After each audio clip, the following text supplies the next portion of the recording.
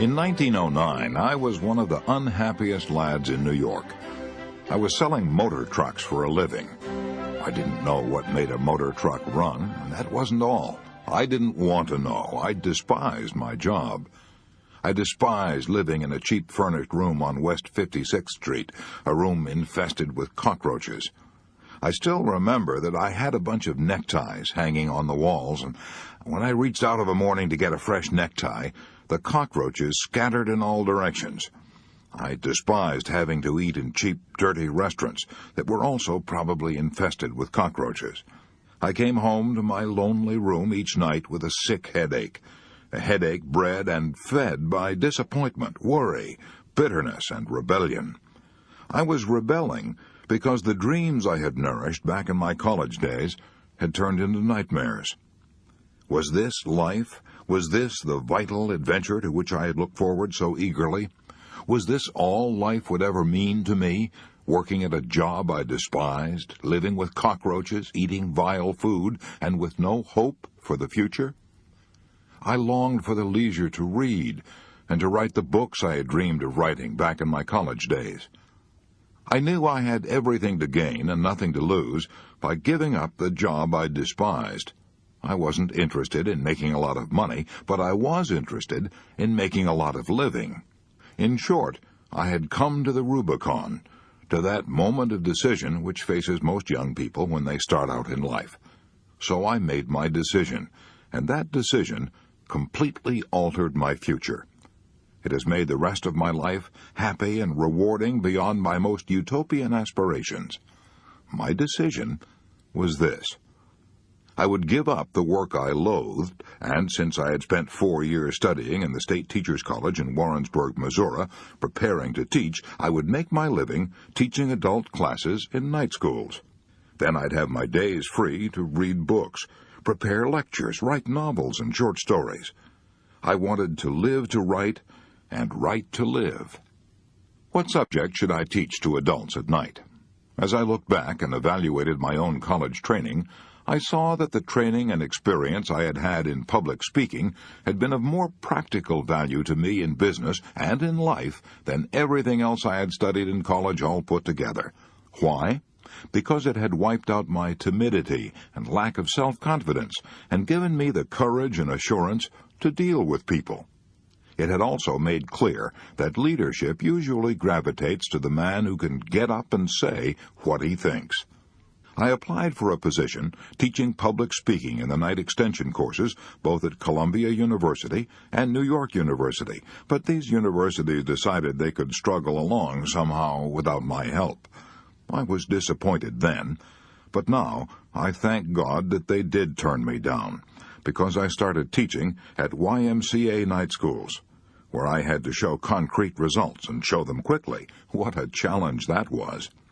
These adults didn't come to my classes because they wanted college credits or social prestige. They came for one reason only. They wanted to solve their problems. They wanted to be able to stand up on their feet and say a few words at a business meeting without fainting from fright. Salesmen wanted to be able to call on a tough customer without having to walk around the block 3 times to get up courage. They wanted to develop poise and self-confidence. They wanted to get ahead in business. They wanted to have more money for their families. And since they were paying for their tuition on an installment basis, and they stopped paying if they didn't get results, and since I was being paid not a salary, but a percentage of the profits, I had to be practical if I wanted to eat. I felt at the time that I was teaching under a handicap, but I realize now that I was getting priceless training. I had to motivate my students. I had to help them solve their problems. I had to make each session so inspiring that they wanted to continue coming. It was exciting work. I loved it. I was astounded at how quickly these businessmen developed self-confidence and how quickly many of them secured promotions and increased pay. The classes were succeeding far beyond my most optimistic hopes. Within 3 seasons, the YMCAs, which had refused to pay me $5 a night in salary, were paying me $30 a night on a percentage basis. At first, I taught only public speaking, but as the years went by, I saw that these adults also needed the ability to win friends and influence people. Since I couldn't find an adequate textbook on human relations, I wrote one myself. It was written, no, it wasn't written in the usual way. It grew and evolved out of the experiences of the adults in these classes. I called it How to Win Friends and Influence People. Since it was written solely as a textbook for my own adult classes, and since I had written 4 other books that no one had ever heard of, I never dreamed that it would have a large sale. I am probably one of the most astonished authors now living. As the years went by, I realized that another of the biggest problems of these adults was worry. A large majority of my students were businessmen, executives, salesmen, engineers, accountants, a cross-section of all the trades and professions, and most of them had problems. There were women in the classes, businesswomen and housewives. They, too, had problems. Clearly, what I needed was a textbook on how to conquer worry. So again, I tried to find one. I went to New York's great public library at 5th Avenue and 42nd Street, and discovered, to my astonishment, that this library had only 22 books listed under the title Worry. I also noticed, to my amusement, that it had 189 books listed under worms, almost 9 times as many books about worms as about worry. Astounding, isn't it? Since worry is one of the biggest problems facing mankind, you'd think, wouldn't you, that every high school and college in the land would give a course on how to stop worrying. Yet if there is even one course on that subject in any college in the land, I have never heard of it. No wonder David Seabury said in his book, How to Worry Successfully, "We come to maturity with as little preparation for the pressures of experience as a bookworm asked to do a ballet." The result? More than half our hospital beds are occupied by people with nervous and emotional troubles. I looked over these 22 books on worry reposing on the shelves of the New York Public Library. In addition, I purchased all the books on worry I could find, yet I couldn't discover even one that I could use as a text in my course for adults. So I resolved to write one myself. I began preparing myself to write this book 7 years ago. How? By reading what the philosophers of all ages have said about worry. I also read hundreds of biographies, all the way from Confucius to Churchill. I also interviewed scores of prominent people in many walks of life, such as Jack Dempsey, General Omar Bradley, General Mark Clark, Henry Ford, Eleanor Roosevelt, and Dorothy Dix. But that was only a beginning. I also did something else that was far more important than the interviews and the reading.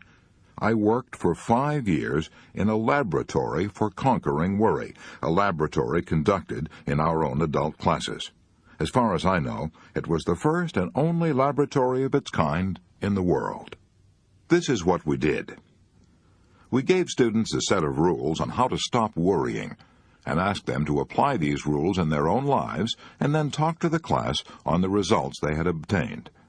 Others reported on techniques they'd used in the past. As a result of this experience, I presume I have listened to more talks on how I conquered worry than has any other individual who ever walked this earth. In addition, I read hundreds of other talks on how I conquered worry, talks that were sent to me by mail, talks that had won prizes in our classes that are held throughout the world. So this book didn't come out of an ivory tower. Neither is it an academic preachment on how worry might be conquered. Instead, I've tried to write a fast-moving, concise, documented report on how worry has been conquered by thousands of adults. One thing is certain, this book is practical. You can set your teeth in it. Science, said the French philosopher Valéry, is a collection of successful recipes. That's what this book is, a collection of successful and time-tested recipes to rid our lives of worry. However, let me warn you, you won't find anything new in it, but you will find much that's not generally applied. And when it comes to that, you and I don't need to be told anything new. We already know enough to lead perfect lives. We've all read the Golden Rule and the Sermon on the Mount. Our trouble is not ignorance, but inaction. The purpose of this book is to restate, illustrate, streamline, air-condition, and glorify a lot of ancient and basic truths, and kick you in the shins and make you do something about applying them. You didn't pick up this book to read about how it was written. You're looking for action, all right? Let's go. Please read parts 1 and 2 of this book, and then if by that time you don't feel you've acquired a new power and a new inspiration to stop worry and enjoy life, then toss this book away. It is no good for you. How to Stop Worrying and Start Living by Dale Carnegie. Part 1. Fundamental Facts You Should Know About Worry. Chapter 1. Live in day-tight compartments. In the spring of 1871, a young man picked up a book and read 21 words that had a profound effect on his future. A medical student at the Montreal General Hospital, he was worried about passing the final examination, worried about what to do, where to go, how to build up a practice, how to make a living. The 21 words that this young medical student read in 1871 helped him to become the most famous physician of his generation. He organized the world-famous Johns Hopkins School of Medicine. He became Regius Professor of Medicine at Oxford, the highest honor that can be bestowed upon any medical man in the British Empire. He was knighted by the King of England. When he died, 2 huge volumes containing 1,466 pages were required to tell the story of his life. His name was Sir William Osler. Here are the 21 words that he read in the spring of 1871, 21 words from Thomas Carlyle that helped him lead a life free from worry. Our main business is not to see what lies dimly at a distance, but to do what lies clearly at hand. 42 years later, on a soft spring night when the tulips were blooming on the campus, this man, Sir William Osler, addressed the students of Yale University. He told those Yale students that a man like himself, who had been a professor in 4 universities and had written a popular book, was supposed to have brains of a special quality. He declared that this was untrue. He said that his intimate friends knew that his brains were of the most mediocre character. What then was the secret of his success? He stated that it was owing to what he called living in day-tight compartments. What did he mean by that? A few months before he spoke at Yale, Sir William Osler had crossed the Atlantic on a great ocean liner, where the captain, standing on the bridge, could press a button, and presto, there was a clanging of machinery, and various parts of the ship were immediately shut off from one another, shut off into watertight compartments.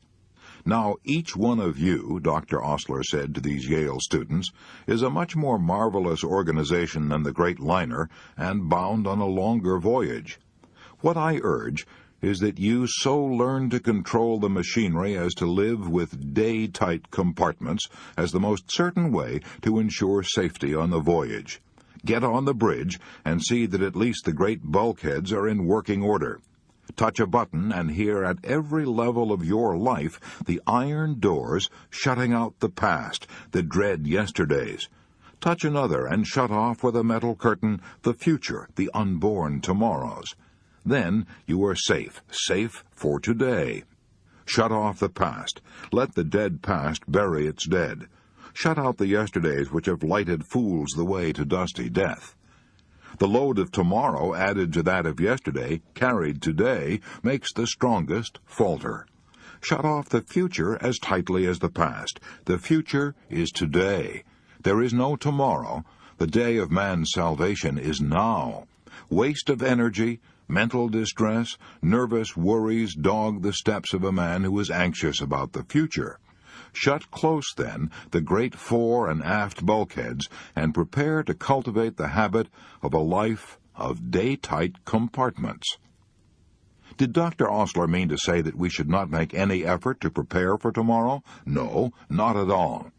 But he did go on in that address to say that the best possible way to prepare for tomorrow is to concentrate with all your intelligence, all your enthusiasm, on doing today's work superbly today. That's the only possible way you can prepare for the future. Sir William Osler urged the students at Yale to begin the day with Christ's prayer, "Give us this day our daily bread."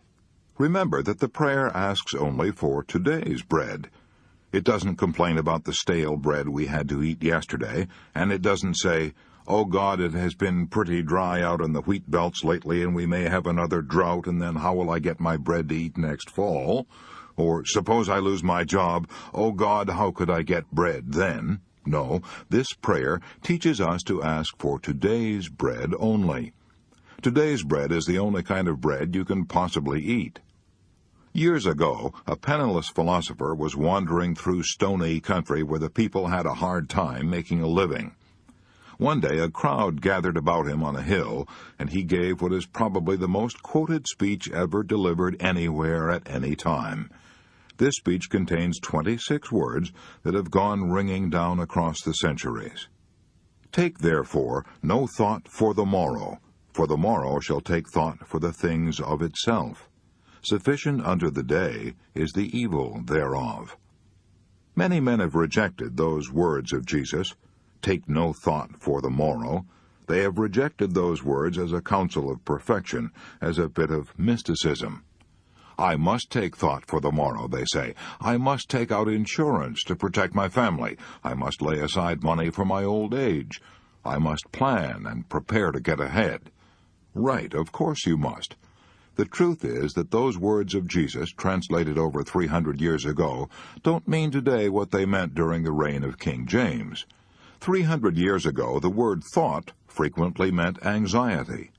Modern versions of the Bible quote Jesus more accurately as saying, "Have no anxiety for the tomorrow." By all means, take thought for tomorrow, yes, careful thought, and planning and preparation, but have no anxiety. During the Second World War, our military leaders planned for the morrow, but they could not afford to have any anxiety. "I have supplied the best men with the best equipment we have," said Admiral Ernest J. King, who directed the United States Navy, "and have given them what seems to be the wisest mission. That is all I can do." Whether in war or peace, good thinking deals with causes and effects, and leads to logical, constructive planning. Bad thinking frequently leads to tension and nervous breakdown. I had the privilege of interviewing Arthur Hayes Sulzberger, publisher from 1935 to 1961 of one of the most famous newspapers in the world, the New York Times. Mr. Sulzberger told me that when the Second World War flamed across Europe, he was so stunned, so worried about the future, that he found it almost impossible to sleep. He would frequently get out of bed in the middle of the night, take some canvas and tubes of paint, look in the mirror, and try to paint a portrait of himself. He didn't know anything about painting, but he painted anyway, to get his mind off his worries. Mr. Sulzberger told me that he was never able to banish his worries and find peace until he had adopted as his motto 5 words from a church hymn: "One step enough for me." Lead, kindly light, keep thou my feet. I do not ask to see the distant scene. One step enough for me. At about the same time, a young man in uniform somewhere in Europe was learning the same lesson. His name was Ted Benjamino of Baltimore, Maryland, and he had worried himself into a first-class case of combat fatigue. In April 1945, wrote Ted Benjamino, I had worried until I had developed what doctors called a spasmodic transverse colon, a condition that produced intense pain. If the war hadn't ended when it did, I'm sure I would have had a complete physical breakdown. I was utterly exhausted. I was a Graves Registration non-commissioned officer for the 94th Infantry Division. My work was to help set up and maintain records of all men killed in action, missing in action, and hospitalized. I also had to help disinter the bodies of both Allied and enemy soldiers who had been killed and hastily buried in shallow graves during the pitch of battle. I had to gather up the personal effects of these men and see that they were sent back to parents or closest relatives who would prize these personal effects so much. I was constantly worried for fear we might be making embarrassing and serious mistakes. I was worried about whether or not I would come through all this. I was worried about whether I would live to hold my only child in my arms, a son of 16 months whom I had never seen. I was so worried and exhausted that I lost 34 pounds. I was so frantic that I was almost out of my mind. I looked at my hands. They were hardly more than skin and bones. I was terrified at the thought of going home a physical wreck. I broke down and sobbed like a child. I was so shaken that tears welled up every time I was alone. There was one period soon after the Battle of the Bulge started that I wept so often that I almost gave up hope of ever being a normal human being again. I ended up in an army dispensary. An army doctor gave me some advice which has completely changed my life. After giving me a thorough physical examination, he informed me that my troubles were mental. "Ted," he said, "I want you to think of your life as an hourglass. You know there are thousands of grains of sand in the top of the hourglass, and they all pass slowly and evenly through the narrow neck in the middle. Nothing you or I could do would make more than one grain of sand pass through this narrow neck without impairing the hourglass. You and I and everyone else are like this hourglass.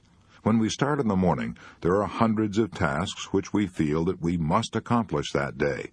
But if we do not take them one at a time and let them pass through the day slowly and evenly, as do the grains of sand passing through the narrow neck of the hourglass, then we're bound to break our own physical or mental structure." I've practiced that philosophy ever since that memorable day that an army doctor gave it to me. One grain of sand at a time, one task at a time. That advice saved me physically and mentally during the war, and it has also helped me in my present position as Public Relations and Advertising Director for the Ad Crafters Printing and Offset Company, Incorporated. I found the same problem arising in business that had arisen during the war. A score of things had to be done at once, and there was little time to do them. We were low in stocks. We had new forms to handle, new stock arrangements, changes of address, opening and closing offices, and so on. Instead of getting taut and nervous, I remembered what the doctor had told me: one grain of sand at a time, one task at a time. By repeating those words to myself over and over, I accomplished my tasks in a more efficient manner, and I did my work without the confused, jumbled feeling that had almost wrecked me on the battlefield. One of the most appalling comments on our present way of life is that at one time, half of all the beds in our hospitals were reserved for patients with nervous and mental troubles, patients who had collapsed under the crushing burden of accumulated yesterdays and fearful tomorrows. Yet a vast majority of those people could have avoided those hospitals, could have led happy, useful lives, if they had only heeded the words of Jesus. Have no anxiety about the morrow. Or the words of Sir William Osler. Live in day-tight compartments.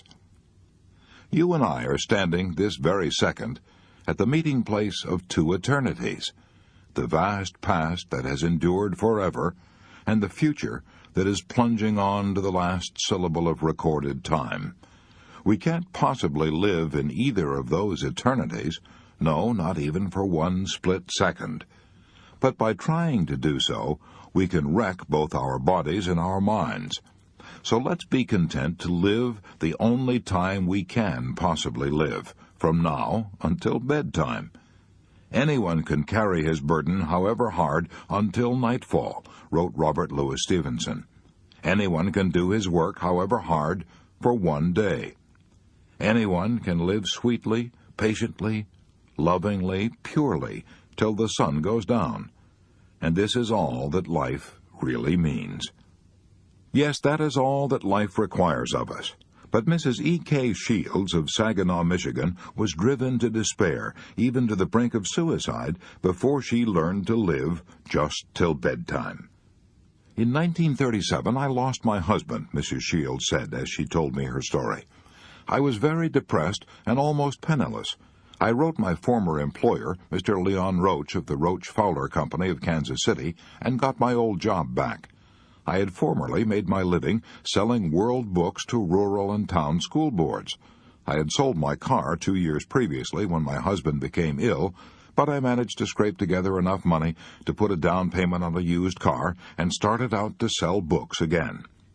I'd thought that getting back on the road would help relieve my depression, but driving alone and eating alone was almost more than I could take.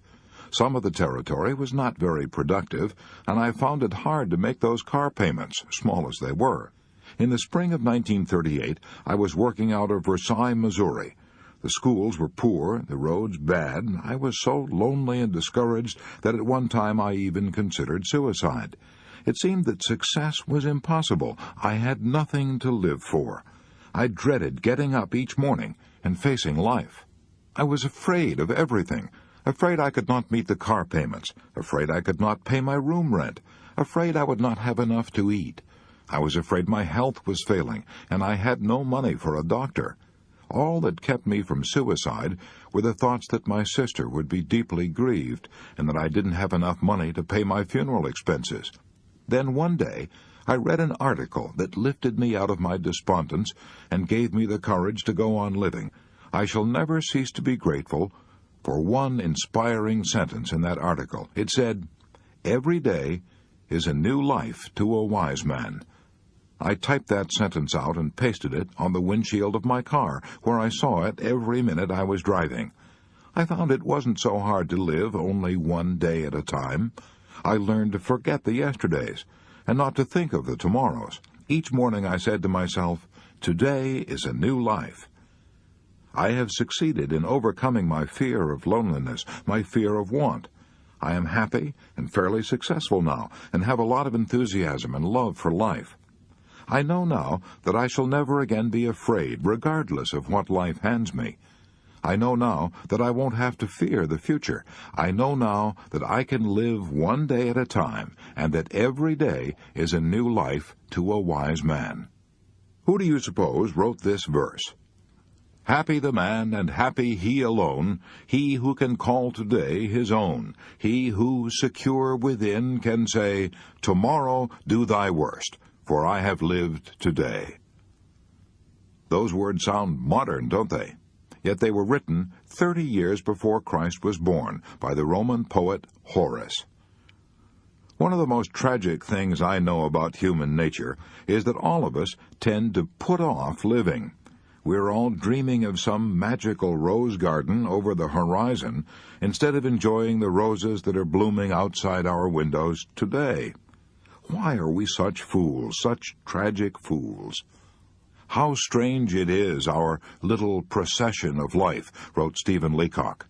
The child says, "When I am a big boy," but what is that? The big boy says, "When I grow up." And then grown up, he says, "When I get married." But to be married, what is that after all? The thought changes to "when I'm able to retire." And then when retirement comes, he looks back over the landscape traversed.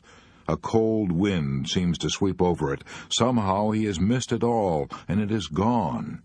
Life, we learn too late, is in the living, in the tissue of every day and hour. The late Edward S. Evans of Detroit almost killed himself with worry before he learned that life is in the living, in the tissue of every day and hour. Brought up in poverty, Edward Evans made his first money by selling newspapers, then worked as a grocer's clerk. Later, with 7 people dependent upon him for bread and butter, he got a job as an assistant librarian. Small as the pay was, he was afraid to quit. 8 years passed before he could summon up the courage to start out on his own. But once he started, he built up an original investment of 55 borrowed dollars into a business of his own that made him $20,000 a year. Then came a frost, a killing frost. He endorsed a big note for a friend, and the friend went bankrupt. Quickly on top of that disaster came another. The bank in which he had all his money collapsed. He not only lost every cent he had, but was plunged into debt for $16,000. His nerves couldn't take it. "I couldn't sleep or eat," he told me. "I became strangely ill. Worry, and nothing but worry, he said, brought on this illness. One day as I was walking down the street, I fainted and fell on the sidewalk. I was no longer able to walk. I was put to bed, and my body broke out in boils. These boils turned inward until just lying in bed was agony. I grew weaker every day. Finally, my doctor told me that I had only 2 more weeks to live. I was shocked. I drew up my will, and then lay back in bed to await my end.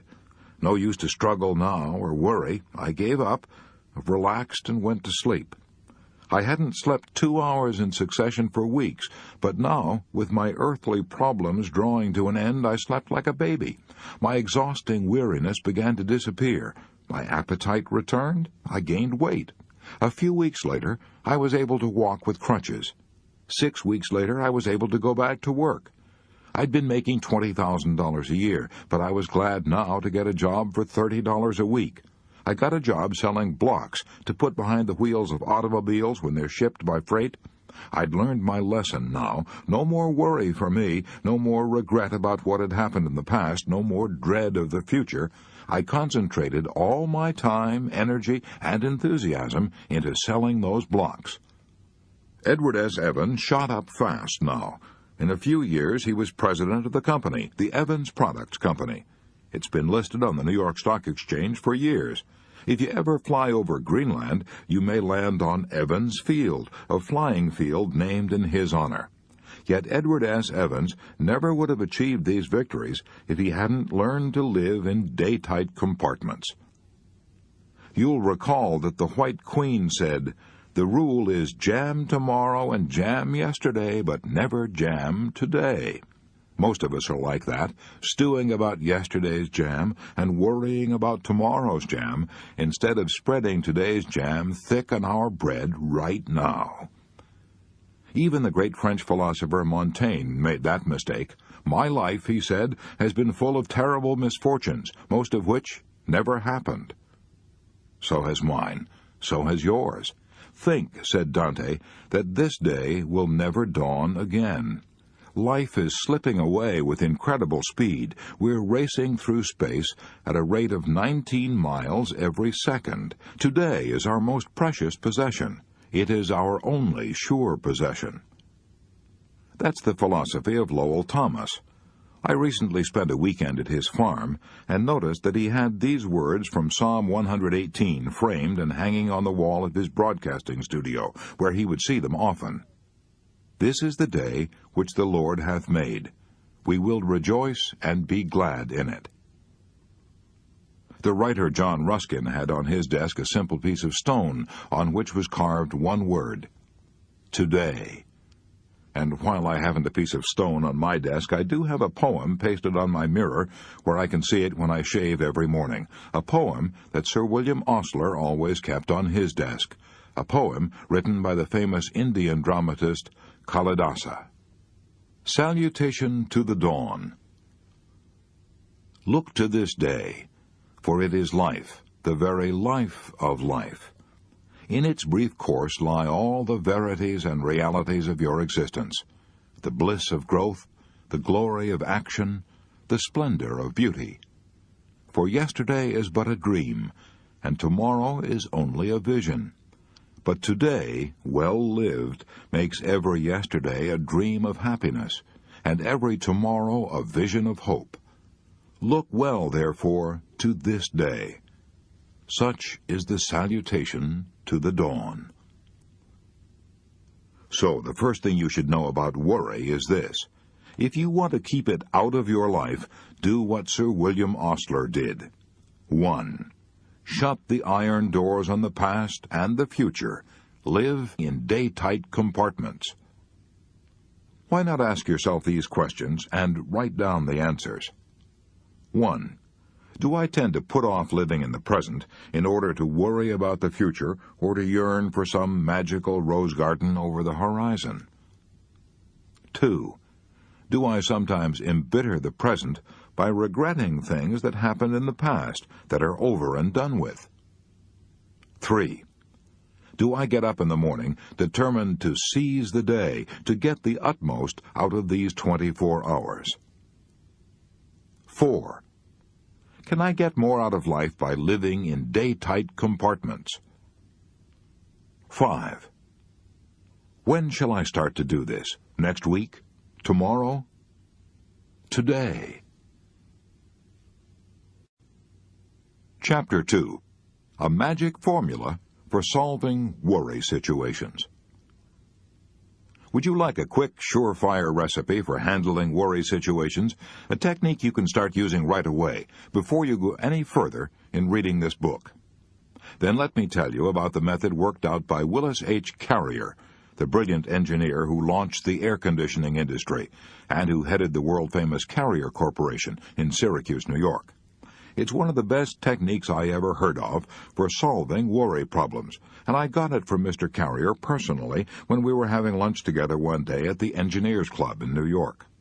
When I was a young man, Mr. Carrier said, I worked for the Buffalo Forge Company in Buffalo, New York. I was handed the assignment of installing a gas cleaning device in a plant of the Pittsburgh Plate Glass Company at Crystal City, Missouri, a plant costing millions of dollars. The purpose of this installation was to remove the impurities from the gas so it could be burned without injuring the engines. This method of cleaning gas was new. It had been tried only once before and under different conditions. In my work at Crystal City, Missouri, unforeseen difficulties arose. It worked after a fashion, but not well enough to meet the guarantees we had made. I was stunned by my failure. It was almost as if someone had struck me a blow on the head. My stomach, my insides began to twist and turn. For a while I was so worried I couldn't sleep. Finally, common sense reminded me that worry wasn't getting me anywhere, so I figured out a way to handle my problem without worrying. It worked superbly. I've been using this same anti-worry technique for more than 30 years. It is simple. Anyone can use it. It consists of 3 steps. Step 1. I analyzed the situation fearlessly and honestly, and figured out what was the worst that could possibly happen as a result of this failure. No one was going to jail me or shoot me, that was certain. True, there was also a chance that I would lose my position, and there was also a chance that my employers would have to remove the machinery and lose the $20,000 we had invested. Step 2. After figuring out what was the worst that could possibly happen, I reconciled myself to accepting it, if necessary. I said to myself, this failure will be a blow to my record, and it might possibly mean the loss of my job. But if it does, I can always get another position. Conditions could be much worse, and as far as my employers are concerned, well, they realize that we are experimenting with a new method of cleaning gas, and if this experience costs them $20,000, they can charge it up to research, for it's an experiment. After discovering the worst that could possibly happen and reconciling myself to accepting it, if necessary, an extremely important thing happened. I immediately relaxed and felt a sense of peace that I hadn't experienced in days. Step 3. From that moment on, I calmly devoted my time and energy to trying to improve upon the worst, which I had already accepted mentally. I now tried to figure out ways and means by which I might reduce the loss of $20,000 that we faced. I made several tests and finally figured out that if we spent another $5,000 for additional equipment, our problem would be solved. We did this, and instead of the firm losing $20,000, we made $15,000. I probably would never have been able to do this if I had kept on worrying, because one of the worst features about worrying is that it destroys our ability to concentrate. When we worry, our minds jump here and there and everywhere, and we lose all power of decision. However, when we force ourselves to face the worst and accept it mentally, we then eliminate all these vague imaginings and put ourselves in a position in which we are able to concentrate on our problem. Now, this incident that I have related occurred many years ago. It worked so superbly that I've been using it ever since, and as a result, my life has been almost completely free from worry. Now, why is Willis H. Carrier's magic formula so valuable and so practical, psychologically speaking? Because it yanks us down out of the great gray clouds in which we fumble about when we're blinded by worry. It plants our feet good and solid on the earth. we know where we stand. And if we haven't solid ground under us, how in creation can we ever hope to think anything through? Professor William James, the father of applied psychology, has been dead since 1910. But if he were alive today and could hear this formula for facing the worst, he would heartily approve it. How do I know that? Because he told his own students, "Be willing to have it so. Be willing to have it so," he said, because acceptance of what has happened is the first step in overcoming the consequences of any misfortune. Would you like to see how someone adopted Willis H. Carrier's magic formula and applied it to his own problem? Well, here's one example from a New York oil dealer who was a student in my classes. "I was being blackmailed," this student began. "I didn't believe it was possible. I didn't believe it could happen outside of the movies, but I was actually being blackmailed. What happened was this. The oil company of which I was the head had a number of delivery trucks and a number of drivers. At that time, war regulations were strictly in force, and we were rationed on the amount of oil we could deliver to any one of our customers. I didn't know it, but it seems that certain of our drivers had been delivering oil short to our regular customers and then reselling the surplus to customers of their own. The first inkling I had of these illegitimate transactions was when a man who claimed to be a government inspector came to see me one day and demanded hush money. He had got documentary proof of what our drivers had been doing, and he threatened to turn this proof over to the district attorney's office if I didn't cough up. I knew, of course, that I had nothing to worry about, personally at least, but I also knew that the law says a firm is responsible for the actions of its employees. What's more, I knew that if the case came to court and it was aired in the newspapers, the bad publicity would ruin my business. And I was proud of my business. It had been founded by my father 24 years before. I was so worried I was sick. I didn't eat or sleep for 3 days and nights. I kept going around in crazy circles. Should I pay the money, $5,000, or should I tell this man to go ahead and do his damnedest? Either way, I tried to make up my mind. It ended in a nightmare. Then, on Sunday night, I happened to pick up the booklet on How to Stop Worrying, which I had been given in my Carnegie class in public speaking. I started to read it, and came across the story of Willis H. Carrier. Face the worst, it said, so I asked myself, what's the worst that could happen if I refuse to pay up and these blackmailers turn their records over to the district attorney? The answer to that was the ruin of my business. That's the worst that can happen. I can't go to jail. All that can happen is that I shall be ruined by the publicity. I then said to myself, all right, the business is ruined. I accept that mentally. What happens next? Well, with my business ruined, I would probably have to look for a job. That wasn't bad. I knew a lot about oil. There were several firms that might be glad to employ me. I began to feel better.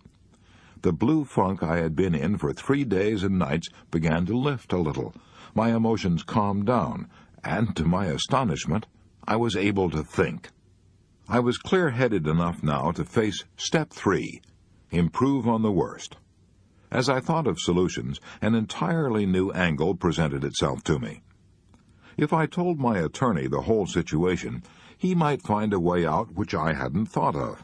I know it sounds stupid to say that this hadn't even occurred to me before, but of course I hadn't been thinking. I had only been worrying. I immediately made up my mind that I would see my attorney first thing in the morning, and then I went to bed and slept like a log. How did it end? Well, the next morning, my lawyer told me to go and see the district attorney and tell him the truth. I did precisely that. When I finished, I was astonished to hear the DA say that this blackmail racket had been going on for months, and that the man who claimed to be a government agent was a crook wanted by the police. What a relief to hear all this after I had tormented myself for 3 days and nights wondering whether I should hand over $5,000 to this professional swindler. This experience taught me a lasting lesson. Now, whenever I face a pressing problem that threatens to worry me, I give it what I call the old Willis H. Carrier formula. If you think Willis H. Carrier had troubles, listen, you ain't heard nothing yet. Here's the story of Earl P. Haney of Winchester, Massachusetts. Here's the story as he told it to me himself on November 17, 1948, in the Hotel Statler in Boston. Back in the 20s, he said, I was so worried that ulcers began eating the lining of my stomach. One night I had a terrible hemorrhage. I was rushed to a hospital connected with the School of Medicine of Northwestern University of Chicago. My weight dropped from 175 pounds to 90 pounds. I was so ill, I was warned not even to lift my hand. 3 doctors, including a celebrated ulcer specialist, said my case was incurable. I lived on alkaline powders and a tablespoonful of half milk and half cream every hour. A nurse put a rubber tube down into my stomach every night and morning and pumped out the contents. This went on for months. Finally, I said to myself, "Look here, Earl Haney, if you have nothing to look forward to except a lingering death, you might as well make the most of the little time you have left. You have always wanted to travel around the world before you die, so if you're ever going to do it, you will have to do it now."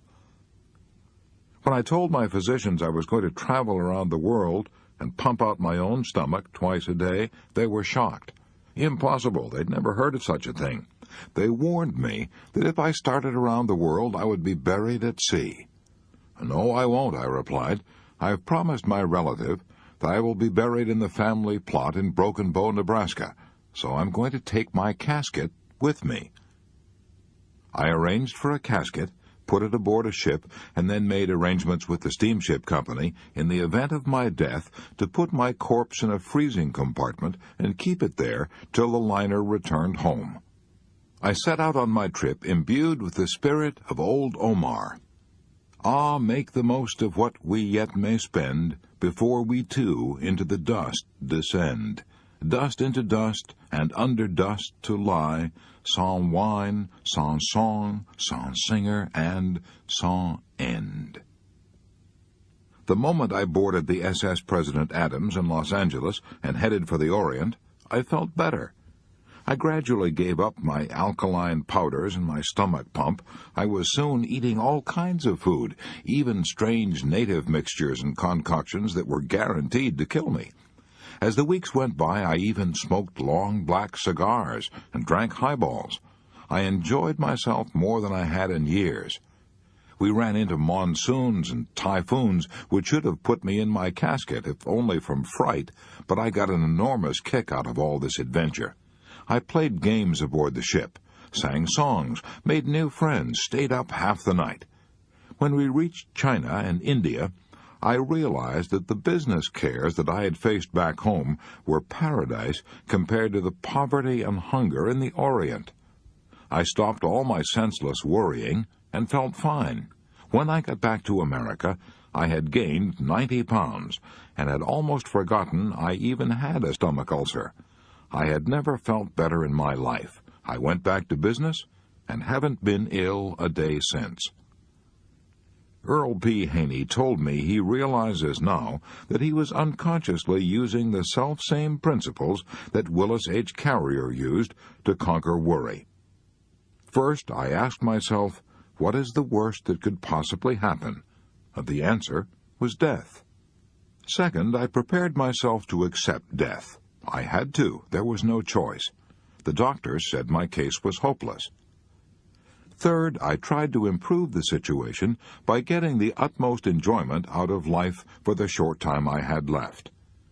If, he continued, if I had gone on worrying after boarding that ship, I have no doubt that I would have made the return voyage inside my coffin. But I relaxed. I forgot all my troubles. And this calmness of mind gave me a new burst of energy which actually saved my life. So, Rule 2 is this. If you have a worry problem, apply the magic formula of Willis H. Carrier by doing these 3 things. 1. Ask yourself, what is the worst that can possibly happen? 2. Prepare to accept it if you have to. 3. Then calmly proceed to improve on the worst. Part 2. Basic Techniques in Analyzing Worry. Chapter 4. How to analyze and solve worry problems. I keep 6 honest serving men. They taught me all I knew. Their names are what and why and when and how and where and who. Rudyard Kipling. Will the magic formula of Willis H. Carrier, described in Part 1, Chapter 2, solve all worry problems? No, of course not. Then what is the answer? The answer is that we must equip ourselves to deal with different kinds of worries by learning the 3 basic steps of problem analysis. The 3 steps are: 1. Get the facts. 2. Analyze the facts. 3. Arrive at a decision, and then act on that decision. Obvious stuff? Yes. Aristotle taught it and used it. And you and I must use it too, if we're going to solve the problems that are harassing us and turning our days and nights into veritable hells. Let's take the first rule. Get the facts. Why is it so important to get the facts? Because unless we have the facts, we can't possibly even attempt to solve our problems intelligently. Without the facts, all we can do is stew around in confusion. My idea? No, that was the idea of the late Herbert E. Hawks, Dean of Columbia College, Columbia University, for 22 years. He had helped 200,000 students solve their worry problems, and he told me that confusion is the chief cause of worry. He put it this way. He said, "Half the worry in the world is caused by people trying to make decisions before they have sufficient knowledge on which to base a decision. For example," he said, "if I have a problem which has to be faced at 3 o'clock next Tuesday, I refuse to even try to make a decision about it until next Tuesday arrives. In the meantime, I concentrate on getting all the facts that bear on the problem. I don't worry," he said. "I don't agonize over my problem. I don't lose any sleep. I simply concentrate on getting the facts.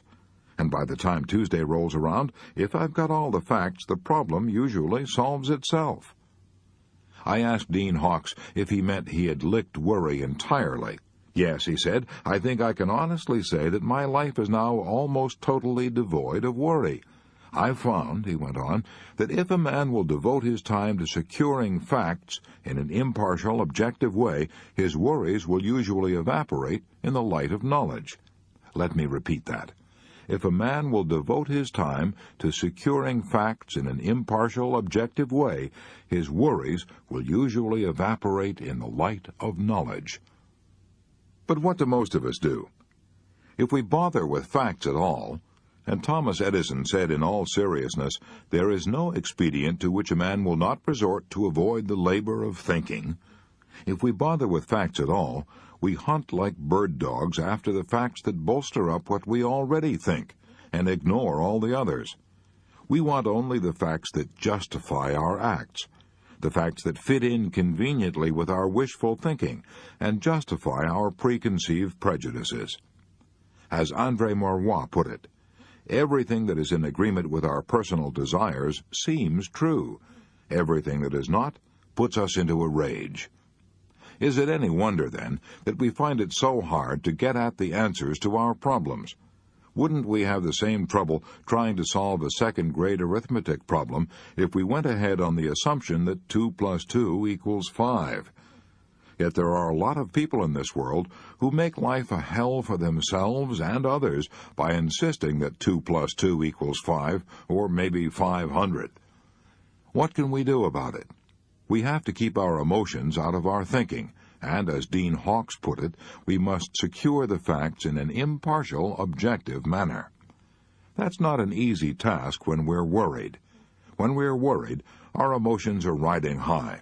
But here are 2 ideas that I've found helpful when trying to step aside from my problems in order to see the facts in a clear, objective manner. 1. When trying to get the facts, I pretend that I'm collecting this information not for myself, but for some other person. This helps me to take a cold, impartial view of the evidence. This helps me eliminate my emotions. 2. While trying to collect the facts about the problem that is worrying me, I sometimes pretend that I'm a lawyer preparing to argue the other side of the issue.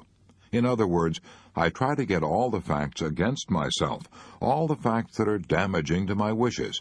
all the facts I don't like to face. Then I write down both my side of the case and the other side of the case, and I generally find that the truth lies somewhere in between these two extremities. Here's the point I'm trying to make. Neither you nor I nor Einstein nor the Supreme Court of the United States is brilliant enough to reach an intelligent decision on any problem without first getting the facts. Thomas Edison knew that. At the time of his death, he had 2,500 notebooks filled with facts about the problems he was facing. So Rule 1 for solving our problems is, get the facts. Let's do what Dean Hawkes did. Let's not even attempt to solve our problems without first collecting all the facts in an impartial manner. However, getting all the facts in the world won't do us any good until we analyze them and interpret them. I have found from costly experience that it's much easier to analyze the facts after writing them down. In fact, merely writing the facts on a piece of paper and stating our problem clearly goes a long way toward helping us reach a sensible decision. As Charles Kettering puts it, a problem well stated is a problem half solved. Let me show you all of this as it works out in practice. Since the Chinese say one picture is worth 10,000 words, suppose I show you a picture of how one man put exactly what we're talking about into concrete action. Let's take the case of Galen Litchfield, a man I've known for several years, one of the most successful American businessmen in the Far East. Mr. Litchfield was in China in 1942 when the Japanese invaded Shanghai, and here's his story as he told it to me while a guest in my home. Shortly after the Japanese bombed Pearl Harbor, Galen Litchfield began, they came swarming into Shanghai. I was the manager of the Asia Life Insurance Company in Shanghai. They sent us an army liquidator. He was really an admiral, and gave me orders to assist this man in liquidating our assets. I didn't have any choice in the matter. I could cooperate or else, and the or else was certain death. I went through the motions of doing what I was told because I had no alternative. But there was one block of securities worth $750,000 which I left off the list I gave to the admiral. I left that block of securities off the list because they belonged to our Hong Kong organization and had nothing to do with the Shanghai assets. All the same, I feared I might be in hot water if the Japanese found out what I'd done, and they soon found out. I wasn't in the office when the discovery was made, but my head accountant was there. He told me that the Japanese admiral flew into a rage and stamped and swore and called me a thief and a traitor. I had defied the Japanese army. I knew what that meant. I would be thrown into the bridge house. The bridge house, the torture chamber of the Japanese Gestapo. I had had personal friends who had killed themselves rather than be taken to that prison. I had other friends who had died in that place after 10 days of questioning and torture. Now I was slated for the bridge house myself. What did I do? I heard the news on Sunday afternoon. I suppose I should have been terrified, and I would have been terrified if I hadn't had a definite technique for solving my problems. For years, whenever I was worried, I had always gone to my typewriter and written down 2 questions, and the answer to these questions. 1. What am I worrying about? 2. What can I do about it? I used to try to answer those questions without writing them down, but I stopped that years ago. I found that writing down both the questions and the answers clarifies my thinking. So that Sunday afternoon, I went directly to my room at the Shanghai YMCA and got out my typewriter. I wrote, 1. What am I worrying about? I am afraid I will be thrown into the bridge house tomorrow morning. Then I typed out the second question. 2. What can I do about it? I spent hours thinking out and writing down the 4 courses of action I could take, and what the probable consequences of each action would be.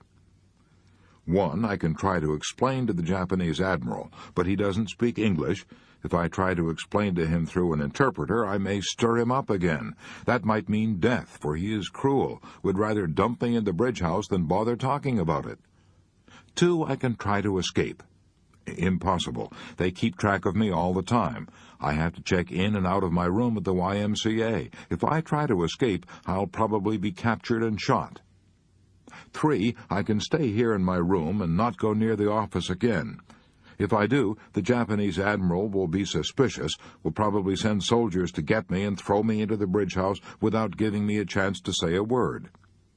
4, I can go down to the office as usual on Monday morning. If I do, there's a chance that the Japanese admiral may be so busy that he will not think of what I did.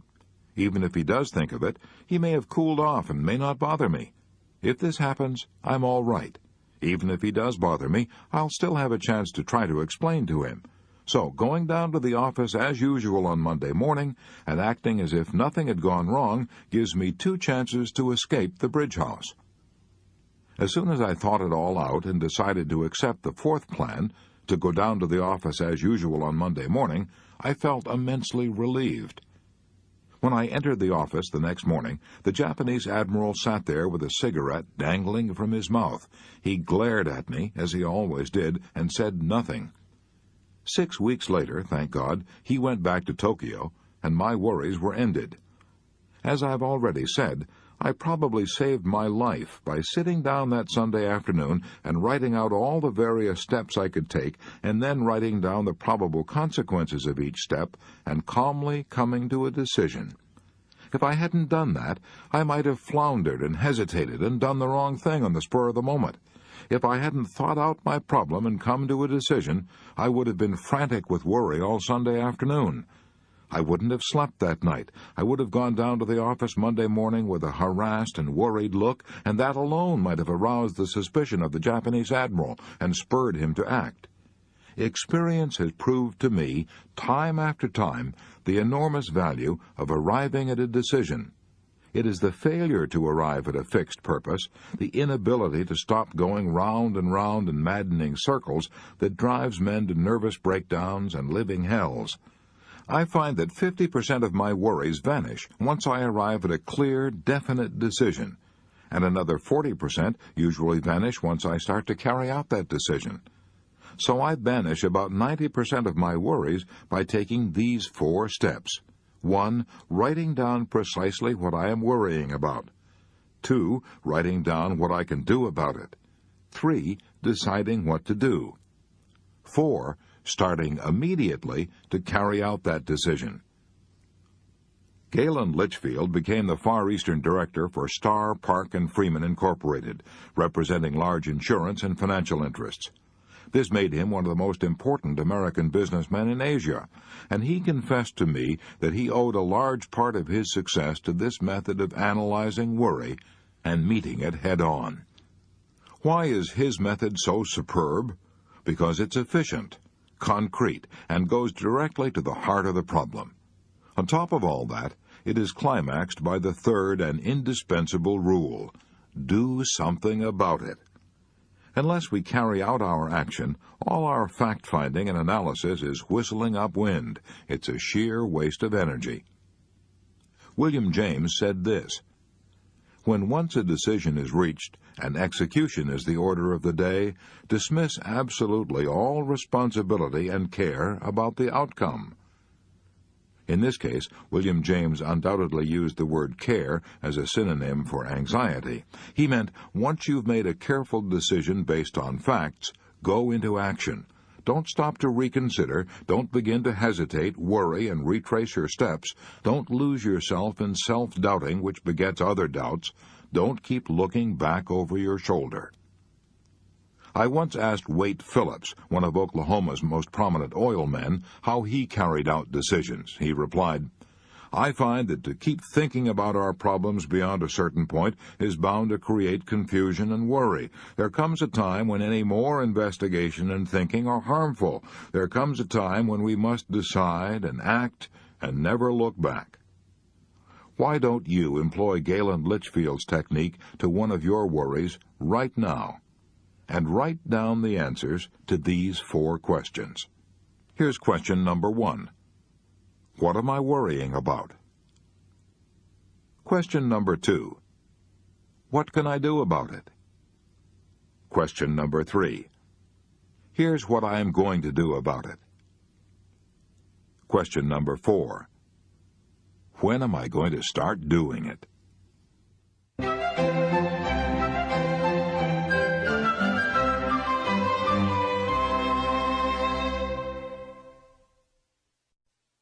Chapter 5. How to Eliminate 50% of Your Business Worries. If you're in business, you're probably saying to yourself right now, the title of this chapter is ridiculous. I've been running my business for 19 years, and I certainly know the answers, if anybody does. The idea of anybody trying to tell me how I can eliminate 50% of my business worries, it's absurd. Fair enough. I would have felt exactly the same way myself a few years ago if I'd seen this title on a chapter. It promises a lot, and promises are cheap. But let's be very frank about it. Maybe I won't be able to help you eliminate 50% of your business worries. In the last analysis, no one can do that except yourself. But what I can do is show you how other people have done it, and leave the rest up to you. You may recall that earlier in this book I quoted the world-famous Dr. Alexis Carrel as saying, "Those who do not know how to fight worry die young." Since worry is that serious, wouldn't you be satisfied if I could help you eliminate even 10% of your worries? Yes? Good. Well, I'm going to show you how one business executive eliminated not 50% of his worries, but 75% of all the time he formerly spent in conferences trying to solve business problems. Furthermore, I'm not going to tell you this story about a Mr. Jones or a Mr. X or a man I knew in Ohio, vague stories that you can't check up on. It concerns a very real person, Leon Shimkin, a former partner and general manager of one of the foremost publishing houses in these United States, Simon & Schuster, Rockefeller Center, New York. Here is Leon Shimkin's experience in his own words. For 15 years, I spent almost half of every business day holding conferences, discussing problems. Should we do this or that or nothing at all? We would get tense, twist in our chairs, walk the floor, argue, and go around in circles. When night came, I would be utterly exhausted. I fully expected to go on doing this sort of thing for the rest of my life. I'd been doing it for 15 years, and it never occurred to me that there was a better way of doing it. If anyone had told me that I could eliminate 3/4 of all the time I spent in these worried conferences and 3/4 of my nervous strain, I would have thought he was a wild-eyed, slap-happy armchair optimist. Yet I devised a plan that did just that. I've been using this plan for 8 years. It has performed wonders for my efficiency, my health, and my happiness. It sounds like magic, but like all magic tricks, it's extremely simple when you see how it's done. Here's the secret. First, I immediately stopped the procedure I had been using in my conferences for 15 years, a procedure that began with my troubled associates reciting all the details of what had gone wrong and ended up by asking, "What shall we do?" Second, I made a new rule. A rule that everyone who wishes to present a problem to me must first prepare and submit a memorandum answering these 4 questions. Question 1. What is the problem? In the old days, we used to spend an hour or two in a worried conference without anyone's knowing specifically and concretely what the real problem was. We used to work ourselves into a lather discussing our troubles without ever troubling to write out specifically what our problem was. Question 2. What is the cause of the problem? As I look back over my career, I'm appalled at the wasted hours I've spent in worried conferences without ever trying to find out clearly the conditions which lay at the root of the problem. Question 3. What are all the possible solutions of the problem? In the old days, one man in the conference would suggest one solution, someone else would argue with him, tempers would flare, we would often get clear off the subject, and at the end of the conference no one would have written down all the various things we could do to attack the problem. Question 4. What solution do you suggest? I used to go into a conference with a man who'd spent hours worrying about a situation and going around in circles without ever once thinking through all possible solutions and then writing down, "This is the solution I recommend." My associates rarely come to me now with their problems. Why? Because they've discovered that in order to answer those 4 questions, they have to get all the facts and think their problems through. And after they've done that, they find in 3/4 of the cases they don't have to consult me at all, because the proper solution has popped out like a piece of bread popping out from an electric toaster. Even in those cases where consultation is necessary, the discussion takes about 1/3 of the time formerly required, because it proceeds along an orderly, logical path to a reasoned conclusion. Much less time is now consumed in the house of Simon & Schuster in worrying and talking about what's wrong. A lot more action is obtained toward making those things right. My friend Frank Betker, one of the top insurance men in America, told me he not only reduced his business worries, but nearly doubled his income by a similar method. "Years ago," said Frank Betker, "when I first started to sell insurance, I was filled with a boundless enthusiasm and love for my work, and then something happened. I became so discouraged that I despised my work and thought of giving it up. I think I would have quit if I hadn't got the idea one Saturday morning of sitting down and trying to get at the root of my worries. 1. I asked myself first, just what is the problem? The problem was that I was not getting high enough returns for the staggering amount of calls I was making. I seemed to do pretty well at selling a prospect until the moment came for closing a sale. And the customer would say, 'Well, I'll think it over, Mr. Betker. Come in and see me again.' It was the time I wasted on these follow-up calls that was causing my depression.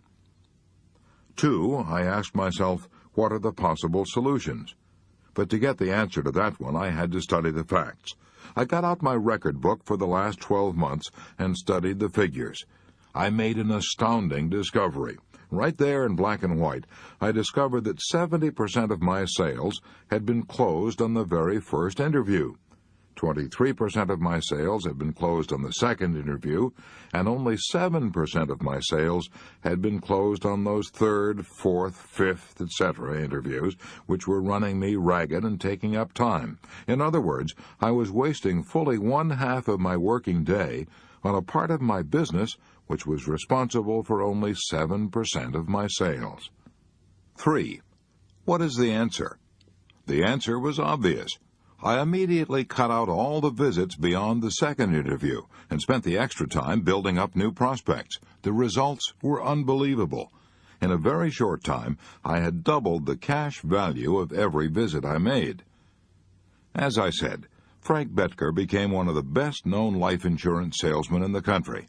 But he was on the point of giving up. He was on the point of admitting failure until analyzing the problem gave him a boost on the road to success. Can you apply these questions to your business problems? To repeat my challenge, they can reduce your worries by 50%. Here they are again. 1. What is the problem? 2. What is the cause of the problem? 3. What are all possible solutions to the problem? 4. What solution do you suggest? Part 2 in a nutshell. Basic techniques in analyzing worry. Rule 1. Get the facts. Remember that Dean Hawkes of Columbia University said that half the worry in the world is caused by people trying to make decisions before they have sufficient knowledge on which to base a decision. Rule 2. After carefully weighing all the facts, come to a decision. Rule 3. Once a decision is carefully reached, act. Get busy carrying out your decision and dismiss all anxiety about the outcome. Rule 4. When you or any of your associates are tempted to worry about a problem, write out and answer the following questions. A. What is the problem? B. What is the cause of the problem? C. What are all possible solutions? D. What is the best solution? Part 3. How to break the worry habit before it breaks you. Chapter 6. How to crowd worry out of your mind. I shall never forget one night when Marion J. Douglas was a student in one of my classes. I've not used his real name. He requested me for personal reasons not to reveal his identity, but here's his real story as he told it to the class. He told us how tragedy had struck at his home not once, but twice. The first time, he had lost his 5-year-old daughter, a child he adored. He and his wife thought they couldn't endure that first loss, but as he said, 10 months later God gave us another little girl, and she died in 5 days. This double bereavement was almost too much to bear. I couldn't take it, this father told us. I couldn't sleep, I couldn't eat, I couldn't rest or relax. My nerves were utterly shaken, and my confidence gone. At last he went to the doctors. One recommended sleeping pills, and another recommended a trip. He tried both, but neither remedy helped. He said, "My body felt as if it were encased in a vice, and the jaws of the vice were being drawn tighter and tighter. The tension of grief, if you've ever been paralyzed by sorrow, you know what he meant. But thank God I had one child left, a 4-year-old son. He gave me the solution to my problem." One afternoon, as I sat around feeling sorry for myself, he asked, "Daddy, will you build a boat for me?" I was in no mood to build a boat.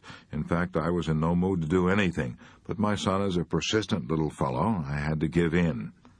Building that toy boat took about 3 hours. By the time it was finished, I realized that those 3 hours spent building that boat were the first hours of mental relaxation and peace that I had had in months. That discovery jarred me out of my lethargy and caused me to do a bit of thinking, the first real thinking I had done in months. I realized that it's difficult to worry if you're busy doing something that requires planning and thinking. In my case, building the boat had knocked worry out of the ring, so I resolved to keep busy. The following night, I went from room to room in the house, compiling a list of jobs that ought to be done. Scores of items needed to be repaired. Bookcases, stair steps, storm windows, window shades, knobs, locks, leaky faucets. Astonishing as it seems, in the course of 2 weeks I had made a list of 242 items that needed attention. During the last 2 years, I have completed most of them. Besides, I have filled my life with stimulating activities. 2 nights per week I attend adult education classes in New York. I have gone in for civic activities in my hometown, and I am now chairman of the school board. I attend scores of meetings. I help collect money for the Red Cross and other activities. I'm so busy now that I have no time for worry. No time for worry. That's exactly what Winston Churchill said when he was working 18 hours a day at the height of the war. When he was asked if he worried about his tremendous responsibilities, he said, "I'm too busy. I have no time for worry." Charles Kettering was in the same fix when he started out to invest in a self-starter for automobiles. Mr. Kettering was, until his retirement, vice president of General Motors, in charge of the world-famous General Motors Research Corporation. But in those days, he was so poor that he had to use the hayloft of a barn as a laboratory. To buy groceries, he had to use $1,500 that his wife had made by giving piano lessons. Later, he had to borrow $500 on his life insurance. I asked his wife if she wasn't worried at a time like that. "Yes," she replied, "I was so worried I couldn't sleep, but Mr. Kettering wasn't. He was too absorbed in his work to worry." The great scientist Pasteur spoke of the peace that is found in libraries and laboratories. Why is peace found there? Because the men in libraries and laboratories are usually too absorbed in their tasks to worry about themselves.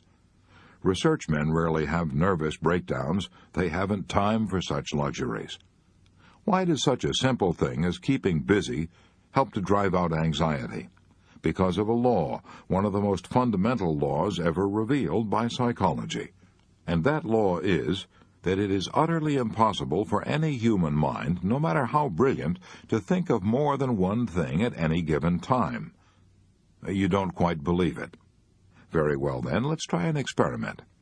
Suppose you lean back right now, close your eyes, and try at the same instant to think of the Statue of Liberty and of what you plan to do tomorrow morning. Go ahead, try it. You found out, didn't you, that you could focus on either thought in turn, but never on both simultaneously. Well, the same thing is true in the field of emotions. We cannot be pepped up and enthusiastic about doing something exciting and feel dragged down by worry at the very same time. One kind of emotion drives out the other.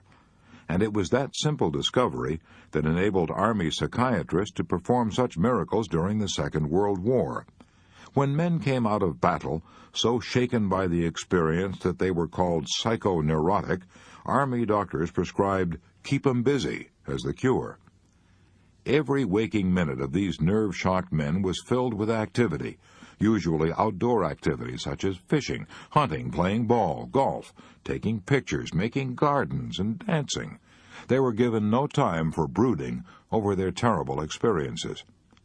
Occupational therapy is the term now used by psychiatry when work is prescribed as though it were a medicine. It is not new. The old Greek physicians were advocating it 500 years before Christ was born. The Quakers were using it in Philadelphia in Ben Franklin's time. A man who visited a Quaker sanitarium in 1774 was shocked to see that the patients who were mentally ill were busy spinning flax. He thought these poor unfortunates were being exploited, until the Quakers explained that they found that their patients actually improved when they did a little work. It was soothing to the nerves. Any psychiatrist will tell you that work, keeping busy, is one of the best anesthetics ever known for sick nerves. Henry W. Longfellow found that out for himself when he lost his young wife. His wife had been melting some sealing wax at a candle one day when her clothes caught on fire. Longfellow heard her cries and tried to reach her in time, but she died from the burns. For a while, Longfellow was so tortured by the memory of that dreadful experience that he nearly went insane.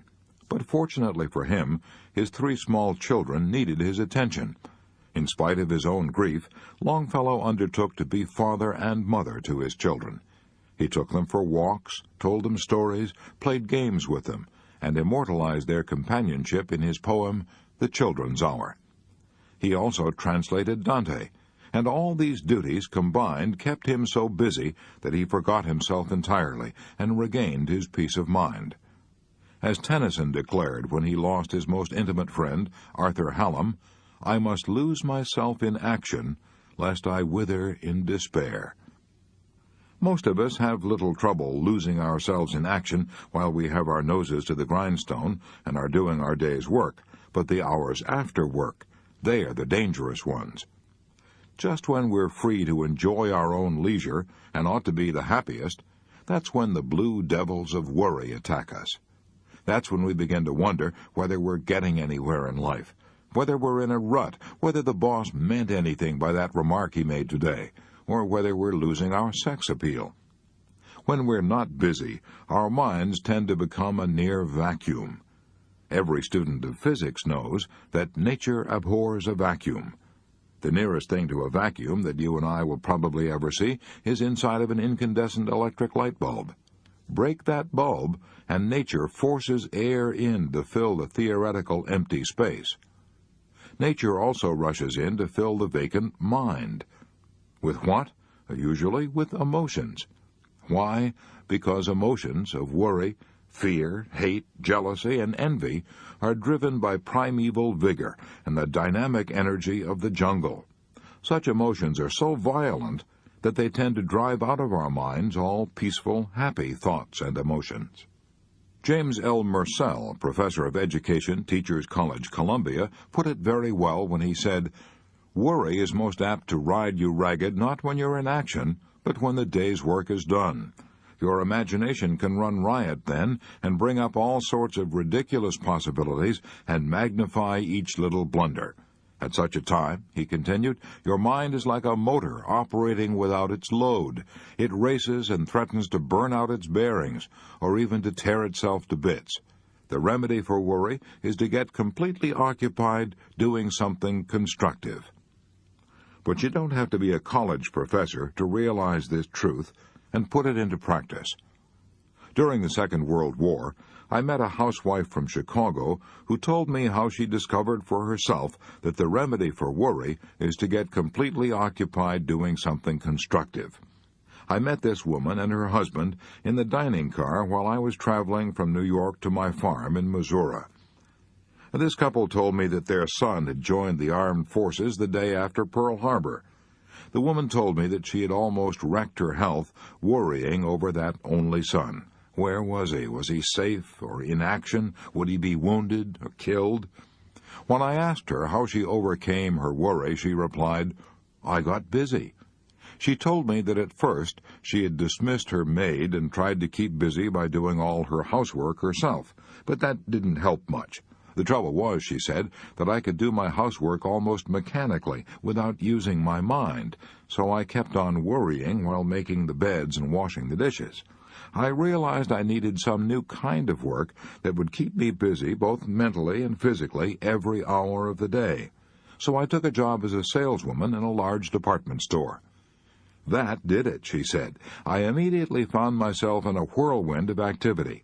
Customers swarming around me asking for prices, sizes, colors, never a second to think of anything except my immediate duty. And when night came, I could think of nothing except getting off my aching feet. As soon as I ate dinner, I fell into bed and instantly became unconscious. I had neither the time nor the energy to worry. She discovered for herself what John Cowper Powys meant when he said, in The Art of Forgetting the Unpleasant, a certain comfortable security, a certain profound inner peace, a kind of happy numbness soothes the nerves of the human animal when absorbed in its allotted tasks. And what a blessing that it is so. Osa Johnson, one of the world's most famous women explorers, told me how she found release from worry and grief. You may have read the story of her life. It's called I Married Adventure. If any woman ever married adventure, she certainly did. Martin Johnson married her when she was 16 and lifted her feet off the sidewalks of Chanute, Kansas, and set them down on the wild jungle trails of Borneo. For a quarter of a century, this Kansas couple traveled all over the world, making motion pictures of the vanishing wildlife of Asia and Africa. Some years later, they were on a lecture tour showing their famous films. They took a plane out of Denver bound for the coast. The plane plunged into a mountain.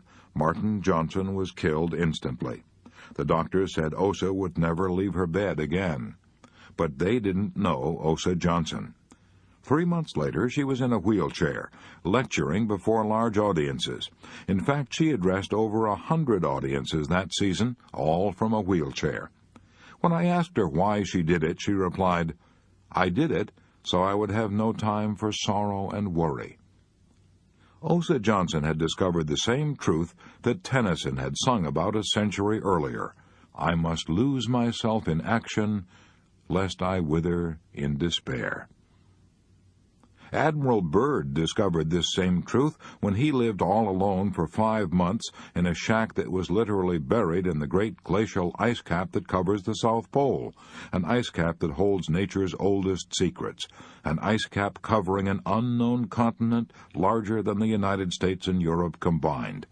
Admiral Byrd spent 5 months there alone.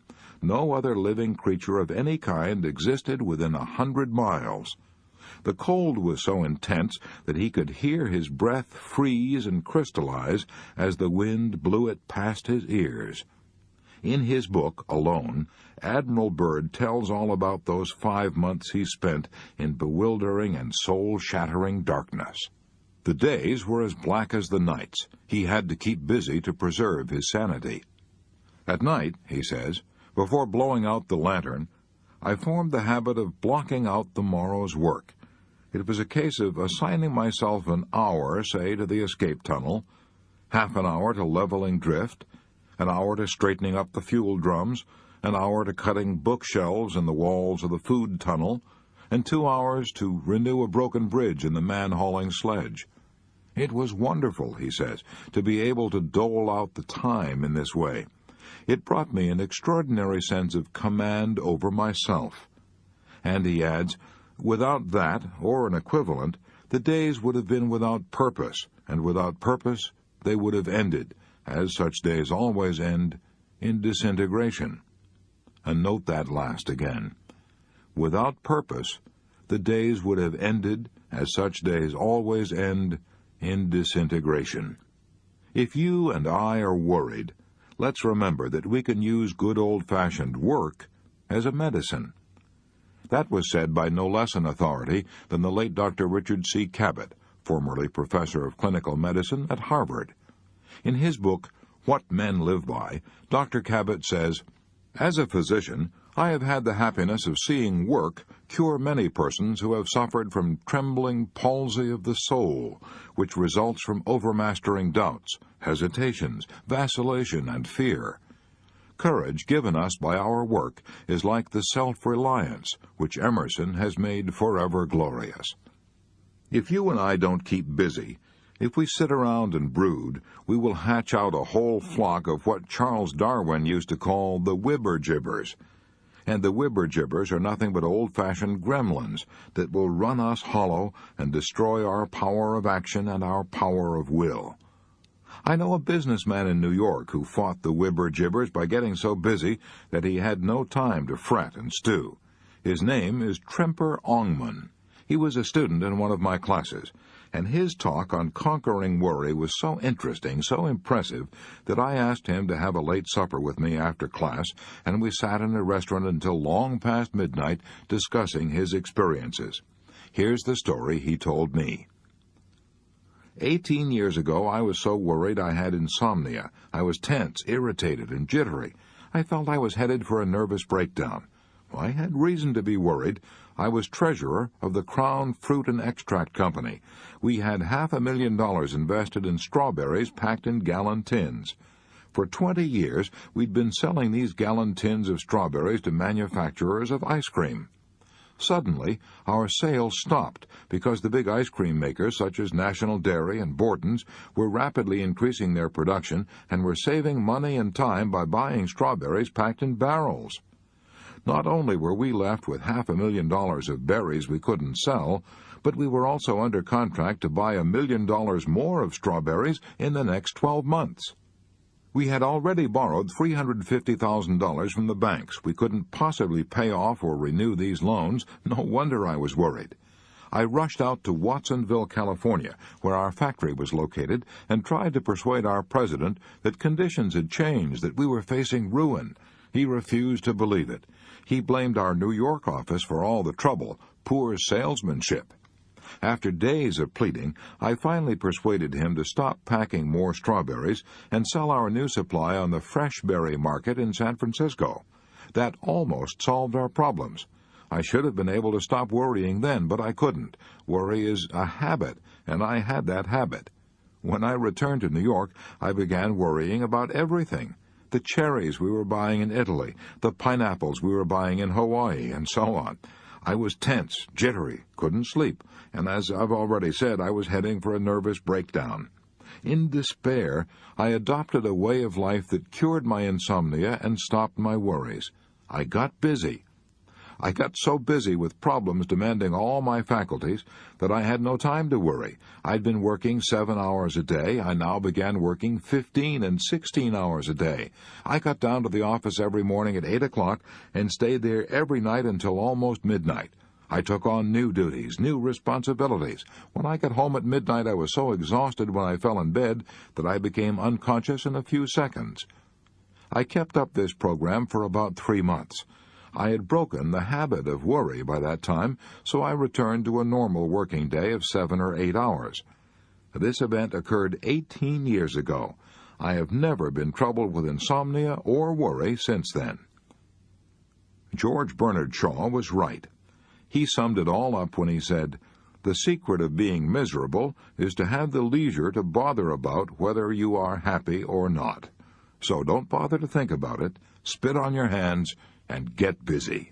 Your blood will start circulating, your mind will start ticking, and pretty soon this whole positive upsurge of life in your body will drive worry from your mind. Get busy, keep busy. It's the cheapest kind of medicine there is on this earth, and one of the best. To break the worry habit, here is Rule 1. Keep busy. The worried person must lose himself in action, lest he wither in despair. Chapter 7. Don't Let the Beatles Get You Down. Here's a dramatic story that I'll probably remember as long as I live. It was told to me by Robert Moore of Maplewood, New Jersey. I learned the biggest lesson of my life in March 1945, he said. I learned it under 276 feet of water off the coast of Indochina. I was one of 88 men aboard the submarine Baya SS-318. We had discovered by radar that a small Japanese convoy was coming our way. As daybreak approached, we submerged to attack. I saw through the periscope a Japanese destroyer escort, a tanker, and a mine layer. We fired 3 torpedoes at the destroyer escort, but missed. Something went haywire in the mechanics of each torpedo. The destroyer, not knowing that she had been attacked, continued on. We were getting ready to attack the last ship, the mine layer, when suddenly she turned and came directly at us. A Japanese plane had spotted us under 60 feet of water and had radioed our position to the Japanese mine layer. We went down to 150 feet to avoid detection and rigged for depth charge. We put extra bolts on the hatches, and in order to make our sub absolutely silent, we turned off the fans, the cooling system, and all electrical gear. 3 minutes later, all hell broke loose. 6 depth charges exploded all around us and pushed us down to the ocean floor, a depth of 276 feet. We were terrified. To be attacked in less than 1,000 feet of water is dangerous. Less than 500 is almost always fatal. And we were being attacked in a trifle more than half of 500 feet of water, just about knee-deep as far as safety was concerned. For 15 hours, that Japanese mine layer kept dropping depth charges. If a depth charge explodes within 17 feet of a sub, the concussion will blow a hole in it. Scores of these depth charges exploded within 50 feet of us. We were ordered to secure, to lie quietly in our bunks and remain calm. I was so terrified I could hardly breathe. This is death, I kept saying to myself over and over. This is death. This is death. With the fans and cooling system turned off, the air inside the sub was over 100 degrees, but I was so chilled with fear that I put on a sweater and a fur-lined jacket, and I still trembled with cold. My teeth chattered. I broke out in a cold, clammy sweat. The attack continued for 15 hours, then ceased suddenly. Apparently, the Japanese mine layer had exhausted its supply of depth charges and steamed away. Those 15 hours of attack seemed like 15 million years. All my life passed before me in review. I remembered all the bad things I had done, all the little absurd things that I had worried about. I'd been a bank clerk before I joined the Navy. I had worried about the long hours, the poor pay, the poor prospect of advancement. I had worried because I couldn't own my own home, couldn't buy a new car, couldn't buy my wife nice clothes. How I had hated my old boss, who was always nagging and scolding. I remembered how I would come home at night, sore and grouchy, and quarrel with my wife over trifles. I'd worried about a scar on my forehead, a nasty cut from an auto accident. How big all those worries seemed years ago. How absurd they seemed when depth charges were threatening to blow me to kingdom come. I promised myself then and there that if I ever saw the sun and stars again, I would never, never worry again. Never, never, never. I learned more about the art of living in those 15 terrible hours in that submarine than I had learned by studying books for 4 years in Syracuse University. We often face the major disasters of life bravely, and then let the trifles, the pains in the neck, get us down. For example, Samuel Pepys tells in his diary about seeing Sir Harry Vane's head chopped off in London. As Sir Harry mounted the platform, he was not pleading for his life, but was pleading with the executioner not to hit the painful boil on his neck. And that was another thing that Admiral Byrd discovered down in the terrible cold and darkness of the polar nights, that his men fussed more about the pains in the neck than about the big things. They bore without complaining the dangers, the hardships, and the cold that was often 80 degrees below zero. But, says Admiral Byrd, I know of bunkmates who quit speaking to each other because each suspected the other of inching his gear into the other's allotted space. And I knew of one who could not eat unless he could find a place in the mess hall out of sight of the Fletcherist who solemnly chewed his food 28 times before swallowing. In a polar camp, says Admiral Byrd, little things like that have the power to drive even disciplined men to the edge of insanity.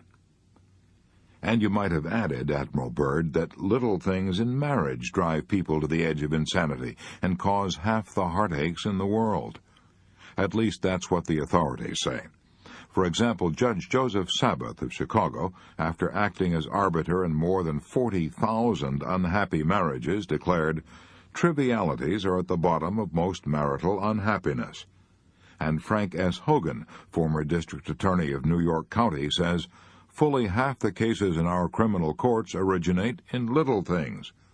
Barroom bravado, domestic wrangling, an insulting remark, a disparaging word, a rude action, those are the little things that lead to assault and murder. Very few of us are cruelly and greatly wronged. It is the small blows to our self-esteem, the indignities, the little jolts to our vanity, which cause half the heartaches in the world." When Eleanor Roosevelt was first married, she was worried for days because her new cook had served a poor meal. "But if that happened now," Mrs. Roosevelt said, "I would shrug my shoulders and forget it." Good. That is acting like an adult emotionally. Even Catherine the Great, an absolute autocrat, used to laugh the thing off when the cook spoiled a meal. Mrs. Carnegie and I had a dinner at a friend's house in Chicago. While carving the meat, he did something wrong. I didn't notice it, and I wouldn't have cared even if I had noticed it. But his wife saw it and jumped down his throat right in front of us. "John," she cried, "watch what you're doing. Can't you ever learn to serve properly?" And then she said to us, "He's always making mistakes. He just doesn't try." Maybe he didn't try to carve, but I certainly give him credit for trying to live with her for 20 years. Frankly, I would rather have eaten a couple of hot dogs with mustard in an atmosphere of peace than to have dined on Peking duck and shark fins while listening to her scolding. Shortly after that experience, Mrs. Carnegie and I had some friends at our home for dinner. Just before they arrived, Mrs. Carnegie found that 3 of the napkins didn't match the tablecloth. "I rushed to the cook," she told me later, "and found that the other 3 napkins had gone to the laundry. The guests were at the door. There was no time to change. I felt like bursting into tears. All I could think was, why did this stupid mistake have to spoil my whole evening? Then I thought, well, why let it? I went into dinner determined to have a good time, and I did. I would much rather our friends think I'm a sloppy housekeeper," she told me, "than a nervous, bad-tempered one. And anyhow, as far as I could make out, no one noticed the napkins." A well-known legal maxim says, "De minimis non curat lex." The law does not concern itself with trifles, and neither should the worrier, if he wants peace of mind. Much of the time, all we need to overcome the annoyance of trifles is to effect a shifting of emphasis, set up a new and pleasurable point of view in the mind. My friend Homer Croy, who wrote They Had to See Paris and a dozen other books, gives a wonderful example of how this can be done. He used to be driven half crazy while working on a book by the rattling of the radiators in his New York apartment. The steam would bang and sizzle, and he would sizzle with irritation as he sat at his desk. "Then," says Homer Croy, "I went with some friends on a camping expedition. While listening to the limbs crackling in the roaring fire, I thought how much they sounded like the crackling of the radiators. Why should I like one and hate the other? When I went home, I said to myself, the crackling of the limbs in the fire was a pleasant sound. The sound of the radiators is about the same. I'll go to sleep and not worry about the noise." And I did. For a few days I was conscious of the radiators, but soon I forgot all about them. And so it is with many petty worries. We dislike them and get into a stew, all because we exaggerate their importance. Disraeli said, "Life is too short to be little." Those words, said André Maurois in This Week magazine, have helped me through many a painful experience. Often we allow ourselves to be upset by small things we should despise and forget. Here we are on this earth with only a few more decades to live, and we lose many irreplaceable hours brooding over grievances that in a year's time will be forgotten by us and by everybody. No, let's devote our life to worthwhile actions and feelings, to great thoughts, real affections, and enduring undertakings, for life is too short to be little. Even so illustrious a figure as Rudyard Kipling forgot at times that life is too short to be little, and the result? He and his brother-in-law fought the most famous court battle in the history of Vermont, a battle so celebrated that a book has been written about it, Rudyard Kipling's Vermont Feud. The story goes like this. Kipling married a Vermont girl, Caroline Balestier, built a lovely home in Brattleboro, Vermont, settled down and expected to spend the rest of his life there. His brother-in-law, Beatty Balestier, became Kipling's best friend. Two of them worked and played together.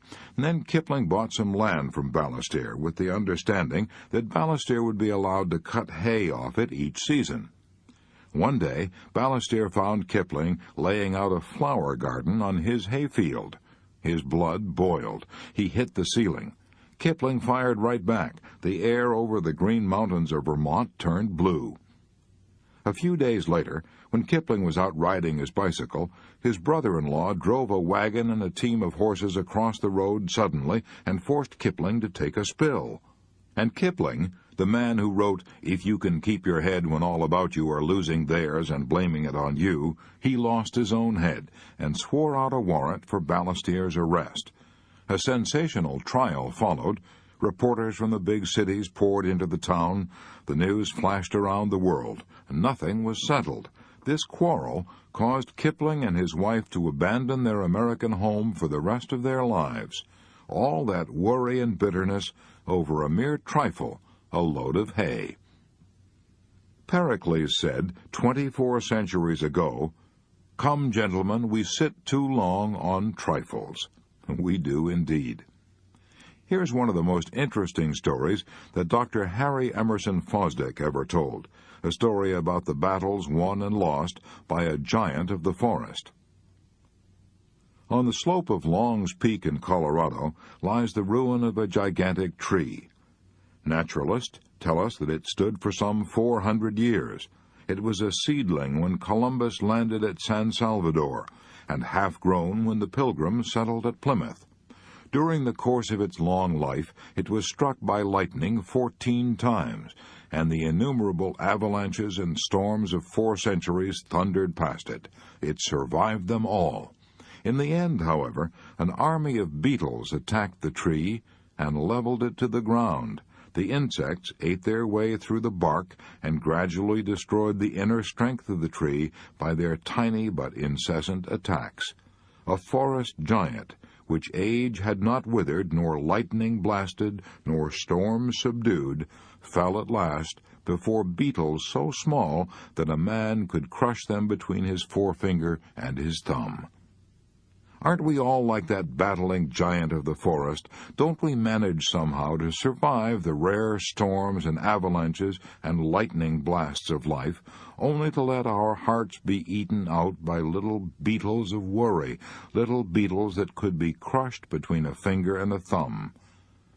I traveled through the Teton National Park in Wyoming with Charles Seaford, highway superintendent for the state of Wyoming, and some of his friends. We were all going to visit the John D. Rockefeller estate in the park. But the car in which I was riding took the wrong turn, got lost, and drove up to the entrance of the estate an hour after the other cars had gone in. Mr. Seaford had the key that unlocked the private gate, so he waited in the hot, mosquito-infested woods for an hour until we arrived. The mosquitoes were enough to drive a saint insane, but they couldn't triumph over Charles Seaford. While waiting for us, he cut a limb off an aspen tree and made a whistle of it. When we arrived, was he cussing the mosquitoes? No, he was playing his whistle. I have kept that whistle as a memento of a man who knew how to put trifles in their place. To break the worry habit before it breaks you, here is Rule 2. Let's not allow ourselves to be upset by small things we should despise and forget. Remember, life is too short to be little.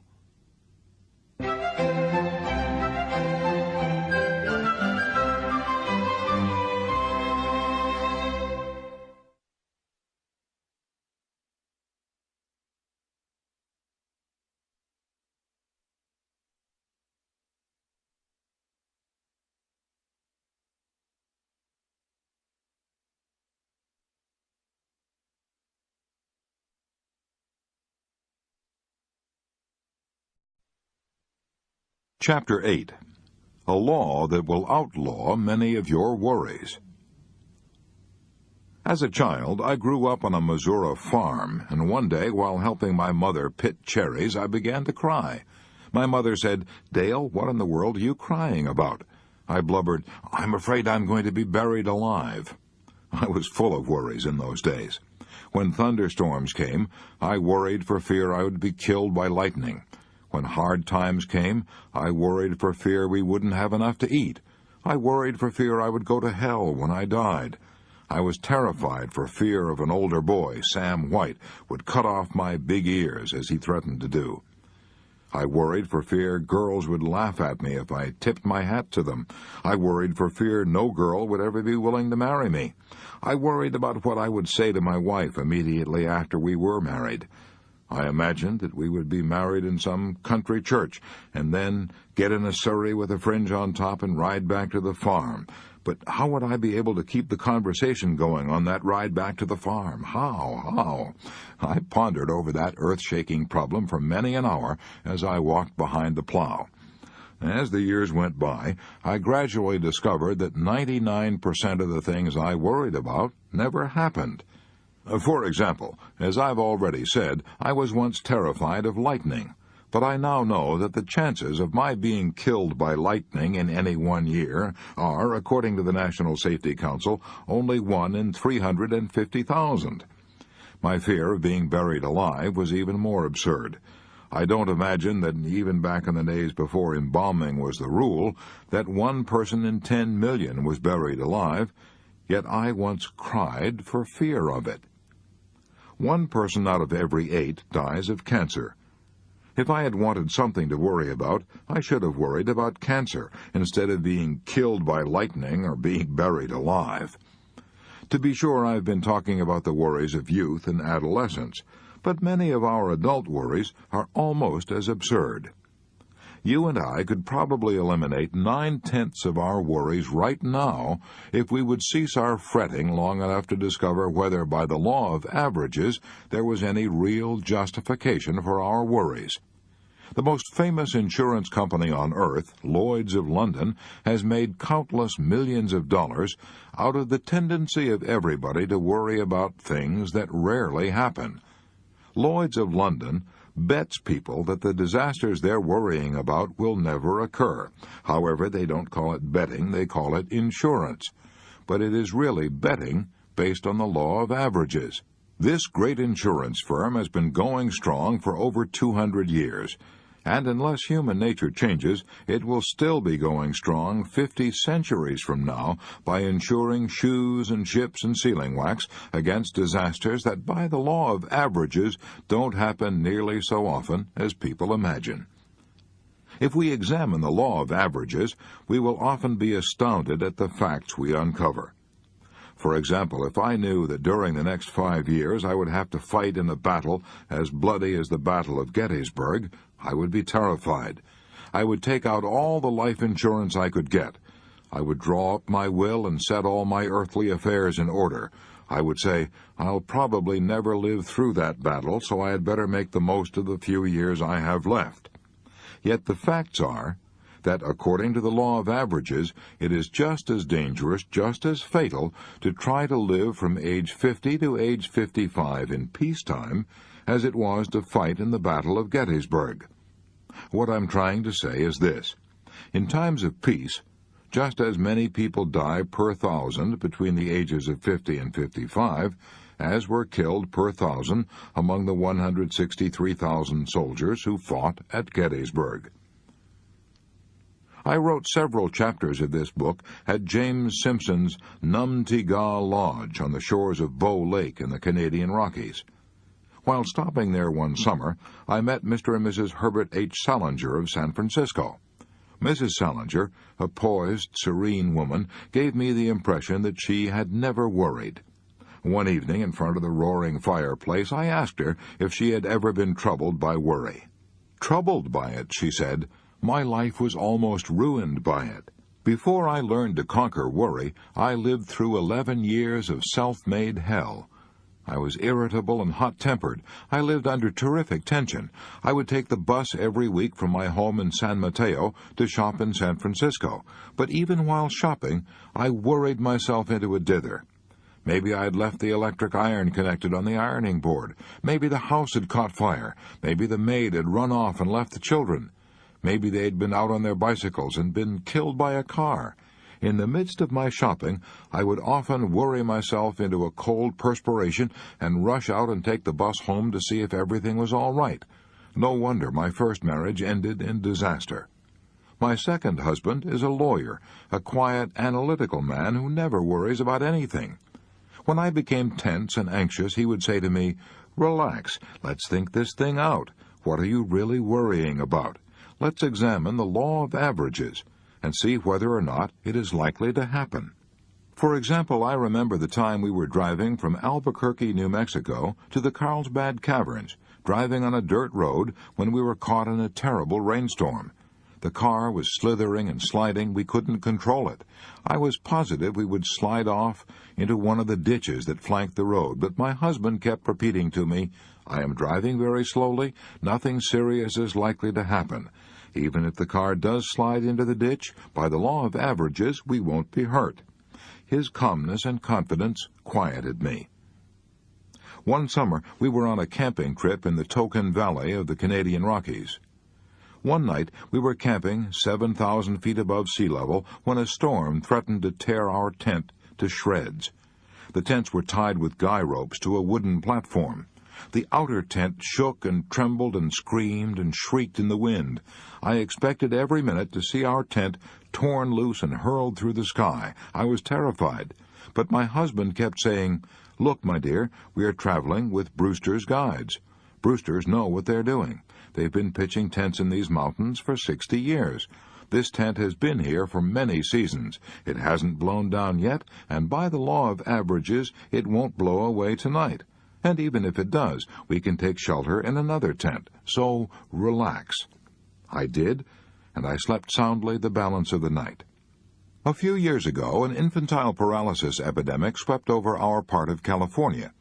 In the old days, I would have been hysterical, but my husband persuaded me to act calmly.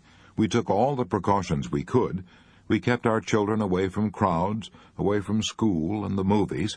By consulting the Board of Health, we found out that even during the worst infantile paralysis epidemic that California had ever known up to that time, only 1,835 children had been stricken in the entire state of California, and that the usual number was around 200 or 300. Tragic as those figures are, we nevertheless felt that, according to the law of averages, the chances of any one child being stricken were remote. By the law of averages, it won't happen. That phrase has destroyed 90% of my worries and has made the past 20 years of my life beautiful and peaceful beyond my highest expectations. It has been said that nearly all of our worries and unhappiness come from our imagination and not from reality. As I look back across the decades, I can see that is where most of my worries came from also. Jim Grant told me that had been his experience too. He owned the James A. Grant Distributing Company of New York City. He ordered from 10 to 15 carloads of Florida oranges and grapefruit at a time. He told me that he used to torture himself with such thoughts as, what if there's a train wreck? What if my fruit is strewn all over the countryside? What if a bridge collapses as my cars are going over it? Of course, the fruit was insured, but he feared that if he didn't deliver his fruit on time, he might risk the loss of his market. He worried so much that he feared he had stomach ulcers and went to a doctor. The doctor told him there was nothing wrong with him except jumpy nerves. I saw the light then, he said, and began to ask myself questions. I said to myself, "Look here, Jim Grant, how many fruit cars have you handled over the years?" The answer was about 25,000. Then I asked myself, how many of those cars were ever wrecked? The answer was, maybe 5. Then I said to myself, only 5 out of 25,000. Do you know what that means? A ratio of 5,000 to 1. In other words, by the law of averages, based on experience, the chances are 5,000 to 1 against one of your cars ever being wrecked. So, what are you worried about? And then I said to myself, well, a bridge may collapse. Then I asked myself, how many cars have you actually lost from a bridge collapsing? The answer was none. Then I said to myself, aren't you a fool to be worrying yourself into stomach ulcers over a bridge which has never yet collapsed and over a railroad wreck when the chances are 5,000 to 1 against it? When I looked at it that way, Jim Grant told me, I felt pretty silly. I decided then and there to let the law of averages do the worrying for me, and I have not been troubled with my stomach ulcer since. When Al Smith was governor of New York, I heard him answer the attacks of his political enemies by saying over and over, "Let's examine the record. Let's examine the record." Then he proceeded to give the facts. The next time you and I are worrying about what may happen, let's take a tip from wise old Al Smith. Let's examine the record and see what basis there is, if any, for our gnawing anxieties. That's precisely what Frederick J. Malstead did when he feared he was lying in his grave. Here's his story as he told it to one of our classes in New York. Early in June 1944, I was lying in a slit trench near Omaha Beach. I was with the 999th Signal Service Company. We'd just dug in Normandy. As I looked around to that slit trench, just a rectangular hole in the ground, I said to myself, "This looks just like a grave." When I lay down and tried to sleep in it, it felt like a grave. I couldn't help saying to myself, "Maybe this is my grave." When the German bombers began coming over at 11 p.m. and the bombs started falling, I was scared stiff. For the first 2 or 3 nights I couldn't sleep at all. By the 4th or 5th night I was almost a nervous wreck. I knew that if I didn't do something I would go stark crazy. So I reminded myself that 5 nights had passed and I was still alive, and so was every man in our outfit. Only 2 had even been injured, and they had been hurt not by the German bombs, but by falling flak from our own anti-aircraft guns. I decided to stop worrying by doing something constructive. So I built a thick wooden roof over my slit trench to protect myself from flak. I thought of the vast area over which my unit was spread. I told myself that the only way I could be killed in that deep, narrow slit trench was by a direct hit, and I figured out that the chance of a direct hit on me was not 1 in 10,000. After a couple of nights of looking at it in this way, I calmed down and slept even through the bomb raids. The United States Navy used the statistics of the law of averages to buck up the morale of their men.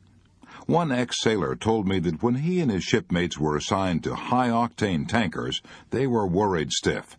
They all believed that if a tanker loaded with high-octane gasoline was hit by a torpedo, it exploded and blew everybody to kingdom come. But the U.S. Navy knew otherwise. So the Navy issued exact figures, showing that out of 100 tankers hit by torpedoes, 60 stayed afloat. And of the 40 that did sink, only 5 sank in less than 10 minutes. That meant time to get off the ship. It also meant casualties were exceedingly small. Did this help morale?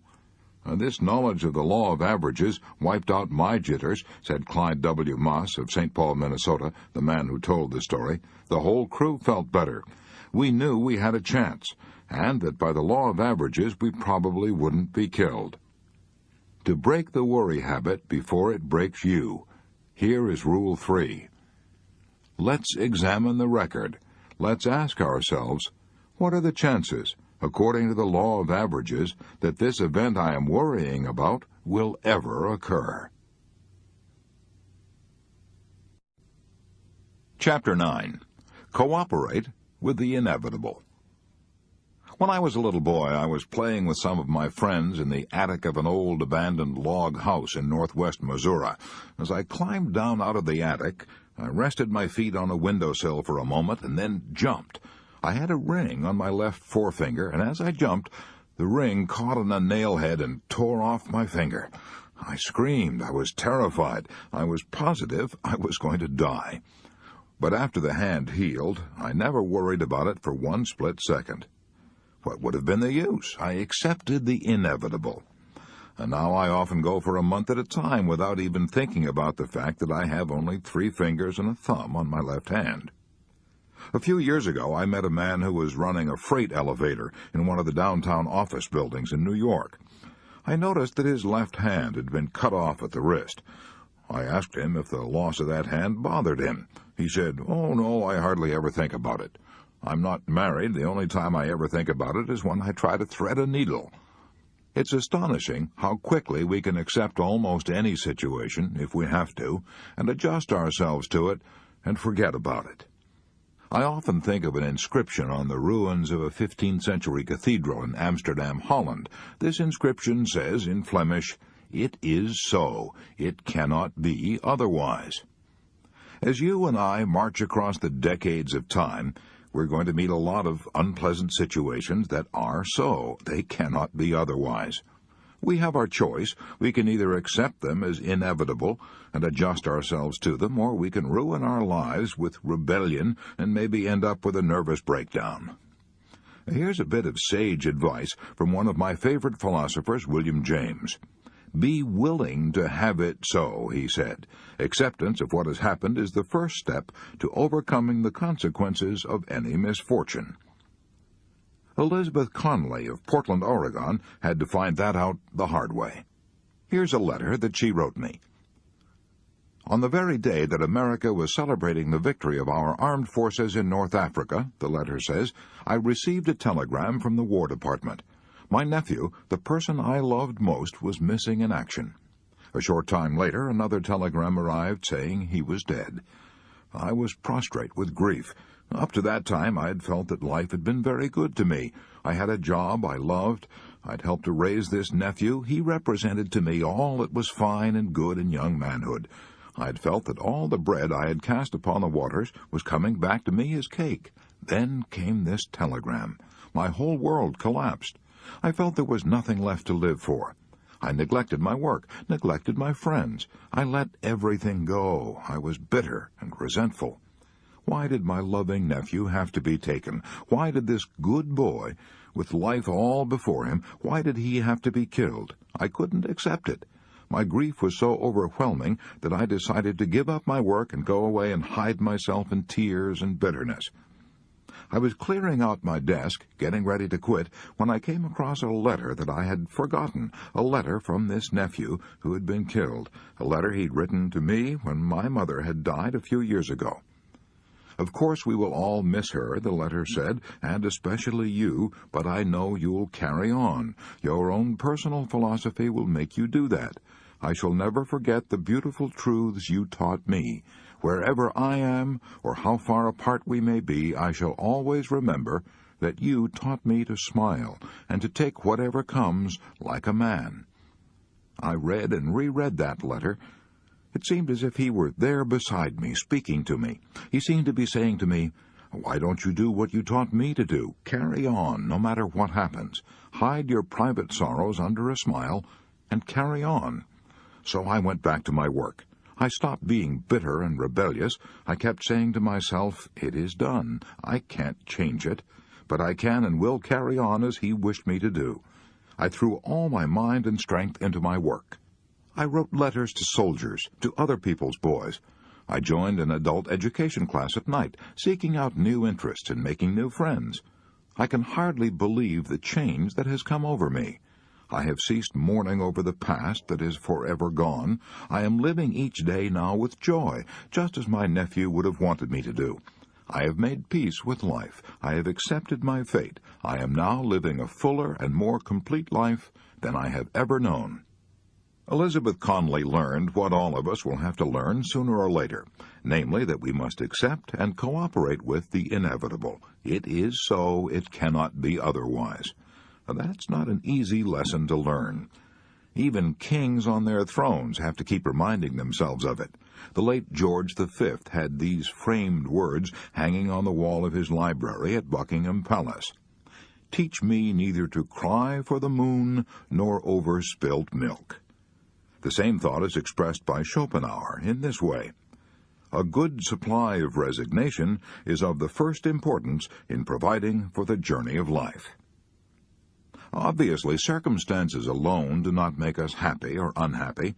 It is the way we react to circumstances that determines our feelings.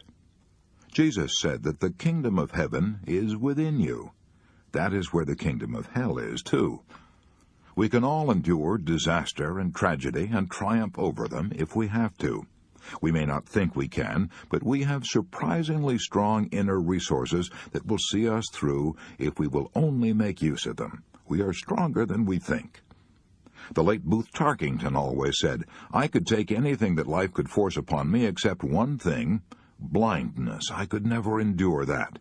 Then one day, when he was along in his 60s, Tarkington glanced down at the carpet on the floor. The colors were blurred. He couldn't see the pattern. He went to a specialist. He learned the tragic truth. He was losing his sight. One eye was nearly blind, and the other would follow. That which he feared most had come upon him. How did Tarkington react to this worst of all disasters? Did he feel, "This is it, this is the end of my life"? No. To his amazement, he felt quite gay. He even called upon his humor. Floating specks annoyed him. They would swim across his eyes and cut off his vision. Yet when the largest of these specks would swim across his sight, he would say, "Hello, there's Grandfather again. Wonder where he's going this fine morning." How could fate ever conquer a spirit like that? Well, the answer is it couldn't. When total darkness closed in, Tarkington said, "I found I could take the loss of my eyesight just as a man can take anything else. If I lost all 5 of my senses, I know I could live on inside my mind. For it is in the mind we see, and in the mind we live, whether we know it or not." In the hope of restoring his eyesight, Tarkington had to go through more than 12 operations within 1 year, with local anesthetic. Did he rail against this? He knew it had to be done. He knew he couldn't escape it, so the only way to lessen his suffering was to take it with grace. He refused a private room at the hospital and went into a ward where he could be with other people who had troubles too. He tried to cheer them up, and when he had to submit to repeated operations, fully conscious of what was being done to his eyes, he tried to remember how fortunate he was. How wonderful, he said, how wonderful that science now has the skill to operate on anything so delicate as the human eye. The average man would have been a nervous wreck if he had had to endure more than 12 operations and blindness. Yet Tarkington said, "I would not exchange this experience for a happier one." It taught him acceptance. It taught him that nothing life could bring him was beyond his strength to endure. It taught him, as John Milton discovered, that it is not miserable to be blind, it is only miserable not to be able to endure blindness. Margaret Fuller, the famous New England feminist, once offered as her credo, "I accept the universe." When grouchy old Thomas Carlyle heard that in England, he snorted, "By gad, she'd better. Yes, and by gad, you and I had better accept the inevitable, too." If we rail and kick against it and grow bitter, we won't change the inevitable, but we will change ourselves. I know. I've tried it. I once refused to accept an inevitable situation with which I was confronted. I played the fool and railed against it and rebelled. It ruined my nights into hells of insomnia. I brought upon myself everything I didn't want. Finally, after a year of self-torture, I had to accept what I knew from the outset I couldn't possibly alter. I should have cried out years ago with old Walt Whitman, "Oh, to confront night, storms, hunger, ridicule, accident, rebuffs, as the trees and animals do." I spent 12 years working with cattle, yet I never saw a Jersey cow running a temperature because the pasture was burning up from a lack of rain, or because of sleet and cold, or because her boyfriend was paying too much attention to another heifer. The animals confront night, storms, and hunger calmly, so they never have nervous breakdowns or stomach ulcers, and they never go insane. Am I advocating that we simply bow down to all the adversities that come our way? Not by a long shot. That's mere fatalism. As long as there's a chance we can save a situation, let's fight. But when common sense tells us that we're up against something that is so and cannot be otherwise, then in the name of our sanity, let's not look before and after and pine for what is not. The late Dean Hawkes of Columbia University told me that he had taken a Mother Goose rhyme as one of his mottos. For every ailment under the sun there is a remedy, or there is none. If there be one, try to find it. If there be none, never mind it. While writing this book, I interviewed a number of the leading business executives of America, and I was impressed by the fact that they cooperated with the inevitable and led lives singularly free from worry. If they hadn't done that, they would have cracked under the strain. Here are a few examples of what I mean.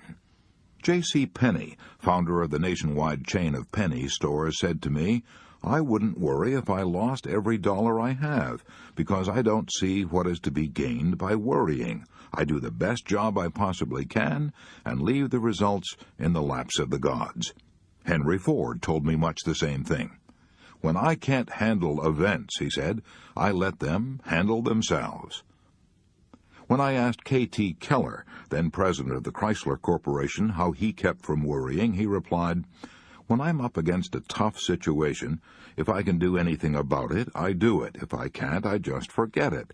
I never worry about the future because I know no man living can possibly figure out what's going to happen in the future. There are so many forces that will affect the future. Nobody can tell what prompts these forces or understands them, so why worry about them?" K.T. Keller would be embarrassed if you told him he's a philosopher. He's just a good businessman. Yet he has stumbled onto the same philosophy that Epictetus taught in Rome 19 centuries ago. There is only one way to happiness, Epictetus taught the Romans, and that is to cease worrying about things which are beyond the power of our will. Sarah Bernhardt, the divine Sarah, was an illustrious example of a woman who knew how to cooperate with the inevitable. For half a century, she had been the reigning queen of the theater on 4 continents, the best-loved actress on earth. Then, when she was 71 and broke, she had lost all her money. Her physician, Professor Posey of Paris, told her he would have to amputate her leg.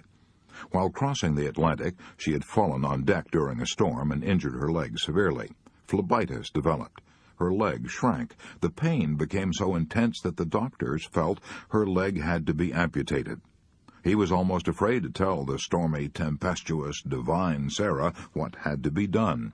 He fully expected that the terrible news would set off an explosion of hysteria. But he was wrong. Sarah looked at him a moment and then said quietly, "If it has to be, it has to be." It was fate. As she was being wheeled away to the operating room, her son stood weeping.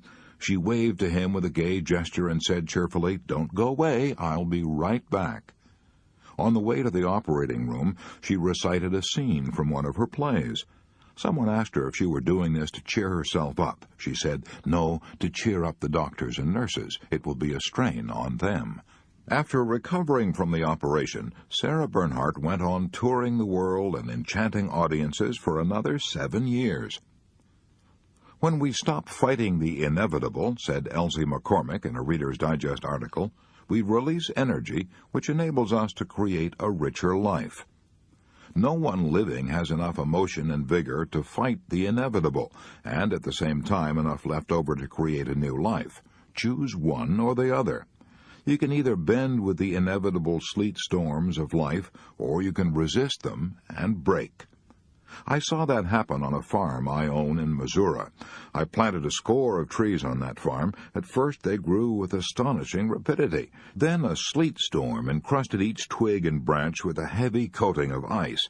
Instead of bowing gracefully to their burden, these trees proudly resisted, and broke and split under the load, and had to be destroyed. They hadn't learned the wisdom of the forests of the north.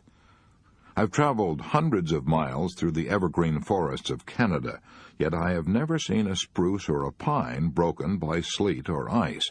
These evergreen forests know how to bend, how to bow down their branches, how to cooperate with the inevitable. The masters of jiu-jitsu teach their pupils to bend like the willow, don't resist like the oak. Why do you think your automobile tires stand up on the road and take so much punishment? At first, the tire manufacturers tried to make a tire that would resist the shocks of the road. It was soon cut to ribbons. Then they made a tire that would absorb the shocks of the road. That tire could take it. You and I will last longer and enjoy smoother riding if we learn to absorb the shocks and jolts along the rocky road of life. What will happen to you and me if we resist the shocks of life instead of absorbing them? What will happen if we refuse to bend like the willow and insist on resisting like the oak? The answer is easy. We will set up a series of inner conflicts. We will be worried, tense, strained, and neurotic. If we go still further and reject the harsh world of reality and retreat into a dream world of our own making, we will then be insane. During the war, millions of frightened soldiers had either to accept the inevitable or break under the strain. To illustrate, let's take the case of William H. Cassilis of Glendale, New York. Here's a prize-winning talk he gave before one of my classes in New York. Shortly after I joined the Coast Guard, I was assigned to one of the hottest spots on this side of the Atlantic. I was made a supervisor of explosives. Imagine it, me, a cracker salesman, becoming a supervisor of explosives. The very thought of finding yourself standing on top of thousands of tons of TNT is enough to chill the marrow in a cracker salesman's bones. I was given only 2 days of instruction, and what I learned filled me with even more terror. I'll never forget my first assignment. On a dark, cold, foggy day, I was given my orders on the open pier of Caven Point, Bayonne, New Jersey. I was assigned to hold number 5 on my ship. I had to work down in that hold with 5 longshoremen. They had strong backs, but they knew nothing whatever about explosives, and they were loading blockbusters, each one of which contained a ton of TNT, enough explosive to blow that old ship to kingdom come. These blockbusters were being lowered by 2 cable slings. I kept saying to myself, suppose one of those cables slipped or broke. Oh, boy, I was scared. I trembled, my mouth was dry, my knees sagged, my heart pounded, but I couldn't run away. That would be desertion. I would be disgraced. My parents would be disgraced, and I might be shot for desertion. I couldn't run. I had to stay. I kept looking at the careless way those longshoremen were handling those blockbusters. The ship might blow up any minute. After an hour or more of this spine-chilling terror, I began to use a little common sense. I gave myself a good talking to. I said, look here, so you're blown up, so what? You'll never know the difference. It'll be an easy way to die, much better than dying by cancer. Don't be a fool. You can't expect to live forever. You've got to do this job or be shot, so you might as well like it. I talked to myself like that for hours, and I began to feel at ease. Finally, I overcame my worry and fears by forcing myself to accept an inevitable situation. I'll never forget that lesson. Every time I'm tempted now to worry about something I can't possibly change, I shrug my shoulders and say, forget it. I find that it works, even for a cracker salesman. Hooray, let's give 3 cheers and 1 cheer more for the cracker salesman of the Pinafore. Outside the crucifixion of Jesus, the most famous death scene in all history was the death of Socrates. 10,000 centuries from now, men will still be reading and cherishing Plato's immortal description of it, one of the most moving and beautiful passages in all literature. Certain men of Athens, jealous and envious of old barefooted Socrates, trumped up charges against him and had him tried and condemned to death. When the friendly jailer gave Socrates the poisoned cup to drink, the jailer said, "Try to bear lightly what needs must be." Socrates did. He faced death with a calmness and resignation that touched the hem of divinity. Try to bear lightly what needs must be. Those words were spoken 399 years before Christ was born, but this worrying old world needs those words today more than ever before. Try to bear lightly what needs must be. I've been reading practically every book and magazine article I could find that dealt even remotely with banishing worry. Would you like to know what the best single bit of advice about worry that I've discovered in all that reading? Well, here it is, summed up in 27 words. Words that you and I ought to paste on our bathroom mirror, so that each time we wash our faces, we could also wash away all worry from our minds. This priceless prayer was written by Dr. Reinhold Niebuhr. God grant me the serenity to accept the things I cannot change, the courage to change the things I can, and the wisdom to know the difference. To break the worry habit before it breaks you, Rule 4 is, cooperate with the inevitable.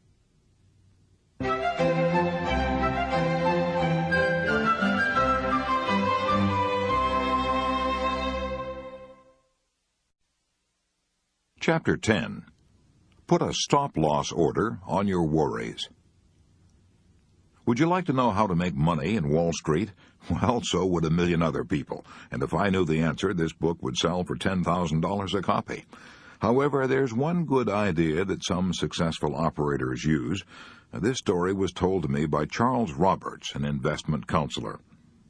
I originally came up to New York from Texas with $20,000 which my friends had given me to invest in the stock market, Charles Roberts told me. I thought, he continued, that I knew the ropes in the stock market, but I lost every cent.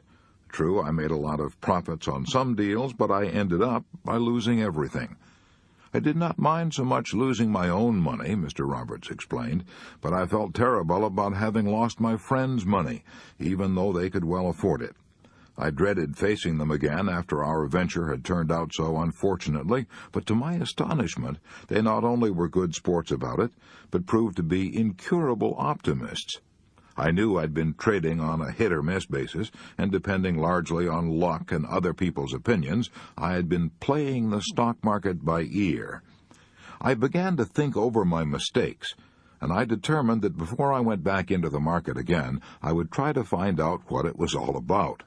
So I sought out and became acquainted with one of the most successful speculators who ever lived, Burton S. Cassels. I believed I could learn a great deal from him because he had long enjoyed the reputation of being successful year after year, and I knew that such a career was not the result of mere chance or luck. He asked me a few questions about how I had traded before, then told me what I believe is the most important principle in trading. He said, I put a stop-loss order on every market commitment I make. If I buy a stock at, say, $50 a share, I immediately place a stop-loss order on it at $45. That means that when and if the stock should decline by as much as 5 points below its cost, it would be sold automatically, thereby limiting the loss to 5 points. If your commitments are intelligently made in the first place, the old master continued, your profits will average 10, 25, or even 50 points. Consequently, by limiting your losses to 5 points, you can be wrong more than half the time and still make plenty of money. I adopted that principle immediately and have used it ever since. It has saved my clients and me many thousands of dollars. After a while, I realized that the stop-loss principle could be used in other ways besides in the stock market. I began to place stop-loss orders on other worries besides financial ones. I began to place a stop-loss order on any and every kind of annoyance and resentment that came to me. It has worked like magic. For example, I often have a luncheon date with a friend who's rarely on time. In the old days, he used to keep me stewing around for half my lunch hours before he showed up. Finally, I told him about my stop-loss orders on my worries. I said, Bill, my stop-loss order on waiting for you is exactly 10 minutes. If you arrive more than 10 minutes late, our luncheon engagement will be sold down the river and I'll be gone. Man alive, how I wish I had the sense years ago to put stop-loss orders on my impatience, on my temper, on my desire for self-justification, on my regrets, and on all my mental and emotional strains. Why didn't I have the horse sense to size up each situation that threatened to destroy my peace of mind and say to myself, see here, Dale Carnegie, this situation is worth just so much fussing about and no more. Why didn't I? However, I must give myself credit for a little sense on one occasion at least. And it was a serious occasion, too, a crisis in my life. A crisis when I stood watching my dreams and my plans for the future and the work of years vanish into thin air. It happened like this. In my early 30s, I decided to spend my life writing novels. I was going to be a second Frank Narrowist or Jack London or Thomas Hardy. I was so in earnest that I spent 2 years in Europe, where I could live cheaply with dollars during the period of wild printing press money that followed the First World War. I spent 2 years there, writing my magnum opus. I called it The Blizzard. The title was a natural, for the reception it got among the publishers was as cold as any blizzard that ever howled across the plains of the Dakotas. When my literary agent told me it was worthless, that I had no gift, no talent for fiction, my heart almost stopped. I left his office in a daze. I couldn't have been more stunned if he had hit me across the head with a club. I was stupefied. I realized that I was standing at the crossroads of life and had to make a tremendous decision. Which way should I turn? Weeks passed before I came out of the daze.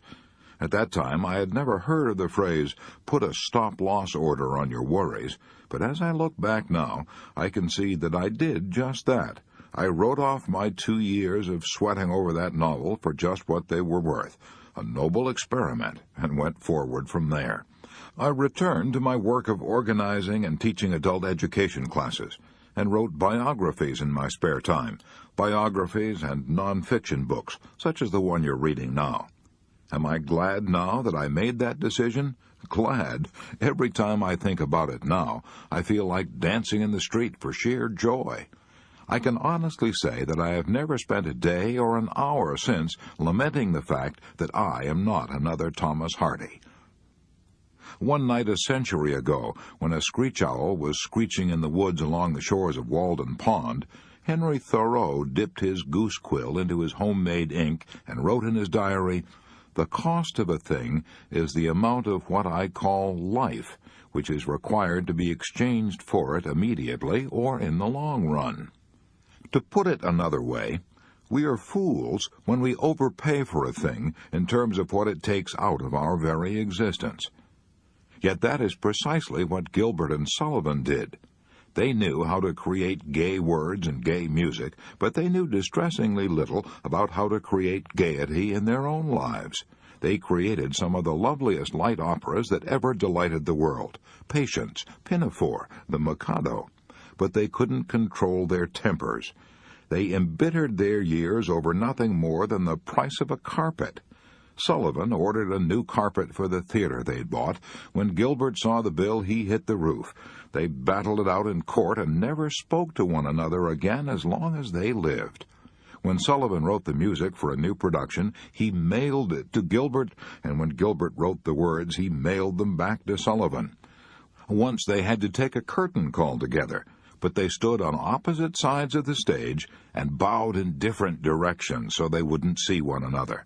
They hadn't the sense to put a stop-loss order on their resentments, as Lincoln did. Once during the Civil War, when some of Lincoln's friends were denouncing his bitter enemies, Lincoln said, "You have more of a feeling of personal resentment than I have. Perhaps I have too little of it, but I never thought it paid. A man doesn't have the time to spend half his life in quarrels. If any man ceases to attack me, I never remember the past against him." I wish an old aunt of mine, Aunt Edith, had had Lincoln's forgiving spirit. She and Uncle Frank lived on a mortgaged farm that was infested with cockleburs and cursed with poor soil and ditches. They had tough going, had to squeeze every nickel. But Aunt Edith loved to buy a few curtains and other small items to brighten up their bare home. She bought these small luxuries on credit at Dan Eversole's dry goods store in Maryville, Missouri. Uncle Frank worried about their debts. He had a farmer's horror of running up bills, so he secretly told Dan Eversole to stop letting his wife buy on credit. When she heard that, she hit the roof, and she was still hitting the roof about it almost 50 years after it had happened. I've heard her tell the story not once but many times. The last time I ever saw her, and she was in her late 70s, I said to her, "Aunt Edith, Uncle Frank did wrong to humiliate you, but don't you honestly feel that your complaining about it, almost half a century after it happened, is infinitely worse than what he did?" I might as well have said it to the moon. Aunt Edith paid dearly for the grudges and bitter memories that she nourished. She paid for them with her own peace of mind. When Benjamin Franklin was 7 years old, he made a mistake that he remembered for 70 years. When he was a lad of 7, he fell in love with a whistle. He was so excited about it that he went into the toy shop, piled his coppers on the counter, and demanded the whistle without even asking its price. "I then came home," he wrote to a friend 70 years later, "and went whistling all over the house, much pleased with my whistle." But when his older brothers and sisters found out that he had paid far more for his whistle than he should have paid, they gave him the horse laugh, and, as he said, "I cried with vexation." Years later, when Franklin was a world-famous figure, an ambassador to France, he still remembered that the fact that he had paid too much for his whistle had caused him more chagrin than the whistle gave him pleasure. But the lesson it taught Franklin was cheap in the end. "As I grew up," he said, "and came into the world and observed the actions of men, I thought I met with many, very many, who gave too much for the whistle." In short, I conceived that a great part of the miseries of mankind are brought upon them by the false estimates they have made of the value of things, and by their giving too much for their whistles. Gilbert and Sullivan paid too much for their whistles, so did Aunt Edith. So did Dale Carnegie on many occasions. And so did the immortal Leo Tolstoy, author of 2 of the world's greatest novels, War and Peace and Anna Karenina. According to the Encyclopedia Britannica, Leo Tolstoy was, during the last 20 years of his life, probably the most venerated man in the whole world. For 20 years before he died, from 1890 to 1910, an unending stream of admirers made pilgrimages to his home in order to catch a glimpse of his face, to hear the sound of his voice, or even touch the hem of his garment. Every sentence he uttered was taken down in a notebook, almost as if it were a divine revelation. But when it came to living, to ordinary living, well, Tolstoy had even less sense at 70 than Franklin had at 7. He had no sense at all. Here's what I mean. Tolstoy married a girl he loved very dearly. In fact, they were so happy together that they used to get on their knees and pray to God to let them continue their lives in such sheer, heavenly ecstasy. But the girl Tolstoy married was jealous by nature. She used to dress herself up as a peasant and spy on his movements, even out in the woods. They had fearful rows. She became so jealous even of her own children that she grabbed a gun and shot a hole in her daughter's photograph. She even rolled on the floor with an opium bottle held to her lips and threatened to commit suicide, while the children huddled in a corner of the room and screamed with terror. And what did Tolstoy do? Well, I don't blame the man for up and smashing the furniture. He had good provocation, but he did far worse than that. He kept a private diary. Yes, a diary in which he placed all the blame on his wife. That was his whistle. He was determined to make sure that coming generations would exonerate him and put the blame on his wife. What did his wife do in answer to this? Why, she tore pages out of his diary and burned them, of course. She started a diary of her own, in which she made him the villain.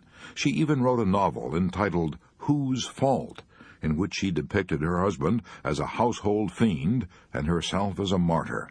All to what end? Why did these two people turn the only home they had into what Tolstoy himself called a lunatic asylum? Obviously, there were several reasons. One of those reasons was their burning desire to impress you and me. Yes, we are the posterity whose opinions they were worried about. Do we give a hoot in Hades about which one was to blame? No, we're too concerned with our own problems to waste a minute thinking about the Tolstoys. What a price these two wretched people paid for their whistle. 50 years of living in a veritable hell just because neither of them had the sense to say, stop. because neither of them had enough judgment of values to say, let's put a stop-loss order on this thing instantly. We are squandering our lives. Let's say enough now. Yes, I honestly believe that this is one of the greatest secrets to true peace of mind, a decent sense of values.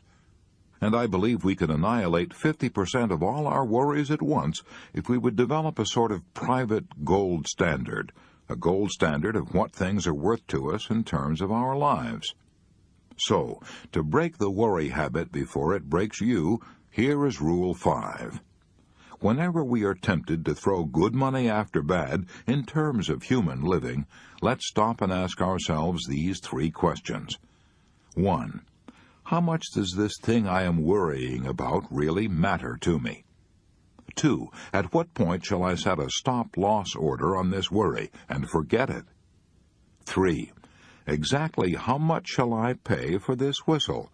Have I already paid more than it is worth? Chapter 11.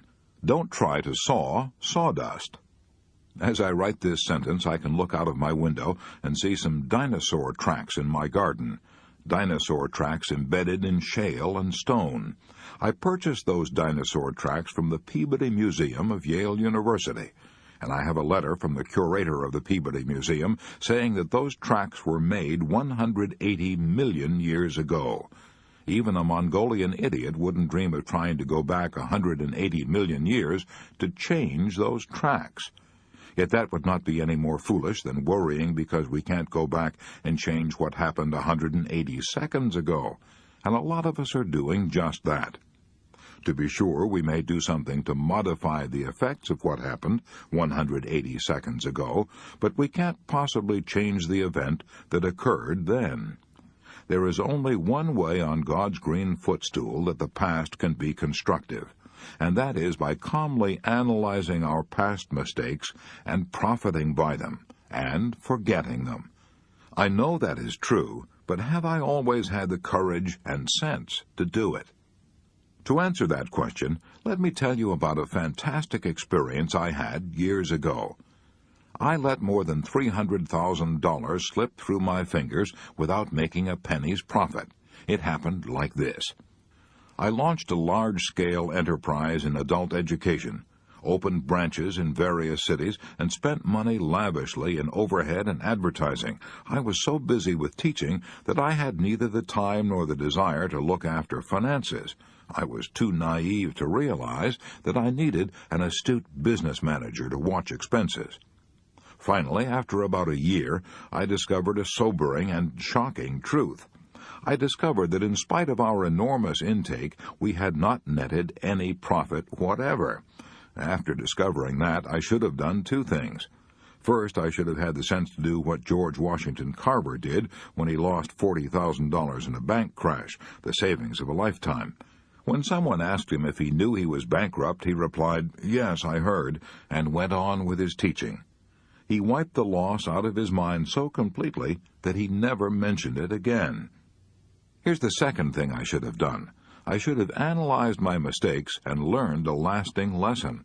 But frankly, I didn't do either one of these things. Instead, I went into a tailspin of worry. For months I was in a daze. I lost sleep and I lost weight. Instead of learning a lesson from this enormous mistake, I went right ahead and did the same thing again on a smaller scale. It is embarrassing for me to admit all this stupidity, but I discovered long ago that it is easier to teach 20 what were good to be done than to be one of the 20 to follow my own teaching. How I wish I had had the privilege of attending the George Washington High School here in New York and studying under Dr. Paul Brandwine, the same teacher who taught Alan Saunders of New York. Mr. Saunders told me that the teacher of his hygiene class, Dr. Paul Brandwine, taught him one of the most valuable lessons he had ever learned. "I was only in my teens," said Alan Saunders as he told me the story, "but I was a worrier even then. I used to stew and fret about the mistakes I had made. If I turned in an examination paper, I used to lie awake and chew my fingernails for fear I hadn't passed. I was always living over the things I had done and wishing I had done them differently, thinking over the things I had said and wishing I'd said them better. Then one morning, our class filed into the science laboratory, and there was the teacher, Dr. Paul Brandwine, with a bottle prominently displayed on the edge of the desk. We all sat down, staring at the milk and wondering what it had to do with the hygiene course he was teaching. Then, all of a sudden, Dr. Paul Brandwine stood up, swept the bottle of milk with a crash into the sink, and shouted, "Don't cry over spilt milk." He then made us all come to the sink and look at the wreckage. "Take a good look," he told us, "because I want you to remember this lesson the rest of your lives. That milk is gone. You can see it down the drain, and all the fussing and hair-pulling in the world won't bring back a drop of it. With a little thought and prevention, that milk might have been saved, but it's too late now. All we can do is write it off, forget it, and go on to the next thing." That one little demonstration, Alan Saunders told me, stuck with me long after I'd forgotten my solid geometry and Latin. In fact, it taught me more about practical living than anything else in my 4 years of high school. It taught me to keep from spilling milk if I could, but to forget it completely once it was spilled and had gone down the drain. Some readers are going to snort at the idea of making so much over a hackneyed proverb like "don't cry over spilt milk." I know it's trite, commonplace, and a platitude. I know you've heard it 1,000 times, but I also know that these hackneyed proverbs contain the very essence of the distilled wisdom of all ages. They have come out of the fiery experience of the human race, and have been handed down through countless generations. If you were to read everything that has ever been written about worry by the greatest scholars of all time, you would never read anything more basic or more profound than such hackneyed proverbs as "don't cross your bridges till you come to them," and "don't cry over spilt milk." If we only applied those 2 proverbs instead of snorting at them, we wouldn't need this book at all. In fact, if we applied most of the old proverbs, we would lead almost perfect lives. However, knowledge isn't power until it's applied, and the purpose of this book is not to tell you something new. The purpose of this book is to remind you of what you already know, and to kick you in the shins and inspire you to do something about applying it. I have always admired a man like the late Fred Fuller Shedd, who had a gift for stating an old truth in a new and picturesque way. While editor of the Philadelphia Bulletin and addressing a college graduating class, he asked, "How many of you have ever sawed wood? Let's see your hands." Most of them had. Then he inquired, "How many of you have ever sawed sawdust?" No hands went up. "Of course you can't saw sawdust," Mr. Shedd exclaimed. "It's already sawed, and it's the same with the past. When you start worrying about things that are over and done with, you're merely trying to saw sawdust." When Connie Mack, the grand old man of baseball, was 81 years old, I asked him if he had ever worried over games that were lost. "Oh, yes, I used to," Connie Mack told me, "but I got over that foolishness long years ago. I found out it didn't get me anywhere at all. You can't grind any grain," he said, "with water that has already gone down the creek." No, you can't grind any grain, and you can't saw any logs with water that has already gone down the creek. But you can saw wrinkles in your face and ulcers in your stomach. I had dinner with Jack Dempsey one Thanksgiving, and he told me over the turkey and cranberry sauce about the fight in which he lost the heavyweight championship to Tunney. Naturally, it was a blow to his ego. In the midst of that fight, he told me, I suddenly realized I had become an old man. At the end of the 10th round, I was still on my feet, but that was about all. My face was puffed and cut, and my eyes were nearly closed. I saw the referee raise Gene Tunney's hand in a token of victory. I was no longer champion of the world. I started back in the rain, back through the crowd to my dressing room. As I passed, some people tried to grab my hand. Others had tears in their eyes. A year later, I fought Tunney again, but it was no use. I was through forever. It was hard to keep from worrying about it all, but I said to myself, I'm not going to live in the past or cry over spilt milk. I'm going to take this blow on the chin and not let it floor me. And that is precisely what Jack Dempsey did. How? by saying to himself over and over, "I won't worry about the past." No, that would merely have forced him to think of his past worries. He did it by accepting and writing off his defeat and then concentrating on plans for the future. He did it by running the Jack Dempsey restaurant on Broadway and the Great Northern Hotel on 57th Street. He did it by promoting prize fights and giving boxing exhibitions.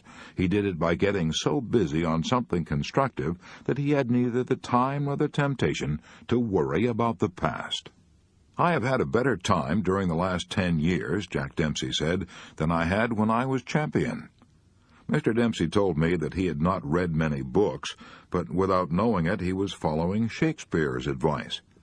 "Wise men ne'er sit and wail their loss, but cheerily seek how to redress their harms." As I read history and biography and observe people under trying circumstances, I'm constantly astonished and inspired by some people's ability to write off their worries and tragedies and go on living fairly happy lives. I once paid a visit to Sing Sing, and the thing that astonished me most was that the prisoners there appeared to be about as happy as the average person on the outside. I commented on it to Louis E. Laws, then warden of Sing Sing, and he told me that when criminals first arrive at Sing Sing, they're likely to be resentful and bitter. But after a few months, the majority of the more intelligent ones write off their misfortunes and settle down and accept prison life calmly and make the best of it. Warden Laws told me about one Sing Sing prisoner, a gardener, who sang as he cultivated the vegetables and flowers inside the prison walls. That Sing Sing prisoner who sang as he cultivated the flowers showed a lot more sense than most of us do. He knew that the moving finger writes, and, having writ, moves on. Nor all your piety nor wit shall lure it back to cancel half a line, nor all your tears wash out a word of it. So why waste the tears? Of course we have been guilty of blunders and absurdities, and so what? Who hasn't? Even Napoleon lost 1/3 of all the important battles he fought. Perhaps our batting average is no worse than Napoleon's, who knows? And anyhow, all the king's horses and all the king's men can't put the past back together again. So, let's remember Rule 6. Don't try to saw sawdust. Part 3 in a nutshell. How to break the worry habit before it breaks you. Rule 1. Crowd worry out of your mind by keeping busy. Plenty of action is one of the best therapies ever devised for curing whibber-jibbers. Rule 2. Don't fuss about trifles. Don't permit little things, the mere termites of life, to ruin your happiness. Rule 3. Use the law of averages to outlaw your worries. Ask yourself, what are the odds against this thing's happening at all? Rule 4. Cooperate with the inevitable. If you know a circumstance is beyond your power to change or revise, say to yourself, it is so, it cannot be otherwise. Rule 5. Put a stop-loss order on your worries. Decide just how much anxiety a thing may be worth, and refuse to give it any more. Rule 6. Let the past bury its dead. Don't saw sawdust.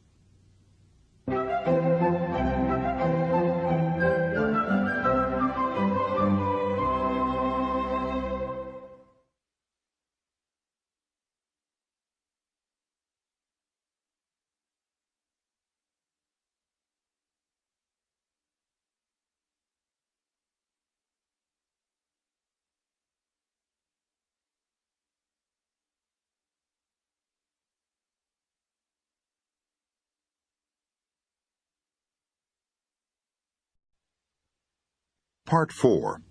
7 ways to cultivate a mental attitude that will bring you peace and happiness. Chapter 12. 8 words that can transform your life. A few years ago, I was asked to answer this question on a radio program. What is the biggest lesson you have ever learned? That was easy. By far the most vital lesson I have ever learned is the importance of what we think. If I knew what you think, I would know what you are. Our thoughts make us what we are. Our mental attitude is the X factor that determines our fate. Emerson said, "A man is what he thinks about all day long." How could he possibly be anything else? I now know with a conviction beyond all doubt that the biggest problem you and I have to deal with, in fact almost the only problem we have to deal with, is choosing the right thoughts. If we can do that, we will be on the high road to solving all our problems. The great philosopher who ruled the Roman Empire, Marcus Aurelius, summed it up in 8 words that can determine your destiny. Our life is what our thoughts make it.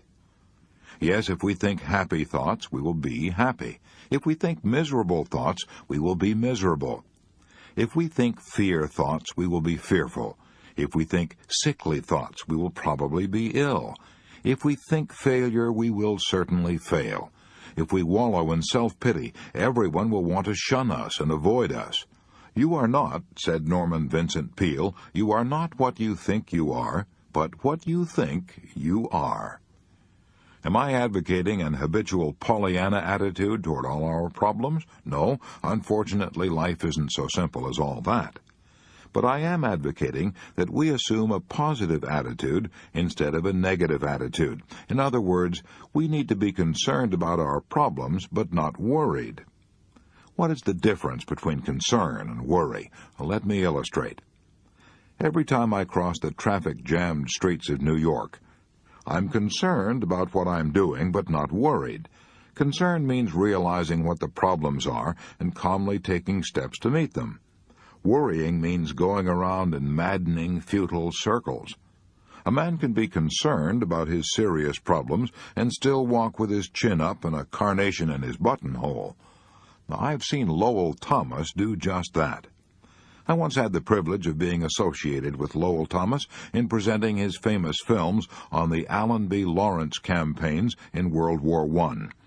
He and his assistants had photographed the war on half a dozen fronts, and best of all, had brought back a pictorial record of T.E. Lawrence and his colorful Arabian army, and a film record of Allenby's conquest of the Holy Land. His illustrated talks entitled "With Allenby in Palestine and Lawrence in Arabia" were a sensation in London and around the world. The London opera season was postponed for 6 weeks so that he could continue telling his tale of high adventure and showing his pictures at Covent Garden Royal Opera House. After his sensational success in London came a triumphant tour of many countries. Then he spent 2 years preparing a film record of life in India and Afghanistan. After a lot of incredibly bad luck, the impossible happened. He found himself broke in London. I was with him at the time. I remember we had to eat cheap meals at the Lyons Corner House restaurants.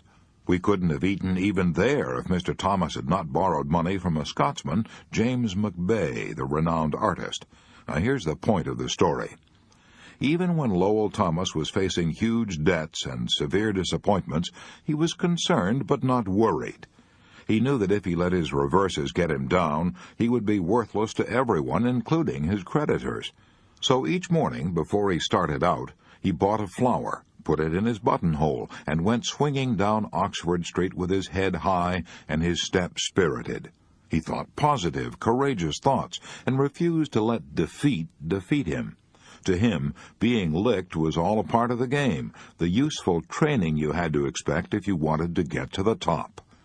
Our mental attitude has an almost unbelievable effect even on our physical powers. The famous British psychiatrist J.A. Hadfield gives a striking illustration of that fact in his splendid 54-page booklet, The Psychology of Power. "I asked 3 men," he writes, "to submit themselves to test the effect of mental suggestion on their strength, which was measured by gripping a dynamometer. He told them to grip the dynamometer with all their might. He had them do this under 3 different sets of conditions. When he tested them under normal waking conditions, their average grip was 101 pounds. When he tested them after he had hypnotized them and told them that they were very weak, they could grip only 29 pounds, less than a third of their normal strength. One of these men was a prize fighter, and when he was told under hypnosis that he was weak, he remarked that his arm felt tiny, just like a baby's. When Captain Hadfield then tested these men a third time, telling them under hypnosis that they were very strong, they were able to grip an average of 142 pounds. When their minds were filled with positive thoughts of strength, they increased their actual physical powers almost 50%. Such is the incredible power of our mental attitude. To illustrate the magic power of thought, let me tell you one of the most astounding stories in the annals of America. I could write a book about it, but let's be brief. On a frosty October night, shortly after the close of the Civil War, a homeless, destitute woman who was little more than a wanderer on the face of the earth knocked at the door of Mother Webster, the wife of a retired sea captain living in Amesbury, Massachusetts. Opening the door, Mother Webster saw a frail little creature scarcely more than 100 pounds of frightened skin and bones. The stranger, a Mrs. Glover, explained that she was seeking a home where she could think and work out a great problem that absorbed her day and night. "Why not stay here?" Mrs. Webster replied. "I'm all alone in this big house." Mrs. Glover might have remained indefinitely with Mother Webster if the latter's son-in-law, Bill Ellis, hadn't come up from New York for a vacation.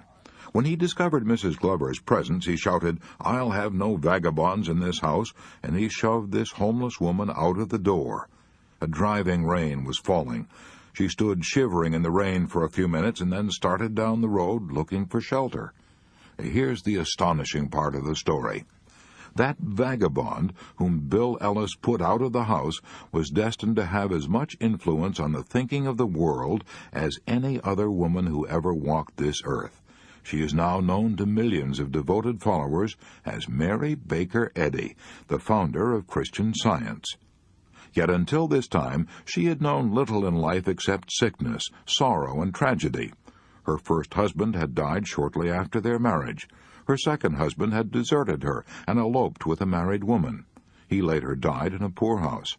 She had only one child, a son, and she was forced because of poverty, illness, and jealousy to give him up when he was 4 years old. She lost all track of him and never saw him again for 31 years. Because of her own ill health, Mrs. Eddy had been interested for years in what she called the science of mind healing. But the dramatic turning point in her life occurred in Lynn, Massachusetts. Walking downtown one cold day, she slipped and fell on the icy pavement and was knocked unconscious. Her spine was so injured that she was convulsed with spasms. Even the doctor expected her to die. If by some miracle she lived, he declared that she would never walk again. Lying on what was supposed to be her deathbed, Mary Baker Eddy opened her Bible and was led, she declared, by divine guidance to read these words from St. Matthew. "And behold, they brought to him a man sick of the palsy, lying on a bed. And Jesus said unto the sick of the palsy, Son, be of good cheer, thy sins be forgiven thee. Arise, take up thy bed, and go unto thine house. And he arose and departed to his house." These words of Jesus, she declared, produced within her such a strength, such a faith, such a surge of healing power that she immediately got out of bed and walked. That experience, Mrs. Eddy declared, was the falling apple that led me to the discovery of how to be well myself and how to make others so. I gained the scientific certainty that all causation was mind, and every effect a mental phenomenon. Such was the way in which Mary Baker Eddy became the founder and high priestess of a new religion, Christian Science, the only great religious faith ever established by a woman, a religion that has encircled the globe. You're probably saying to yourself by now, this man Carnegie is proselytizing for Christian Science. No, you're wrong. I am not a Christian Scientist, but the longer I live, the more deeply I am convinced of the tremendous power of thought. As a result of many years spent in teaching adults, I know men and women can banish worry, fear, and various kinds of illnesses, and can transform their lives by changing their thoughts. I know. I have seen such incredible transformations performed hundreds of times. I have seen them so often that I no longer wonder at them. For example, one of these incredible transformations, which illustrate the power of thought, happened to one of my students. He had a nervous breakdown. What brought it on? A worry. This student told me, "I worried about everything.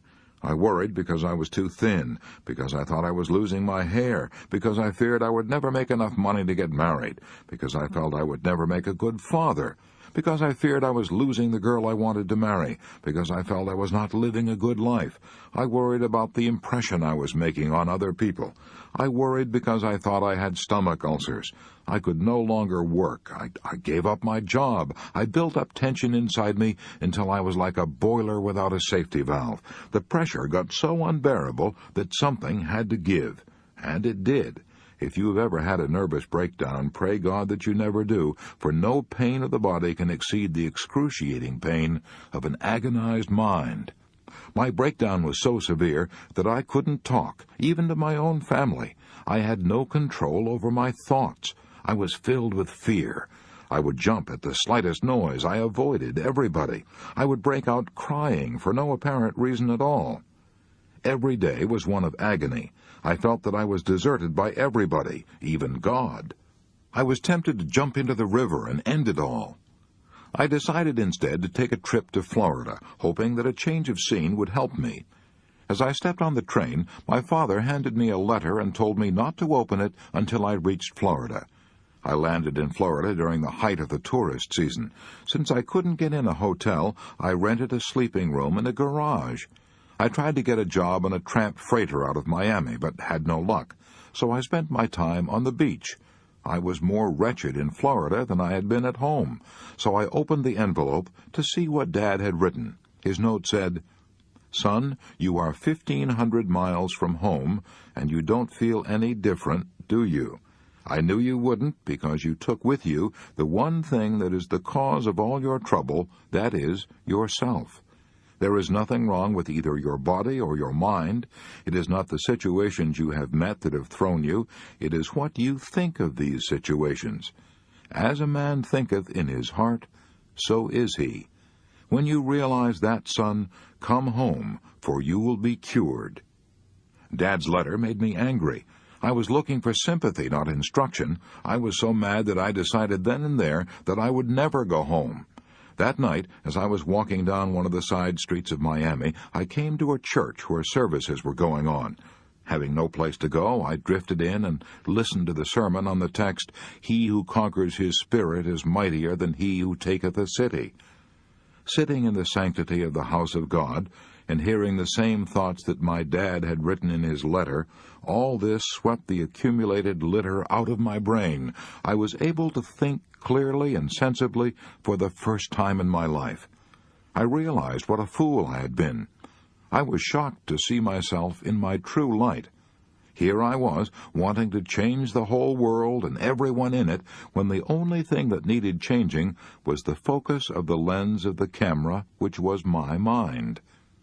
The next morning, I packed and started home. A week later, I was back on the job.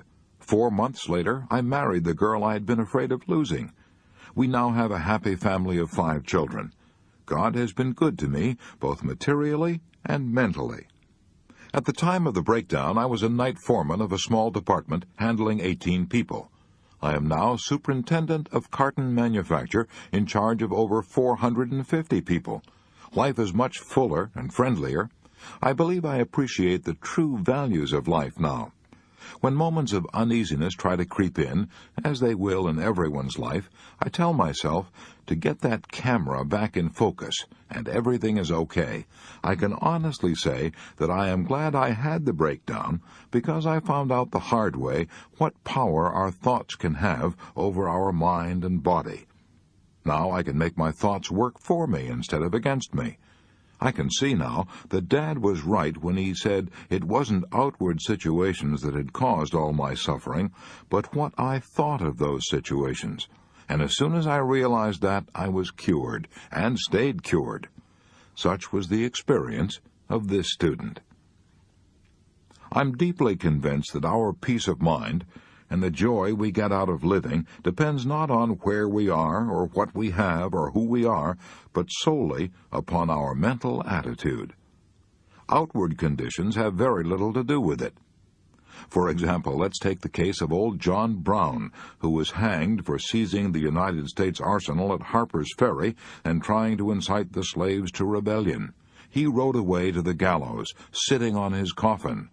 The jailer who rode beside him was nervous and worried, but old John Brown was calm and cool. Looking up at the Blue Ridge Mountains of Virginia, he exclaimed, "What a beautiful country! I never had an opportunity to really see it before." Or take the case of Robert Falcon Scott and his companions, the first Englishmen ever to reach the South Pole. Their return trip was probably the cruelest journey ever undertaken by man. Their food was gone, and so was their fuel. They could no longer march because a howling blizzard roared down over the rim of the earth for 11 days and nights, a wind so fierce and sharp that it cut ridges in the polar ice. Scott and his companions knew they were going to die, and they had brought a quantity of opium along for just such an emergency. A big dose of opium, and they could all lie down to pleasant dreams, never to wake again. But they ignored the drug and died singing ringing songs of cheer. We know they did because of a farewell letter found with their frozen bodies by a searching party 8 months later. Yes, if we cherish creative thoughts of courage and calmness, we can enjoy the scenery while sitting on our coffin, riding to the gallows, or we can fill our tents with ringing songs of cheer while starving and freezing to death. Milton, in his blindness, discovered that same truth 300 years ago. The mind is its own place, and in itself can make a heaven of hell, a hell of heaven. Napoleon and Helen Keller are perfect illustrations of Milton's statement. Napoleon had everything men usually crave, glory, power, riches, yet he said at St. Helena, "I have never known 6 happy days in my life," while Helen Keller, blind, deaf, dumb, declared, "I have found life so beautiful." If half a century of living has taught me anything at all, it has taught me that nothing can bring you peace but yourself. I'm merely trying to repeat what Emerson said so well in the closing words of his essay on self-reliance. A political victory, a rise in rents, the recovery of your sick, or the return of your absent friend, or some other quite external event raises your spirits, and you think good days are preparing for you. Do not believe it. It can never be so. Nothing can bring you peace but yourself. Epictetus, the great Stoic philosopher, warned that we ought to be more concerned about removing wrong thoughts from the mind than about removing tumors and abscesses from the body. Epictetus said that 19 centuries ago, but modern medicine would back him up. Dr. G. Canby Robinson declared that 4 out of 5 patients admitted to Johns Hopkins Hospital were suffering from conditions brought on in part by emotional strains and stresses. This was often true, even in cases of organic disturbances. Eventually, he declared, these traced back to maladjustments to life and its problems. Montaigne, the great French philosopher, adopted these 17 words as the motto of his life. A man is not hurt so much by what happens as by his opinion of what happens, and our opinion of what happens is entirely up to us. And what do I mean? Have I the colossal effrontery to tell you to your face, when you're mowed down by troubles and your nerves are sticking out like wires and curling up at the ends, have I the colossal effrontery to tell you that under those conditions you can change your mental attitude by an effort of the will? Yes, I mean precisely that. And that is not all. I am going to show you how to do it. It may take a little effort, but the secret is simple. William James, who has never been topped in his knowledge of practical psychology, once made this observation. Action seems to follow feeling, but really action and feeling go together, and by regulating the action, which is under the more direct control of the will, we can indirectly regulate the feeling, which is not. In other words, William James tells us that we cannot instantly change our emotions just by making up our minds to, but that we can change our actions, and that when we change our actions, we will automatically change our feelings. Thus, he explains, the sovereign voluntary path to cheerfulness, if your cheerfulness be lost, is to set up cheerfully and to act and speak as if cheerfulness were already there. Does that simple trick work? Try it yourself. Put a big, broad, honest-to-God smile on your face. Throw back your shoulders, take a good deep breath, and sing a snatch of song. If you can't sing, whistle. If you can't whistle, hum. You will quickly discover what William James was talking about, that it is physically impossible to remain blue or depressed while you're acting out the symptoms of being radiantly happy. This is one of the little basic truths of nature that can easily work miracles in all our lives. I know a woman in California, I won't mention her name, who could wipe out all of her miseries in 24 hours if she only knew this secret. She's old and she's a widow, and that's sad, I admit, but does she try to act happy? No, if you ask her how she is feeling, she says, "Oh, I'm all right," but the expression on her face and the whine in her voice say, "Oh, God, if you only knew the troubles I've seen." She seems to reproach you for being happy in her presence. Hundreds of women are worse off than she is. Her husband left her enough insurance to last the rest of her life. She has married children to give her a home, but I've rarely seen her smile. She complains that all 3 of her sons-in-law are stingy and selfish, although she's a guest in their homes for months at a time. And she complains that her daughters never give her presents, although she hoards her own money carefully, for my old age. She's a blight on herself and her unfortunate family. But does it have to be so? That's the pity of it. She could change herself from a miserable, bitter, and unhappy old woman into an honored and beloved member of the family, if she wanted to change. All she would have to do to work this transformation would be to start acting cheerful, start acting as though she had a little love to give away, instead of squandering it all on her own unhappy and embittered self. H.J. Englert of Tell City, Indiana, is still alive today because he discovered this secret. 10 years ago, Mr. Englert had a case of scarlet fever, and when he recovered, he found that he had developed nephritis, a kidney disease. He tried all kinds of doctors, even quacks, he informed me, and nothing could cure him. Then, a short time ago, he got other complications. His blood pressure soared. He went to a doctor and was told that his blood pressure was hitting the top at 214. He was told that it was fatal, that the condition was progressive, and he had better put his affairs in order at once. I went home, he says, and made sure that my insurance was all paid up. Then I apologized to my Maker for all my mistakes and settled down to gloomy meditations. I made everyone unhappy. My wife and family were miserable, and I was buried deep in depression myself. However, after a week of wallowing in self-pity, I said to myself, "You're acting like a fool. You may not die for a year yet, so why not try to be happy while you're here?" I threw back my shoulders, put a smile on my face, and attempted to act as though everything were normal. I admit it was an effort at first, but I forced myself to be pleasant and cheerful, and this not only helped my family, but it also helped me. The first thing I knew, I began to feel better, almost as well as I pretended to feel.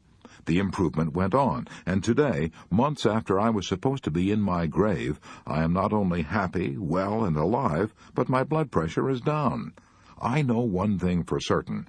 The doctor's prediction would certainly have come true if I had gone on thinking dying thoughts of defeat, but I gave my body a chance to heal itself by nothing in the world but a change of mental attitude. Let me ask you a question. If merely acting cheerful and thinking positive thoughts of health and courage could save this man's life, why should you and I tolerate for 1 minute more our minor glooms and depressions? Why make ourselves and everyone around us unhappy and blue when it's possible for us to start creating happiness by merely acting cheerful? Years ago, I read a little book that had a lasting and profound effect on my life. It was called As a Man Thinketh by James Allen. And here's what it said. A man will find that as he alters his thoughts toward things and other people will alter towards him. Let a man radically alter his thoughts, and he will be astonished at the rapid transformation it will effect in the material conditions of his life. Men do not attract that which they want, but that which they are. The divinity that shapes our ends is in ourselves. It is our very self. All that a man achieves is the direct result of his own thoughts. A man can only rise, conquer, and achieve by lifting up his thoughts. He can only remain weak and abject and miserable by refusing to lift up his thoughts. According to the book of Genesis, the Creator gave man dominion over the whole wide earth, a mighty big present. But I'm not interested in any such super-royal prerogatives. All I desire is dominion over myself, dominion over my thoughts, dominion over my fears, dominion over my mind and over my spirit. And the wonderful thing is that I know I can attain this dominion to an astonishing degree any time I want to, by merely controlling my actions, which in turn control my reactions. So let us remember these words of William James. Much of what we call evil can often be converted into a bracing and tonic good by a simple change of the sufferer's inner attitude, from one of fear to one of fight. Let's fight for our happiness. Let's fight for our happiness by following a daily program of cheerful and constructive thinking. Here is such a program. It is entitled Just for Today. I found this program so inspiring that I gave away hundreds of copies. It was written by the late Sybil F. Partridge. If you and I follow it, we will eliminate most of our worries and increase immeasurably our portion of what the French call la joie de vivre. Just for today. 1. Just for today, I will be happy. This assumes that what Abraham Lincoln said is true, that most folks are about as happy as they make up their minds to be.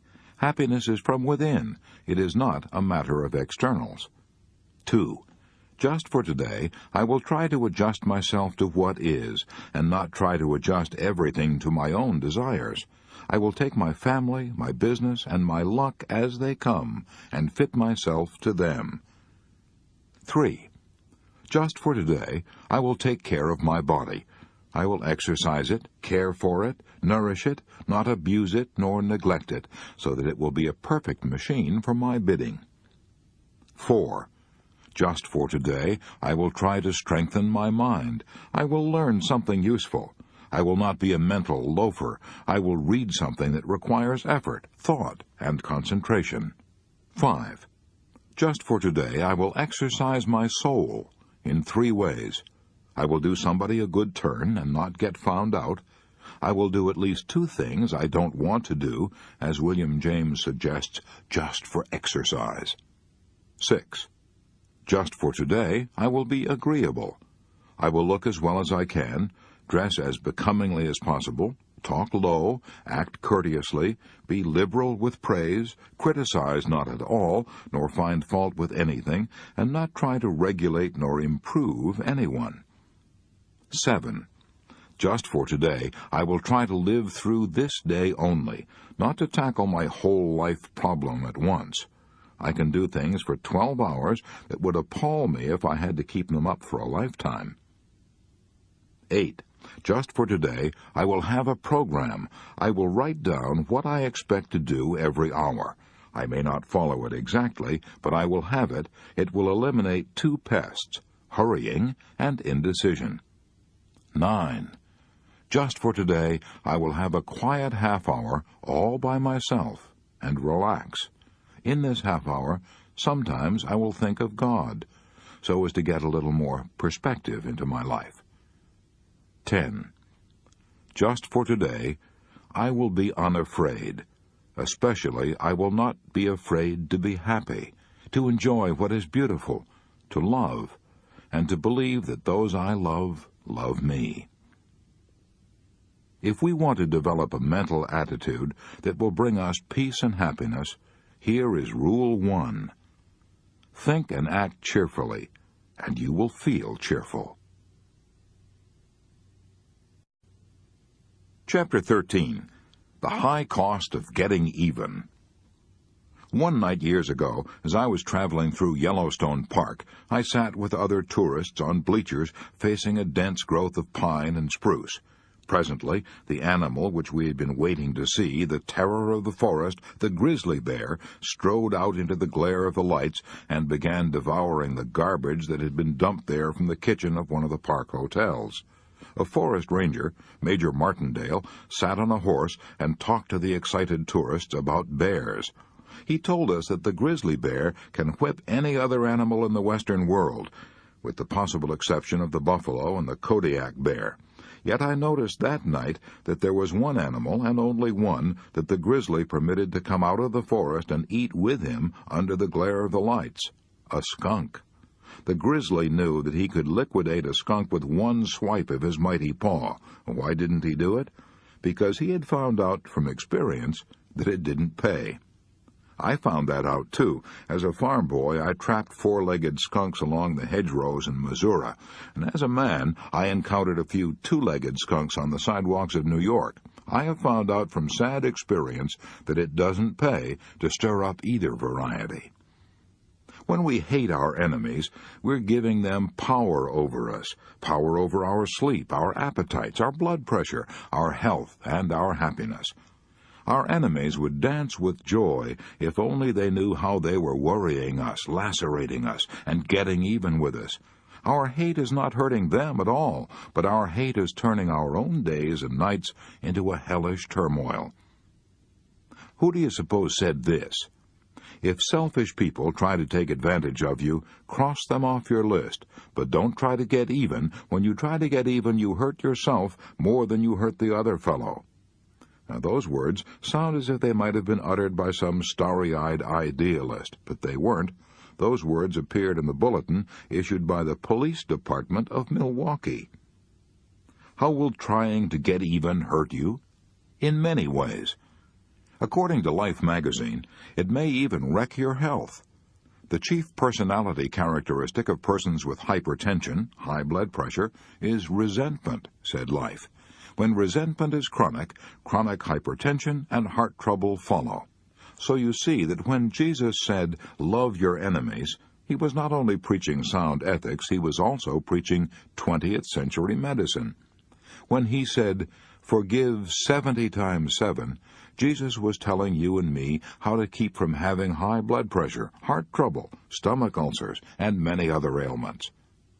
A friend of mine recently had a serious heart attack. Her physician put her to bed and ordered her to refuse to get angry about anything, no matter what happened. Physicians know that if you have a weak heart, a fit of anger can kill you. Did I say can kill you? A fit of anger did kill a restaurant owner in Spokane, Washington, a few years ago. I have in front of me now a letter from Jerry Swarthout, then chief of the police department, Spokane, Washington, saying, "A few years ago, William Falkaber, a man of 68 who owned a cafe in Spokane, killed himself by flying into a rage because his cook insisted on drinking coffee out of his saucer. The cafe owner was so indignant that he grabbed a revolver and started to chase the cook and fell dead from heart failure, with his hand still gripping the gun. The coroner's report declared that anger had caused the heart failure."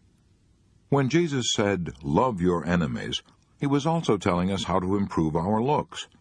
I know people, and so do you, whose faces have been wrinkled and hardened by hate and disfigured by resentment.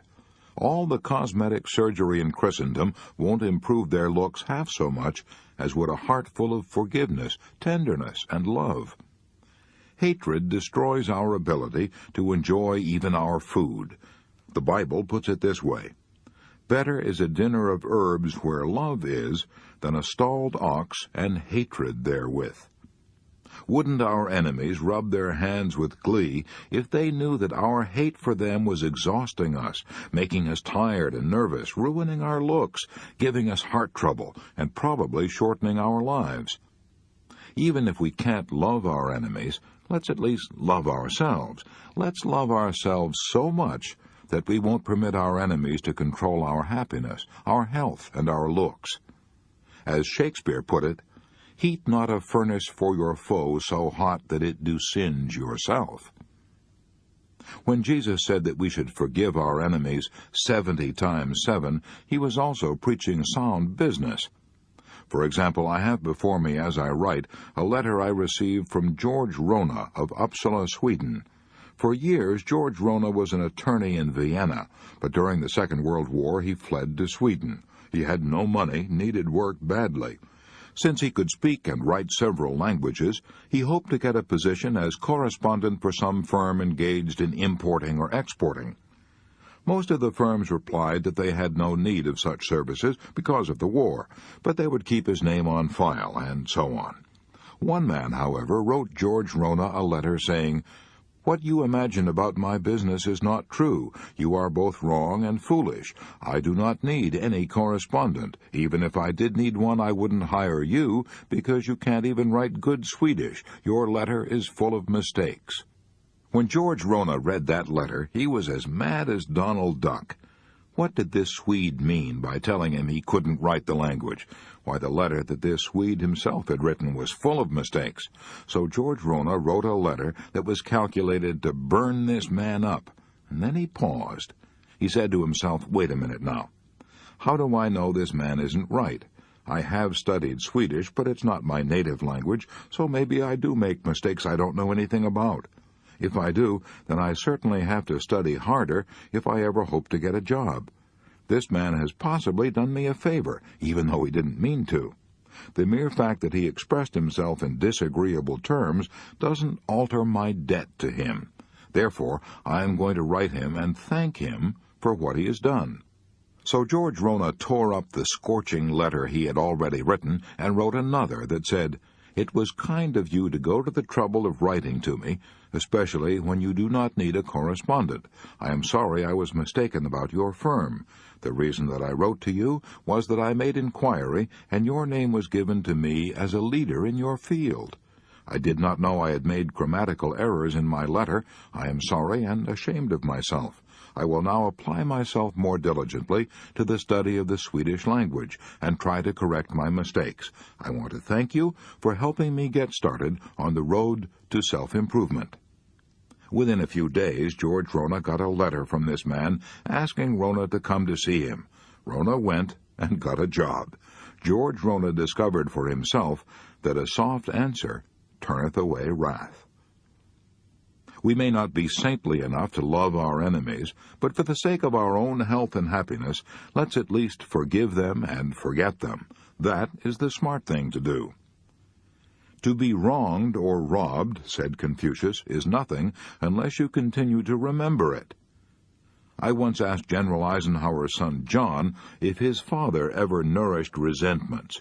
"No," he replied, "Dad never wastes a minute thinking about people he doesn't like." There's an old saying that a man is a fool who can't be angry, but a man is wise who won't be angry. That was the policy of William J. Gaynor, a former mayor of New York. Bitterly denounced by the press, he was shot by a maniac and almost killed. As he lay in the hospital fighting for his life, he said, "Every night I forgive everything and everybody." Is that too idealistic? Too much sweetness and light? If so, let's turn for counsel to the great German philosopher Schopenhauer, author of Studies in Pessimism. He regarded life as a futile and painful adventure.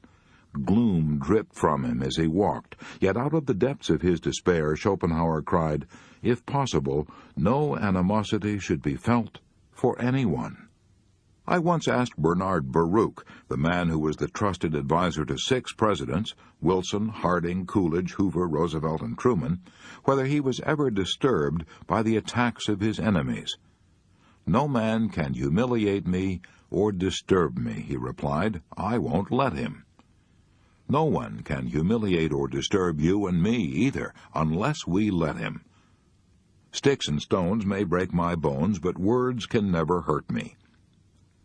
Throughout the ages, mankind has burned its candles before those Christ-like individuals who bore no malice against their enemies. I have often stood in the Jasper National Park in Canada and gazed upon one of the most beautiful mountains in the Western world, a mountain named in honor of Edith Cavell, the British nurse who went to her death like a saint before a German firing squad on October 12, 1915. Her crime? She had hidden and fed and nursed wounded French and English soldiers in her Belgian home and had helped them escape into Holland. As the English chaplain entered her cell in the military prison in Brussels that October morning to prepare her for death, Edith Cavell uttered two sentences that have been preserved in bronze and granite. "I realize that patriotism is not enough. I must have no hatred or bitterness toward anyone." 4 years later, her body was removed to England, and memorial services were held in Westminster Abbey. I once spent a year in London. I have often stood before the statue of Edith Cavell opposite the National Portrait Gallery and read her immortal words carved in granite. I realize that patriotism is not enough. I must have no hatred or bitterness toward anyone. One sure way to forgive and forget our enemies is to become absorbed in some cause infinitely bigger than ourselves. Then the insults and the enmities we encounter won't matter, because we will be oblivious of everything but our cause. As an example, let's take an intensely dramatic event that was about to take place in the pine woods of Mississippi back in 1918, a lynching. Lawrence Jones, a black teacher and preacher, was about to be lynched. Some years ago I visited the school that Lawrence Jones founded, the Piney Woods Country School, and I spoke before the student body. That school is nationally known today, but the incident I'm going to relate occurred long before that. It occurred back in the highly emotional days of the First World War.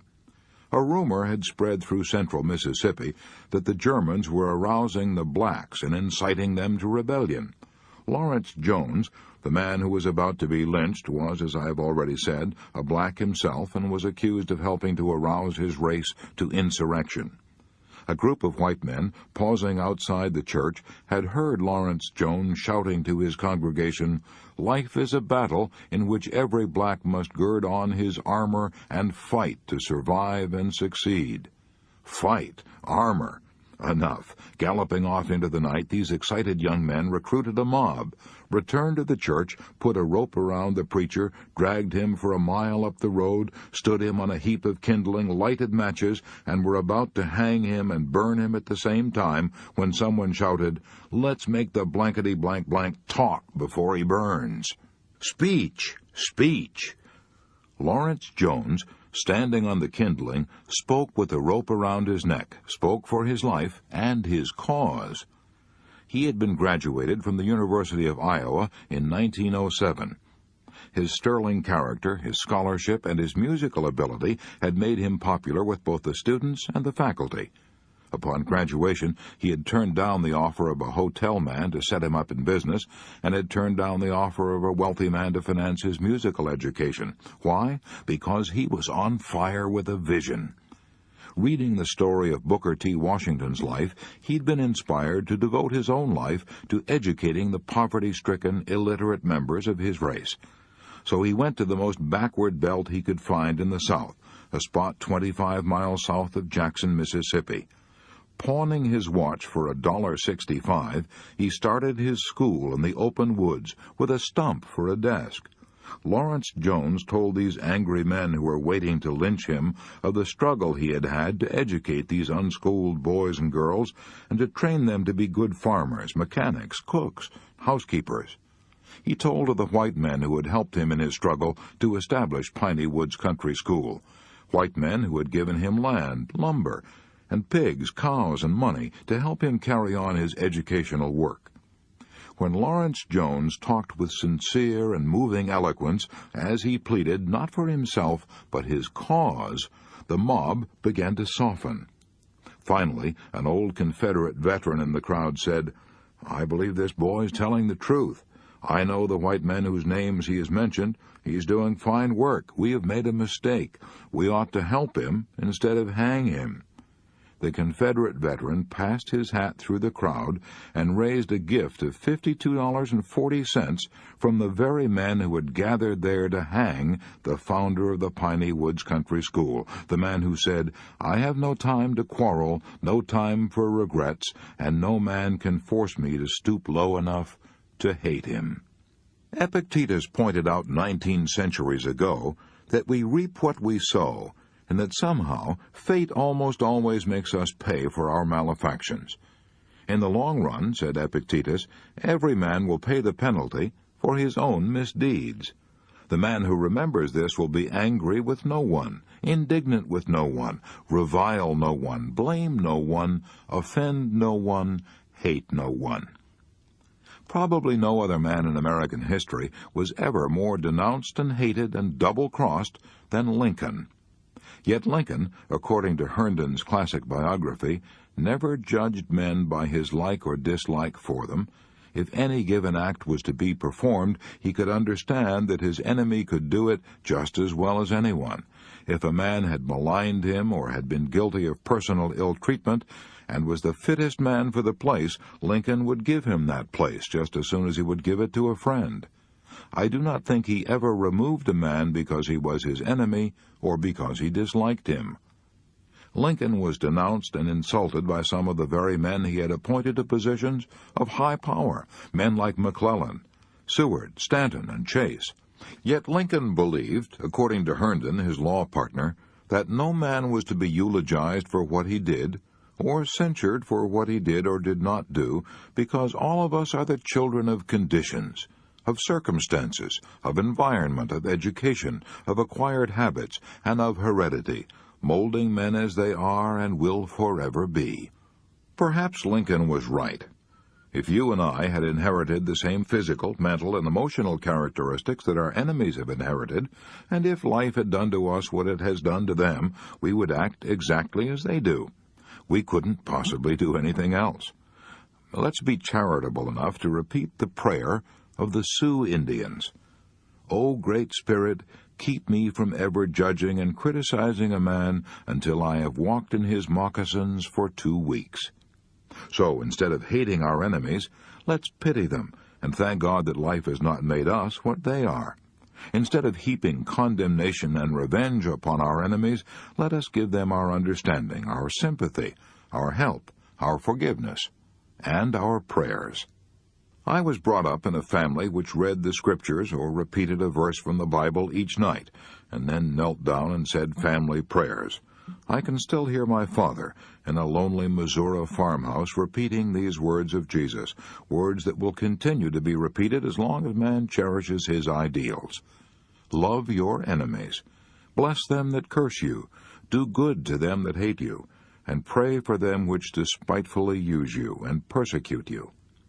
My father tried to live those words of Jesus, and they gave him an inner peace that the captains and the kings of earth have often sought for in vain. To cultivate a mental attitude that will bring you peace and happiness, remember that Rule 2 is, let's never try to get even with our enemies, because if we do, we will hurt ourselves far more than we hurt them. Let's do as General Eisenhower does. Let's never waste a minute thinking about people we don't like. Chapter 14. If you do this, you will never worry about ingratitude. I recently met a businessman in Texas who was burned up with indignation. I was warned that he would tell me about it within 15 minutes after I met him. He did. The incident he was angry about had occurred 11 months previously, but he was still burned up about it. He couldn't talk of anything else. He had given his 34 employees $10,000 in Christmas bonuses, approximately $300 each, and no one had thanked him. I am sorry, he complained bitterly, that I ever gave them a penny. An angry man, said Confucius, is always full of poison. This man was so full of poison that I honestly pitied him. He was about 60 years old. Now, life insurance companies figure that on the average we will live slightly more than two-thirds of the difference between our present age and 80. So this man, if he was lucky, probably had about 14 or 15 years to live. Yet he had already wasted almost one of his few remaining years by his bitterness and resentment over an event that was past and gone. I pitied him. Instead of wallowing in resentment and self-pity, he might have asked himself why he didn't get any appreciation. Maybe he'd underpaid and overworked his employees. Maybe they considered a Christmas bonus not a gift, but something they had earned. Maybe he was so critical and unapproachable that no one dared or cared to thank him. Maybe they felt he gave the bonus because most of the profits were going for taxes anyway. On the other hand, maybe the employees were selfish, mean, and ill-mannered. Maybe this, maybe that. I don't know any more about it than you do. But I do know that Dr. Samuel Johnson said, "Gratitude is a fruit of great cultivation. You do not find it among gross people." Now, here's the point I'm trying to make. This man made the human and distressing mistake of expecting gratitude. He just didn't know human nature. If you saved a man's life, would you expect him to be grateful? You might. But Samuel Leibowitz, who was a famous criminal lawyer before he became a judge, saved 78 men from going to the electric chair. How many of these men do you suppose stopped to thank Samuel Leibowitz or ever took the trouble to send him a Christmas card? How many? Guess. That's right, none. Christ helped 10 lepers in one afternoon, but how many of these lepers ever stopped to thank him? Only one. Look it up in St. Luke. When Christ turned around to his disciples and asked, "Where are the other 9?" they had all run away, disappeared without thanks. Let me ask you a question. Why should you and I, or this businessman in Texas, expect more thanks for our small favors than was given Jesus Christ? And when it comes to money matters, well, that's even more hopeless. Charles Schwab told me that he once saved a bank cashier who had speculated in the stock market with funds belonging to the bank. Schwab put up the money to save this man from going to the penitentiary. Was the cashier grateful? Oh, yes, for a little while. Then he turned against Schwab and reviled him and denounced him, the very man who kept him out of jail. If you gave one of your relatives $1 million, would you expect him to be grateful? Andrew Carnegie did just that. But if Andrew Carnegie had come back from the grave a little while later, he would have been shocked to find this relative cursing him. Why? Because old Andy had left $365 million to public charities and had cut him off with one measly million, as he put it. That's how it goes. Human nature has always been human nature, and it probably won't change in your lifetime, so why not accept it? Why not be as realistic about it as was old Marcus Aurelius, one of the wisest men who ever ruled the Roman Empire? He wrote in his diary one day, "I am going to meet people today who talk too much, people who are selfish, egotistical, ungrateful, but I won't be surprised or disturbed, for I couldn't imagine a world without such people." That makes sense, doesn't it? If you and I go around grumbling about ingratitude, who is to blame?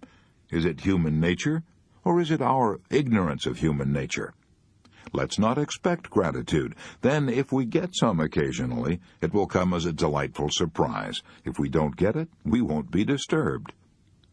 Here's the first point I'm trying to make in this chapter. It is natural for people to forget to be grateful. So if we go around expecting gratitude, we're heading straight for a lot of headaches. I know a woman in New York who's always complaining because she's lonely. Not one of her relatives wants to go near her, and no wonder. If you visit her, she'll tell you for hours what she did for her nieces when they were children. She nursed them through the measles and the mumps and the whooping cough. She boarded them for years. She helped to send one of them through business school, and she made a home for the other until she got married. Do the nieces come to see her? Oh, yes, now and then, out of a spirit of duty. But they dread these visits. They know they will have to sit and listen for hours to half-veiled reproaches.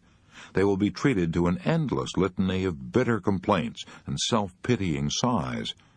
And when this woman can no longer bludgeon, browbeat, or bully her nieces into coming to see her, she has one of her spells. She develops a heart attack. Is the heart attack real? Yes. The doctors say she has a nervous heart, suffers from palpitations. But the doctors also say they can do nothing for her. Her trouble is emotional. What this woman really wants is love and attention, but she calls it gratitude. And she will never get gratitude or love because she demands it. She thinks it's her due. And there are thousands of people like her, people who are ill from ingratitude, loneliness, and neglect. They long to be loved, but the only way in this world that they can ever hope to be loved is to stop asking for it and to start pouring out love without hope of return. Does that sound like sheer, impractical, visionary idealism? It isn't. It's just horse sense. It's a good way for you and me to find the happiness we long for. I know. I have seen it happen right in my own family. My own mother and father gave for the joy of helping others.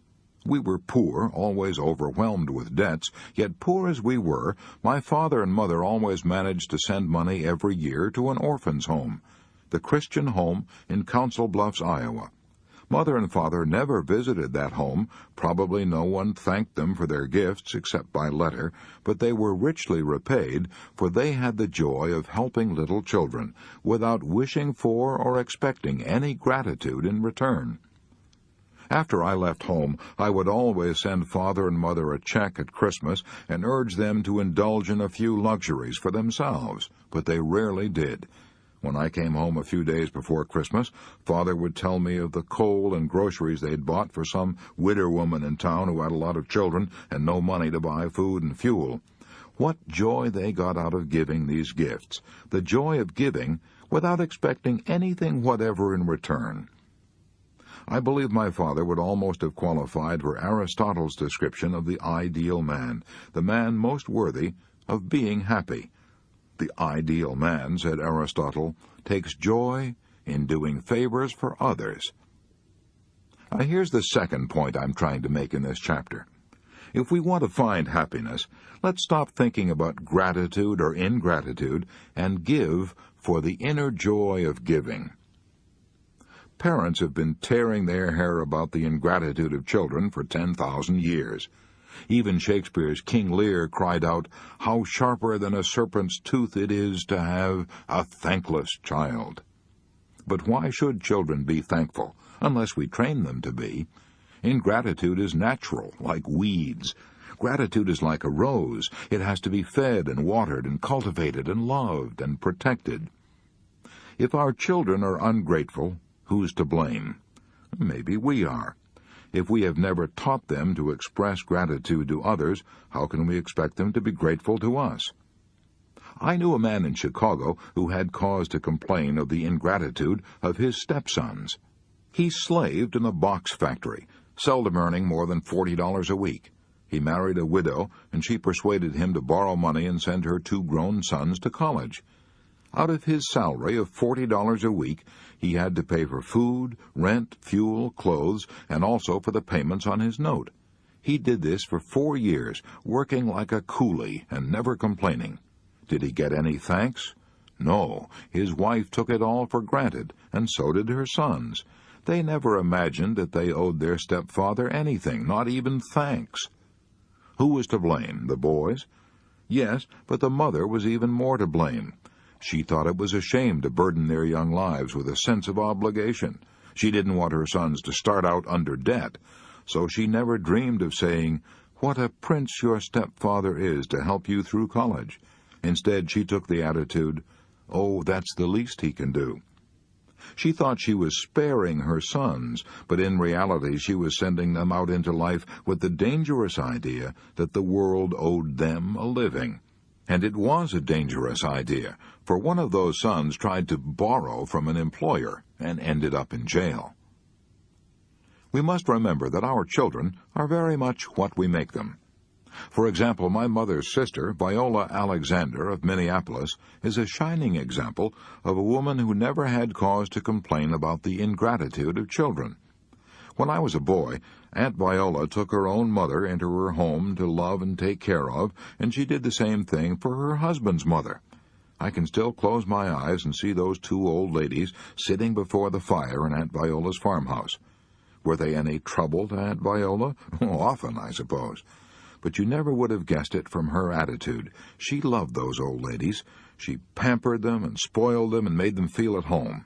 In addition, Aunt Viola had 6 children of her own, but it never occurred to her that she was doing anything especially noble or deserved any halos for taking those old ladies into her home.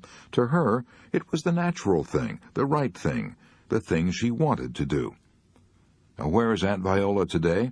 Well, she's now been a widow for 20-odd years, and she has 5 grown-up children, 5 separate households, all clamoring to share her and to have her come and live in their homes. Her children adore her. They never get enough of her. Out of gratitude?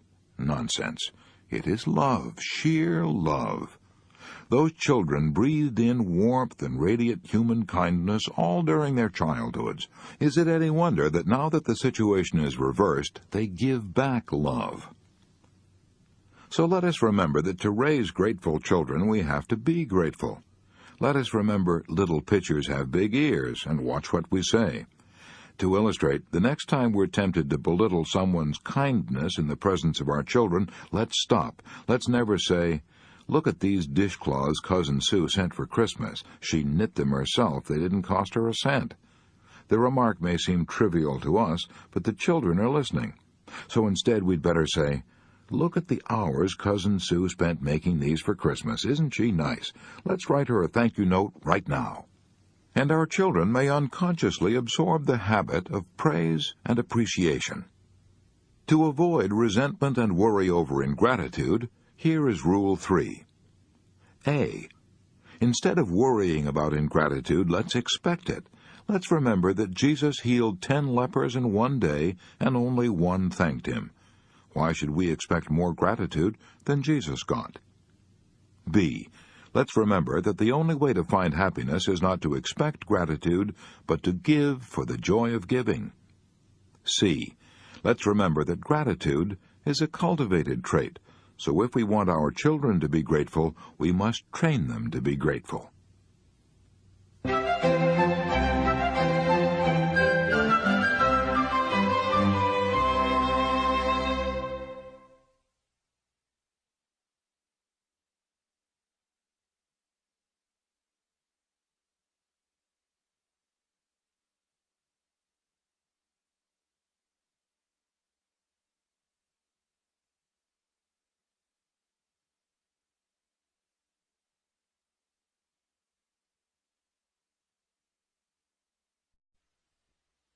Chapter 15.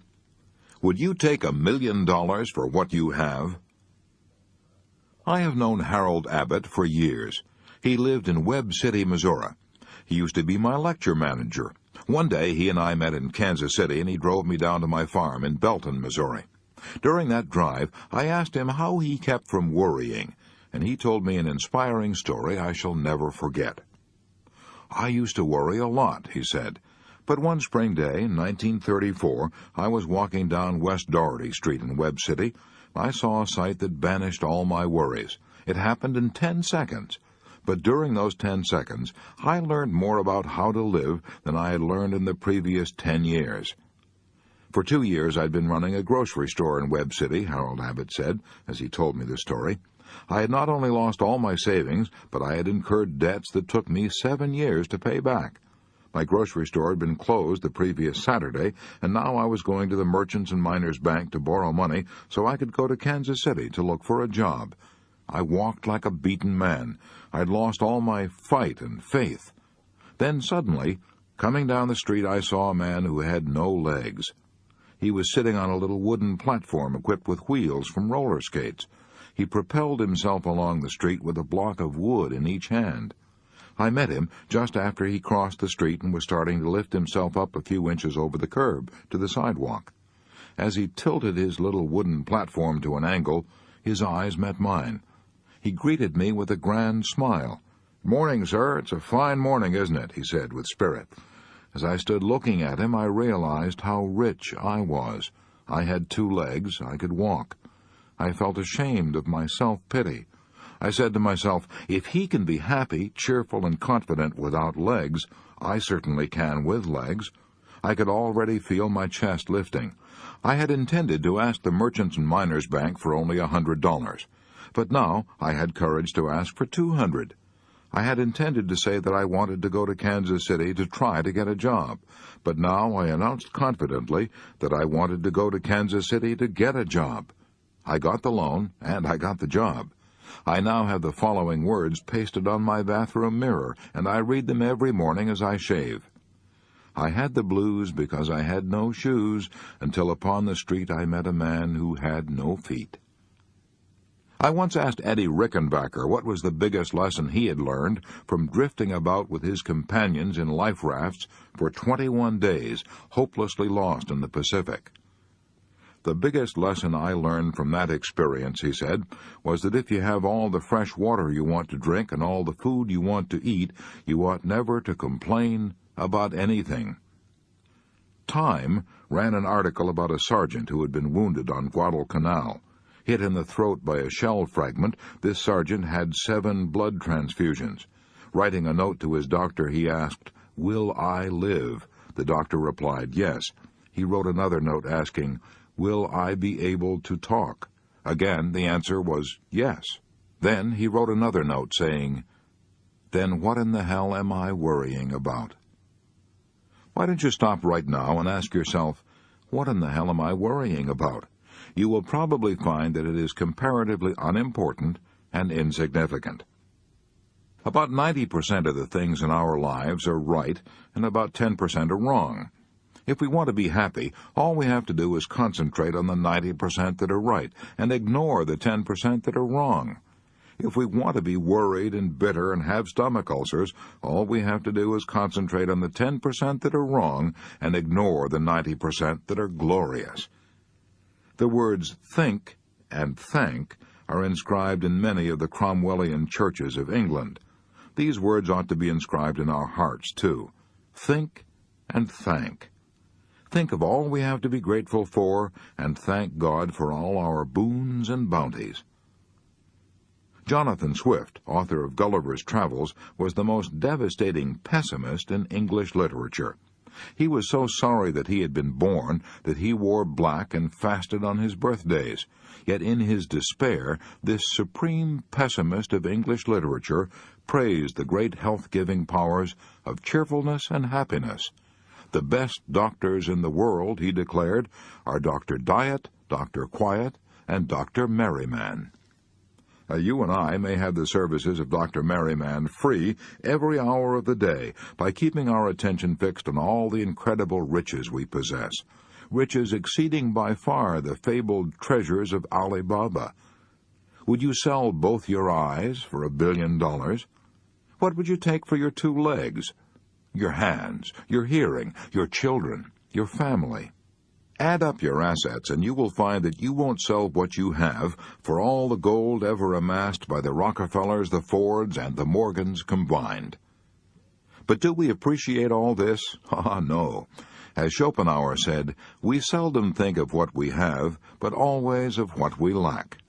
Yes, the tendency to seldom think of what we have, but always of what we lack, is the greatest tragedy on earth. It has probably caused more misery than all the wars and diseases in history. It caused John Palmer to turn from a regular guy into an old grouch and almost wreck his home. I know, because he told me so. Mr. Palmer lives in Paterson, New Jersey. Shortly after I returned from the Army, he said, I started in business for myself. I worked hard day and night. Things were going nicely, then trouble started. I couldn't get parts and materials. I was afraid I would have to give up my business. I worried so much that I changed from a regular guy into an old grouch. I became so sour and cross that, well, I didn't know it then, but I now realize that I came very near to losing my happy home. Then one day a young disabled veteran who works for me said, "Johnny, you ought to be ashamed of yourself. You take on as if you were the only person in the world with troubles." Suppose you do have to shut up shop for a while. So what? You can start up again when things get normal. You've got a lot to be thankful for. Yet you're always growling. Boy, how I wish I were in your shoes. Look at me.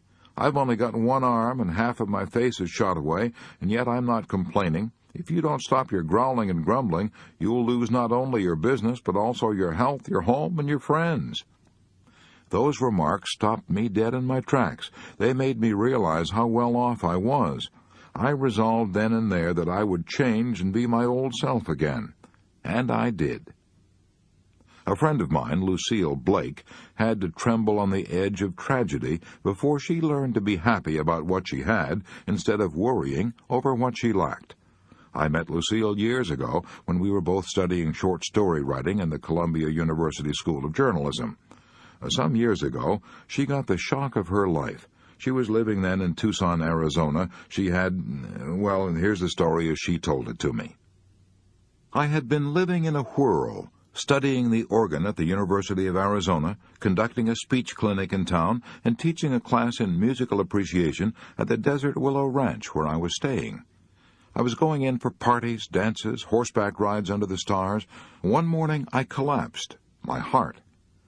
"You'll have to lie in bed for a year of complete rest," the doctor said. He didn't encourage me to believe I would ever be strong again. In bed for a year, to be an invalid, perhaps to die. I was terror-stricken. Why did all this have to happen to me? What had I done to deserve it? I wept and wailed. I was bitter and rebellious. But I did go to bed as the doctor advised.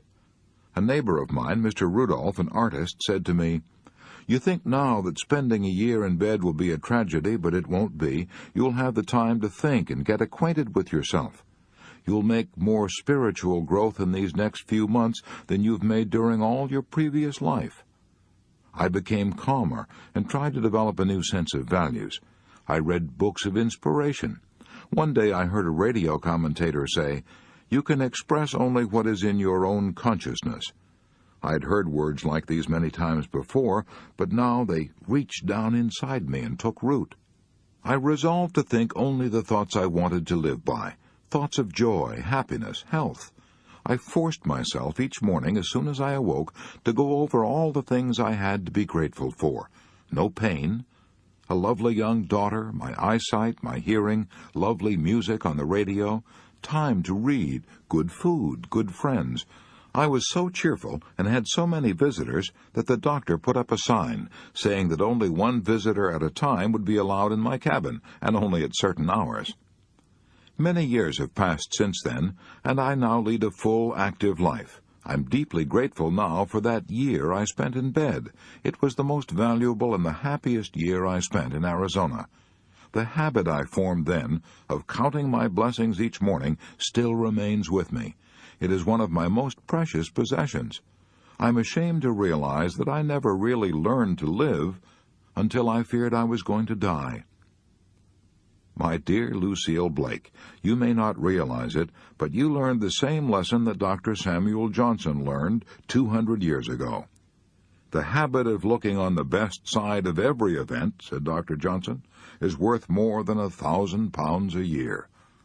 Those words were uttered, mind you, not by a professional optimist, but by a man who had known anxiety, rags, and hunger for 20 years, and finally became one of the most eminent writers of his generation and the most celebrated conversationalist of all time.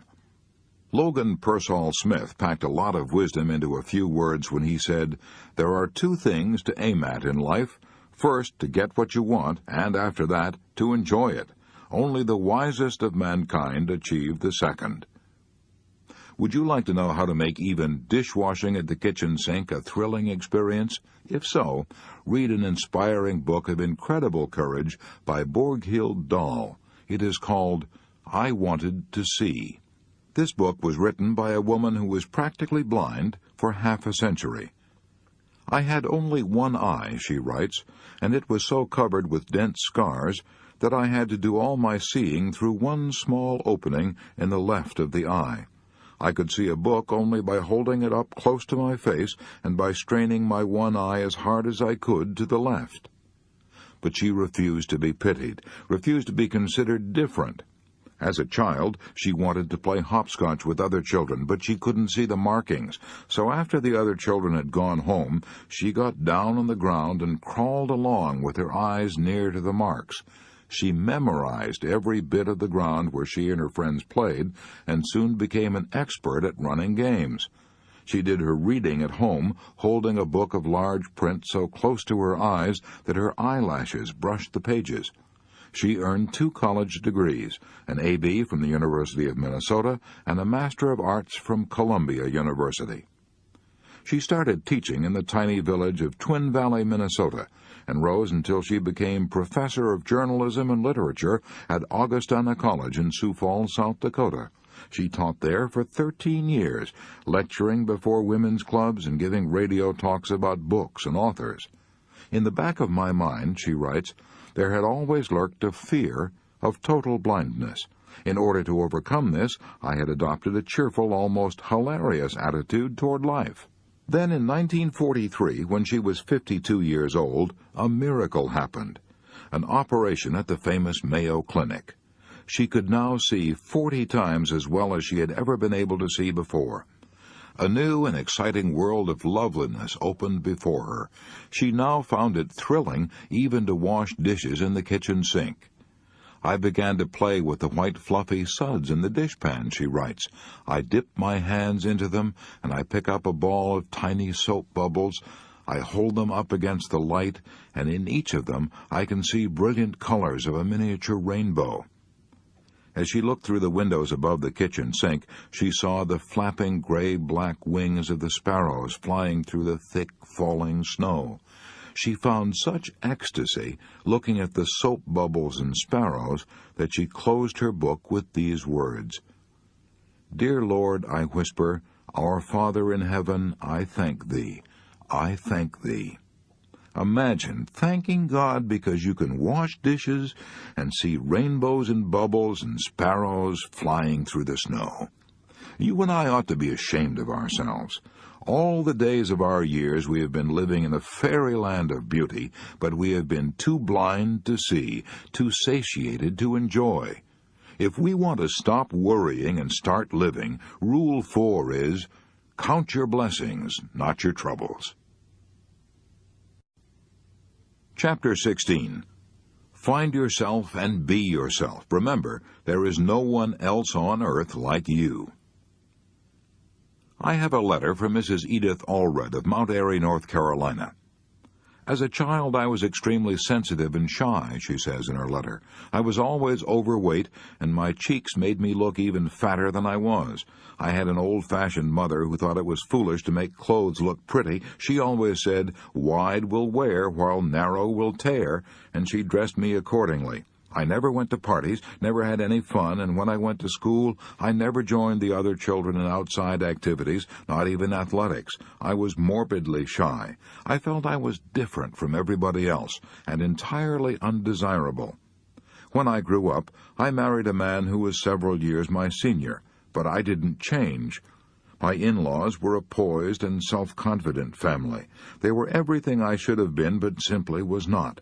I tried my best to be like them, but I couldn't.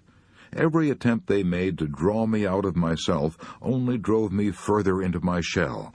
I became nervous and irritable. I avoided all friends. I got so bad, I even dreaded the sound of the doorbell ringing. I was a failure, I knew it, and I was afraid my husband would find out. So whenever we were in public, I tried to be gay and overacted my part. I knew I overacted, and I would be miserable for days afterward. At last I became so unhappy that I could see no point in prolonging my existence. I began to think of suicide. What happened to change this unhappy woman's life? Just a chance remark. A chance remark, Mrs. Allred continued, transformed my whole life. My mother-in-law was talking one day of how she brought her children up, and she said, no matter what happened, I always insisted on their being themselves. On being themselves. That remark is what did it. In a flash, I realized I had brought all this misery on myself by trying to fit myself into a pattern to which I did not conform. I changed overnight. I started being myself. I tried to make a study of my own personality, tried to find out what I was. I studied my strong points. I learned all I could about colors and styles, and dressed in a way that I felt was becoming to me. I reached out to make friends. I joined an organization, a small one at first, and was petrified with fright when they put me on a program. But each time I spoke, I gained a little courage. It took a long while, but today I have more happiness than I ever dreamed possible. In rearing my own children, I have always taught them the lesson I had to learn from such bitter experience. No matter what happens, always be yourself. This problem of being willing to be yourself is as old as history, says Dr. James Gordon Gilkey, and as universal as human life. This problem of being unwilling to be yourself is the hidden spring behind many neuroses and psychoses and complexes. Angelo Patri has written 13 books and thousands of syndicated newspaper articles on the subject of child training, and he says, "Nobody is so miserable as he who longs to be somebody and something other than the person he is in body and mind." This craving to be something you are not is especially rampant in Hollywood. Sam Wood, one of Hollywood's best-known directors, said the greatest headache he has with aspiring young actors is exactly this problem, to make them be themselves. They all want to be second-rate Lana Turners or third-rate Clark Gables. The public has already had that flavor, Sam Wood keeps telling them. Now it wants something else. Before he started directing such pictures as Goodbye, Mr. Chips and For Whom the Bell Tolls, Sam Wood spent years in the real estate business, developing sales personalities. He declares that the same principles apply in the business world as in the world of moving pictures. You won't get anywhere playing the ape. You can't be a parrot. Experience has taught me, says Sam Wood, that it's the safest to drop as quickly as possible people who pretend to be what they aren't. I asked Paul Boynton, then employment director for a major oil company, what's the biggest mistake people make in applying for jobs. He ought to know. He has interviewed more than 60,000 job seekers, and he's written a book entitled 6 Ways to Get a Job.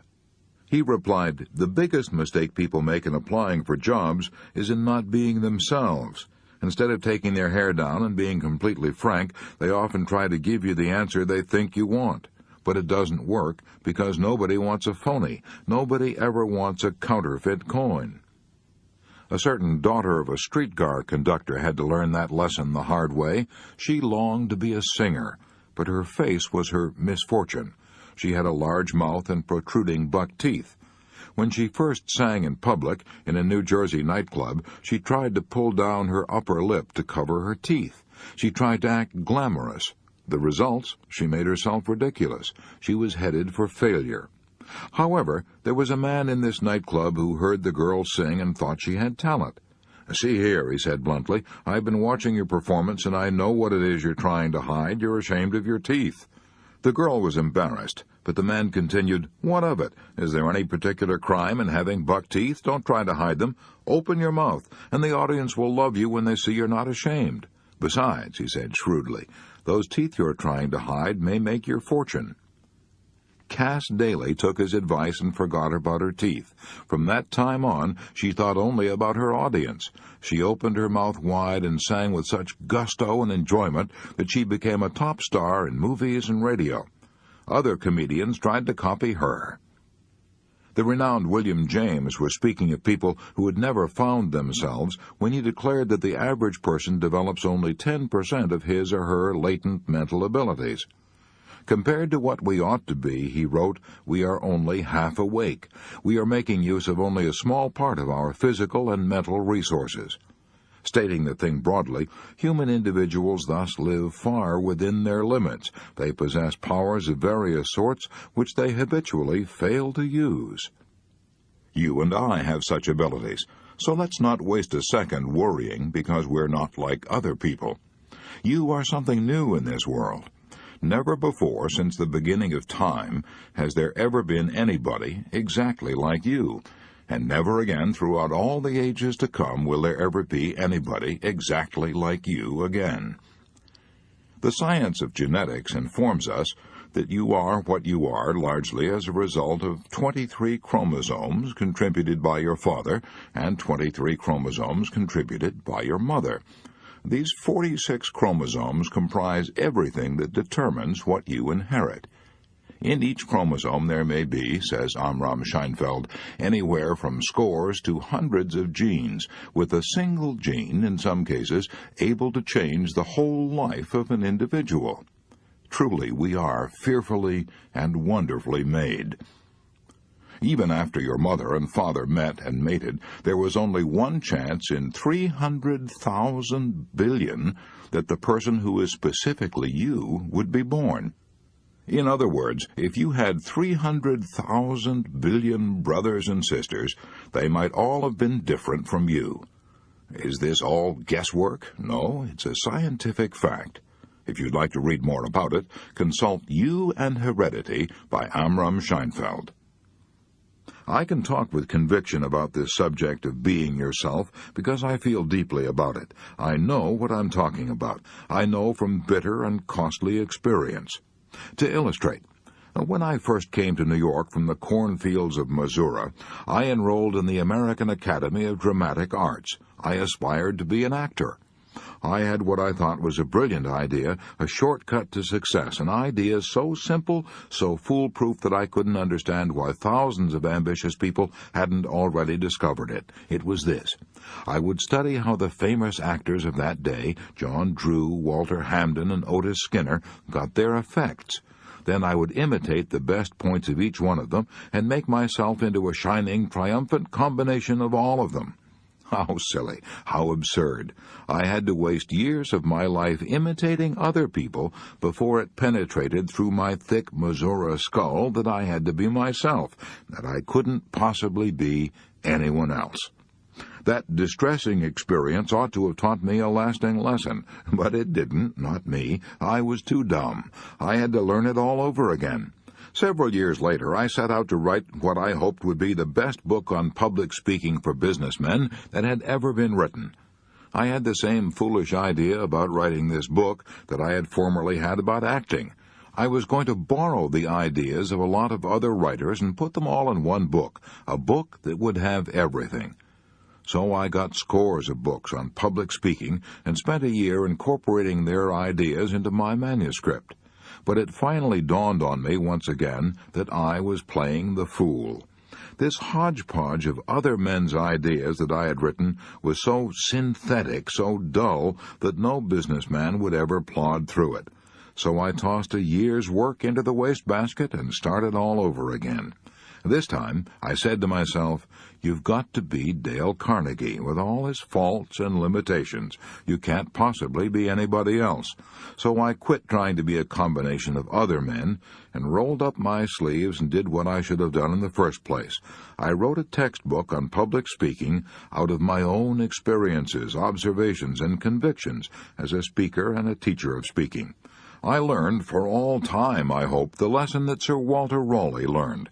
I'm not talking about the Sir Walter who threw his coat in the mud for the Queen to step on. I'm talking about the Sir Walter Raleigh who was Professor of English Literature at Oxford back in 1904. I can't write a book commensurate with Shakespeare, he said, but I can write a book by me. Be yourself. Act on the sage advice that Irving Berlin gave the late George Gershwin. When Berlin and Gershwin first met, Berlin was famous, but Gershwin was a struggling young composer working for $35 a week in Tin Pan Alley. Berlin, impressed by Gershwin's ability, offered Gershwin a job as his musical secretary at almost 3 times the salary he was then getting. But don't take the job, Berlin advised. If you do, you may develop into a second-rate Berlin. If you insist on being yourself, someday you'll be a first-rate Gershwin. Gershwin heeded that warning and slowly transformed himself into one of the significant American composers of his generation. Charlie Chaplin, Will Rogers, Mary Margaret McBride, Gene Autry, millions of others had to learn the lesson I'm trying to hammer home in this chapter. They had to learn the hard way, just as I did. When Charlie Chaplin first started making films, the director of the picture insisted on Chaplin's imitating a popular German comedian of that day. Charlie Chaplin got nowhere until he acted himself. Bob Hope had a similar experience. He spent years in the singing and dancing act and got nowhere until he began to wisecrack and be himself. Will Rogers twirled a rope in vaudeville for years without saying a word. He got nowhere until he discovered his unique gift for humor and began to talk as he twirled his rope. When Mary Margaret McBride first went on the air, she tried to be an Irish comedian and failed. When she tried to be just what she was, a plain country girl from Missouri, she became one of the most popular radio stars in New York. When Gene Autry tried to get rid of his Texas accent and dressed like city boys and claimed he was from New York, people merely laughed behind his back. But when he started twanging his banjo and singing cowboy ballads, Gene Autry started out on a career that made him the world's most popular cowboy, both in pictures and on the radio. You are something new in this world. Be glad of it. Make the most of what nature gave you. In the last analysis, all art is autobiographical. You can sing only what you are. You can paint only what you are. You must be what your experiences, your environment, and your heredity have made you. For better or for worse, you must cultivate your own little garden. For better or for worse, you must play your own little instrument in the orchestra of life. As Emerson said in his essay on self-reliance, there is a time in every man's education when he arrives at the conviction that envy is ignorance, that imitation is suicide, that he must take himself, for better, for worse, as his portion, that though the wide universe is full of good, no kernel of nourishing corn can come to him but which his toil bestowed on that plot of ground which is given him to till. The power which resides in him is new in nature, and none but he knows what that is which he can do, nor does he know until he has tried. And that's the way Emerson said it. But here's the way a poet, the late Douglas Mallock, said it. If you can't be a pine on the top of the hill, be a scrub in the valley, but be the best little scrub by the side of the hill, be a bush if you can't be a tree. If you can't be a bush, be a bit of the grass, and some highway happier make. If you can't be a muskie, then just be a bass, but the liveliest bass in the lake. We can't all be captains, we've got to be crew. There's something for all of us here. There's big work to do, and there's lesser to do, and the task we must do is the near. If you can't be a highway, then just be a trail. If you can't be the sun, be a star. It isn't by size that you win or you fail. Be the best of whatever you are. To cultivate a mental attitude that will bring us peace and freedom from worry, here's Rule 5. Let's not imitate others. Let's find ourselves and be ourselves. Chapter 17. If you have a lemon, make a lemonade. While writing this book, I dropped in one day at the University of Chicago and asked the Chancellor, Robert Maynard Hutchins, how he kept from worrying. He replied, I've always tried to follow a bit of advice given to me by the late Julius Rosenwald, president of Sears Roebuck and Company. When you have a lemon, make a lemonade. That is what a great educator does. But the fool does the exact opposite. If he finds that life has handed him a lemon, he gives up and says, I'm beaten. It is fate. I haven't got a chance. Then he proceeds to rail against the world and indulge in an orgy of self-pity. But when the wise man is handed a lemon, he says, what lesson can I learn from this misfortune? How can I improve my situation? How can I turn this lemon into a lemonade? After spending a lifetime studying people and their hidden reserves of power, the great psychologist Alfred Adler declared that one of the wonder-filled characteristics of human beings is their power to turn a minus into a plus. Here's an interesting and stimulating story of a woman I know who did just that. Her name is Thelma Thompson. During the war, she said, as she told me of her experience, during the war, my husband was stationed at an Army training camp near the Mojave Desert in California. I went to live there in order to be near him. I hated the place. I loathed it. I had never before been so miserable. My husband was ordered out on maneuvers in the Mojave Desert, and I was left in a tiny shack alone. The heat was unbearable, 125 degrees in the shade of a cactus. Not a soul to talk to. The wind blew incessantly, and all the food I ate, the very air I breathed, were filled with sand, sand, sand. I was so utterly wretched, so sorry for myself, that I wrote to my parents. I told them I was giving up and coming back home. I said I couldn't stand it 1 minute longer. I would rather be in jail. My father answered my letter with just 2 lines that will always sing in my memory, 2 lines that completely altered my life. 2 men looked out from prison bars. One saw the mud, the other saw the stars. I read those 2 lines over and over.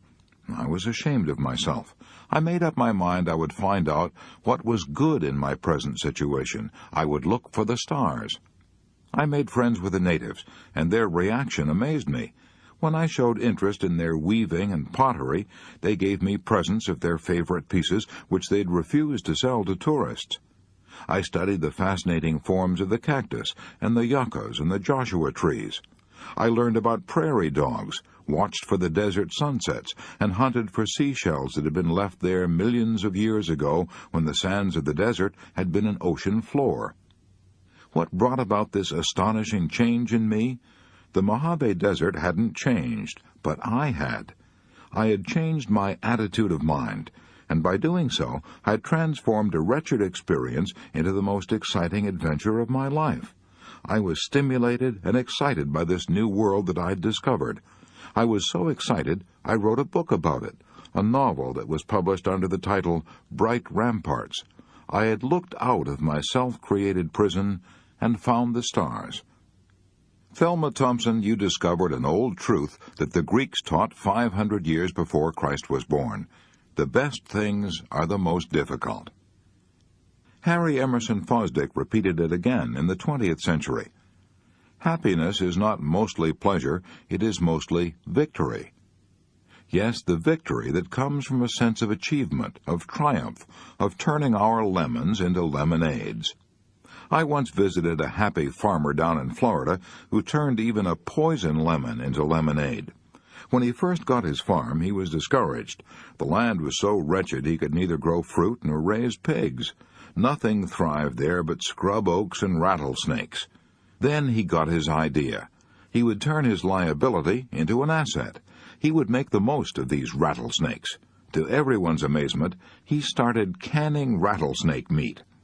When I stopped to visit him a few years ago, I found that tourists were pouring in to see his rattlesnake farm at the rate of $20,000 a year. His business was thriving. I saw poison from the fangs of his rattlers being shipped to laboratories to make anti-venom toxin. I saw rattlesnake skins being sold at fancy prices to make women's shoes and handbags. I saw canned rattlesnake meat being shipped to customers all over the world.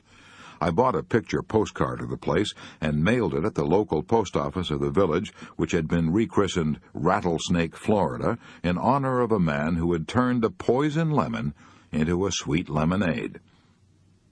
As I've traveled up and down and back and forth across this nation time after time, it has been my privilege to meet dozens of men and women who have demonstrated their power to turn a minus into a plus. The late William Bolitho, author of 12 Against the Gods, put it like this: "The most important thing in life is not to capitalize on your gains. Any fool can do that. The really important thing is to profit from your losses. That requires intelligence, and it makes the difference between a man of sense and a fool." Bolitho uttered those words after he had lost a leg in a railway accident. But I know a man who lost both legs and turned his minus into a plus. His name is Ben Fortson. I met him in a hotel elevator in Atlanta, Georgia. As I stepped into the elevator, I noticed this cheerful-looking man who had both legs missing sitting in a wheelchair in a corner of the elevator. When the elevator stopped at his floor, he asked me pleasantly if I would step to one corner so he could manage his chair better. "So sorry," he said, "to inconvenience you," and a deep, heartwarming smile lighted his face as he said it. When I left the elevator and went to my room, I could think of nothing but this cheerful cripple, so I hunted him up and asked him to tell me his story. "It happened in 1929, he told me with a smile. "I'd gone out to cut a load of hickory poles to stake the beans in my garden. I had loaded the poles onto my Ford and started back home. Suddenly, one pole slipped under the car and jammed the steering apparatus at the very moment I was making a sharp turn. The car shot over an embankment and hurled me against a tree. My spine was hurt, my legs were paralyzed. I was 24 when that happened, and I've never taken a step since." 24 years old and sentenced to a wheelchair for the rest of his life. I asked him how he managed to take it so courageously, and he said, "I didn't." He said he raged and rebelled, he fumed about his fate, but as the years dragged on, he found that his rebellion wasn't getting him anything except bitterness. "I finally realized," he said, "that other people were kind and courteous to me, so the least I could do was be kind and courteous to them." I asked if he still felt, after all these years, that his accident had been a terrible misfortune, and he promptly said no. He said, "I am almost glad now that it happened." He told me that after he got over the shock and resentment, he began to live in a different world. He began to read and developed a love for good literature. In 14 years, he said, he had read at least 1,400 books, and those books had opened up new horizons for him and made his life richer than he had ever thought possible. He began to listen to good music, and he's now thrilled by great symphonies that would have bored him before. But the biggest change was that he had time to think. "For the first time in my life," he said, "I was able to look at the world and get a real sense of values. I began to realize that most of the things I'd been striving for before weren't worthwhile at all." As a result of his reading, he became interested in politics, studied public questions, made speeches from his wheelchair. He got to know people, and people got to know him, and, still in his wheelchair, he got to be Secretary of State for the state of Georgia. While conducting adult education classes in New York City, I've discovered that one of the major regrets of many adults is that they never went to college. They seem to think that not having a college education is a great handicap. I know that this isn't necessarily true because I've known thousands of successful men who never went beyond high school. So I often tell these students the story of a man I knew who had never finished even grade school. He was brought up in blighting poverty. When his father died, his father's friends had to chip in to pay for the coffin in which he was buried. After his father's death, his mother worked in an umbrella factory 10 hours a day and then brought piecework home and worked until 11 o'clock at night. The boy, brought up in these circumstances, went in for amateur dramatics, put on by a club in his church. He got such a thrill out of acting that he decided to take up public speaking, and this led him into politics. By the time he reached 30, he was elected to the New York State Legislature. But he was woefully unprepared for such a responsibility. In fact, he told me that, frankly, he didn't know what it was all about. He studied the long, complicated bills that he was supposed to vote on, but as far as he was concerned, those bills might as well have been written in the language of the Choctaw Indians. He was worried and bewildered when he was made a member of the Committee on Forests before he'd ever set foot in a forest. He was worried and bewildered when he was made a member of the State Banking Commission before he had ever had a bank account. He himself told me that he was so discouraged that he would have resigned from the legislature if he hadn't been ashamed to admit defeat to his mother. In despair, he decided to study 16 hours a day and turn his lemon of ignorance into a lemonade of knowledge. By doing that, he transformed himself from a local politician into a national figure and made himself so outstanding that the New York Times called him the best-loved citizen of New York. I'm talking about Al Smith.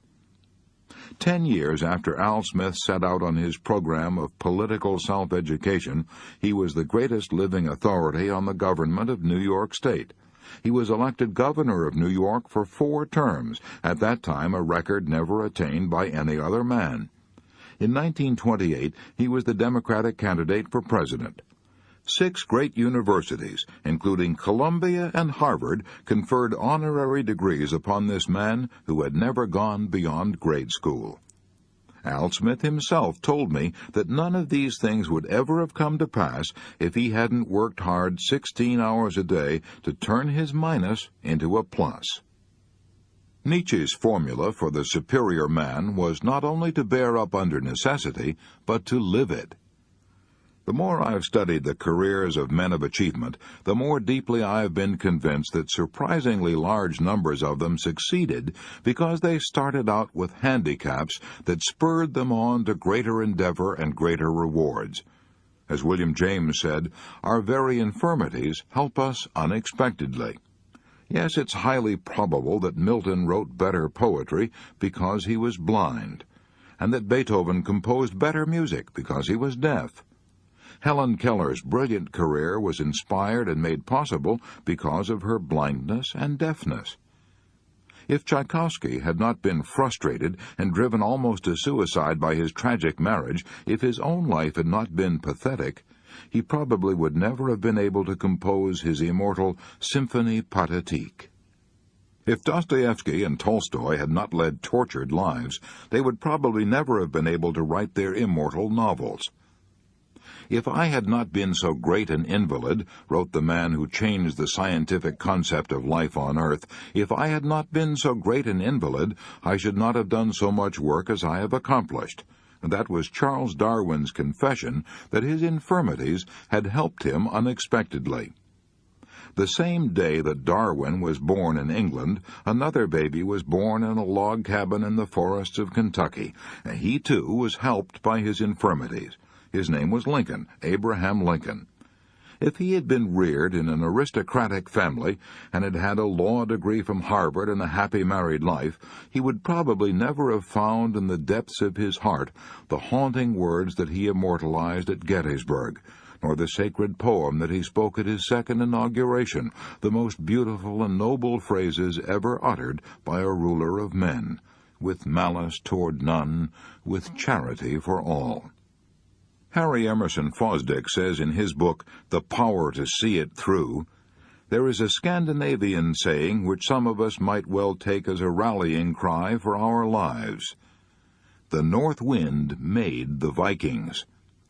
Wherever did we get the idea that secure and pleasant living, the absence of difficulty and the comfort of ease, ever of themselves made people either good or happy? Upon the contrary, people who pity themselves go on pitying themselves even when they are laid softly on a cushion. But always in history, character and happiness have come to people in all sorts of circumstances, good, bad, and indifferent, when they shouldered their personal responsibility. So repeatedly, the north wind has made the Vikings. Suppose we're so discouraged that we feel there's no hope of our ever being able to turn our lemons into lemonade. Then here are 2 reasons why we ought to try, anyway. 2 reasons why we have everything to gain and nothing to lose. Reason 1, we may succeed. Reason 2, even if we don't succeed, the mere attempt to turn our minus into a plus will cause us to look forward instead of backward. It will replace negative thoughts with positive thoughts. It will release creative energy and spur us to get so busy that we won't have either the time or the inclination to mourn over what is past and forever gone. Once when Uwe Boll, the world-famous violinist, was giving a concert in Paris, the A string on his violin suddenly snapped. But Uwe Boll simply finished the melody on 3 strings. That is life, says Harry Emerson Fosdick, to have your A string snap and finish on 3 strings. That is not only life, it is more than life, it is life triumphant. If I had the power to do so, I would have these words of William Bolitho carved in eternal bronze and hung in every schoolhouse in the land. The most important thing in life is not to capitalize on your gains. Any fool can do that. The really important thing is to profit from your losses. That requires intelligence, and it makes the difference between a man of sense and a fool. So to cultivate a mental attitude that will bring us peace and happiness, let's do something about Rule 6. When fate hands us a lemon, let's try to make a lemonade. Chapter 18. How to Cure Depression in 14 Days. When I started writing this book, I offered a $200 prize for the most helpful and inspiring true story on how I conquered worry. The 3 judges for this contest were Eddie Rickenbacker, President, Eastern Airlines; Dr. Stuart W. McClelland, President, Lincoln Memorial University; H.B. Kaltenborn, radio news analyst. However, we received 2 stories so superb that the judges found it impossible to choose between them. So we divided the prize. Here's one of the stories that tied for first prize. The story of C.R. Burton, who worked for Whizzer Motor Sales of Springfield, Missouri. I lost my mother when I was 9 years old and my father when I was 12, Mr. Burton wrote me. My father was killed, but my mother simply walked out of the house one day 19 years ago, and I've never seen her since. Neither have I ever seen my 2 little sisters that she took with her. She never even wrote me a letter until after she'd been gone 7 years. My father was killed in an accident 3 years after Mother left. He and a partner had bought a cafe in a small Missouri town, and while Father was away on a business trip, his partner sold the cafe for cash and skipped out. A friend wired Father to hurry back home, and in his hurry, Father was killed in a car accident at Salinas, Kansas. 2 of my father's sisters, who were poor and old and sick, took 3 of the children into their homes, and nobody wanted me and my little brother. We were left at the mercy of the town. We were haunted by the fear of being called orphans and treated as orphans. Our fears soon materialized, too. I lived for a little while with a poor family in town, but times were hard, and the head of the family lost his job, so they couldn't afford to feed me any longer. Then Mr. and Mrs. Lofton took me to live with them on their farm 11 miles from town. Mr. Lofton was 70 years old and sick in bed with shingles. He told me I could stay there as long as I didn't lie, didn't steal, and did as I was told. Those 3 orders became my Bible. I lived by them strictly. I started to school, but the first week found me at home bawling like a baby. The other children picked on me and poked fun at my big nose and said I was dumb and called me an orphan brat. I was hurt so badly that I wanted to fight them, but Mr. Lofton, the farmer who'd taken me in, said to me, "Always remember that it takes a bigger man to walk away from a fight than it does to stay and fight." I didn't fight until one day a kid picked up some chicken manure from the schoolhouse yard and threw it in my face. I beat the hell out of him and made a couple of friends. They said he had it coming to him. I was proud of a new cap that Mrs. Lofton had bought me. One day one of the big girls jerked it off my head and filled it with water and ruined it. She said she filled it with water so the water would wet my thick skull and keep my popcorn brains from popping. I never cried at school, but I used to bawl it out at home. Then one day Mrs. Lofton gave me some advice that did away with all troubles and worries and turned my enemies into friends. She said, "Ralph, they won't tease you and call you an orphan brat any more if you'll get interested in them and see how much you can do for them." I took her advice. I studied hard, and though I soon headed the class, I was never envied because I went out of my way to help them. I helped several of the boys write their themes and essays. I wrote complete debates for some of the boys. One lad was ashamed to let his folks know that I was helping him, so he used to tell his mother he was going possum hunting. And he'd come up to Mr. Lofton's and tie his dogs up in the barn while I helped him with his lessons. I wrote book reviews for one lad, and I spent several evenings helping one of the girls on her math. Death struck our neighborhood. 2 elderly farmers died, and one woman was deserted by her husband. I was the only male in 4 families. I helped these widows for 2 years. On my way to and from school, I stopped at their farms, cut wood for them, milked their cows, and fed and watered their stock. I was now blessed instead of cursed.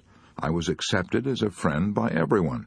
They showed me their real feelings when I returned home from the Navy. More than 200 farmers came to see me the first day I was home.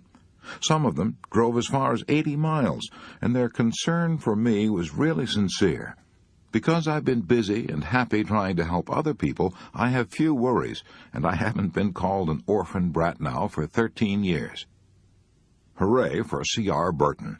He knows how to win friends, and he also knows how to conquer worry and enjoy life. So did the late Dr. Frank Loop of Seattle, Washington. He was an invalid for 23 years, arthritis. Yet Stuart Whithouse of the Seattle Star wrote me saying, "I interviewed Dr. Loop many times, and I have never known a man more unselfish or a man who got more out of life."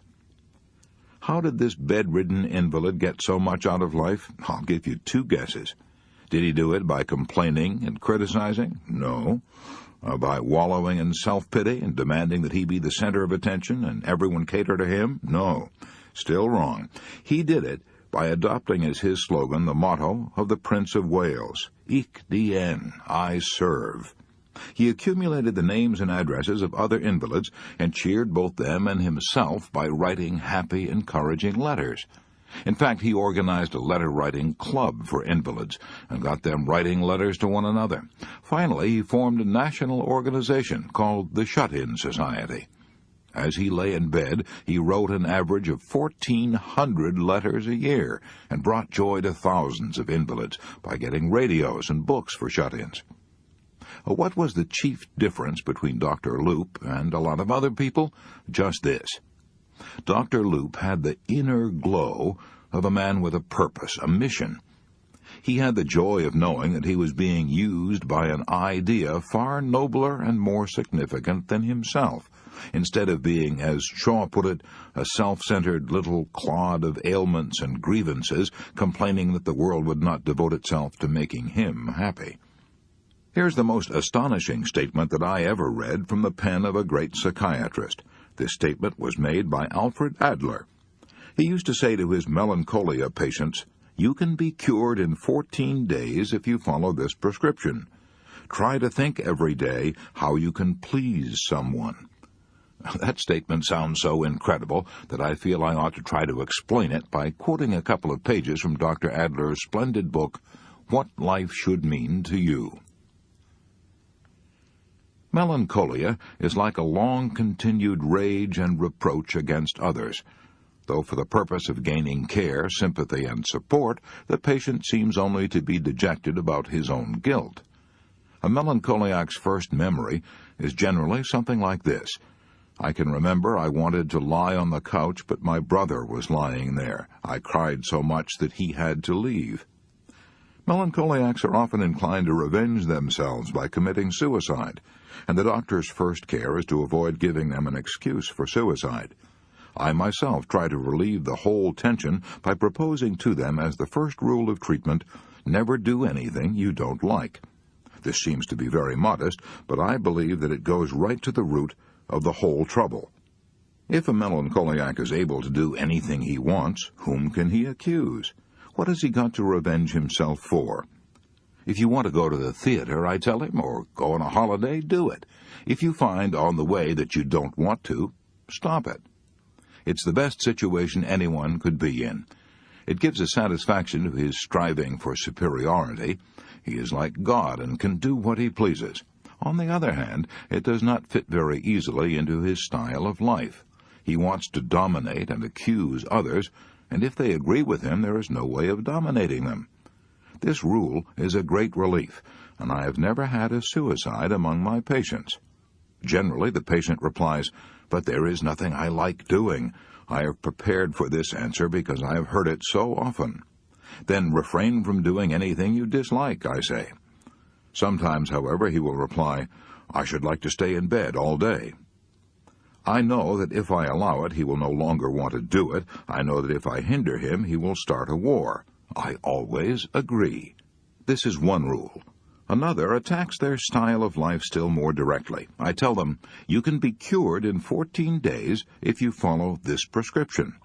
Try to think every day how you can please someone.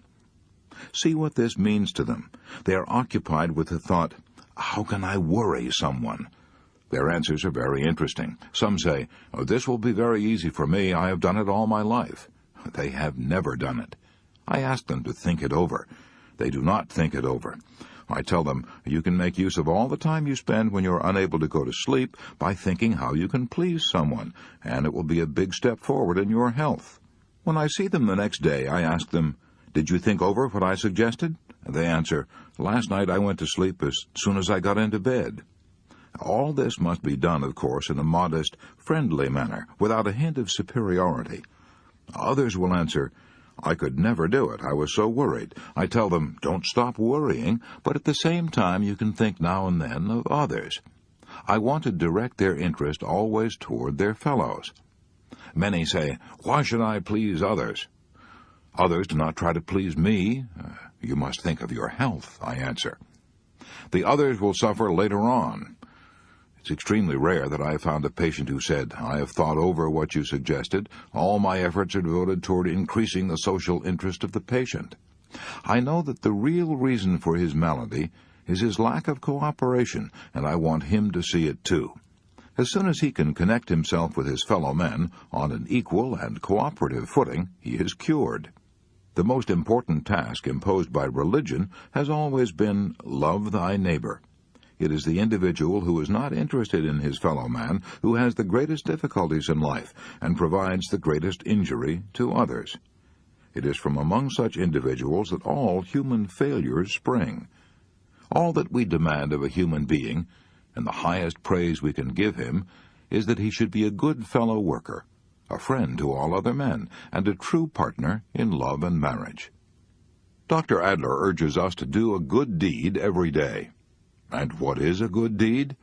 A good deed, said the Prophet Muhammad, is one that brings a smile of joy to the face of another. Why will doing a good deed every day produce such astounding effects on the doer? Because trying to please others will cause us to stop thinking of ourselves, the very thing that produces worry and fear and melancholia. Mrs. William T. Moon, who operated the Moon Secretarial School in New York, didn't have to spend 2 weeks thinking how she could please someone in order to banish her melancholy. She went Alfred Adler one better. No, she did Adler 13 better.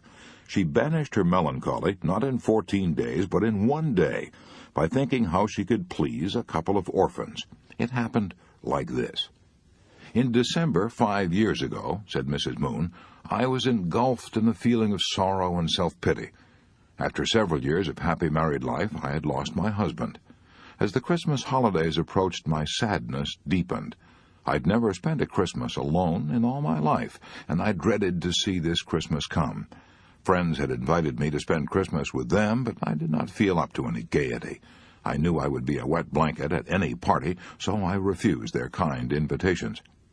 As Christmas Eve approached, I was more and more overwhelmed with self-pity. True, I should have been thankful for many things, as all of us have many things for which to be thankful. The day before Christmas, I left my office at 3 o'clock in the afternoon and started walking aimlessly up Fifth Avenue, hoping that I might banish my self-pity and melancholy. The avenue was jammed with gay and happy crowds, scenes that brought back memories of happy years that were gone. I just couldn't bear the thought of going home to a lonely, empty apartment. I was bewildered. I didn't know what to do. I couldn't keep the tears back.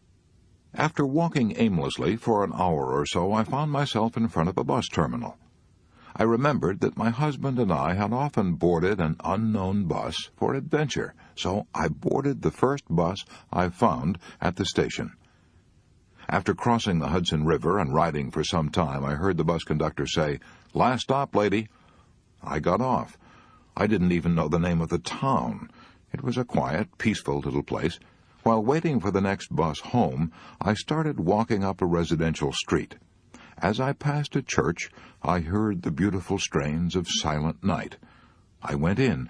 The church was empty, except for the organist.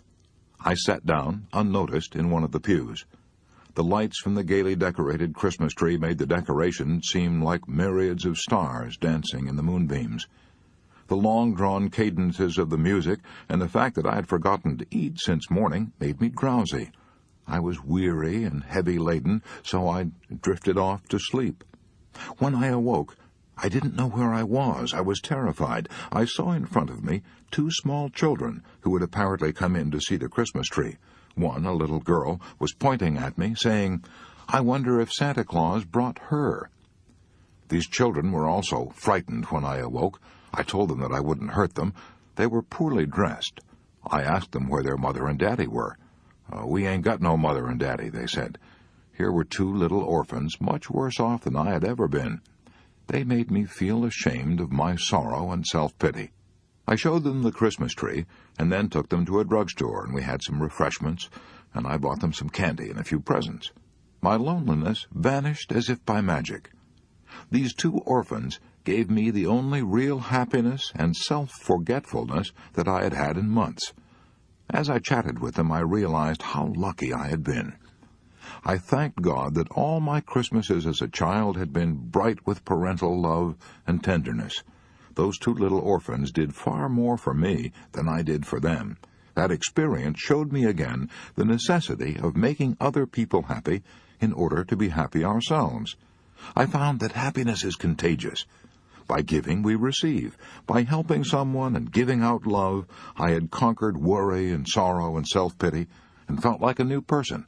And I was a new person, not only then, but in the years that followed. I could fill a book with stories of people who forgot themselves into health and happiness. For example, let's take the case of Margaret Taylor Yates, one of the most popular women in the United States Navy. Mrs. Yates is a writer of novels, but none of her mystery stories is half so interesting as the true story of what happened to her that fateful morning when the Japanese struck our fleet at Pearl Harbor. Mrs. Yates had been an invalid for more than a year, a bad heart. She spent 22 out of every 24 hours in bed. The longest journey that she undertook was a walk into the garden to take a sunbath. Even then, she had to lean on the maid's arm as she walked. She herself told me that in those days she expected to be an invalid for the rest of her life. I would never have really lived again, she told me, if the Japanese had not struck Pearl Harbor and jarred me out of my complacency. When this happened, Mrs. Yates said as she told her story, everything was chaos and confusion. One bomb struck so near my home the concussion threw me out of bed. Army trucks rushed out to Hickam Field, Schofield Barracks, and Kaneohe Bay Air Station to bring Army and Navy wives and children to the public schools. There, the Red Cross telephoned those who had extra rooms to take them in. The Red Cross workers knew that I had a telephone beside my bed, so they asked me to be a clearinghouse of information. So I kept track of where Army and Navy wives and children were being housed, and all Navy and Army men were instructed by the Red Cross to telephone me to find out where their families were. I soon discovered that my husband, Commander Robert Raleigh Yates, was safe. I tried to cheer up the wives who did not know whether their husbands had been killed. I tried to give consolation to the widows whose husbands had been killed, and there were many. 2,117 officers and enlisted men in the Navy and Marine Corps were killed, and 960 were reported missing. At first, I answered these phone calls while lying in bed. Then I answered them sitting up in bed. Finally, I got so busy, so excited, that I forgot all about my weakness and got out of bed and sat by a table. By helping others who were much worse off than I was, I forgot all about myself, and I have never gone back to bed again, except for my regular 8 hours of sleep each night. I realize now that if the Japanese had not struck at Pearl Harbor, I would probably have remained a semi-invalid all my life. I was comfortable in bed, I was constantly waited on, and I now realize that I was unconsciously losing my will to rehabilitate myself. The attack on Pearl Harbor was one of the greatest tragedies in American history. But as far as I was concerned, it was one of the best things that ever happened to me. That terrible crisis gave me strength that I never dreamed I possessed. It took my attention off myself and focused it on others. It gave me something big and vital and important to live for. I no longer had time to think about myself or care about myself. A third of the people who rushed to psychiatrists for help could probably cure themselves if they could only do as Margaret Yates did, get interested in helping others. My idea? No, that's approximately what Carl Jung said, and he ought to know if anybody does. He said, about 1/3 of my patients are suffering from no clinically definable neurosis, but from the senselessness and emptiness of their lives. To put it another way, they're trying to thumb a ride through life, and the parade passes them by. So they rush to a psychiatrist with their petty, senseless, useless lives. Having missed the boat, they stand on the wharf, blaming everyone except themselves, and demanding that the world cater to their self-centered desires. You may be saying to yourself now, well, I'm not impressed by these stories. I myself could get interested in a couple of orphans I met on Christmas Eve, and if I'd been at Pearl Harbor, I would gladly have done what Margaret Taylor Yates did. But with me, things are different. I live an ordinary, humdrum life. I work at a dull job, 8 hours a day. Nothing dramatic ever happens to me. How can I get interested in helping others? And why should I? What is there in it for me? A fair question. I'll try to answer it. However humdrum your existence may be, you surely meet some people every day of your life. And what do you do about them? Do you merely stare through them, or do you try to find out what it is that makes them tick? How about the postman, for example? He travels hundreds of miles every year delivering your mail, but have you ever taken the trouble to find out where he lives, or asked to see a snapshot of his wife and his kids? Did you ever ask him if he gets tired, or if he ever gets bored? What about the grocery boy, the newspaper vendor, the chap at the corner who polishes your shoes? These people are human, bursting with troubles and dreams and private ambitions. They're also bursting for the chance to share them with someone. But do you ever let them? Do you ever show an eager, honest interest in them or their lives? That's the sort of thing I mean. You don't have to become a Florence Nightingale or a social reformer to help improve the world, your own private world. You can start tomorrow morning with the people you meet. What's in it for you? Much greater happiness, greater satisfaction and pride in yourself. Aristotle called this kind of attitude enlightened selfishness. Zoroaster said, doing good for others is not a duty, it is a joy, for it increases your own health and happiness. And Benjamin Franklin summed it up very simply. When you're good to others, said Franklin, you are best to yourself. No discovery of modern psychology, wrote Henry C. Link, director of the Psychological Service Center in New York, is, in my opinion, so important as its scientific proof of the necessity of self-sacrifice or discipline to self-realization and happiness.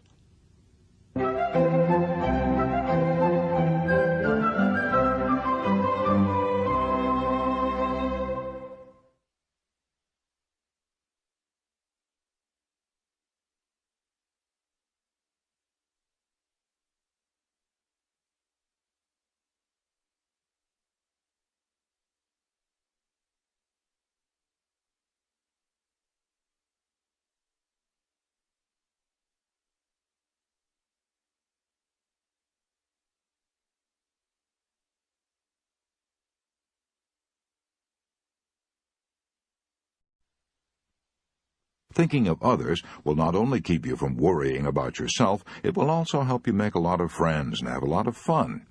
How? Well, I once asked Professor William Lyon Phelps of Yale how he did it, and here's what he said. I never go into a hotel or a barber shop or a store without saying something agreeable to everyone I meet. I try to say something that treats them as an individual, not merely a cog in a machine. I sometimes compliment the girl who waits on me in the store by telling her how beautiful her eyes are or her hair. I'll ask a barber if he doesn't get tired standing on his feet all day. I'll ask him how he came to take up barbering, how long he's been at it, how many heads of hair he's cut. I'll help him figure it out. I find that taking an interest in people makes them beam with pleasure. I frequently shake hands with a redcap who's carried my grip. It gives him a new lift and freshens him up for the whole day. One extremely hot summer day, I went to a dining car of the New Haven Railway to have lunch. The crowded car was almost like a furnace, and the service was slow. When the steward finally got around to handing me the menu, I said, "The boys back there cooking in that hot kitchen certainly must be suffering today." The steward began to curse. His tones were bitter. At first I thought he was angry. "Good God Almighty," he exclaimed. "People come in here and complain about the food. They kick about the slow service and growl about the heat and the prices.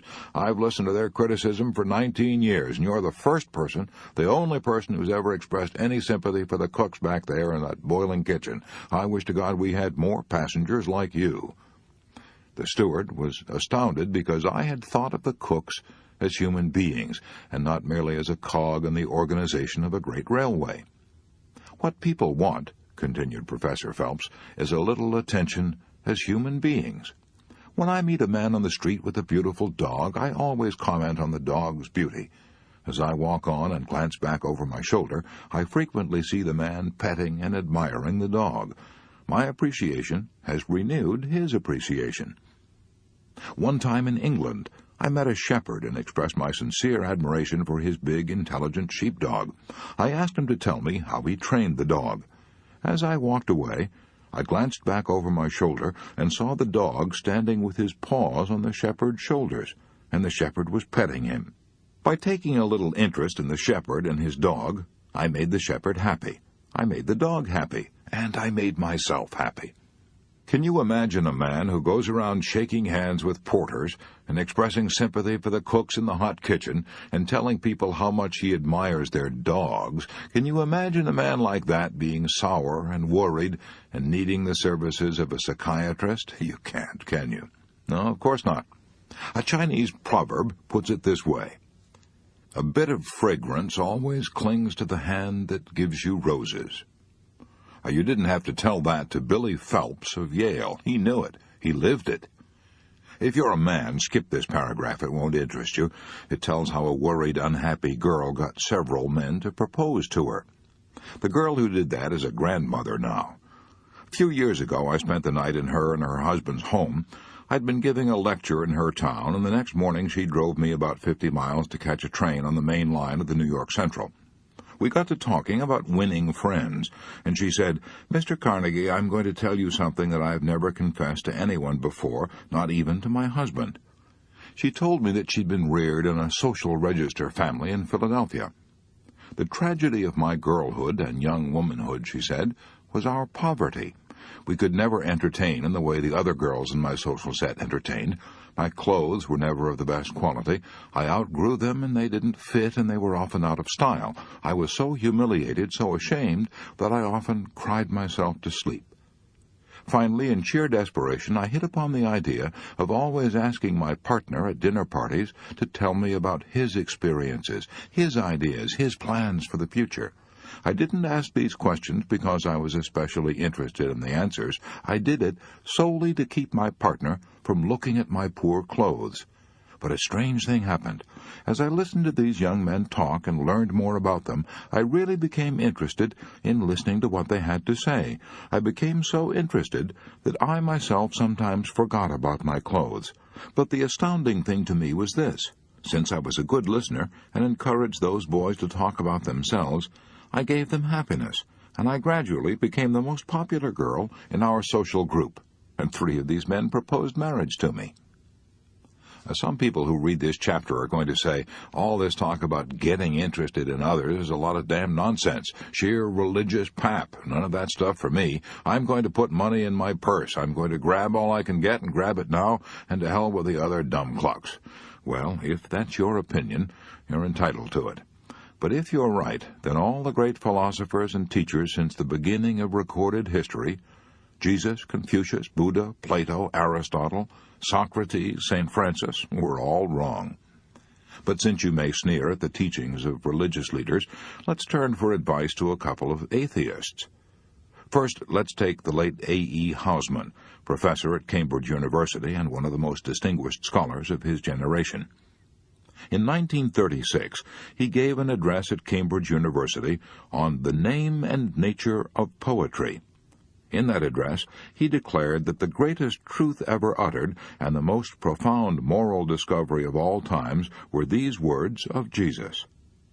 "He that findeth his life shall lose it, and he that loseth his life for my sake shall find it." We have heard preachers say that all our lives, but Housman was an atheist, a pessimist, a man who contemplated suicide, and yet he felt that the man who thought only of himself wouldn't get much out of life. He would be miserable. But the man who forgot himself in service to others would find the joy of living. If you're not impressed by what A.E. Hosman said, let's turn for advice to the most distinguished American atheist of the 20th century, Theodore Dreiser. Dreiser ridiculed all religions as fairy tales and regarded life as a tale told by an idiot, full of sound and fury, signifying nothing. Yet Dreiser advocated the one great principle that Jesus taught, service to others. If he, man, is expected to extract any joy out of his span, Dreiser said, he must think and plan to make things better not only for himself but for others, since joy for himself depends upon his joy in others and theirs in him. If we're going to make things better for others, as Dreiser advocated, let's be quick about it, time's a-wasting. I shall pass this way but once. Therefore any good that I can do, or any kindness that I can show, let me do it now. Let me not defer nor neglect it, for I shall not pass this way again. So, if you want to banish worry and cultivate peace and happiness, here's Rule 7. Forget yourself by becoming interested in others. Every day, do a good deed that will put a smile of joy on someone's face. Part 4 in a nutshell. 7 ways to cultivate a mental attitude that will bring you peace and happiness. Rule 1. Let's fill our minds with thoughts of peace, courage, health, and hope, for our life is what our thoughts make it. Rule 2. Let's never try to get even with our enemies, because if we do, we will hurt ourselves far more than we hurt them. Let's do as General Eisenhower does. Let's never waste a minute thinking about people we don't like. Rule 3. A. Instead of worrying about ingratitude, let's expect it. Let's remember that Jesus healed 10 lepers in one day, and only 1 thanked him. Why should we expect more gratitude than Jesus got? B. Let's remember that the only way to find happiness is not to expect gratitude, but to give for the joy of giving. C. Let's remember that gratitude is a cultivated trait, so that if we want our children to be grateful, we must train them to be grateful. Rule 4. Count your blessings, not your troubles. Rule 5. Let's not imitate others. Let's find ourselves and be ourselves, for envy is ignorance, and imitation is suicide. Rule 6. When fate hands us a lemon, let's try to make a lemonade. Rule 7.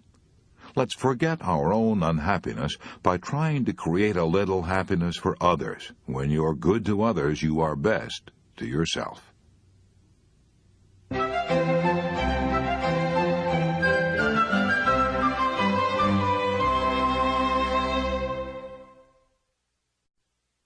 Part 5. The Perfect Way to Conquer Worry. Chapter 19. How My Mother and Father Conquered Worry. As I have said, I was born and brought up on a Missouri farm. Like most farmers of that day, my parents had pretty hard scratching. My mother had been a country school teacher. My father had been a farmhand working for $12 a month.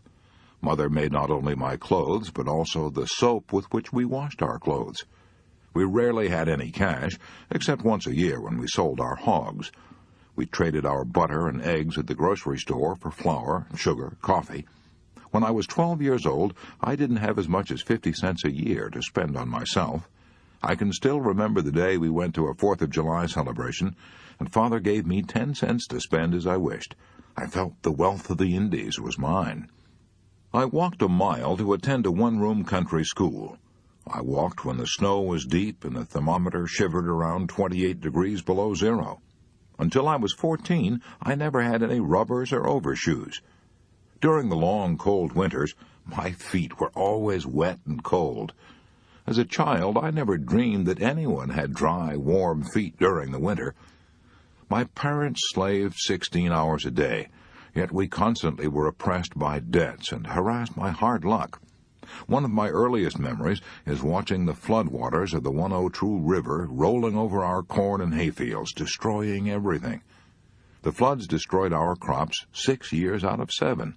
Year after year, our hogs died of cholera, and we burned them. I can close my eyes now and recall the pungent odor of burning hog flesh.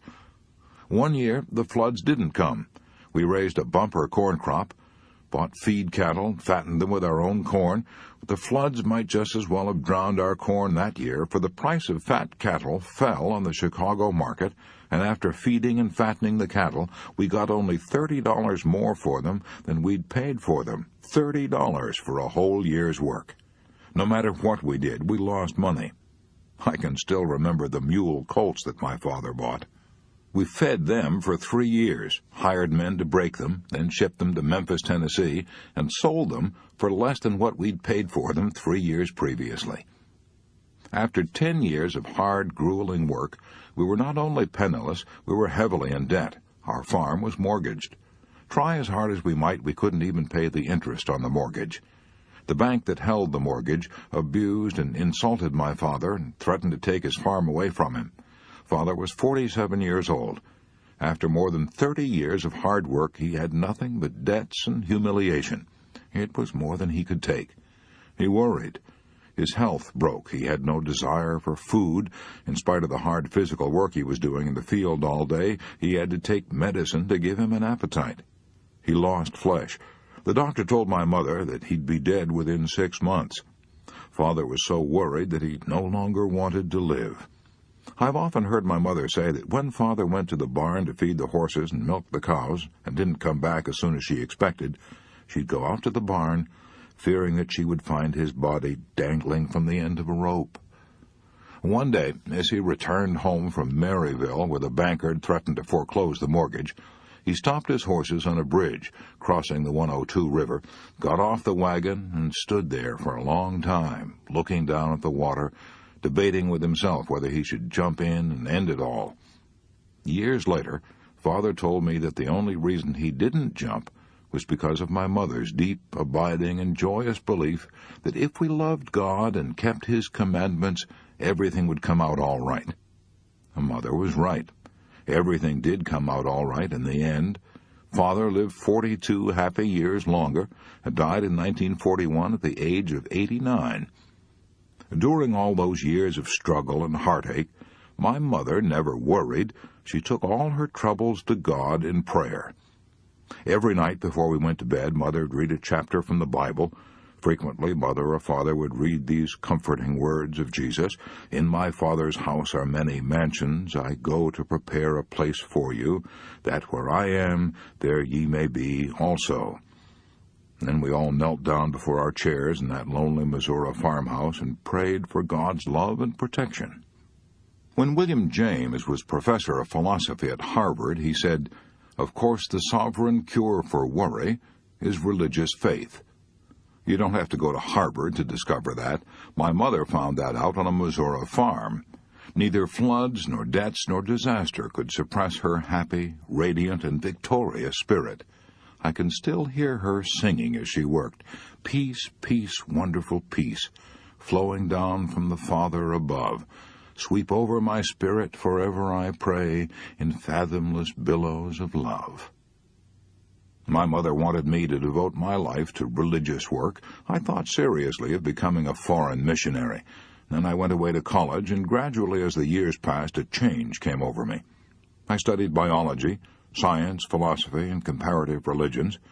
I read books on how the Bible was written. I began to question many of its assertions.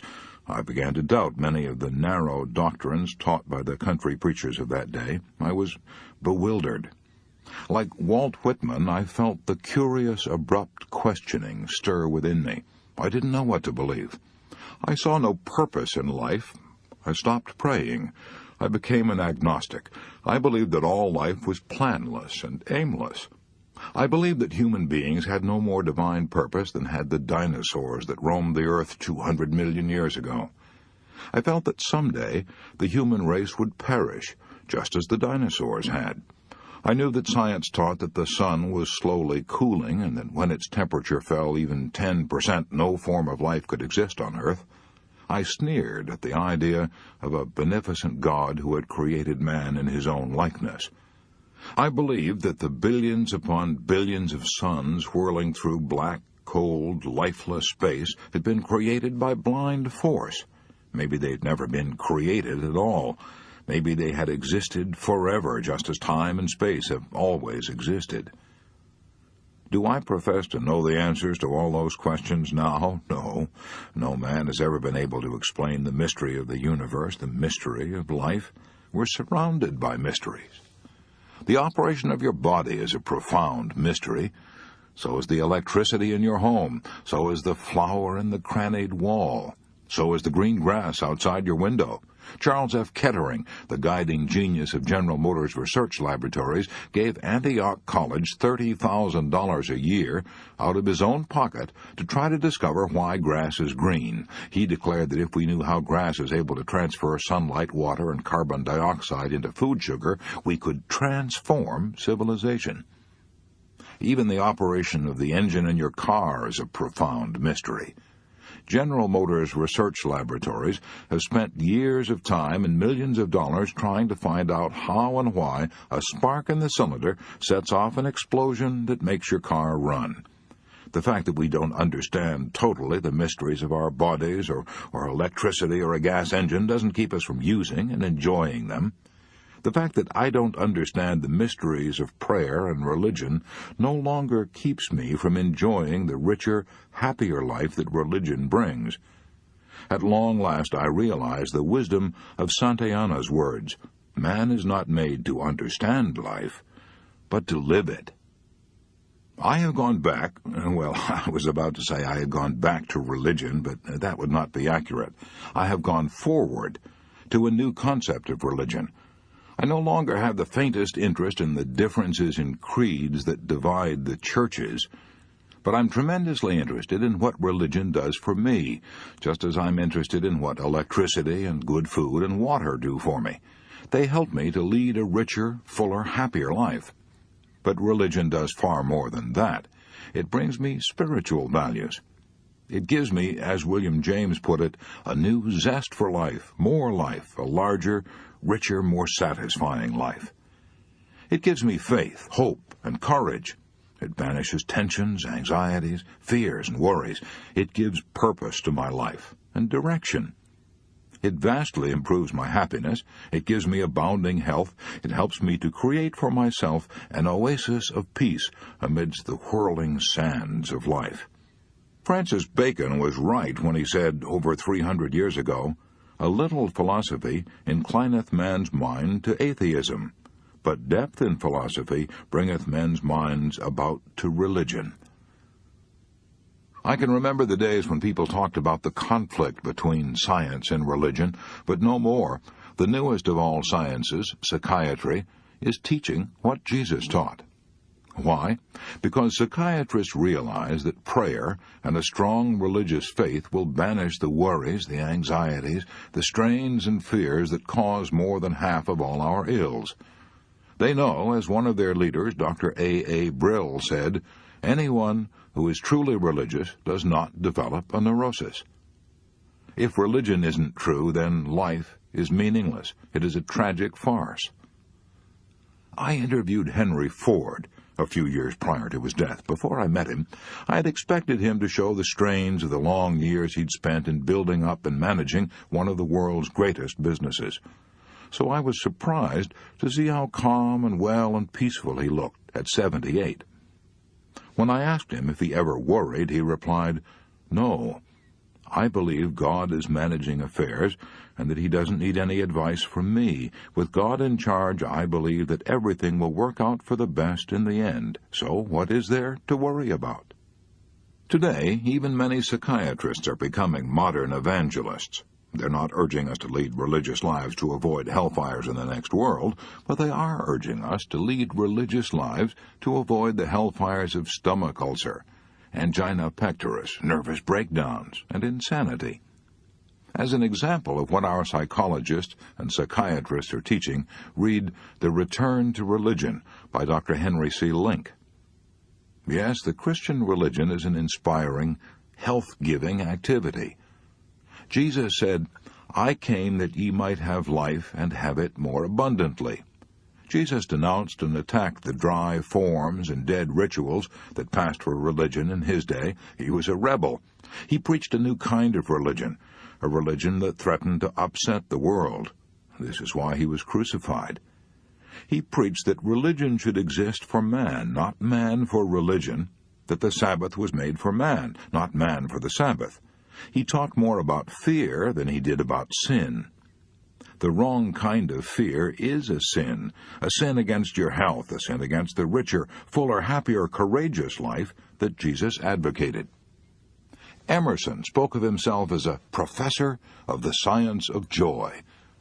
Jesus, too, was a teacher of the science of joy. He commanded his disciples to rejoice and leap for joy.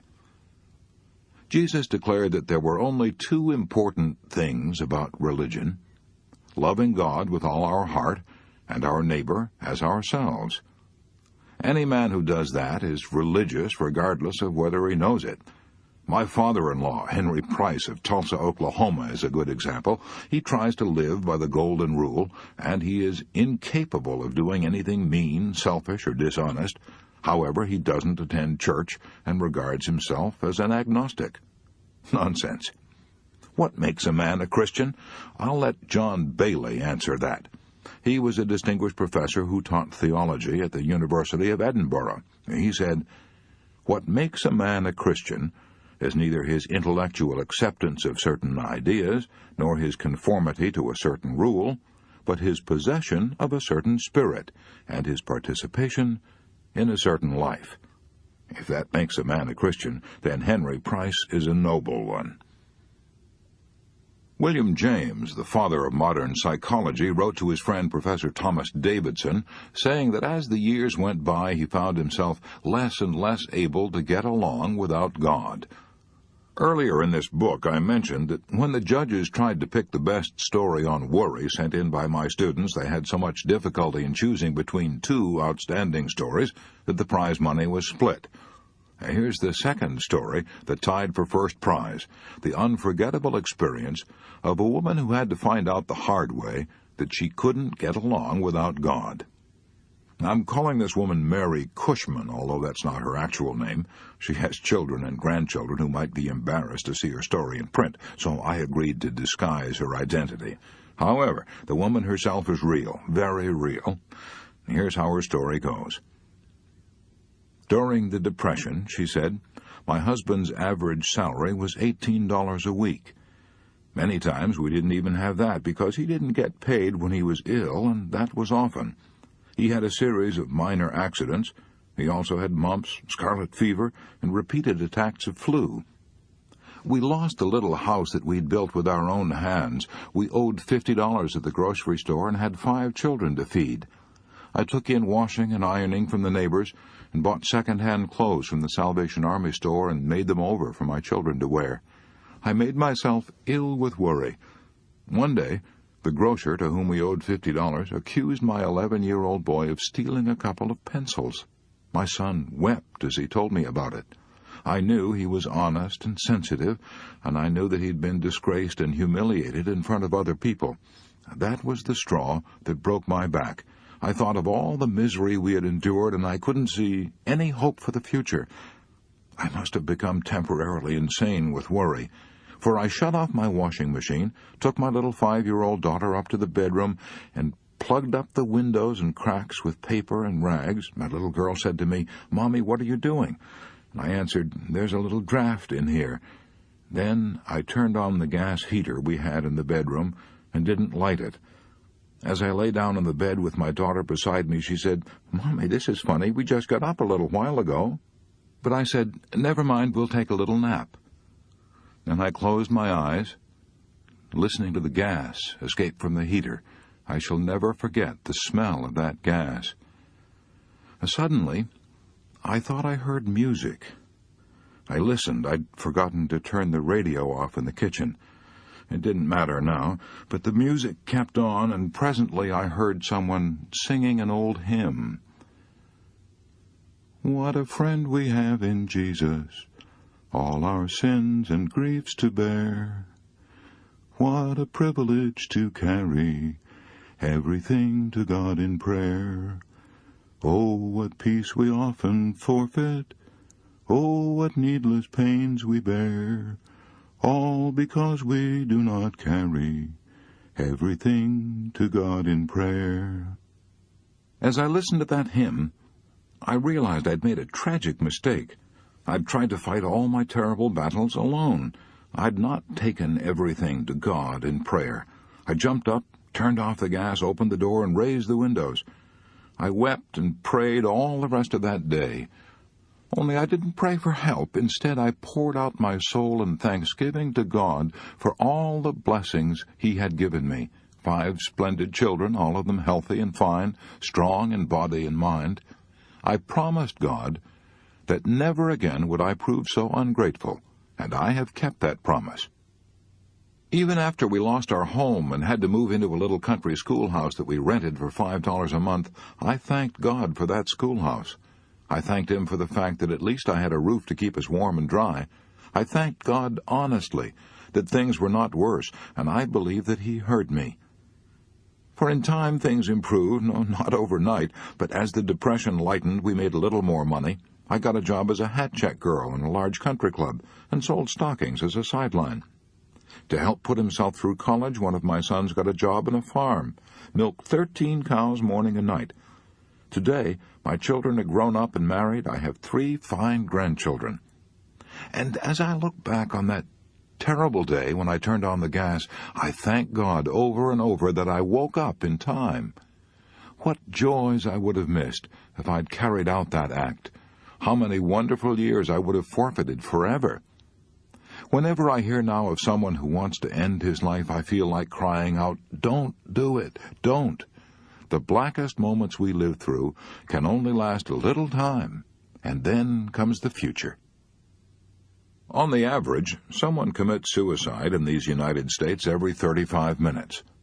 On the average, someone goes insane every 120 seconds. Most of these suicides, and probably many of the tragedies of insanity, could have been prevented if these people had only had the solace and peace that are found in religion and prayer. One of the most distinguished of psychiatrists, Dr. Carl Jung, says on page 264 of his book, Modern Man in Search of a Soul, "During the past 30 years, people from all the civilized countries of the earth have consulted me. I have treated many hundreds of patients.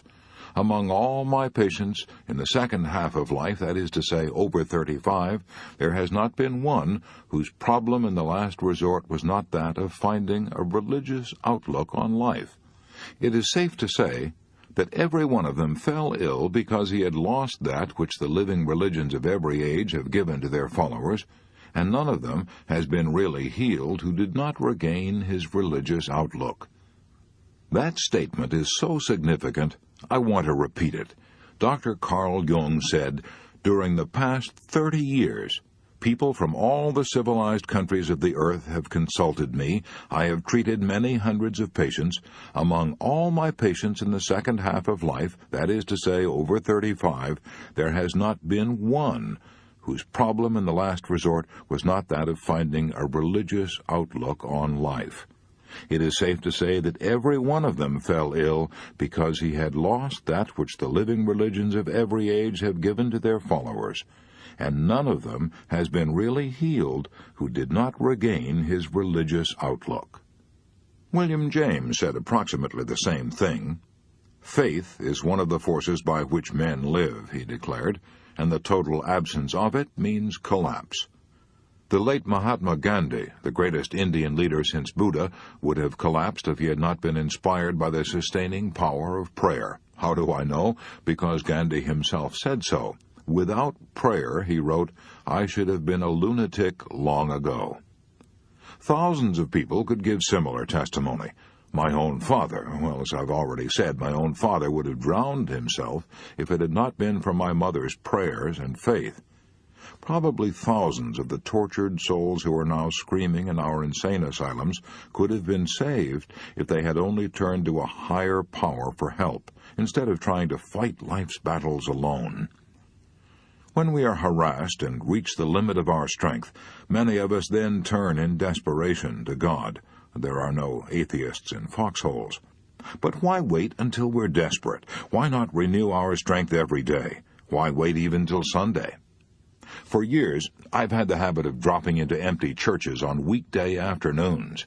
When I feel that I'm too rushed and hurried to spare a few minutes to think about spiritual things, I say to myself, "Wait a minute, Dale Carnegie, wait a minute. Why all the feverish hurry and rush, little man? You need to pause and acquire a little perspective." At such times, I frequently drop into the first church that I find open. Although I'm a Protestant, I frequently on weekday afternoons drop into St. Patrick's Cathedral on Fifth Avenue and remind myself that I'll be dead in another 30 years, but that the great spiritual truths that all churches teach are eternal. I close my eyes and pray. I find that doing this calms my nerves, rests my body, clarifies my perspective, and helps me revalue my values. May I recommend this practice to you. During the past 6 years that I've been writing this book, I've collected hundreds of examples and concrete cases of how men and women conquered fear and worry by prayer. I have in my filing cabinet folders bulging with case histories. Let's take as a typical example the story of a discouraged and disheartened book salesman, John R. Anthony of Houston, Texas. Here's his story as he told it to me. 22 years ago, I closed my private law office to become state representative of an American law book company. My specialty was selling a set of law books to lawyers, a set of books that were almost indispensable. I was ably and thoroughly trained for the job. I knew all the direct sales talks and the convincing answers to all possible objections. Before calling on a prospect, I familiarized myself with his rating as an attorney, the nature of his practice, his politics and hobbies. During my interview, I used that information with ample skill, yet something was wrong. I just couldn't get orders. I grew discouraged. As the days and weeks passed, I doubled and redoubled my efforts, but was still unable to close enough sales to pay my expenses. A sense of fear and dread grew within me. I became afraid to call on people. Before I could enter a prospect's office, that feeling of dread flared up so strong I'd pace up and down the hallway outside the door, or go out of the building and circle the block. Then, after losing much valuable time and feigning enough courage by sheer willpower to crash the office door, I feebly turned the doorknob with trembling hand, half hoping my prospect would not be in. My sales manager threatened to stop my advances if I didn't send in more orders. My wife at home pleaded with me for money to pay the grocery bill for herself and our 3 children. Worry seized me. Day by day I grew more desperate. I didn't know what to do. As I've already said, I'd closed my private law office at home and had given up my clients. Now I was broke. I didn't have the money to pay even my hotel bill. Neither did I have the money to buy a ticket back home, nor did I have the courage to return home a beaten man, even if I had the ticket. Finally, at the miserable end of another bad day, I trudged back to my hotel room. For the last time, I thought. So far as I was concerned, I was thoroughly beaten. Heartbroken, depressed, I didn't know which way to turn. I hardly cared whether I lived or died. I was sorry I had ever been born. I had nothing but a glass of hot milk that night for dinner. Even that was more than I could afford. I understood that night why desperate men raise a hotel window and jump. I might have done it myself if I'd had the courage. I began wondering what was the purpose of life. I didn't know. I couldn't figure it out. Since there was no one else to turn to, I turned to God. I began to pray. I implored the Almighty to give me light and understanding and guidance through the dark, dense wilderness of despair that had closed in about me. I asked God to help me get orders for my books and to give me money to feed my wife and children. After that prayer, I opened my eyes. and saw a Gideon Bible that lay on the dresser in that lonely hotel room.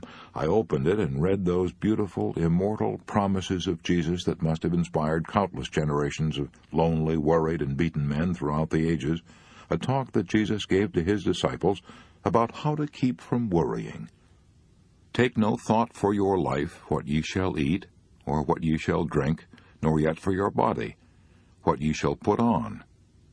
Is not the life more than meat, and the body more than raiment? Behold the fowls of the air, for they sow not, neither do they reap, nor gather into barns, yet your heavenly Father feedeth them. Are ye not much better than they? But seek ye first the kingdom of God and his righteousness, and all these things shall be added unto you." As I prayed, and as I read those words, a miracle happened. My nervous tension fell away. My anxieties, fears, and worries were transformed into heart-warming courage and hope and triumphant faith. I was happy, even though I didn't have enough money to pay my hotel bill. I went to bed and slept soundly, free from care, as I had not done for many years. Next morning, I could hardly hold myself back until the offices of my prospects were open. I approached the office door of my first prospect that beautiful, cold, rainy day with a bold and positive stride. I turned the doorknob with a firm and steady grip. As I entered, I made a beeline for my man, energetically, chin up, with appropriate dignity and all smiles, saying, "Good morning, Mr. Smith. I'm John R. Anthony of the All-American Law Book Company." "Oh, yes, yes," he replied, smiling too, as he rose from his chair with outstretched hand. "I'm glad to see you. Have a seat." I made more sales that day than I had made in weeks. That evening I proudly returned to my hotel like a conquering hero. I felt like a new man, and I was a new man, because I had a new and victorious mental attitude. No dinner of hot milk that night, no sir. I had a steak with all the fixins. From that day on, my sales zoomed. I was born anew that desperate night 22 years ago in a little hotel in Amarillo, Texas. My outward situation the next day was the same as it had been through my weeks of failure, but a tremendous thing had happened inside me. I had suddenly become aware of my relationship with God. A mere man alone can easily be defeated, but a man alive with the power of God within him is invincible. I know. I saw it work in my own life. "Ask, and it shall be given you. Seek, and ye shall find. Knock, and it shall be opened unto you." When Mrs. L.G. Baird of Highland, Illinois, was faced with stark tragedy, she discovered that she could find peace and tranquility by kneeling down and saying, "O Lord, thy will, not mine, be done." One evening our telephone rang, she writes in a letter that I have before me now. It rang 14 times before I had the courage to pick up the receiver. I knew it must be the hospital, and I was terrified. I feared that our little boy was dying. He had meningitis. He had already been given penicillin, but it made his temperature fluctuate, and the doctors feared that the disease had traveled to his brain and might cause the development of a brain tumor and death. The phone call was just what I feared. The hospital was calling. The doctor wanted us to come immediately. Maybe you can picture the anguish my husband and I went through sitting in the waiting room. Everyone else had his baby, but we sat there with empty arms, wondering if we would ever hold our little fellow again. When we were finally called into the doctor's private office, the expression on his face filled our hearts with terror. His words brought even more terror. He told us that there was only 1 chance in 4 that our baby would live. He said that if we knew another doctor, to please call him in on the case. On the way home, my husband broke down and, doubling up his fist, hit the steering wheel, saying, "Bets, I can't give that little guy up." Have you ever seen a man cry? It isn't a pleasant experience. We stopped the car, and after talking things over, decided to stop in church and pray that if it was God's will to take our baby, we would resign our will to his. I sank in the pew and said with tears rolling down my cheeks, "Not my will, but thine be done." The moment I uttered those words, I felt better. A sense of peace that I hadn't felt for a long time came over me. All the way home I kept repeating, "O God, thy will, not mine, be done." I slept soundly that night for the first time in a week. The doctor called a few days later and said that Bobby had passed the crisis. I thank God for the strong and healthy 4-year-old boy we have today. I know men who regard religion as something for women and children and preachers. They pride themselves on being he-men who can fight their battles alone. How surprised they might be to learn that some of the most famous he-men in the world pray every day. For example, he-man Jack Dempsey told me that he never went to bed without saying his prayers. He told me that he never ate a meal without first thanking God for it. He told me that he prayed every day when he was training for a bout, and that when he was fighting he always prayed just before the bell sounded for each round. Praying, he said, helped me fight with courage and confidence. He-man Connie Mack told me he couldn't go to sleep without saying his prayers. He-man Eddie Rickenbacker told me that he believed his life had been saved by prayer. He prayed every day. He-man Edward R. Stettinius, former high official of General Motors and United States Steel and former Secretary of State, told me that he prayed for wisdom and guidance every morning and night. He-man J. Pierpont Morgan, the greatest financier of his age, often went alone to Trinity Church at the head of Wall Street on Saturday afternoons and knelt in prayer. When He-man Eisenhower flew to England to take supreme command of the British and American forces, he took only one book on the plane with him, the Bible. He-man General Mark Clark told me that he'd read his Bible every day during the war and knelt down in prayer. So did Chiang Kai-shek and General Montgomery, Monty of El Alamein. So did Lord Nelson at Trafalgar. So did General Washington, Robert E. Lee, Stonewall Jackson, and scores of other great military leaders. These he-men discovered the truth of William James's statement, "We and God have business with each other, and in opening ourselves to his influence, our deepest destiny is fulfilled." A lot of he-men are discovering that. 72 million Americans are church members now, an all-time record. As I said before, even the scientists are turning to religion. Take, for example, Dr. Alexis Carrel, who wrote Man the Unknown, and won the greatest honor that can be bestowed upon any scientist, the Nobel Prize.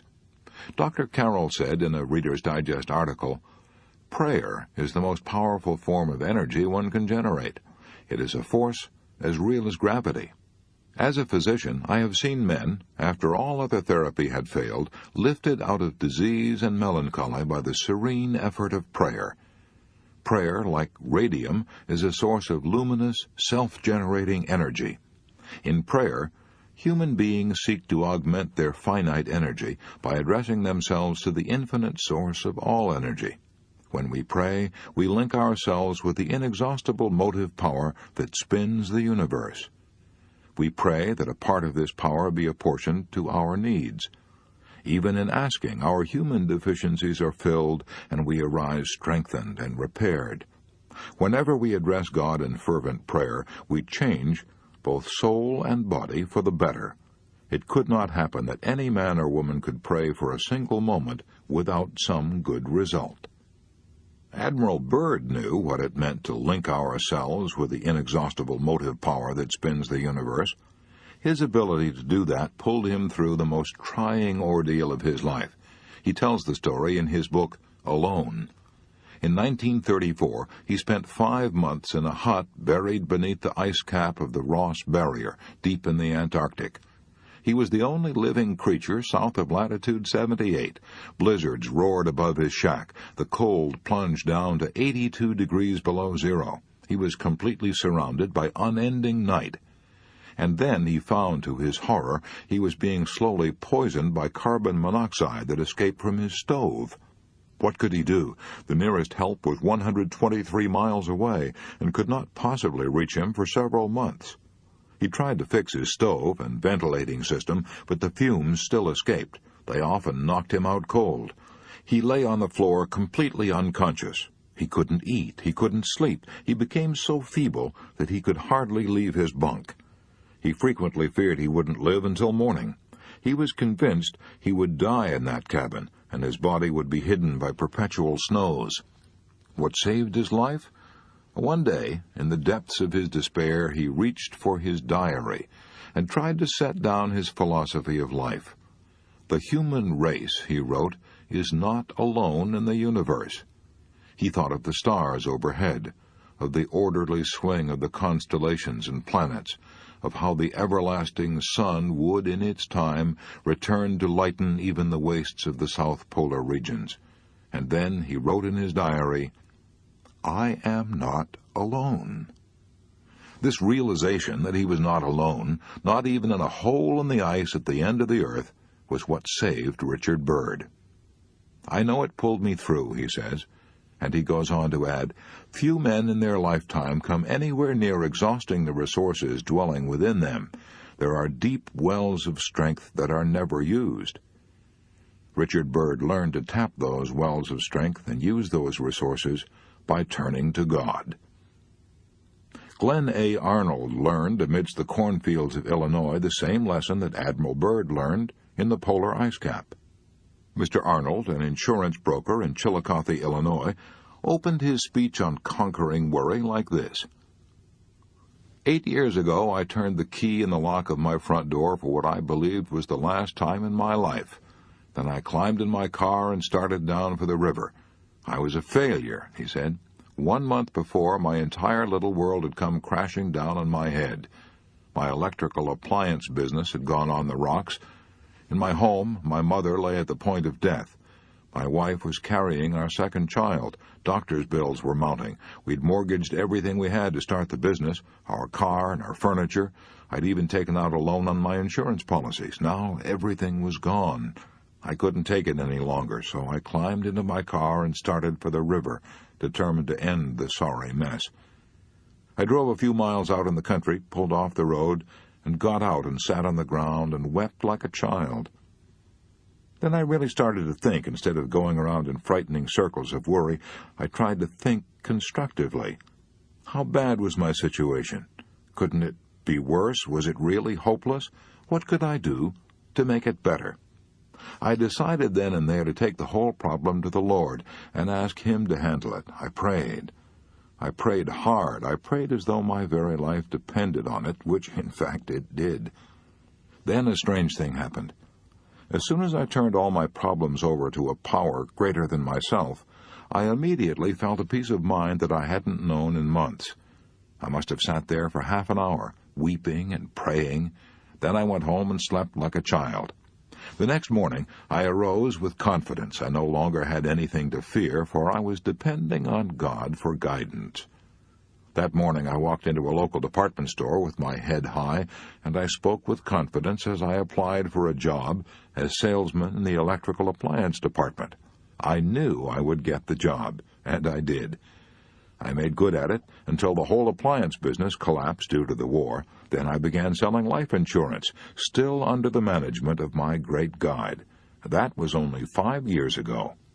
Now all of my bills are paid. I have a fine family of 3 bright children, own my own home, have a new car, and own $25,000 in life insurance.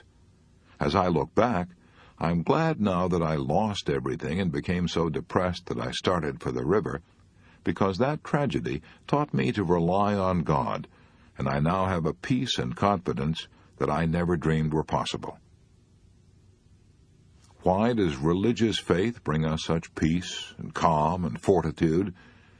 I'll let William James answer that. He says, "The turbulent billows of the fretful surface leave the deep parts of the ocean undisturbed. And to him who has a hold on vaster and more permanent realities, the hourly vicissitudes of his personal destiny seem relatively insignificant things. The really religious person is accordingly unshakable and full of equanimity, and calmly ready for any duty that the day may bring forth."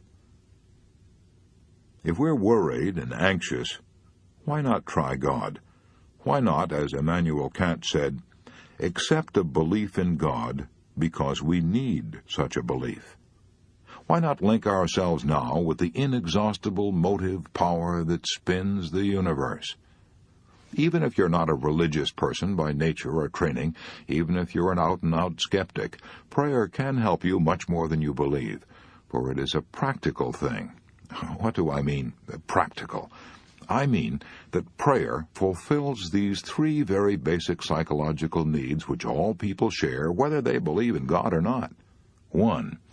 Prayer helps us put into words exactly what is troubling us. We saw in Chapter 4 that it's almost impossible to deal with a problem while it remains vague and nebulous. Praying, in a way, is very much like writing our problems down on paper. If we ask help for a problem, even from God, we must put it into words. 2. Prayer gives us a sense of sharing our burdens, of not being alone. Few of us are so strong that we can bear our heaviest burdens, our most agonizing troubles, all by ourselves. Sometimes our worries are of so intimate a nature that we cannot discuss them, even with our closest relatives or friends. Then prayer is the answer.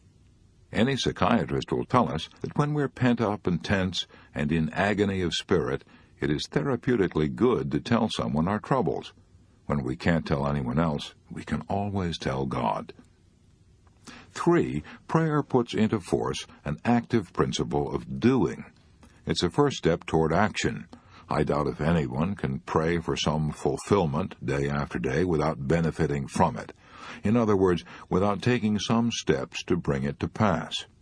The world-famous scientist, Dr. Alexis Carrel, said, "Prayer is the most powerful form of energy one can generate, so why not make use of it?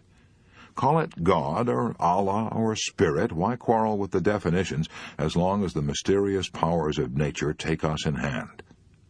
Why not close this book right now, shut the door, kneel down, and unburden your heart? If you've lost your faith, beseech Almighty God to renew it, and repeat this beautiful prayer written by St. Francis of Assisi 700 years ago. Lord, make me an instrument of thy peace. Where there is hatred, let me sow love. Where there is injury, pardon. Where there is doubt, faith. Where there is despair, hope. Where there is darkness, light.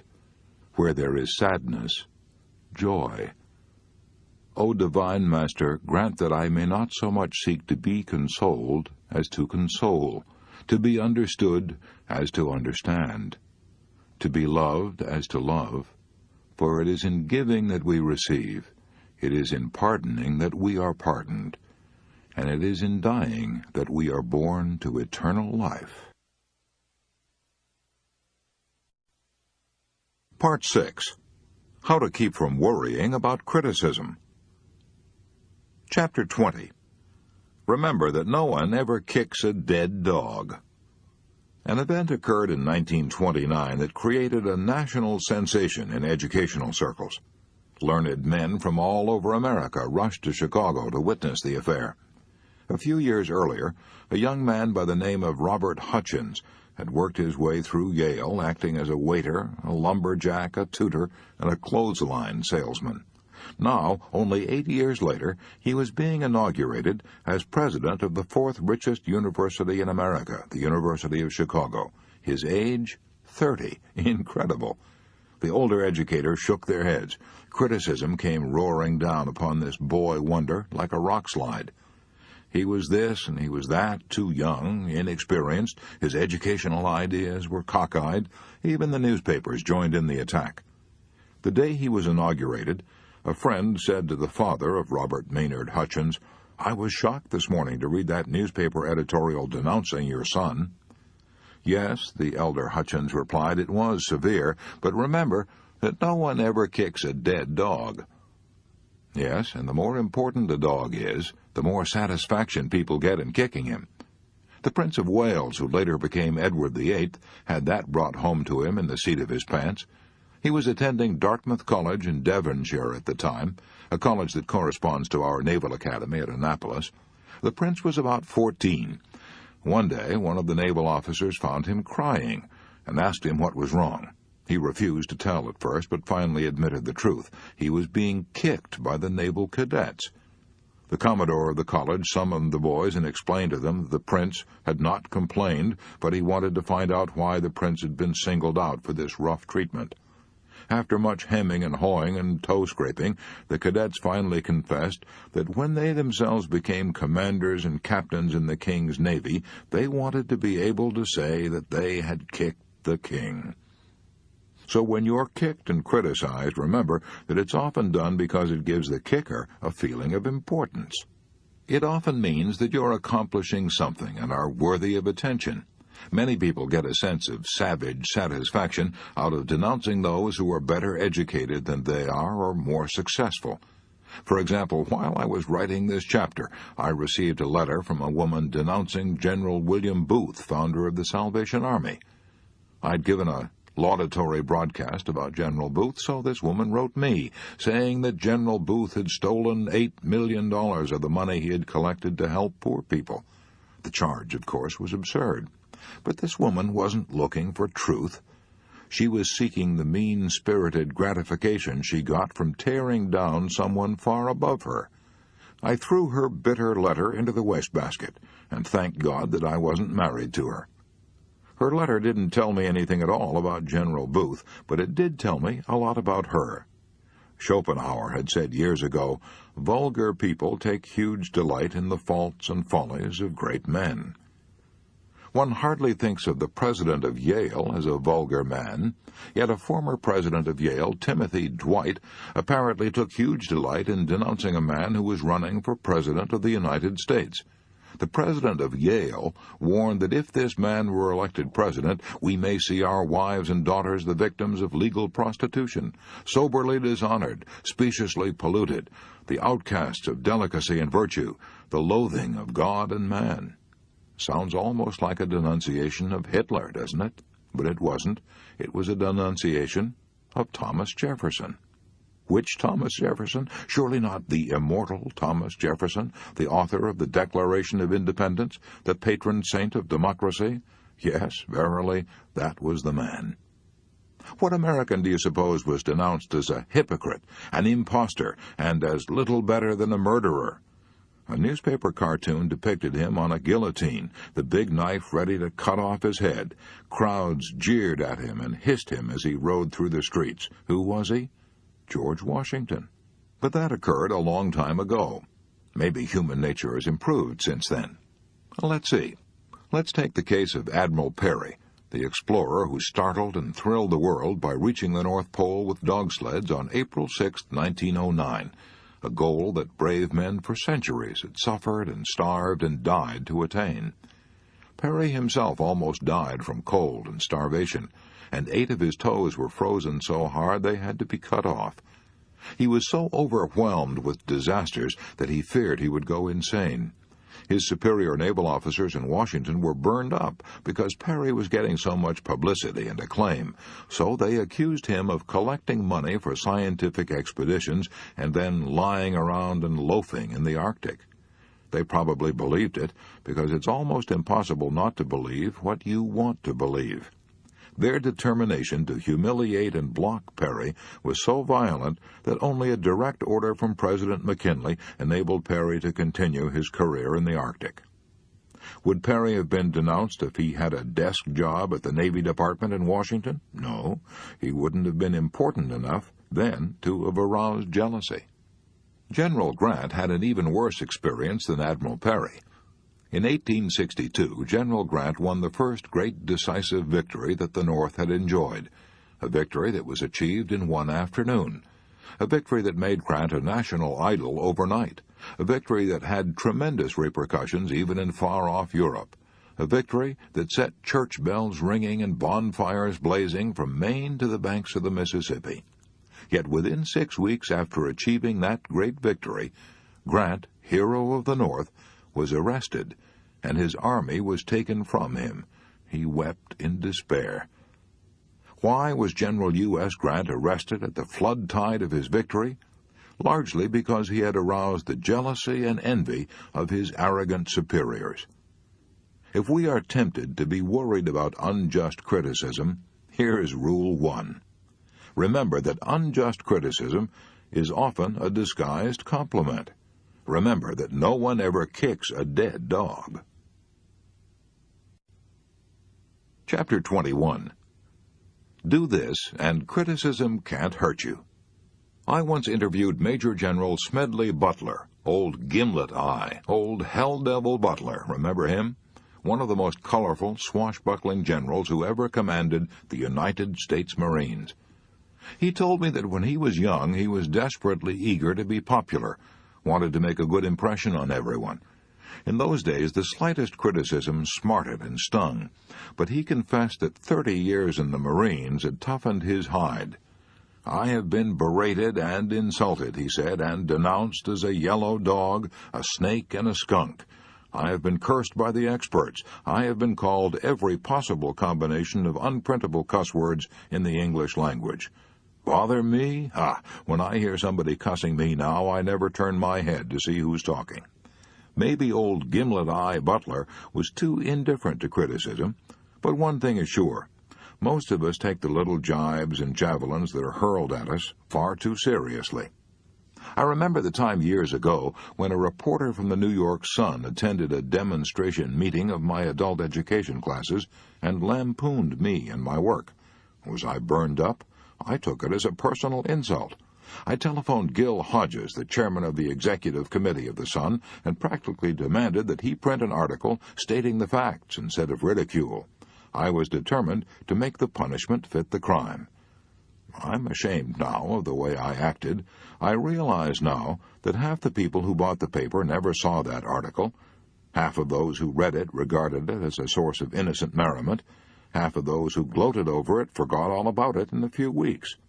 I realize now that people are not thinking about you and me or caring what is said about us. They're thinking about themselves, before breakfast, after breakfast, and right on until 10 minutes past midnight. They would be 1,000 times more concerned about a slight headache of their own than they would about the news of your death or mine. Even if you and I are lied about, ridiculed, double-crossed, knifed in the back, and sold down the river by 1 out of every 6 of our most intimate friends, let's not indulge in an orgy of self-pity. Instead, let's remind ourselves that that's precisely what happened to Jesus. One of his 12 most intimate friends turned traitor for a bribe that would amount in our modern money to about $19.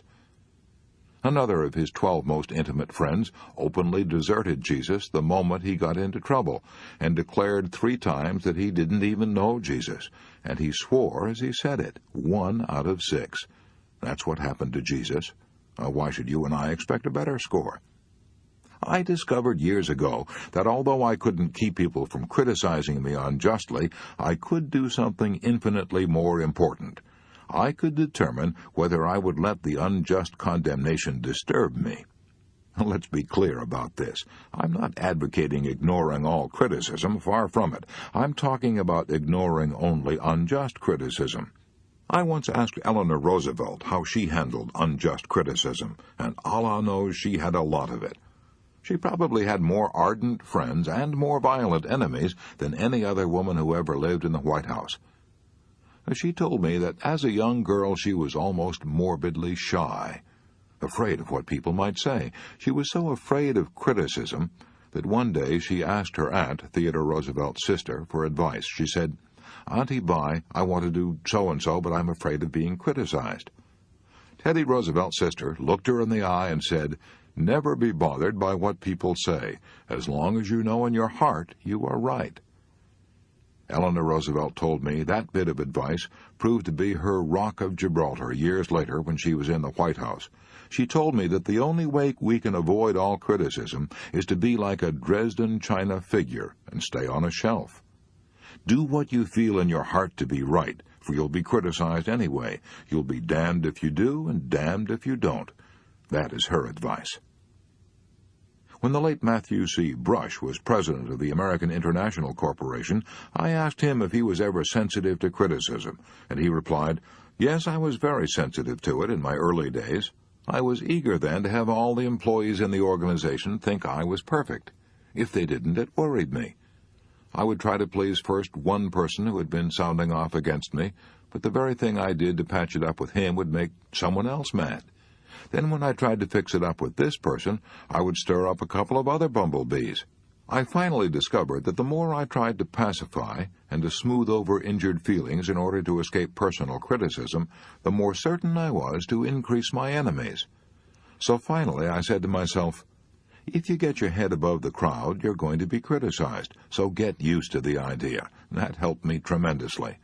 From that time on, I made it a rule to do the very best I could, and then put up my old umbrella and let the rain of criticism drain off me instead of run down my neck.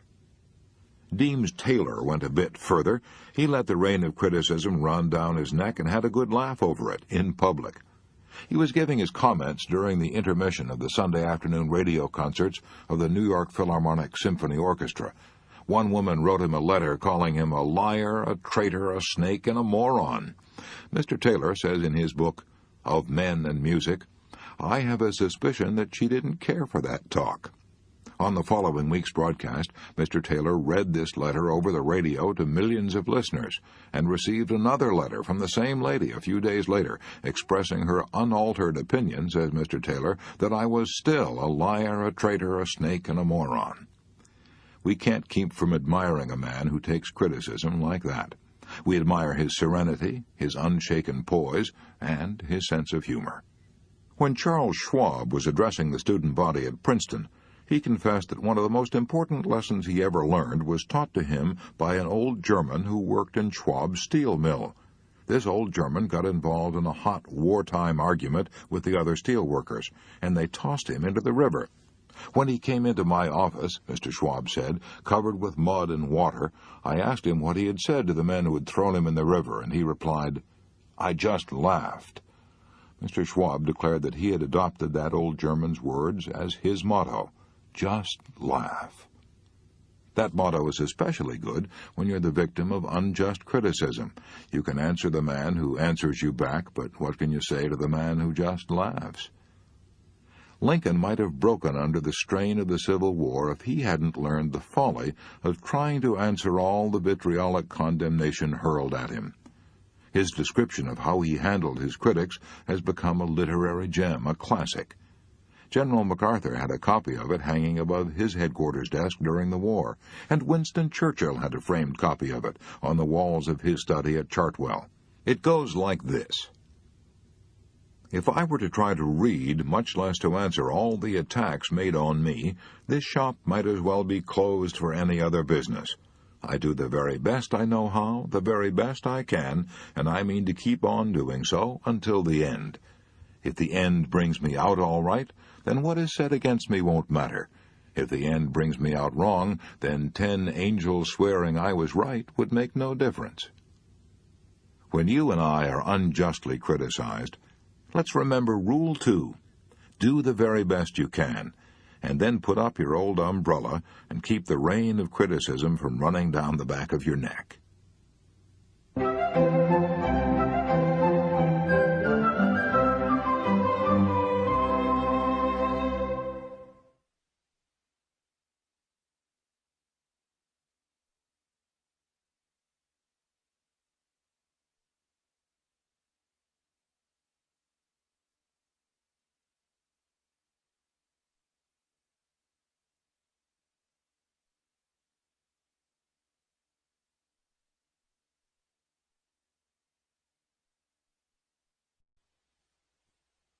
Chapter 22.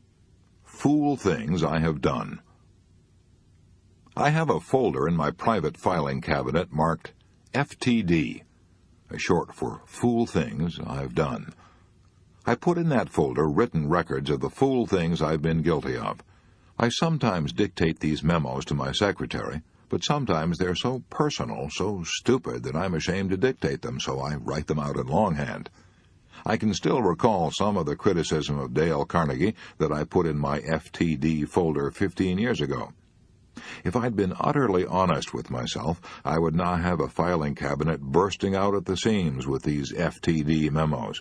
I can truthfully repeat what King Saul said 30 centuries ago. I have played the fool and have erred exceedingly.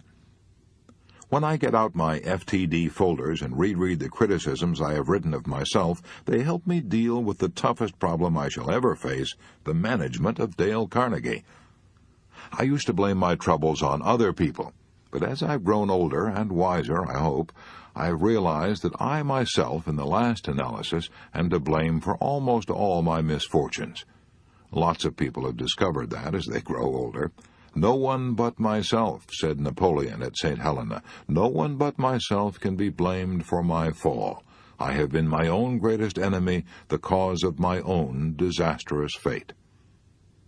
Let me tell you about a man I knew who was an artist when it came to self-appraisal and self-management. His name was H.P. Howell. When the news of his sudden death in the drugstore of the Hotel Ambassador in New York was flashed across the nation on July 31st, 1944, Wall Street was shocked, for he was the leader in American finance, chairman of the board of the Commercial National Bank and Trust Company, and a director of several large corporations. He grew up with little formal education, started out in life clerking in a country store, and later became credit manager for U.S. Steel, and was on his way to position and power. "For years I have kept an engagement book showing all the appointments I have during the day," Mr. Howell told me when I asked him to explain the reasons for his success. "My family never makes any plans for me on Saturday night, for the family knows that I devote a part of each Saturday evening to self-examination and a review and appraisal of my work during the week. After dinner, I go off by myself, open my engagement book, and think over all the interviews, discussions, and meetings that have taken place since Monday morning. I ask myself, what mistakes did I make that time? What did I do that was right? And in what way could I have improved my performance? What lesson can I learn from that experience? I sometimes find that this weekly review makes me very unhappy. Sometimes I'm astonished by my own blunders. Of course, as the years have gone by, these blunders have become less frequent. This system of self-analysis, continued year after year, has done more for me than any other thing I have ever attempted." Maybe H.P. Howell borrowed his idea from Ben Franklin. Only Franklin didn't wait until Saturday night. He gave himself a severe going-over every night. He discovered that he had 13 serious faults. Here are 3 of them: wasting time, stewing around over trifles, arguing and contradicting people. Wise old Ben Franklin realized that unless he eliminated these handicaps, he wasn't going to get very far. So he battled one of his shortcomings every day for a week and kept a record of who had won each day's slugging match. The next week, he would pick out another bad habit, put on the gloves, and when the bell rang, he would come out of his corner fighting. Franklin kept up this battle with his faults every week for more than 2 years. No wonder he became one of the best-loved and most influential men this nation ever produced. Elbert Hubbard said, "Every man is a damn fool for at least 5 minutes a day. Wisdom consists in not exceeding that limit." The small man flies into a rage over the slightest criticism, but the wise man is eager to learn from those who have censured him and reproved him and disputed the passage with him. Walt Whitman put it this way: "Have you learned only of those who admired you and were tender with you and stood aside for you? Have you not learned great lessons from those who rejected you and braced themselves against you or disputed the passage with you?" Instead of waiting for our enemies to criticize us or our work, let's beat them to it. Let's be our own most severe critic. Let's find and remedy all our weaknesses before our enemies get a chance to say a word. That is what Charles Darwin did. In fact, he spent 15 years criticizing, well, the story goes like this. When Darwin completed the manuscript of his immortal book, The Origin of Species, he realized that the publication of his revolutionary concept of creation would rock the intellectual and religious worlds. So he became his own critic and spent another 15 years checking his data, challenging his reasoning, criticizing his conclusions. Suppose someone denounced you as a mad fool. What would you do? Get angry? Indignant? Here's what Lincoln did. Edward M. Stanton, Lincoln's Secretary of War, once called Lincoln a damned fool. Stanton was indignant because Lincoln had been meddling in Stanton's affairs. In order to please a selfish politician, Lincoln had signed an order transferring certain regiments. Stanton not only refused to carry out Lincoln's orders, but swore that Lincoln was a damn fool for ever signing such orders. What happened? When Lincoln was told what Stanton had said, Lincoln calmly replied, "If Stanton said I am a damned fool, then I must be, for he is nearly always right. I'll just step over and see for myself." Lincoln did go to see Stanton. Stanton convinced him that the order was wrong, and Lincoln withdrew it. Lincoln welcomed criticism when he knew it was sincere, founded on knowledge, and given in a spirit of helpfulness. You and I ought to welcome that kind of criticism, too, for we can't even hope to be right more than 3 times out of 4. At least, that was all Theodore Roosevelt said he could hope for when he was in the White House. Einstein, the most profound thinker of our day, confessed that his conclusions were wrong 99% of the time. "The opinions of our enemies," said La Rochefoucauld, "come nearer to the truth about us than do our own opinions." I know that statement may be true many times, yet when anyone starts to criticize me, if I do not watch myself, I instantly and automatically leap to the defensive, even before I have the slightest idea of what my critic is going to say. I'm disgusted with myself every time I do it. We all tend to resent criticism and lap up praise, regardless of whether either the criticisms or the praise is justified. We are not creatures of logic. We're creatures of emotions. Our logic is like a birch-bark canoe tossed about on a deep, dark, stormy sea of emotion. If we hear that someone has spoken ill of us, let's not try to defend ourselves. Every fool does that. Let's be original and humble and brilliant. Let's confound our critic and win applause for ourselves by saying, "If my critic had known about all my other faults, he would have criticized me much more severely than he did." In previous chapters, I've talked about what to do when you're unjustly criticized. But here's another idea. When your anger is rising because you feel you've been unjustly condemned, why not stop and say, "Just a minute, I am far from perfect. If Einstein admits he is wrong 99% of the time, maybe I'm wrong at least 80% of the time. Maybe I deserve this criticism. If I do, I ought to be thankful for it and try to profit by it." Charles Luckman, a former president of the Pepsodent Company, spent $1 million a year putting Bob Hope on the air. He didn't look at the letters praising the program, but he insisted on seeing the critical letters. He knew he might learn something from them. The Ford Company was so eager to find out what was wrong with its management and operations that it polled the employees and invited them to criticize the company.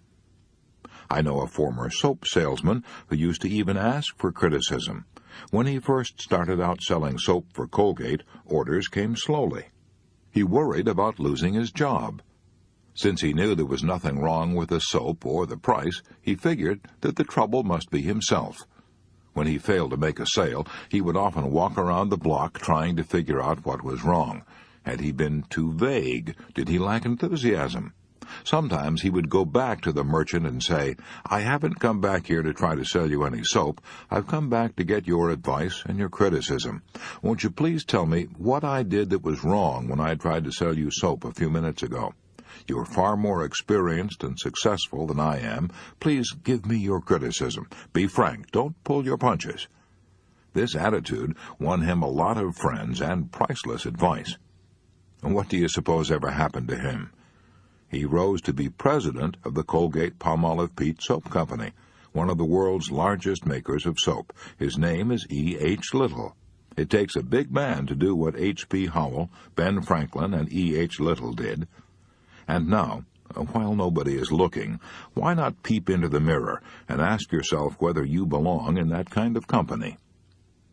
To keep from worrying about criticism, here is Rule 3. Let's keep a record of the fool things we've done and criticize ourselves. Since we can't hope to be perfect, let's do what E. H. Little did. Let's ask for unbiased, helpful, constructive criticism. Part 6 in a nutshell. How to keep from worrying about criticism. Rule 1. Unjust criticism is often a disguised compliment. It often means that you have aroused jealousy and envy. Remember that no one ever kicks a dead dog. Rule 2.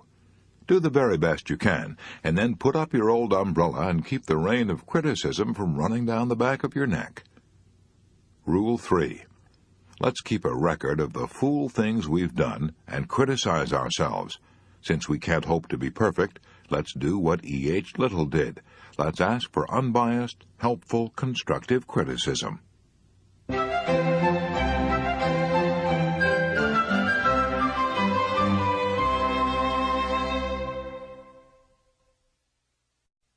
Part 7.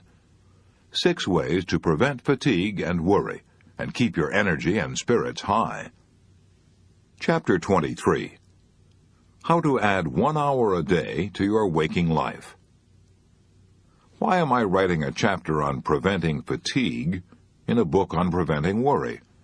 That's simple, because fatigue often produces worry, or at least it makes you susceptible to worry. Any medical student will tell you that fatigue lowers your resistance to the emotions of fear and worry, so preventing fatigue tends to prevent worry. And did I say tends to prevent worry? This is putting it mildly. Dr. Edmund Jacobson goes much further. Dr. Jacobson has written 2 books on relaxation, Progressive Relaxation and You Must Relax. And as director of the University of Chicago Laboratory for Clinical Physiology, he spent years conducting investigations in using relaxation as a method in medical practice. He declares that any nervous or emotional state fails to exist in the presence of complete relaxation. That's another way of saying you cannot continue to worry if you relax. The first rule is rest often. Rest before you get tired. And why is that so important? Because fatigue accumulates with astonishing rapidity. The United States Army has discovered, by repeated tests, that even young men toughened by years of Army training, can march better, can hold up longer, if they throw down their packs and rest 10 minutes out of every hour. So the Army forces them to do just that. Your heart is just as smart as the U.S. Army. Your heart pumps enough blood through your body every day to fill a railway tank car. It exerts enough energy every 24 hours to shovel 20 tons of coal onto a platform 3 feet high. It does this incredible amount of work for 50, 70, maybe 90 years. How can it stand it? Dr. Walter B. Cannon of the Harvard Medical School explained it. He said, most people have the idea that the heart is working all the time. As a matter of fact, there's a definite rest period after each contraction. When beating at a moderate rate of 70 pulses per minute, the heart is actually working only 9 hours out of the 24. In the aggregate, its rest periods total a full 15 hours per day. During World War II, Winston Churchill, in his late 60s and early 70s, was able to work 16 hours a day, year after year, directing the war efforts of the British Empire, a phenomenal record. His secret? He worked in bed each morning until 11 o'clock, reading reports, dictating orders, making telephone calls, and holding important conferences. After lunch, he went to bed again and slept for an hour. In the evening, he went to bed once more and slept for 2 hours before having dinner at 8. He didn't cure fatigue. He didn't have to cure it. He prevented it. Because he rested frequently, he was able to work on, fresh and fit, until long past midnight. The original John D. Rockefeller made 2 extraordinary records. He accumulated the greatest fortune the world had ever seen up to that time, and he also lived to be 98. How did he do it? The chief reason, of course, was because he had inherited a tendency to live long. Another reason was his habit of taking a half-hour nap in his office every noon. He would lie down on his office couch, and not even the President of the United States could get John D. on the phone while he was having his snooze. In his excellent book, Why Be Tired, Daniel W. Joslin observed, "Rest is not a matter of doing absolutely nothing. Rest is repair." There is so much repair power in a short period of rest that even a 5-minute nap will help to forestall fatigue. Connie Mack, the grand old man of baseball, told me that if he didn't take an afternoon nap before a game, he was all tuckered out at around the 5th inning. But if he did go to sleep, if for only 5 minutes, he could last throughout an entire doubleheader without feeling tired. When I asked Eleanor Roosevelt how she was able to carry such an exhausting schedule during the 12 years she was in the White House, she said that before meeting a crowd or making a speech, she would often sit in a chair or davenport, close her eyes, and relax for 20 minutes. I once interviewed Gene Autry in his dressing room at Madison Square Garden, where he was the star attraction at the World's Championship Rodeo. I noticed an army cot in his dressing room. "I lie down there every afternoon," Gene Autry said, "and get an hour's nap between performances.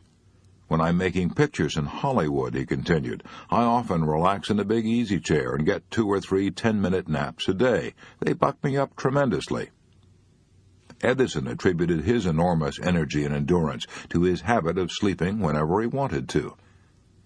I interviewed Henry Ford shortly before his 80th birthday. I was surprised to see how fresh and fine he looked. I asked him the secret. He said, "I never stand up when I can sit down, and I never sit down when I can lie down." Horace Mann, the father of modern education, did the same thing as he grew older. When he was president of Antioch College, he used to stretch out on a couch while interviewing students. I persuaded a motion picture director in Hollywood to try a similar technique. He confessed that it worked miracles. I refer to Jack Chertok, who was one of Hollywood's top directors. When he came to see me several years ago, he was then head of the short feature department of MGM. Worn out and exhausted, he had tried everything, tonics, vitamins, medicine. Nothing helped much. I suggested that he take a vacation a day. How? By stretching out in his office and relaxing while holding conferences with his staff writers. When I saw him again 2 years later, he said, "A miracle has happened. That's what my own physicians call it. I used to sit up in my chair, tense and taut, while discussing ideas for our short features. Now I stretch out on the office couch during these conferences. I feel better than I've felt in 20 years. Work 2 hours a day longer, yet I rarely get tired." How does all this apply to you? If you're a stenographer, you can't take naps in the office, as Edison did, and as Sam Goldwyn did. And if you're an accountant, you can't stretch out on the couch while discussing a financial statement with the boss. But if you live in a small city and go home for lunch, you may be able to take a 10-minute nap after lunch. That is what General George C. Marshall used to do. He felt he was so busy directing the U.S. Army in wartime that he had to rest at noon. If you're over 50 and feel you're too rushed to do it, then buy immediately all the life insurance you can get. Funerals come high, and suddenly these days, and your spouse may want to take your insurance money and marry a younger person. If you can't take a nap at noon, you can at least try to lie down for an hour before the evening meal. It is cheaper than a cocktail, and over a long stretch it is 5,467 times more effective. If you can sleep for an hour around 5, 6, or 7 o'clock, you can add 1 hour a day to your waking life. Why? How? Because an hour's nap before the evening meal, plus 6 hours sleep at night, a total of 7 hours, will do you more good than 8 hours of unbroken sleep. A physical worker can do more work if he takes more time out for rest. Frederick Taylor demonstrated that while working as a scientific management engineer with the Bethlehem Steel Company. He observed that laboring men were loading approximately 12.5 tons of pig iron per man each day on freight cars, and they were exhausted at noon. He made a scientific study of all the fatigue factors involved, and declared that these men should be loading not 12.5 tons of pig iron per day, but 47 tons per day. He figured that they ought to do almost 4 times as much as they were doing and not be exhausted. But prove it. Taylor selected a Mr. Schmidt, who was required to work by the stopwatch. Schmidt was told by the man who stood over him with a watch, "Now pick up a pig and walk. Now sit down and rest. Now walk. Now rest." And what happened? Schmidt carried 47 tons of pig iron each day, while the other men carried only 12.5 tons per man. and he practically never failed to work at this pace during the 3 years that Frederick Taylor was at Bethlehem. Schmidt was able to do this because he rested before he got tired. He worked approximately 26 minutes before he got tired. He worked approximately 26 minutes out of the hour and rested 34 minutes. He rested more than he worked, yet he did almost 4 times as much work as the others. Is this mere hearsay? No, you can read the record yourself on pages 41 through 62 of Principles of Scientific Management by Frederick Winslow Taylor. And let me repeat. Do what the Army does. Take frequent rests. Do what your heart does. Rest before you get tired, and you will add 1 hour a day to your waking life. Chapter 24. What makes you tired, and what you can do about it. Here's an astounding and significant fact. Mental work alone can't make you tired.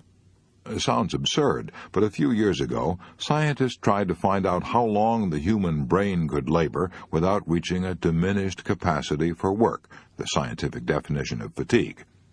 To the amazement of these scientists, they discovered that blood passing through the brain when it's active shows no fatigue at all.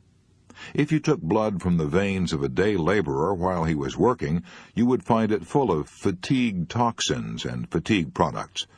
But if you took a drop of blood from the brain of an Albert Einstein, it would show no fatigue toxins whatever at the end of the day.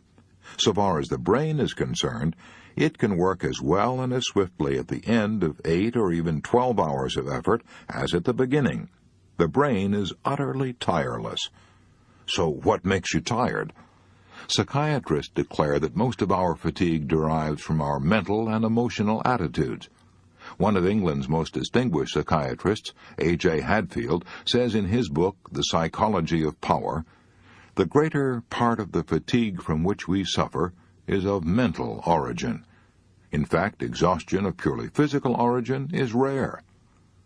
One of America's most distinguished psychiatrists, Dr. A.A. Brill, goes even further. He declares 100% of the fatigue of the sedentary worker in good health is due to psychological factors, by which we mean emotional factors. What kinds of emotional factors tire the sedentary or sitting worker? Joy? Commitment? No, never. Boredom, resentment, the feeling of not being appreciated, a feeling of futility, hurry, anxiety, worry. Those are the emotional factors that exhaust the sitting worker, make him susceptible to colds, reduce his output, and send him home with a nervous headache.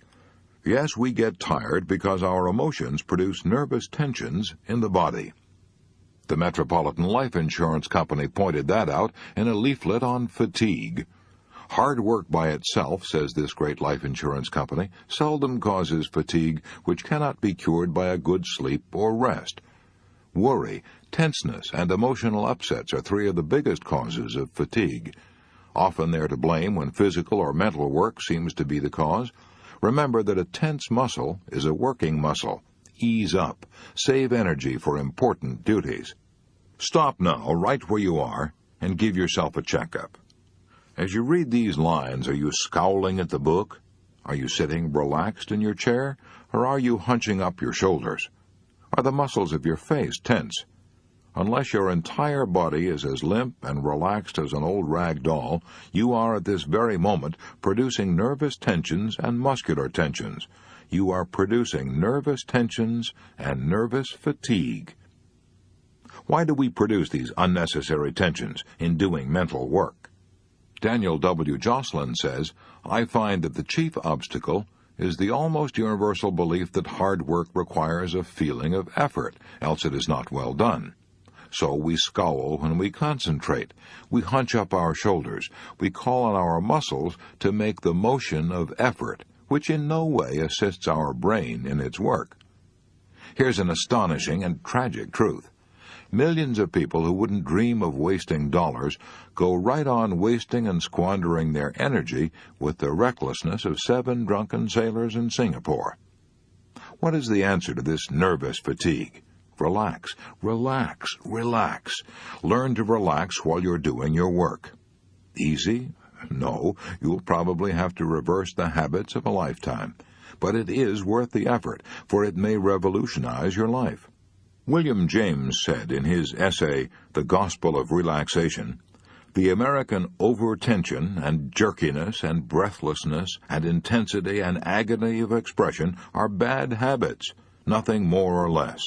Tension is a habit. Relaxing is a habit, and bad habits can be broken, good habits formed." How do you relax? Do you start with your mind, or do you start with your nerves? You don't start with either. You always begin to relax with your muscles. Let's give it a try. To show how it's done, suppose we start with your eyes. Read this paragraph through, and when you've reached the end, lean back, close your eyes, and say to your eyes silently, "Let go, let go. Stop straining, stop frowning. Let go, let go." Repeat this over and over, very slowly, for a minute. Didn't you notice that after a few seconds the muscles of the eyes began to obey? Didn't you feel as though some hand had wiped away the tension?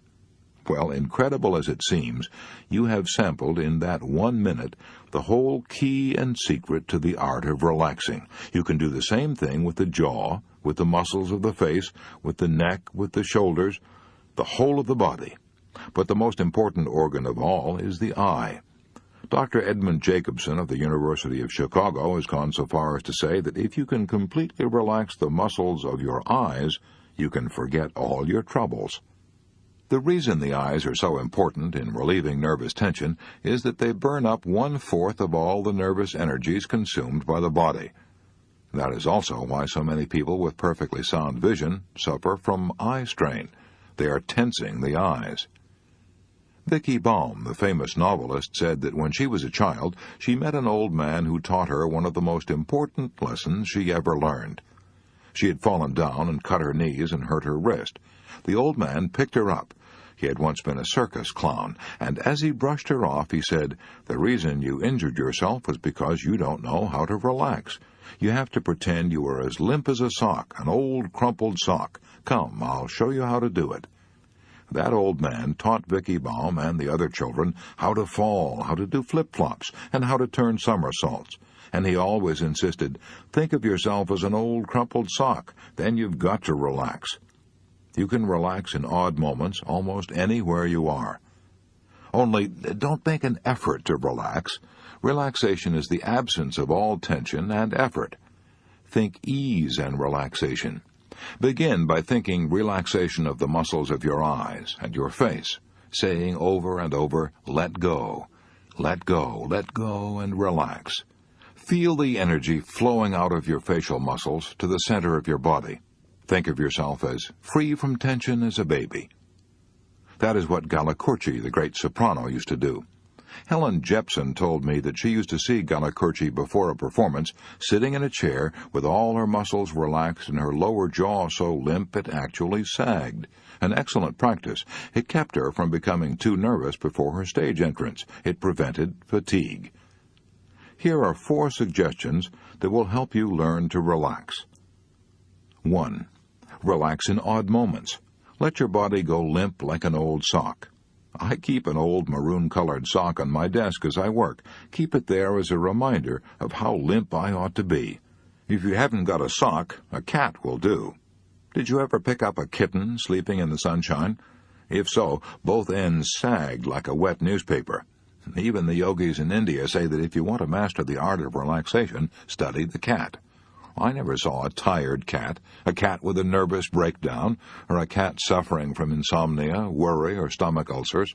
You will probably avoid these disasters if you learn to relax as the cat does. 2. Work as much as possible in a comfortable position. Remember that tensions in the body produce aching shoulders and nervous fatigue. 3. Check yourself 4 or 5 times a day and say to yourself, am I making my work harder than it actually is? Am I using muscles that have nothing to do with the work I'm doing? This will help you form the habit of relaxing. And as Dr. David Harold Fink says, among those who know psychology best, it is habits 2 to 1. 4. Test yourself again at the end of the day by asking yourself, just how tired am I? If I am tired, it's not because of the mental work I have done, but because of the way I have done it. I measure my accomplishments, says Daniel W. Jocelyn, not by how tired I am at the end of the day, but how tired I am not. He says, when I feel particularly tired at the end of the day, or when irritability proves that my nerves are tired, I know beyond question that it has been an inefficient day, both as to quantity and quality. If every businessman in America would learn that same lesson, our death rate from hypertension diseases would drop overnight, and we would stop filling up our sanitariums and asylums with people who have been broken by fatigue and worry. Chapter 25. How to Avoid Fatigue and Keep Looking Young. One day last autumn, my associate flew up to Boston to attend a session of one of the most unusual medical classes in the world. Medical? Well, yes, it meets once a week at the Boston dispensary, and the patients who attend it get regular and thorough medical examinations before they're admitted. But actually, this class is a psychological clinic.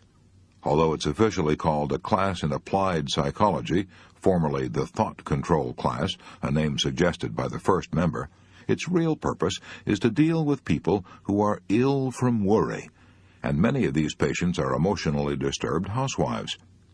How did such a class for worriers get started? Well, in 1930, Dr. Joseph H. Pratt, who, by the way, had been a pupil of Sir William Osler, observed that many of the outpatients who came to the Boston dispensary apparently had nothing wrong with them physically, yet they had practically all the symptoms that flesh is heir to. One woman's hands were so crippled with arthritis that she'd lost all use of them. Another was in agony with all the excruciating symptoms of cancer of the stomach. Others had backaches, headaches, were chronically tired, or had vague aches and pains. They actually felt these pains. But the most exhaustive medical examination showed that nothing whatever was wrong with these people, in the physical sense. Many old-fashioned doctors would have said it was all imagination, all in the mind. But Dr. Pratt realized that it was no use to tell these patients to go home and forget it. He knew that most of these people didn't want to be sick. If it was so easy to forget their ailments, they would do so themselves. So, what could be done? He opened this class to a chorus of doubts from the medical doubters on the sidelines, and the class worked wonders. In the years that have passed since it started, thousands of patients have been cured by attending it. Some of the patients have been coming for years, as religious in their attendance as though going to church. My assistant talked to a woman who has hardly missed a session in more than 9 years. She said that when she first went to the clinic, she was thoroughly convinced she had a floating kidney and some kind of heart ailment. She was so worried and tense that she occasionally lost her eyesight and had spells of blindness. Yet today she's confident and cheerful and in excellent health. She looked only about 40, yet she held one of her grandchildren asleep in her lap. I used to worry so much about my family troubles, she said, that I wished I could die. But I learned at this clinic the futility of worrying. I learned to stop it, and I can honestly say now that my life is serene. Dr. Rose Hilferding, the medical advisor of the class, said that she thought one of the best remedies for lightening worry is talking your troubles over with someone you trust. We call it catharsis, she said.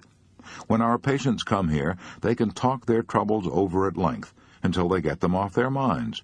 Brooding over worries alone and keeping them to oneself causes great nervous tension. We all have to share our troubles. We have to share worry. We have to feel there is someone in the world who is willing to listen and able to understand. My assistant witnessed the great relief that came to one woman from talking out her worries. She had domestic worries, and when she first began to talk, she was like a wound-up spring. Then, gradually, as she kept on talking, she began to calm down. At the end of the interview, she was actually smiling. Had the problem been solved? No, it wasn't that easy. What caused the change was talking to someone, getting a little advice and a little human sympathy. What had really worked the change was the tremendous healing value that lies in words. Psychoanalysis is based to some extent on this healing power of words. Ever since the days of Freud, analysts have known that a patient could find relief from his inner anxieties if he could talk, just talk. Why is this so?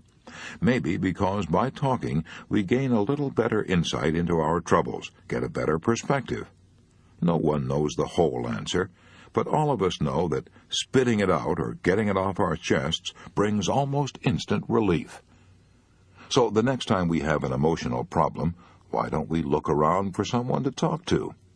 I don't mean, of course, to go around making pests of ourselves by whining and complaining to everyone in sight. Let's decide on someone we can trust and make an appointment. Maybe a relative, a doctor, a lawyer, a minister or priest. Then say to that person, "I want your advice. I have a problem and I wish you would listen while I put it in words. You may be able to advise me. You may see angles to this thing that I can't see myself. But even if you can't, you'll help me tremendously if you will just sit and listen while I talk it out." Talking things out, then, is one of the principal therapies used at the Boston dispensary class. But here are some other ideas we picked up at the class, things you can do in your home. 1. Keep a notebook or scrapbook for inspirational reading. Into this book you can paste all the poems or short prayers or quotations which appeal to you personally and give you a lift. Then, when a rainy afternoon sends your spirits plunging down, perhaps you can find a recipe in this book for dispelling the gloom. Many patients kept such notebooks for years. They said it was a spiritual shot in the arm. 2. Don't dwell too long on the shortcomings of others. One woman at the class who found herself developing into a scolding, nagging, and haggard-faced wife was brought up short with the question, "What would you do if your husband died?" She was so shocked by the idea that she immediately sat down and drew up a list of all her husband's good points. She made quite a list. Why don't you try the same thing the next time you feel you married a tyrant? Maybe you will find, after reading your spouse's virtues, that he or she is a person you'd like to meet.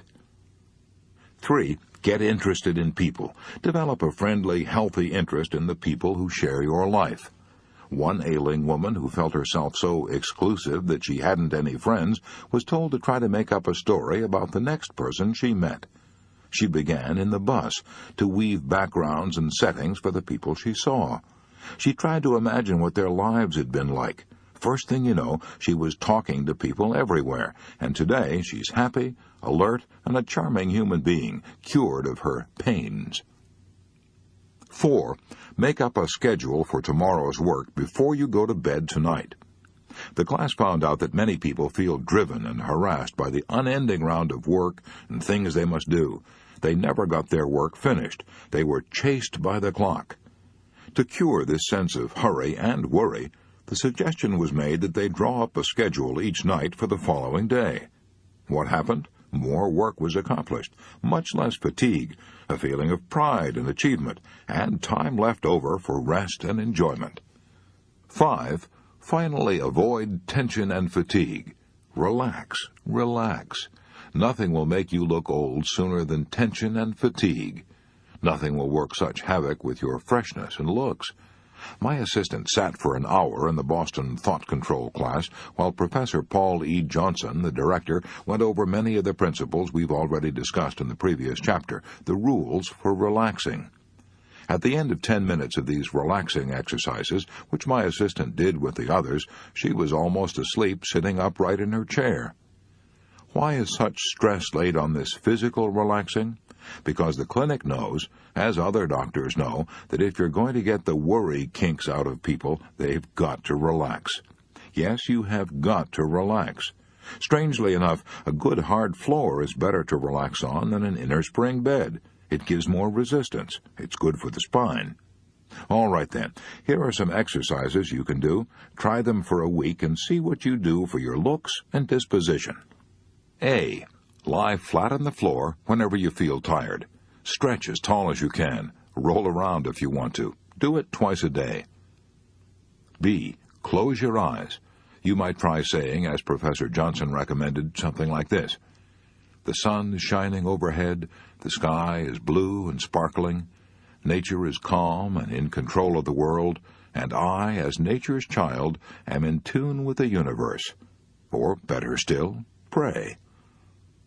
C. If you cannot lie down because you can't spare the time, then you can achieve almost the same effect sitting down in a chair. A hard, upright chair is the best for relaxing.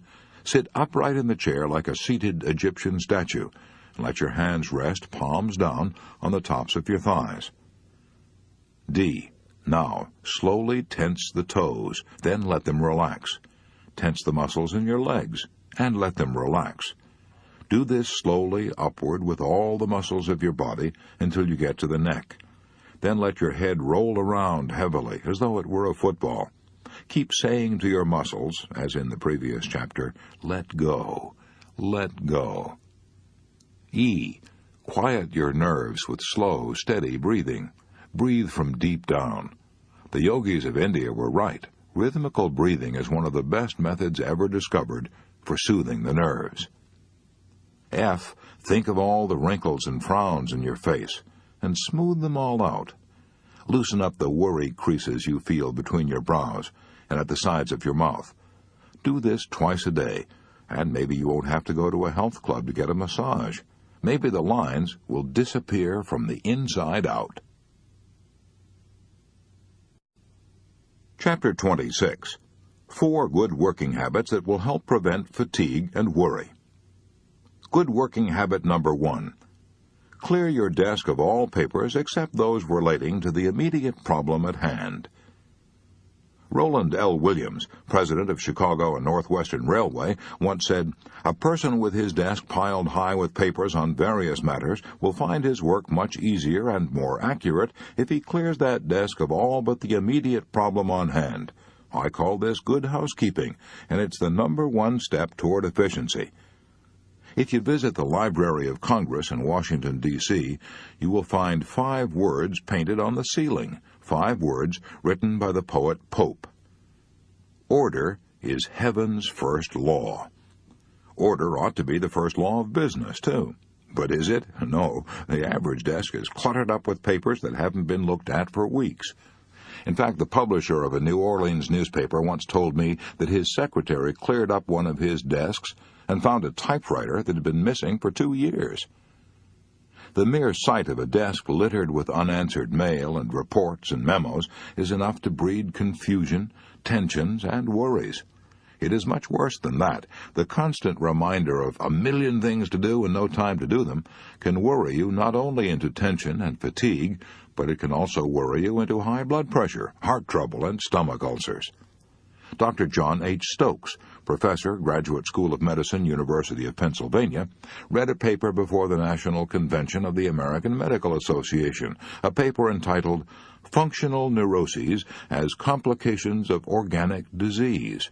In that paper, Dr. Stokes listed 11 conditions under the title, What to Look For in the Patient's State of Mind. Here's the first item on that list. The sense of must or obligation, the unending stretch of things ahead that simply have to be done.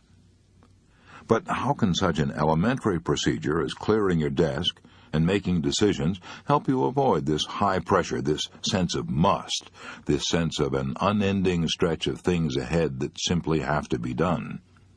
Dr. William L. Sadler, the famous psychiatrist, told of a patient who, by using this simple device, avoided a nervous breakdown. The man was an executive in a big Chicago firm. When he came to Dr. Sadler's office, he was tense, nervous, worried. He knew he was heading for a tailspin, but he couldn't quit work. He had to have help. While this man was telling me his story, Dr. Sadler says, my telephone rang. It was the hospital calling. And instead of deferring the matter, I took time right then to come to a decision. I always settle questions, if possible, right on the spot. I'd no sooner hung up than the phone rang again. Again, an urgent matter which I took time to discuss. The third interruption came when a colleague of mine came into my office for advice on a patient who was critically ill. When I'd finished with him, I turned to my caller and began to apologize for keeping him waiting. But he'd brightened up. He had a completely different look on his face. "Don't apologize, Doctor," this man said to Sadler. "In the last 10 minutes, I think I've got a hunch as to what's wrong with me. I'm going back to my office and revise my working habits. But before I go, do you mind if I take a look in your desk?" Dr. Sadler opened up the drawers of his desk, all empty except for supplies. "Tell me," said the patient, "where do you keep your unfinished business?" "Finished," said Sadler. "And where do you keep your unanswered mail?" "Answered," Sadler told him. "My rule is never to lay down a letter until I've answered it. I dictate the reply to my secretary at once." 6 weeks later, this same executive invited Dr. Sadler to come to his office. He was changed, and so was his desk. He opened the desk drawers to show that there was no unfinished business inside of the desk. 6 weeks ago, this executive said, I had 3 different desks in 2 different offices and was snowed under by my work. I was never finished. After talking to you, I came back here and cleared out a wagon load of reports and old papers. Now I work at one desk, settle things as they come up, and don't have a mountain of unfinished business nagging me and making me tense and worried. But the most astonishing thing is I've recovered completely. There's nothing wrong any more with my health. Charles Evans Hughes, former Chief Justice of the United States Supreme Court, said, "Men do not die from overwork, they die from dissipation and worry. Yes, from dissipation of their energies, and worry because they never seem to get their work done." Good working habit number 2. Do things in the order of their importance. Henry L. Doherty, founder of the nationwide Cities Service Company, said that regardless of how much salary he paid, there were 2 abilities he found it almost impossible to find. Those 2 priceless abilities? First, the ability to think.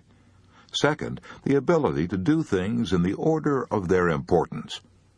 Charles Luckman, the lad who started from scratch and climbed in 12 years to president of the Pepsodent Company, got a salary of $100,000 a year and made $1 million besides. That lad declared that he owed much of his success to developing the 2 abilities that Henry L. Doherty said he found almost impossible to find. Charles Luckman said, "As far back as I can remember, I have gotten up at 5 o'clock in the morning because I can think better then than at any other time. I can think better then and plan my day, plan to do things in the order of their importance." Frank Betker, one of America's most successful insurance salesmen, didn't wait until 5 o'clock in the morning to plan his day. He planned it the night before. Set a goal for himself, a goal to sell a certain amount of insurance that day. If he failed, that amount was added to the next day, and so on. I know from long experience that one is not always able to do things in the order of their importance, but I also know that some kind of plan to do first things first is infinitely better than extemporizing as you go along. If George Bernard Shaw had not made it a rigid rule to do first things first, he would probably have failed as a writer and might have remained a bank cashier all his life. His plan called for writing 5 pages each day.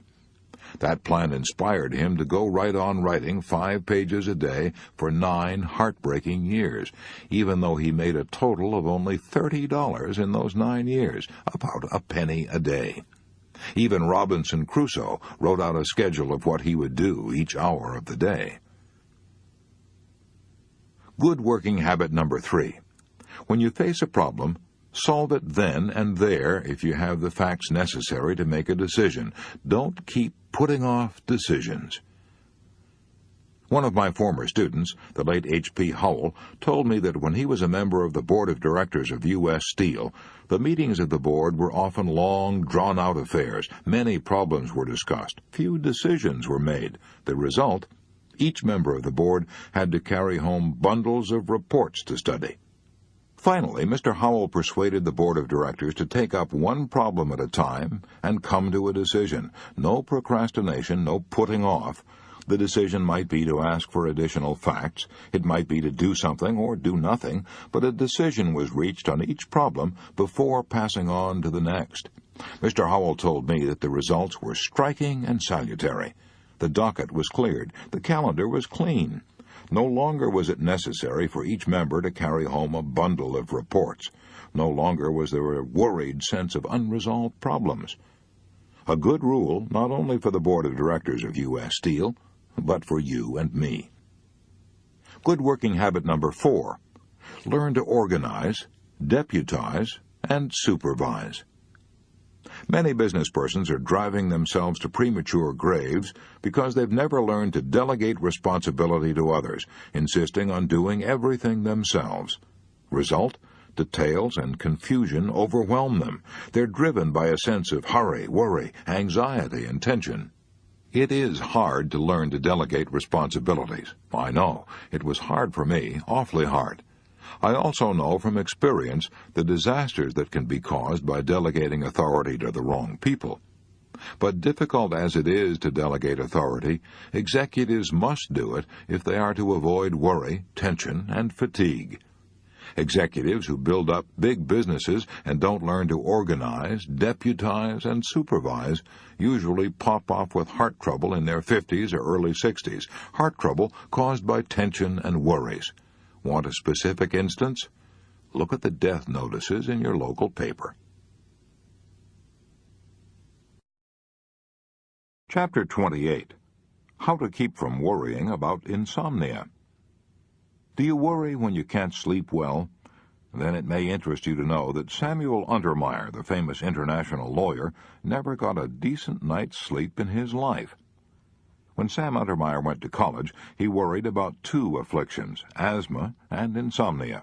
He couldn't seem to cure either, so he decided to do the next best thing, take advantage of his wakefulness. Instead of tossing and turning and worrying himself into a breakdown, he'd get up and study. The result? He began ticking off honors in all of his classes and became one of the prodigies of the College of the City of New York. Even after he started to practice law, his insomnia continued, but Untermeyer didn't worry. Nature, he said, will take care of me. Nature did. In spite of the small amount of sleep he was getting, his health kept up, and he was able to work as hard as any of the young lawyers of the New York bar. He even worked harder, for he worked while they slept. At the age of 21, Sam Untermeyer was earning $75,000 a year, and other young attorneys rushed to courtrooms to study his methods.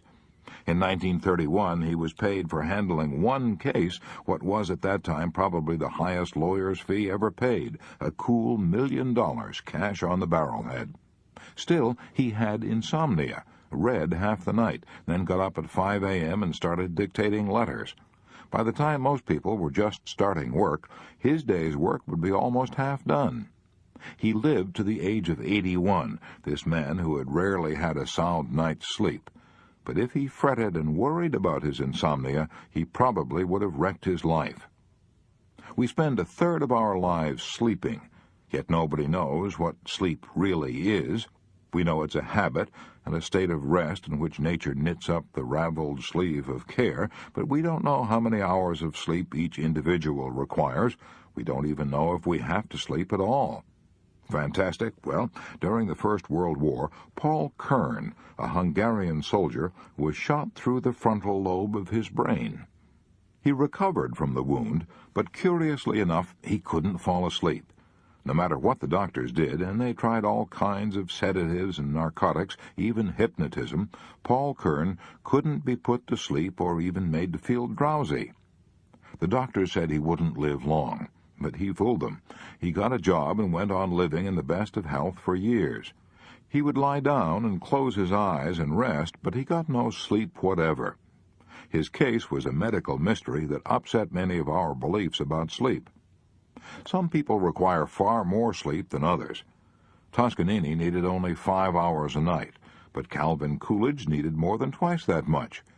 Coolidge slept 11 hours out of every 24. In other words, Toscanini slept away approximately 1/5 of his life, while Coolidge slept away almost half of his life. Worrying about insomnia will hurt you far more than insomnia. For example, one of my students, Ira Sandner of Ridgefield Park, New Jersey, was driven nearly to suicide by chronic insomnia. "I actually thought I was going insane," Ira Sandner told me. The trouble was, in the beginning, that I was too sound a sleeper. I wouldn't wake up when the alarm clock went off, and the result was that I was getting to work late in the morning. I worried about it, and in fact my boss warned me that I would have to get to work on time. I knew that if I kept oversleeping, I'd lose my job. I told my friends about it, and one of them suggested I concentrate hard on the alarm clock before I went to sleep. That started the insomnia. The tick-tick-tick of that blasted alarm clock became an obsession. It kept me awake, tossing all night long. When morning came, I was almost ill. I was ill from fatigue and worry. This kept on for 8 weeks. I can't put into words the tortures I suffered. I was convinced I was going insane. Sometimes I paced the floor for hours at a time, and I honestly considered jumping out of the window and ending the whole thing. At last I went to a doctor I had known all my life. He said, "Ira, I can't help you. No one can help you, because you've brought this thing on yourself. Go to bed nights, and if you can't fall asleep, forget all about it. Just say to yourself, I don't care a hang if I don't go to sleep. It's all right with me if I lie awake till morning. Keep your eyes closed and say, as long as I just lie still and don't worry about it, I'll be getting rest anyway." I did that, says Santner, and in 2 weeks' time I was dropping off to sleep. In less than 1 month I was sleeping 8 hours, and my nerves were back to normal. It wasn't insomnia that was killing Ira Sandner. It was his worry about it.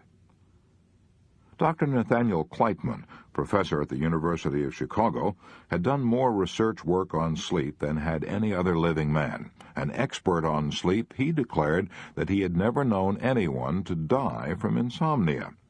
To be sure, a man might worry about insomnia until he lowered his vitality and was swept away by germs, but it was the worry that did the damage, not the insomnia itself. Dr. Kleitman also said that the people who worry about insomnia usually sleep far more than they realize.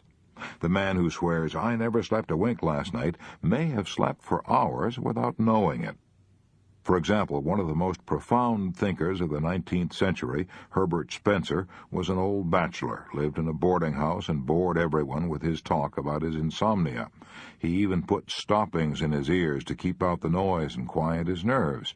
Sometimes he took opium to induce sleep. One night, he and Professor Sayce of Oxford shared the same room at a hotel. The next morning, Spencer declared he hadn't slept a wink all night. In reality, it was Professor Sayce who hadn't slept a wink. He'd been kept awake all night by Spencer's snoring. The first requisite for a good night's sleep is a feeling of security. We need to feel that some power greater than ourselves will take care of us until morning. Dr. Thomas Hyslop of the Great West Riding Asylum stressed that point in an address before the British Medical Association. He said, "One of the best sleep-producing agents which my years of practice have revealed to me is prayer. I say this purely as a medical man." The exercise of prayer, in those who habitually exert it, must be regarded as the most adequate and normal of all the pacifiers of the mind and calmer of the nerves. Let God and let go. Jeanette MacDonald told me that when she was depressed and worried and had difficulty in going to sleep, she could always get a feeling of security by repeating Psalm 23, "The Lord is my shepherd, I shall not want. He maketh me to lie down in green pastures. He leadeth me beside the still waters." But if you're not religious and have to do things the hard way, then learn to relax by physical measures. Dr. David Harold Fink, who wrote Release from Nervous Tension, says that the best way to do this is to talk to your body. According to Dr. Fink, words are the key to all kinds of hypnosis, and when you consistently can't sleep, it's because you've talked yourself into a case of insomnia. The way to undo this is to dehypnotize yourself, and you can do it by saying to the muscles of your body, let go, loosen up and relax. We already know that the mind and the nerves can't relax while the muscles are tense, so if we want to go to sleep, we start with the muscles. Dr. Fink recommends, and it works out in practice, that we put a pillow under the knees to ease the tension of the legs, and that we tuck small pillows under arms for the very same reason. Then, by telling the jaw to relax, the eyes, the arms, and the legs, we finally drop off to sleep before we know what's hit us. I've tried it, I know. One of the best cures for insomnia is making yourself physically tired by gardening, swimming, tennis, golf, skiing, or just plain physically exhausting work. That's what Theodore Dreiser did. When he was a struggling young author, he was worried about insomnia, so he got a job working as a section hand on the New York Central Railway, and after a day of driving spikes and shoveling gravel, he was so exhausted that he could hardly stay awake long enough to eat. If we get tired enough, nature will force us to sleep, even while we're walking. To illustrate, when I was 13 years old, my father shipped a carload of fat hogs to St. Joe, Missouri. Since he got 2 free railroad passes, he took me along with him. Up until that time, I had never seen a town of more than 4,000. When I landed in St. Joe, a city of 60,000, I was so agog with excitement. I saw a skyscraper 6 stories high, and wonder of wonders, I saw a streetcar. I can close my eyes now and still see and hear that streetcar. After the most thrilling and exciting day of my life, Father and I took a train back to Ravenwood, Missouri. Arriving there at 2 o'clock in the morning, we had to walk 4 miles home to the farm. And here's the point of the story. I was so exhausted that I slept and dreamed as I walked. I've often slept while riding horseback, and I'm alive to tell it. When men are completely exhausted, they sleep right through the thunder and horror and danger of war. Dr. Foster Kennedy, the famous neurologist, tells me that during the retreat of the 5th British Army in 1918, he saw soldiers so exhausted that they fell on the ground where they were and fell into a sleep as sound as a coma, and they didn't even wake up when he raised their eyelids with his fingers. And he says he noticed that invariably the pupils of the eyes were rolled upward in the sockets. After that, says Dr. Kennedy, when I had trouble sleeping, I would practice rolling up my eyeballs into this position, and I found that in a few seconds I would begin to yawn and feel sleepy. It was an automatic reflex over which I had no control. No man ever committed suicide by refusing to sleep, and no one ever will. Nature would force a man to sleep in spite of all his willpower. Nature will let us go without food or water far longer than she will let us go without sleep. Speaking of suicide reminds me of a case that Dr. Henry C. Link describes in his book, The Rediscovery of Man. Dr. Link was vice president of the Psychological Corporation, and he interviewed many people who were worried and depressed. In his chapter on overcoming fears and worries, he tells about a patient who wanted to commit suicide. Dr. Link knew arguing would only make the matter worse, so he said to this man, "If you're going to commit suicide anyway, you might at least do it in a heroic fashion. Run around the block until you drop dead." He tried it, not once but several times, and each time felt better in his mind, if not in his muscles. By the 3rd night, he had achieved what Dr. Link intended in the first place. He was so physically tired and physically relaxed that he slept like a log. Later, he joined an athletic club and began to compete in competitive sport. Soon he was feeling so good he wanted to live forever. So, to keep from worrying about insomnia, here are 5 rules. 1. If you can't sleep, do what Samuel Untermeyer did. Get up and work or read until you do feel sleepy. 2. Remember that no one was ever killed by lack of sleep. Worrying about insomnia usually causes far more damage than sleeplessness. 3. Try prayer, or repeat Psalm 23, as Jeanette MacDonald did. 4. Relax your body. 5. Exercise. Get yourself so physically tired you can't stay awake. Part 7 in a nutshell. 6 ways to prevent fatigue and worry and keep your energy and spirits high. Rule 1. Rest before you get tired. Rule 2. Learn to relax at your work. Rule 3. Learn to relax at home. Rule 4. Apply these 4 good working habits. A. Clear your desk of all papers except those relating to the immediate problem at hand. B. Do things in the order of their importance. C. When you face a problem, solve it then and there if you have the facts necessary to make a decision. D. Learn to organize, deputize, and supervise. Rule 5. To prevent worry and fatigue, put enthusiasm into your work. Rule 6. Remember, no one was ever killed by lack of sleep. It is worrying about insomnia that does the damage, not the insomnia.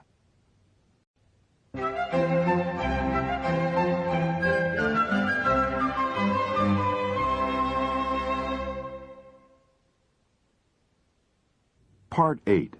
How I Conquered Worry. 31 True Stories. 6 Major Troubles Hit Me All at Once, by C.I. Blackwood. In the summer of 1943, it seemed to me that half the worries of the world had come to rest on my shoulders. For more than 40 years, I had lived a normal, carefree life with only the usual troubles which come to a husband, father, and businessman. I could usually meet these troubles easily, but suddenly, wham, wham, wham, wham, wham, 6 major troubles hit me all at once. I pitched and tossed and turned in bed all night long, half dreading to see the day come, because I faced these 6 major worries. 1, my business college was trembling on the verge of financial disaster because all the boys were going to war, and most of the girls were making more money working in war plants without training than my graduates could make in business offices with training. 2, my older son was in service, and I had the heart-numbing worry common to all parents whose sons were away at war. 3, Oklahoma City had already started proceedings to condemn a large tract of land for an airport, and my home, formerly my father's home, was located in the center of this tract. I knew that I would be paid only 1/10 of its value, and what was even worse, I would lose my home, and because of the housing shortage, I worried about whether I could possibly find another home to shelter my family of 6.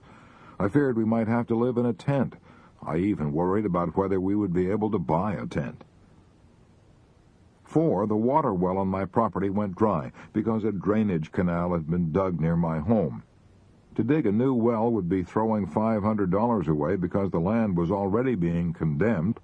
I had to carry water to my livestock in buckets every morning for 2 months, and I feared I would have to continue it during the rest of the war. 5, I lived 10 miles away from my business school, and I had a Class B gasoline card. That meant I couldn't buy any new tires, so I worried about how I could ever get to work when the superannuated tires on my old Ford gave up the ghost. 6, my eldest daughter had graduated from high school a year ahead of schedule.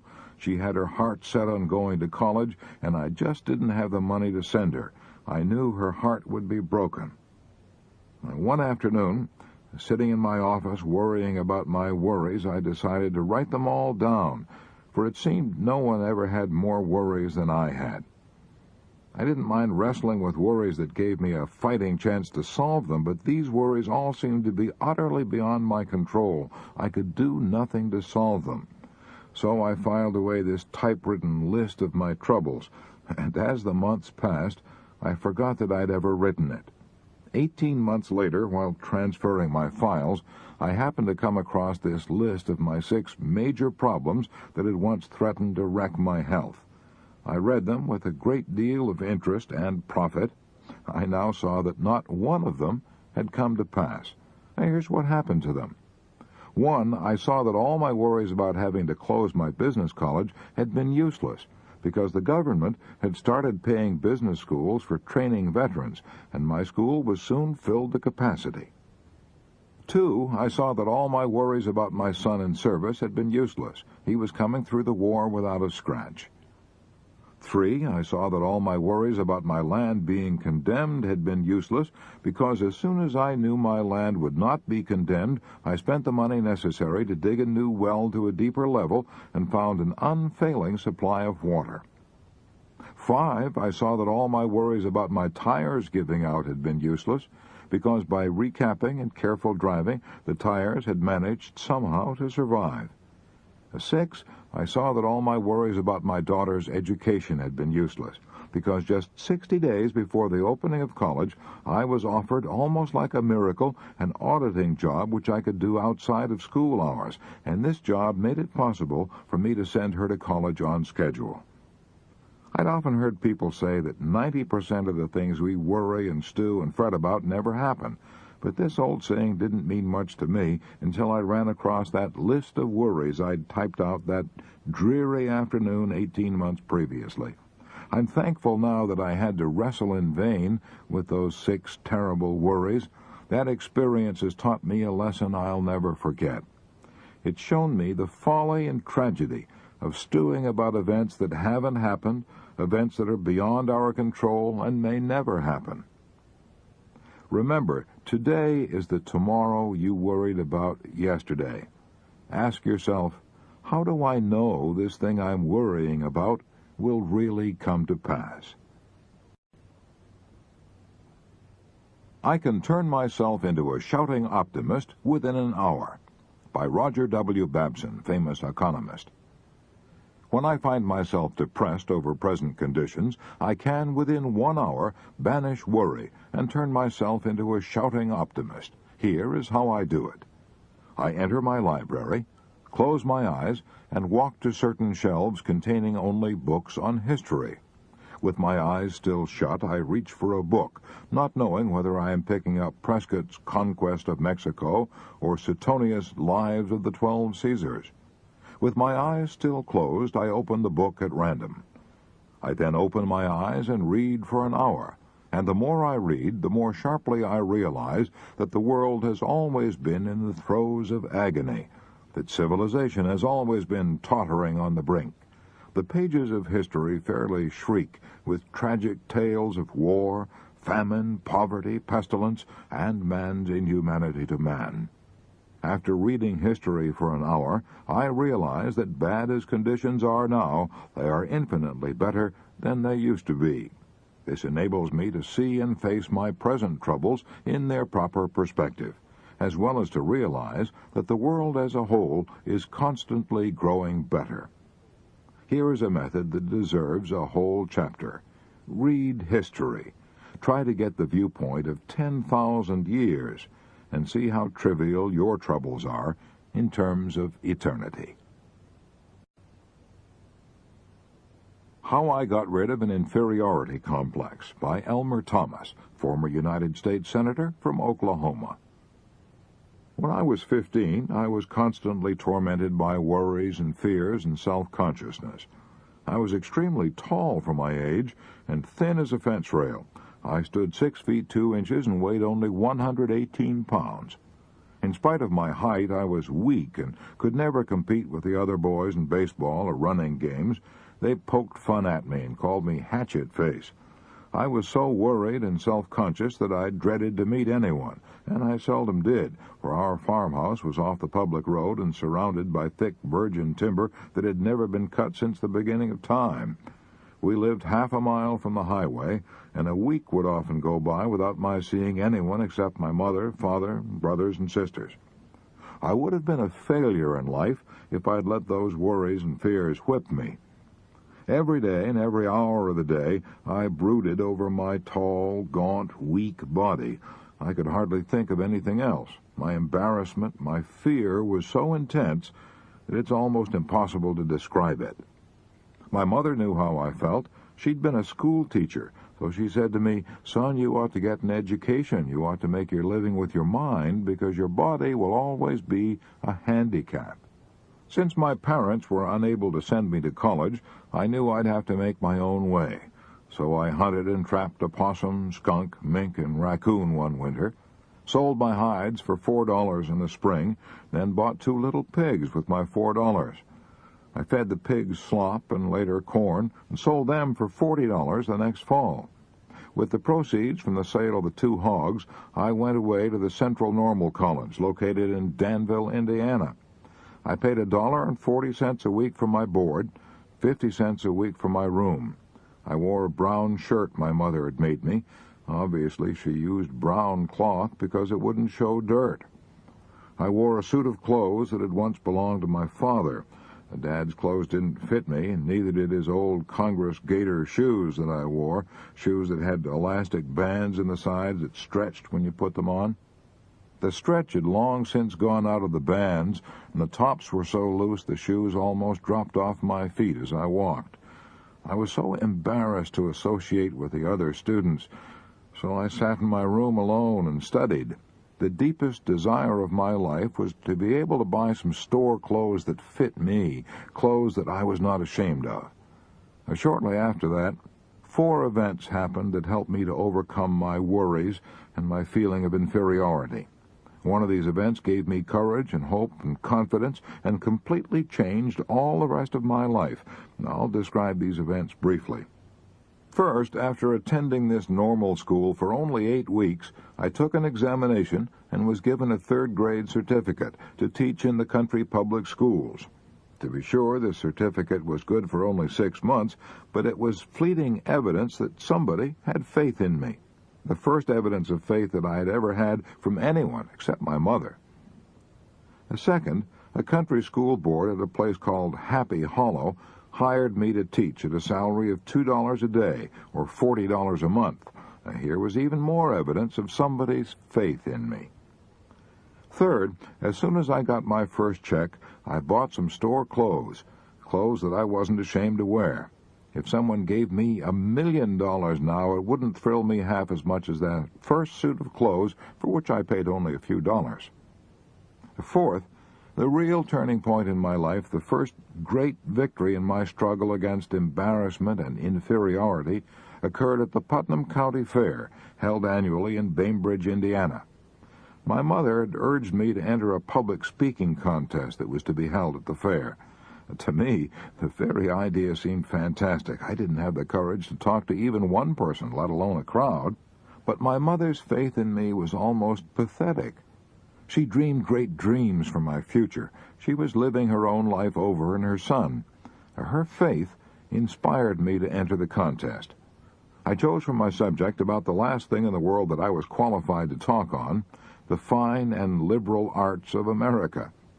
Frankly, when I began to prepare the speech, I didn't know what the liberal arts were, but it didn't matter much because my audience didn't know either. I memorized my flowery talk and rehearsed it to the trees and cows 100 times. I was so eager to make a good showing for my mother's sake that I must have spoken with emotion. At any rate, I was awarded first prize. I was astounded at what happened.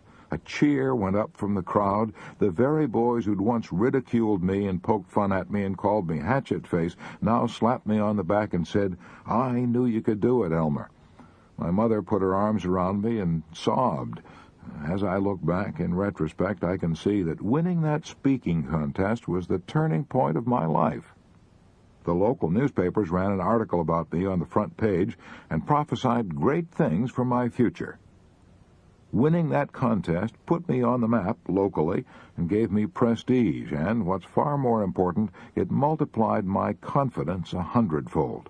I now realize that if I'd not won that contest, I probably would never have become a member of the United States Senate, for it lifted my sights, widened my horizons, and made me realize that I had latent abilities that I never dreamed I possessed. Most important, however, was the fact that the first prize in the oratorical contest was a year's scholarship in the Central Normal College.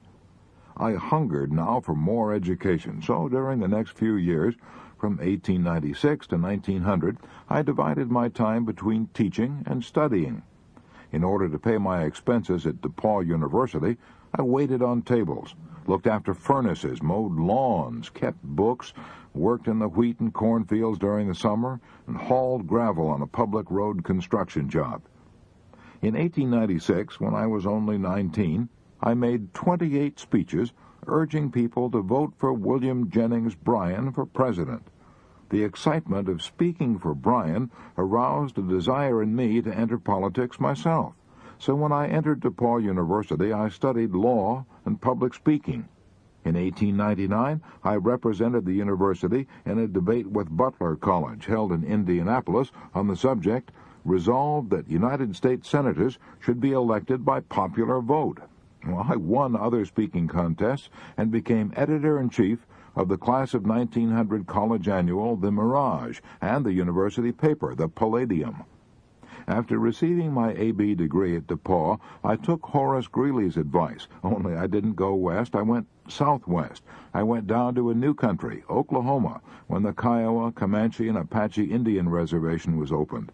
I homesteaded a claim and opened a law office in Lawton, Oklahoma. I served in the Oklahoma State Senate for 13 years, in the lower house of Congress for 4 years, and at 50 years of age I achieved my lifelong ambition. I was elected to the United States Senate from Oklahoma. I've served in that capacity since March 4, 1927. Since Oklahoma and Indian Territories became the state of Oklahoma on November 16, 1907, I have been continuously honored by the Democrats of my adopted state by nominations, first for state Senate and for Congress, and later for the United States Senate. I've told this story not to brag about my own feeling of accomplishment, which can't possibly interest anyone else. I've told it wholly with the hope that it may give renewed courage and confidence to some poor boy who's now suffering from the worries and shyness and feeling of inferiority that devastated my life when I was wearing my father's cast-off clothes and gaiter shoes that almost dropped off my feet as I walked. It's interesting to know that Elmer Thomas, who was so ashamed of his ill-fitting clothes as a youth, was later voted the best-dressed man in the United States Senate. I Lived in the Garden of Allah by R.V.C. Bodley, descendant of Sir Thomas Bodley, founder of the Bodleian Library, Oxford, author of Wind in the Sahara, The Messenger, and 14 other volumes. In 1918, I turned my back on the world I had known and went to northwest Africa and lived with the Arabs in the Sahara, the Garden of Allah. I lived there 7 years. I learned to speak the language of the nomads. I wore their clothes, I ate their food, and adopted their mode of life, which has changed very little during the last 20 centuries. I became an owner of sheep and slept on the ground in the Arabs' tents. I also made a detailed study of their religion. In fact, I later wrote a book about Muhammad entitled The Messenger. Those 7 years which I spent with these wandering shepherds were the most peaceful and contented years of my life. I had already had a rich and varied experience.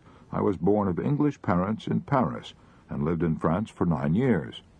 Later, I was educated at Eton and at the Royal Military College at Sandhurst. Then I spent 6 years as a British Army officer in India, where I played polo and hunted and explored in the Himalayas, as well as doing some soldiering. I fought through the First World War, and at its close, I was sent to the Paris Peace Conference as an assistant military attaché. I was shocked and disappointed at what I saw there. During the 4 years of slaughter on the Western Front, I had believed we were fighting to save civilization. But at the Paris Peace Conference, I saw selfish politicians laying the groundwork for the Second World War, each country grabbing all it could for itself, creating national antagonisms, and reviving the intrigues of secret diplomacy. I was sick of war, sick of the army, sick of society. For the first time in my career, I spent sleepless nights worrying about what I should do with my life. Lloyd George urged me to go in for politics. I was considering taking his advice when a strange thing happened, a strange thing that shaped and determined my life for the next 7 years. It all came from a conversation with Ted Lawrence, Lawrence of Arabia, the most colorful and romantic figure produced by the First World War. He had lived in the desert with the Arabs, and he advised me to do the same thing.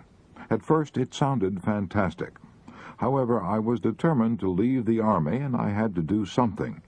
Civilian employers did not want to hire men like me, ex-officers of the regular army, especially when the labor market was jammed with millions of unemployed. So I did as Lawrence suggested. I went to live with the Arabs. I'm glad I did so. They taught me how to conquer worry. Like all faithful Muslims, they are fatalists. They believe that every word which Muhammad wrote in the Quran is the divine revelation of Allah. So when the Quran says, God created you and all your actions, they accept it literally. That is why they take life so calmly and never hurry or get into unnecessary tempers when things go wrong. They know that what is ordained, and no one but God can alter anything. However, that doesn't mean that in the face of disaster they sit down and do nothing. To illustrate, let me tell you of a fierce burning windstorm of the Scirocco which I experienced when I was living in the Sahara. It howled and screamed for 3 days and nights. It was so strong, so fierce, that it blew sand from the Sahara hundreds of miles across the Mediterranean and sprinkled it over the Rhone Valley in France. The wind was so hot, I felt as if the hair was being scorched off my head. My throat was parched, my eyes burned, my teeth were full of grit. I felt as if I were standing in front of a furnace at a glass factory. I was driven as near crazy as a man can be and retain his sanity, but the Arabs didn't complain. They shrugged their shoulders and said, "Maktub, it is written." But immediately after the storm was over, they sprang into action. They slaughtered all the lambs because they knew they would die anyway, and by slaughtering them at once, they hoped to save the mother sheep. After the lambs were slaughtered, the flocks were driven southward to water. This was all done calmly, without worry or complaining or mourning over their losses. The tribal chief said, "It is not too bad. We might have lost everything, but praise God, we have 40% of our sheep left to make a new start." I remember another occasion when we were motoring across the desert and a tire blew out. The chauffeur had forgotten to mend the spare tire, so there we were with only 3 tires. I fussed and fumed and got excited and asked the Arabs what we were going to do. They reminded me that getting excited wouldn't help, that it only made one hotter. The blown-out tire, they said, was the will of Allah, and nothing could be done about it. So we started on, crawling along on the rim of a wheel. Presently the car sputtered and stopped. We were out of gas. The chief merely remarked, "Maktub," and there again, instead of shouting at the driver because he had not taken on enough gas, everyone remained calm, and we walked to our destination, singing as we went. The 7 years I spent with the Arabs convinced me that the neurotics, the insane, the drunks of America and Europe are the product of the hurried and harassed lives we live in our so-called civilization. As long as I lived in the Sahara, I had no worries. I found there, in the garden of Allah, the serene contentment and physical well-being that so many of us are seeking with tenseness and despair. Many people scoff at fatalism. Maybe they're right, who knows? But all of us must be able to see how our fates are often determined for us. For example, if I had not spoken to Lawrence of Arabia at 3 minutes past noon on a hot August day in 1919, all the years that have elapsed since then would have been completely different. Looking back over my life, I can see how it has been shaped and molded time and again by events far beyond my control. The Arabs call it Mektub, Kismet, the will of Allah. Call it anything you wish. It does strange things to you. I only know that today, 17 years after leaving the Sahara, I still maintain that happy resignation to the inevitable which I learned from the Arabs. That philosophy has done more to settle my nerves than 1,000 sedatives could have achieved. When the fierce burning winds blow over our lives, and we cannot prevent them, let us too accept the inevitable, and then get busy and pick up the pieces. 5 Methods I Have Used to Banish Worry by Professor William Lyon Phelps. I had the privilege of spending an afternoon with Billy Phelps of Yale shortly before his death. Here are the 5 methods he used to banish worry, based on the notes I took during that interview. Number 1. When I was 24 years old, my eyes suddenly gave out. After reading 3 or 4 minutes, my eyes felt as if they were full of needles. And even when I was not reading, they were so sensitive that I could not face a window. I consulted the best oculist in New Haven and New York. Nothing seemed to help me. After 4 o'clock in the afternoon, I simply sat in a chair in the darkest corner of the room, waiting for bedtime. I was terrified. I feared that I would have to give up my career as a teacher and go out west and get a job as a lumberjack. Then a strange thing happened, which shows the miraculous effects of the mind over physical ailments. When my eyes were at their worst that unhappy winter, I accepted an invitation to address a group of undergraduates. The hall was illuminated by huge rings of gas jets suspended from the ceiling. The lights pained my eyes so intensely that while sitting on the platform I was compelled to look at the floor. Yet during my 30-minute speech, I felt absolutely no pain, and I could look directly at these lights without any blinking whatever. Then, when the assembly was over, my eyes pained me again. I thought then that if I could keep my mind strongly concentrated on something, not for 30 minutes, but for a week, I might be cured. For clearly it was a case of mental excitement triumphing over a bodily illness.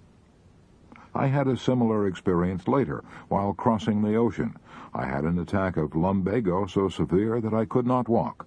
I suffered extreme pain when I tried to stand up straight.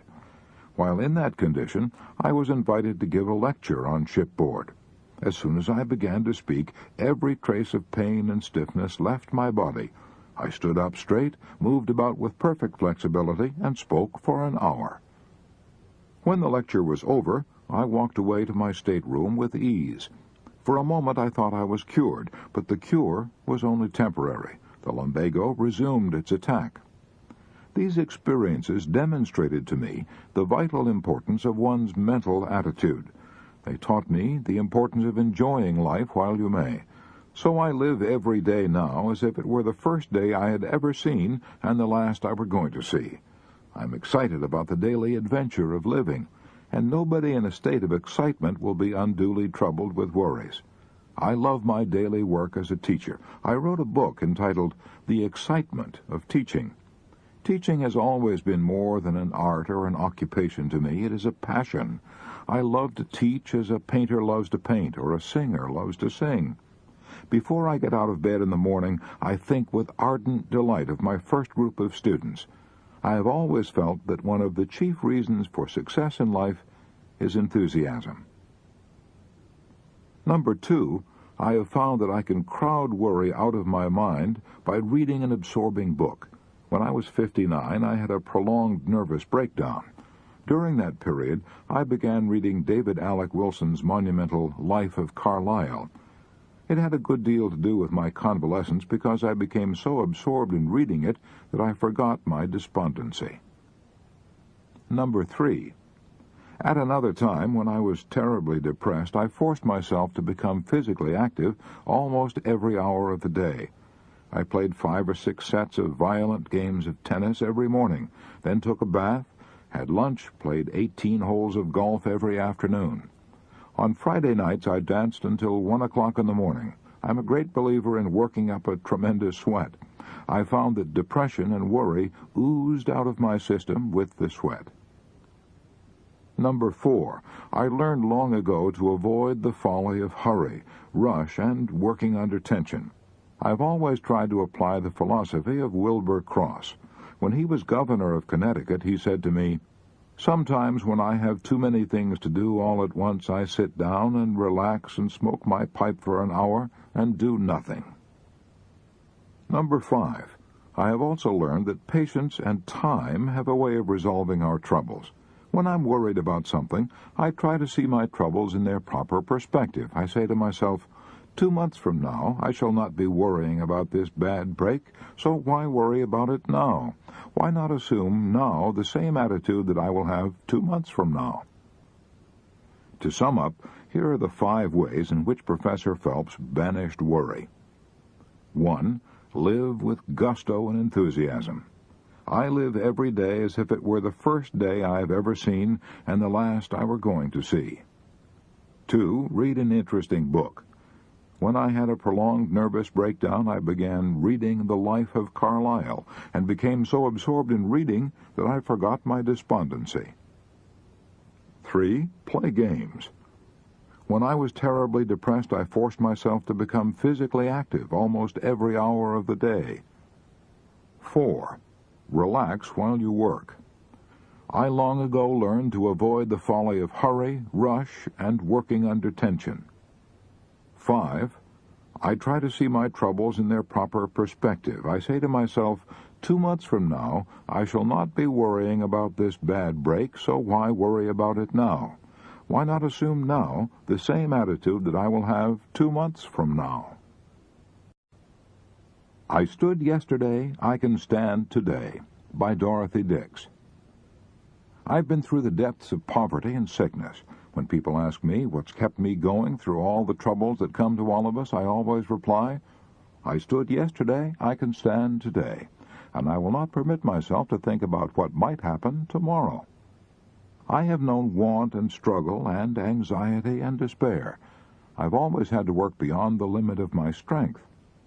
As I look back upon my life, I see it as a battlefield strewn with the wrecks of dead dreams and broken hopes and shattered illusions, a battle in which I always fought with the odds tremendously against me, and which has left me scarred and bruised and maimed and old before my time. Yet I have no pity for myself, no tears to shed over the past and gone sorrows, no envy for the women who have been spared all I've gone through, for I have lived, they only existed. I have drunk the cup of life down to its very dregs. They have only sipped the bubbles on top of it. I know things they will never know. I see things to which they are blind. It is only the women whose eyes have been washed clear with tears who get the broad vision that makes them little sisters to all the world. I have learned in the great University of Hard Knocks a philosophy that no woman who has had an easy life ever acquires. I have learned to live each day as it comes, not to borrow trouble by dreading the morrow. It is the dark menace of the picture that makes cowards of us. I put that dread from me, because experience has taught me that when the time comes that I so fear, the strength and wisdom to meet it will be given me. Little annoyances no longer have the power to affect me. After you've seen your whole edifice of happiness topple and crash in ruins about you, it never matters to you again that a servant forgets to put the doilies under the finger bowls or the cook spills the soup. I have learned not to expect too much of people, and so I can still get happiness out of the friend who isn't quite true to me or the acquaintance who gossips. Above all, I have acquired a sense of humor, because there were so many things over which I had either to cry or laugh. And when a woman can joke over her troubles instead of having hysterics, nothing can ever hurt her much again. I do not regret the hardships I have known, because through them I have touched life at every point I have lived, and it was worth the price I had to pay.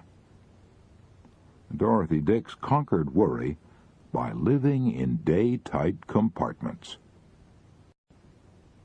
I Did Not Expect to Live to See the Dawn, by J.C. Penney.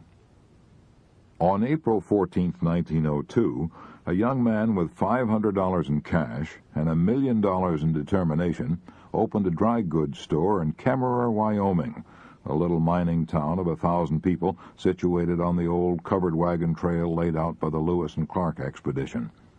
That young man and his wife lived in a half-story attic above the store, using a large empty dry goods box for a table and smaller boxes for chairs. The young wife wrapped her baby in a blanket and let it sleep under a counter while she stood beside it, helping her husband wait on customers. Today, the largest chain of dry goods stores in the world bears that man's name, the J.C. Penney stores, over 1,600 of them, covering every state in the Union. I recently had dinner with Mr. Penney, and he told me about the most dramatic moment of his life. Years ago, I passed through a most trying experience. I was worried and desperate. My worries were not connected in any way whatever with the J.C. Penney Company, and that business was solid and thriving. But I personally had made some unwise commitments prior to the crash of 1929. Like many other men, I was blamed for conditions for which I was in no way responsible. I was so harassed with worries that I couldn't sleep, and developed an extremely painful ailment known as the shingles, a red rash and skin eruptions. I consulted a physician, a man with whom I'd gone to high school as a boy in Hamilton, Missouri, Dr. Elmer Eggleston, a staff physician at the Kellogg Sanitarium in Battle Creek, Michigan. Dr. Eggleston put me to bed and warned me that I was a very ill man. A rigid treatment was prescribed, but nothing helped. I got weaker day by day.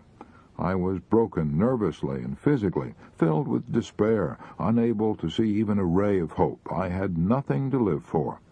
I felt I hadn't a friend left in the world, that even my family had turned against me. One night Dr. Eggleston gave me a sedative, but the effect soon wore off, and I awoke with an overwhelming conviction that this was my last night of life. Getting out of bed, I wrote farewell letters to my wife and to my son, saying that I did not expect to live to see the dawn. When I awoke the next morning, I was surprised to find that I was still alive. Going downstairs, I heard singing in a little chapel where devotional exercises were held each morning. I can still remember the hymn they were singing, "God Will Take Care of You." Going into the chapel, I listened with a weary heart to the singing, the reading of the scripture lesson, and the prayer. Suddenly, something happened. I can't explain it. I can only call it a miracle. I felt as if I had been instantly lifted out of the darkness of a dungeon into warm, brilliant sunlight. I felt as if I'd been transported from hell to paradise. I felt the power of God as I had never felt it before. I realized then that I alone was responsible for all my troubles. I knew that God, with His love, was there to help me. From that day to this, my life has been free from worry. I am 71 years old, and the most dramatic and glorious 20 minutes of my life were those I spent in that chapel that morning. God will take care of you. J.C. Penney learned to overcome worry almost instantaneously because he discovered the one perfect cure. I go to the gym to punch the bag or take a hike outdoors. By Colonel Eddie Egan, New York attorney, Rhodes Scholar, former chairman, New York State Athletic Commission, former Olympic light heavyweight champion of the world. When I find myself worrying and mentally going around in endless circles, like a camel turning a water wheel in Egypt, a good physical workout helps me to chase those blues away. It may be running or a long hike in the country, or it may be a half hour of bag punching or squash tennis at the gymnasium. Whichever it is, physical exercise clears my mental outlook. On a weekend, I do a lot of physical sport, such as a run around the golf course, a game of paddle tennis, or a ski weekend in the Adirondacks. By my becoming physically tired, my mind gets a rest from legal problems, so that when I return to them, my mind has a new zest and power. Quite often in New York, where I work, there's a chance for me to spend an hour at the Yale Club gym. And no man can worry while he's playing squash tennis or skiing. He's too busy to worry. The large mental mountains of trouble become minute molehills that new thoughts and acts quickly smooth down. I find the best antidote for worry is exercise. Use your muscles more and your brain less when you're worried, and you'll be surprised at the result. It works that way with me. Worry goes when exercise begins. I Was the Worrying Wreck from Virginia Tech by Jim Birdsall. 17 years ago, when I was in military college at Blacksburg, Virginia, I was known as the worrying wreck from Virginia Tech. I worried so violently that I often became ill. In fact, I was ill so often that I had a regular bed reserved for me at the college infirmary at all times. When the nurse saw me coming, she'd run and give me a hypo. I worried about everything. Sometimes I even forgot what I was worrying about. I worried for fear I would be busted out of college because of my low grades. I'd failed to pass my examination in physics and other subjects, too. I knew I had to maintain an average grade of 75 to 84. I worried about my health, about my excruciating attacks of acute indigestion, about my insomnia. I worried about financial matters. I felt bad because I couldn't buy my girl candy or take her to dances as often as I wanted to. I worried for fear she'd marry one of the other cadets. I was in a lather day and night over a dozen intangible problems. In desperation, I poured out my troubles to Professor Duke Baird, professor of business administration at VPI. The 15 minutes that I spent with Professor Baird did more for my health and happiness than all the rest of the 4 years I spent in college. Jim, he said, you ought to sit down and face the facts. If you devoted half as much time and energy to solving your problems as you do to worrying about them, you wouldn't have any worries. Worrying is just a vicious habit you've learned. He gave me 3 rules to break the worry habit. Rule 1, find out precisely what is the problem you're worrying about. Rule 2, find out the cause of the problem. Rule 3, do something constructive at once about solving the problem. After that interview, I did a bit of constructive planning. Instead of worrying because I'd failed to pass physics, I now asked myself why I had failed. I knew it wasn't because I was dumb, for I was editor-in-chief of the Virginia Tech Engineer. I figured that I'd failed physics because I had no interest in the subject. I'd not applied myself because I couldn't see how it would help me in my work as an industrial engineer. But now I changed my attitude. I said to myself, if the college authorities demand that I pass my physics examination before I obtain a degree, who am I to question their wisdom? So I enrolled for physics again. This time I passed, because instead of wasting my time in resentment and worrying about how hard it was, I studied diligently. I solved my financial worries by taking on some additional jobs, such as selling punch at the college dances, and by borrowing money from my father, which I paid back soon after graduation. I solved my love worries by proposing to the girl that I feared might marry another cadet, and she is now Mrs. Jim Birdsall. As I look back at it now, I can see that my problem was one of confusion, a disinclination to find the causes of my worry and face them realistically. Jim Birdsall learned to stop worrying because he analyzed his troubles. In fact, he used the very principles described in the chapter, How to Analyze and Solve Worry Problems. I have lived by this sentence, by Dr. Joseph R. Sizu, President, New Brunswick Theological Seminary, New Brunswick, New Jersey, the oldest theological seminary in the United States, founded in 1784. Years ago, in a day of uncertainty and disillusionment, when my whole life seemed to be overwhelmed by forces beyond my control, one morning, quite casually, I opened up my New Testament, and my eyes fell upon this sentence. He that sent me is with me. The Father hath not left me alone. My life has never been the same since that hour. Everything for me has been forever different after that. I suppose that not a day has passed that I have not repeated it to myself. Many have come to me for counseling during these years, and I have always sent them away with this sustaining sentence. Ever since that hour when my eyes fell upon it, I have lived by this sentence. I have walked with it, and I have found in it my peace and strength. To me it is the very essence of religion. It lies at the rock bottom of everything that makes life worth living. It is the golden text of my life. I Hit Bottom and Survived by Ted Erickson. I used to be a terrible worrywart. No more. In the summer of 1942, I had an experience that banished worry from my life for all time, I hope. The experience made every other trouble seem small by comparison.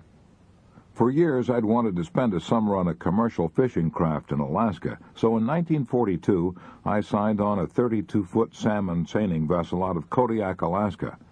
On a craft of this size, there's a crew of only 3, the skipper, who does the supervision, a number 2 man who assists the skipper, and a general workhorse who's usually a Scandinavian. I'm a Scandinavian. Since salmon seining has to be done with the tides, I often worked 20 hours out of 24. I kept up that schedule for a week at a time.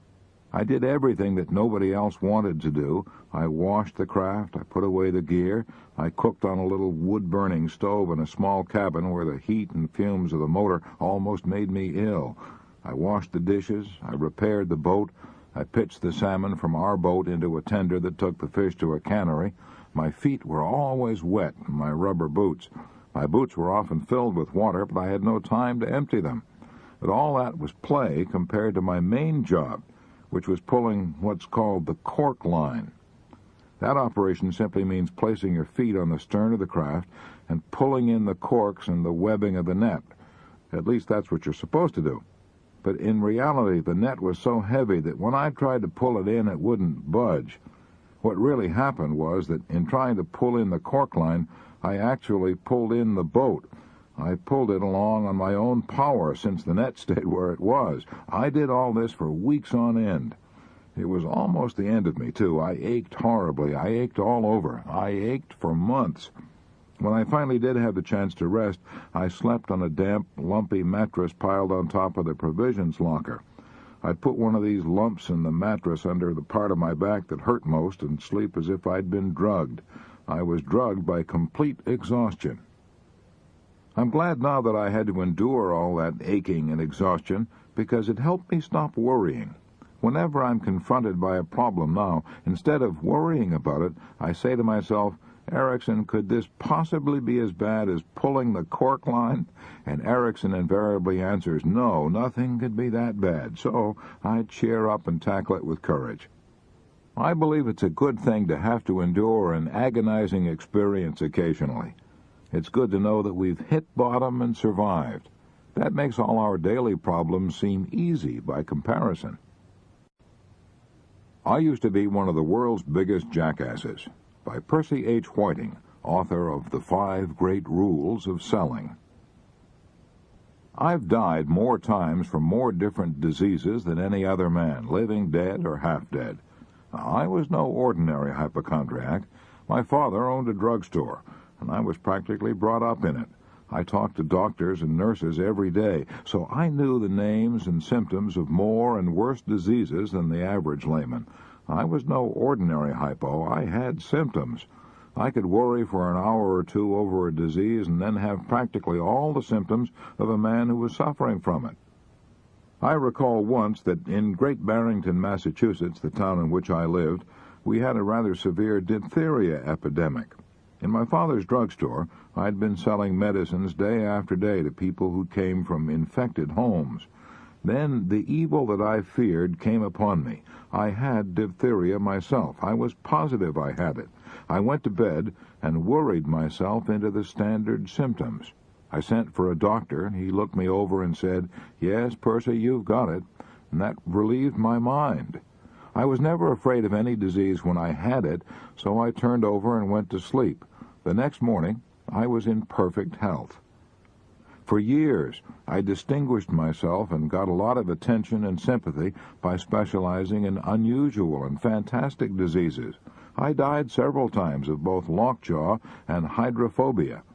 Later on, I settled down to having the run-of-the-mill ailments, specializing in cancer and tuberculosis. I can laugh about it now, but it was tragic then. I honestly and literally feared for years that I was walking on the edge of the grave. When it came time to buy a suit of clothes in the spring, I would ask myself, should I waste this money now when I know I can't possibly live to wear this suit out?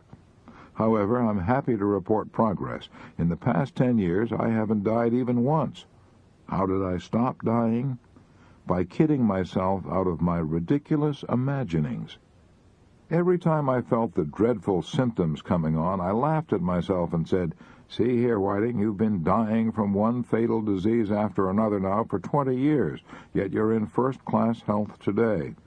An insurance company recently accepted you for more insurance. Isn't it about time, Whiting, that you stood aside and had a good laugh at the worrying jackass you are?" I soon found that I couldn't worry about myself and laugh at myself at one and the same time, so I've been laughing at myself ever since. The point is this: don't take yourself too seriously. Just try laughing at some of your sillier worries and see if you can't laugh them out of existence.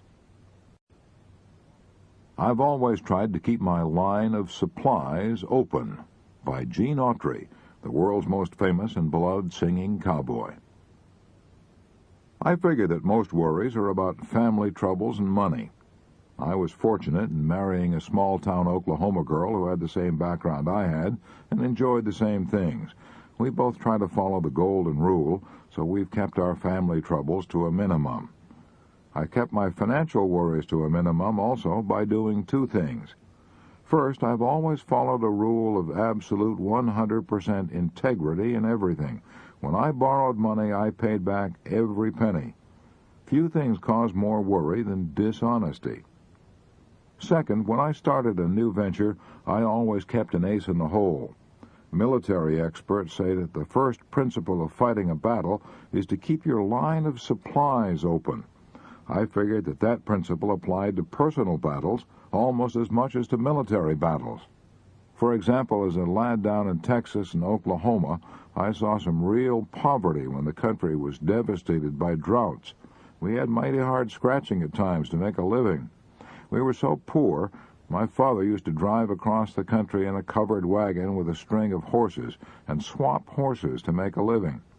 I wanted something more reliable than that, so I got a job working for a railway station agent and learned telegraphy in my spare time.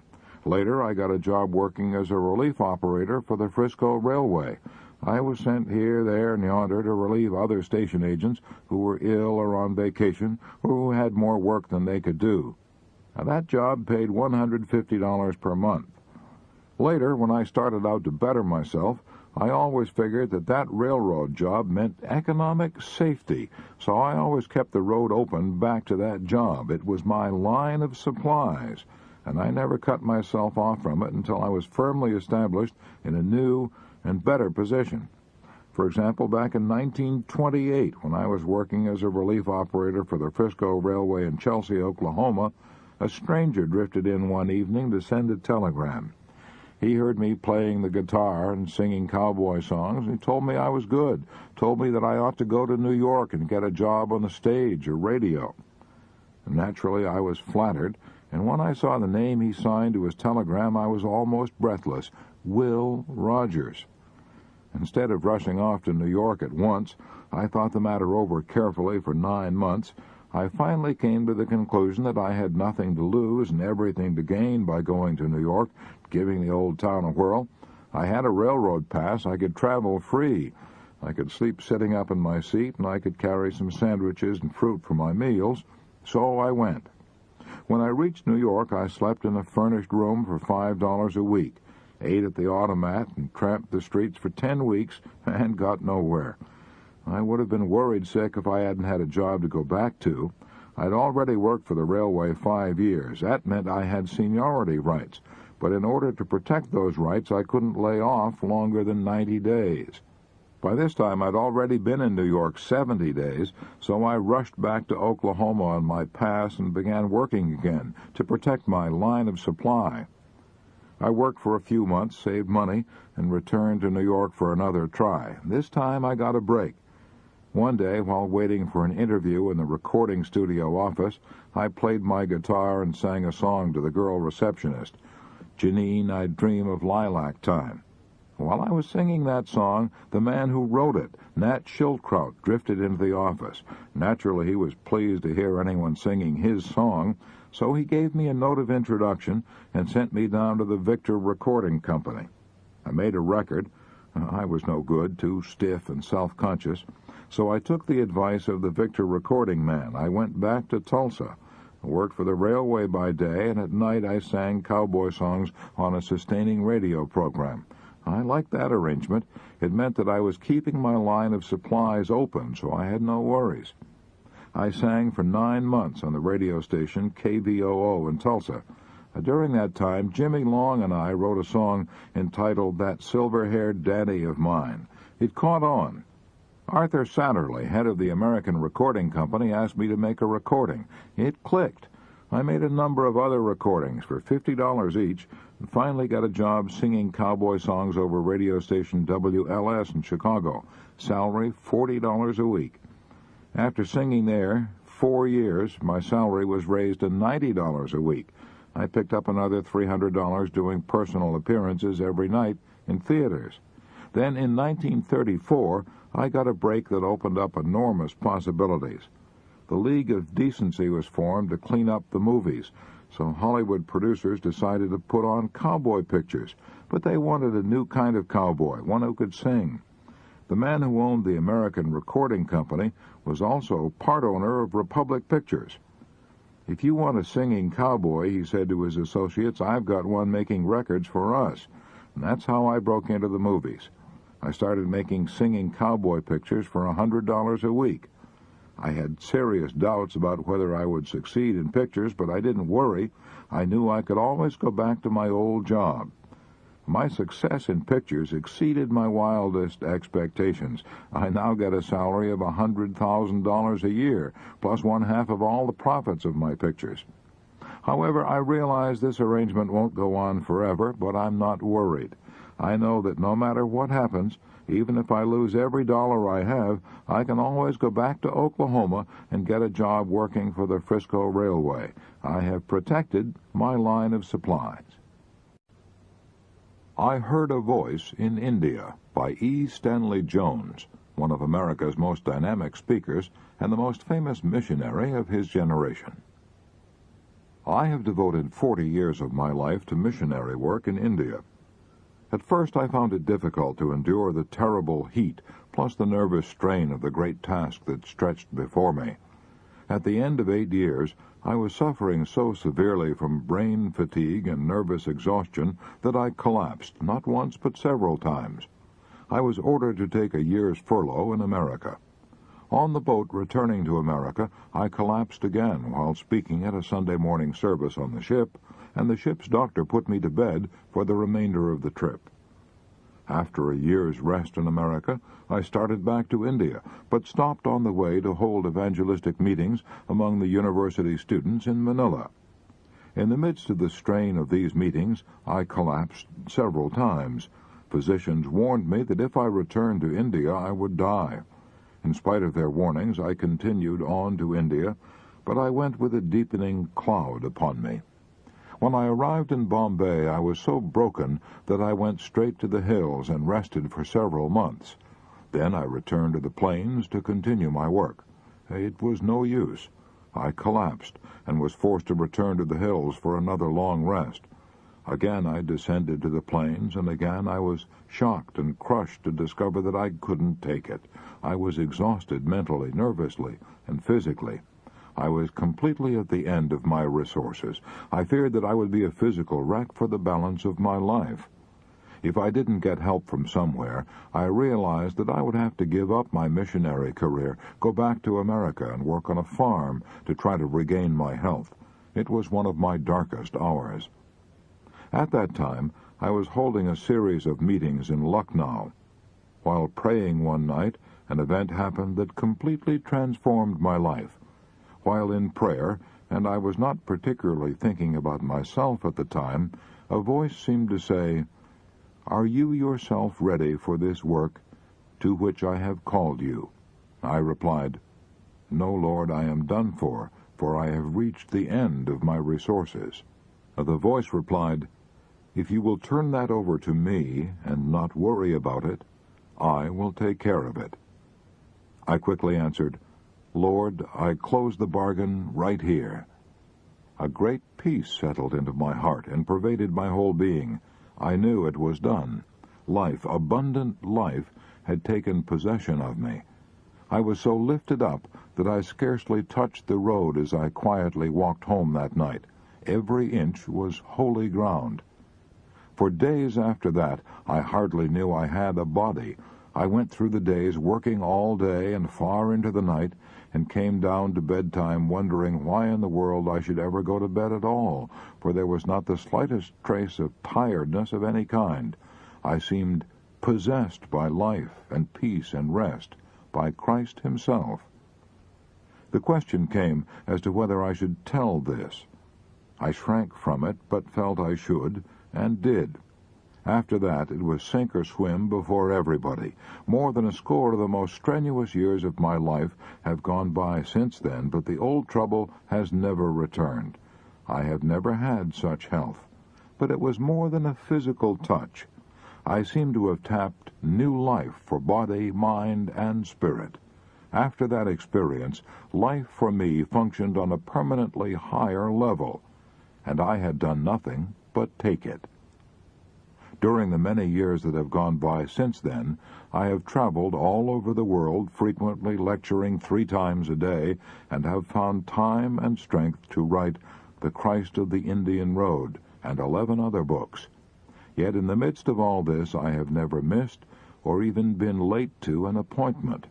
The worries that once beset me have long since vanished, and now, in my 63rd year, I am overflowing with abounding vitality and the joy of serving and living for others. I suppose that the physical and mental transformation that I have experienced could be picked to pieces psychologically and explained. It does not matter. Life is bigger than processes and overflows and dwarfs them. This one thing I know. My life was completely transformed and uplifted that night in Lucknow 31 years ago when, at the depth of my weakness and depression, a voice said to me, "If you will turn that over to me and not worry about it, I will take care of it." And I replied, "Lord, I close the bargain right here."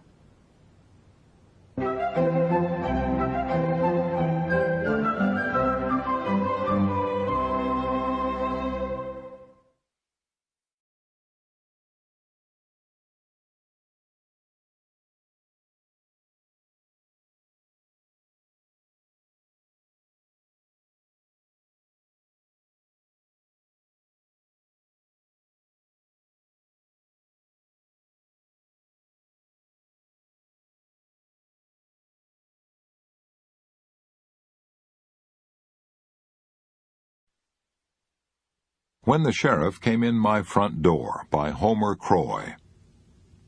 The biggest moment of my life occurred one day in 1933, when the sheriff came in the front door and I went out the back.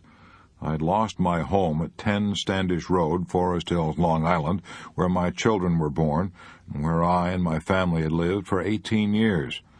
I'd never dreamed that this could happen to me. 12 years before, I thought I was sitting on top of the world. I'd sold the motion picture rights to my novel, West of the Water Tower, for a top Hollywood price. I lived abroad with my family for 2 years. We summered in Switzerland and wintered on the French Riviera, just like the idle rich. I spent 6 months in Paris and wrote a novel entitled They Had to See Paris. Will Rogers appeared in the screen version. It was his first talking picture.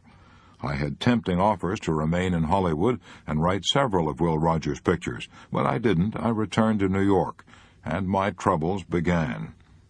It slowly dawned on me that I had great dormant abilities that I'd never developed. I began to fancy myself a shrewd businessman.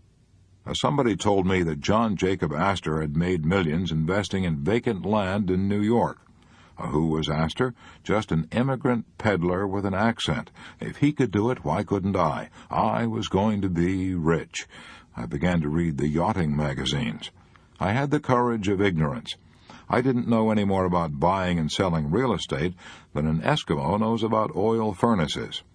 How was I to get the money to launch myself on my spectacular financial career? That was simple. I mortgaged my home and bought some of the finest building lots in Forest Hills. I was going to hold on to this land until it reached a fabulous price and then sell it and live in luxury. I, who had never sold a piece of real estate as big as a doll's handkerchief. I pitied the plodders who slaved in offices for a mere salary. I told myself that God had not seen fit to touch every man with the divine fire of financial genius. Suddenly, the Great Depression swept down upon me like a Kansas cyclone and shook me as a tornado would shake a hen coop. I had to pour $220 a month into that monster-mouthed piece of good earth. Oh, how fast those months came. In addition, I had to keep up the payments on our now mortgaged house and find enough food. I was worried. I tried to write humor for the magazines. My attempt at humor sounded like the Lamentations of Jeremiah. I was unable to sell anything. The novels I wrote failed. I ran out of money. I had nothing on which I could borrow money except my typewriter and the gold fillings in my teeth. The milk company stopped delivering milk. The gas company turned off the gas. We had to buy one of those little outdoor camp stoves you see advertised. It had a cylinder of gasoline. You pump it up by hand, and it shoots out a flame with a hissing like an angry goose. We ran out of coal. The company sued us. Our only heat was the fireplace. I'd go out at night and pick up boards and leftovers from the new homes that the rich people were building. I, who had started out to be one of those rich people. I was so worried I couldn't sleep. I often got up in the middle of the night and walked for hours to exhaust myself so I could fall asleep. I lost not only the vacant land I had bought, but all my heart's blood that I had poured into it. The bank closed the mortgage on my home and put me and my family out on the street. In some way we managed to get hold of a few dollars and rent a small apartment. We moved in the last day of 1933. I sat down on a packing case and looked around. An old saying of my mother's came back, "Don't cry over spilt milk." But this wasn't milk, this was my heart's blood. After I sat there a while, I said to myself, well, I've hit bottom and I've stood it. There is no place to go now but up. I began to think of the fine things that the mortgage had not taken from me. I still had my health and my friends. I would start again. I would not grieve about the past. I would repeat to myself every day the words I had often heard my mother say about spilt milk. I put into my work the energy that I'd been putting into worrying. Little by little, my situation began to improve. I am almost thankful now that I had to go through all that misery. It gave me strength, fortitude, and confidence. I know now what it means to hit bottom. I know it doesn't kill you. I know we can stand more than we think we can. When little worries and anxieties and uncertainties try to disturb me now, I banish them by reminding myself of the time I sat down in the packing case and said, I've hit bottom and I've stood it. There is no place to go now but up. And what's the principle here? Don't try to saw sawdust. Accept the inevitable. If you can't go lower, you can try going up. The toughest opponent I ever fought was worry, by Jack Dempsey. During my career in the ring, I found that old man worry was an almost tougher opponent than the heavyweight boxers I fought. I realized that I had to learn to stop worrying, or worry would sap my vitality and undermine my success.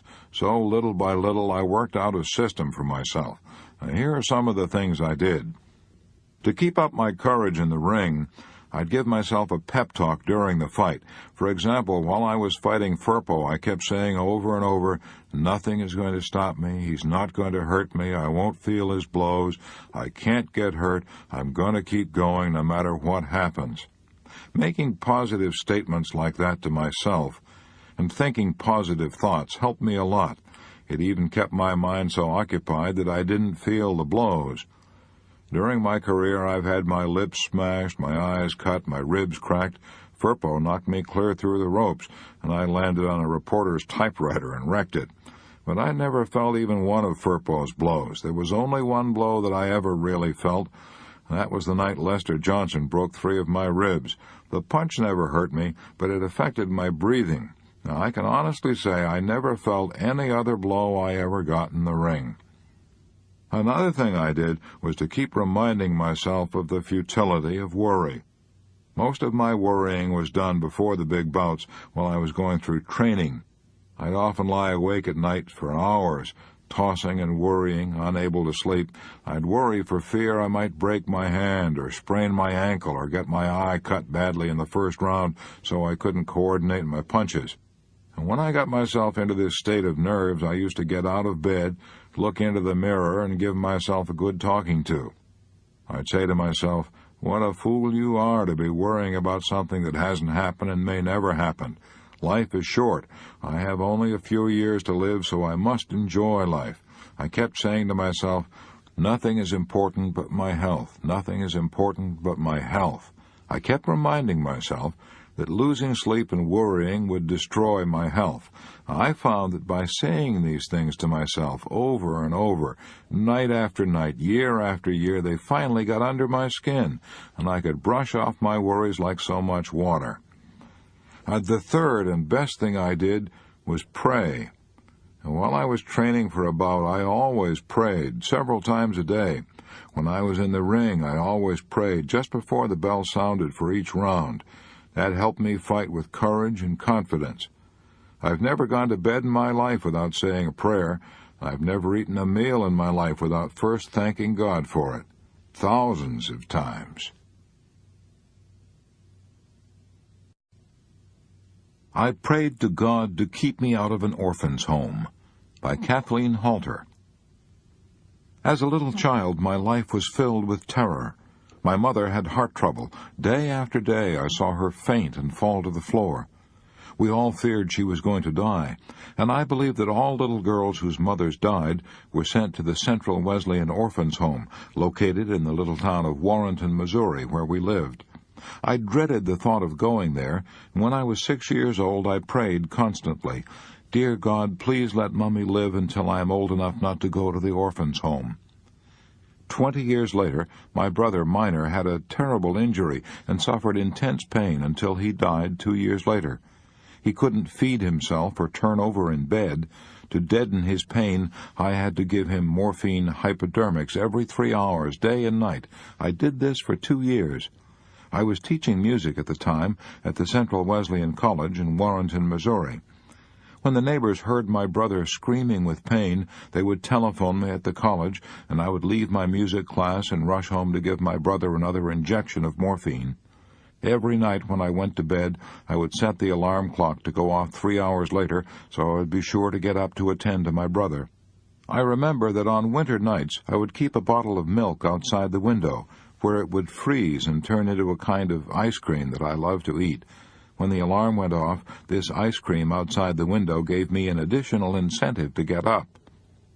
In the midst of all these troubles, I did 2 things that kept me from indulging in self-pity and worrying and embittering my life with resentment. First, I kept myself busy teaching music from 12 to 14 hours a day, so I had little time to think of my troubles. And when I was tempted to feel sorry for myself, I kept saying to myself over and over, "Now listen, as long as you can walk and feed yourself and are free from intense pain, you ought to be the happiest person in the world. No matter what happens, never forget that as long as you live. Never, never." I was determined to do everything in my power to cultivate an unconscious and continuous attitude of gratefulness for my many blessings. Every morning when I awoke, I would thank God that I could get out of bed and walk to breakfast and feed myself. I fiercely resolved that in spite of my troubles, I would be the happiest person in Warrenton, Missouri. Maybe I didn't succeed in achieving that goal, but I did succeed in making myself the most grateful young woman in my hometown, and probably few of my associates worried less than I did. This Missouri music teacher applied 2 principles described in this book. She kept too busy to worry, and she counted her blessings. The same techniques may be helpful to you. My Stomach Was Twisting Like a Kansas Whirlwind by Cameron Shipp. I had been working very happily in the publicity department of Warner Brothers Studio in California for several years. I was a unit man and feature writer. I wrote stories for newspapers and magazines about Warner Brothers stars. Suddenly, I was promoted. I was made the assistant publicity director.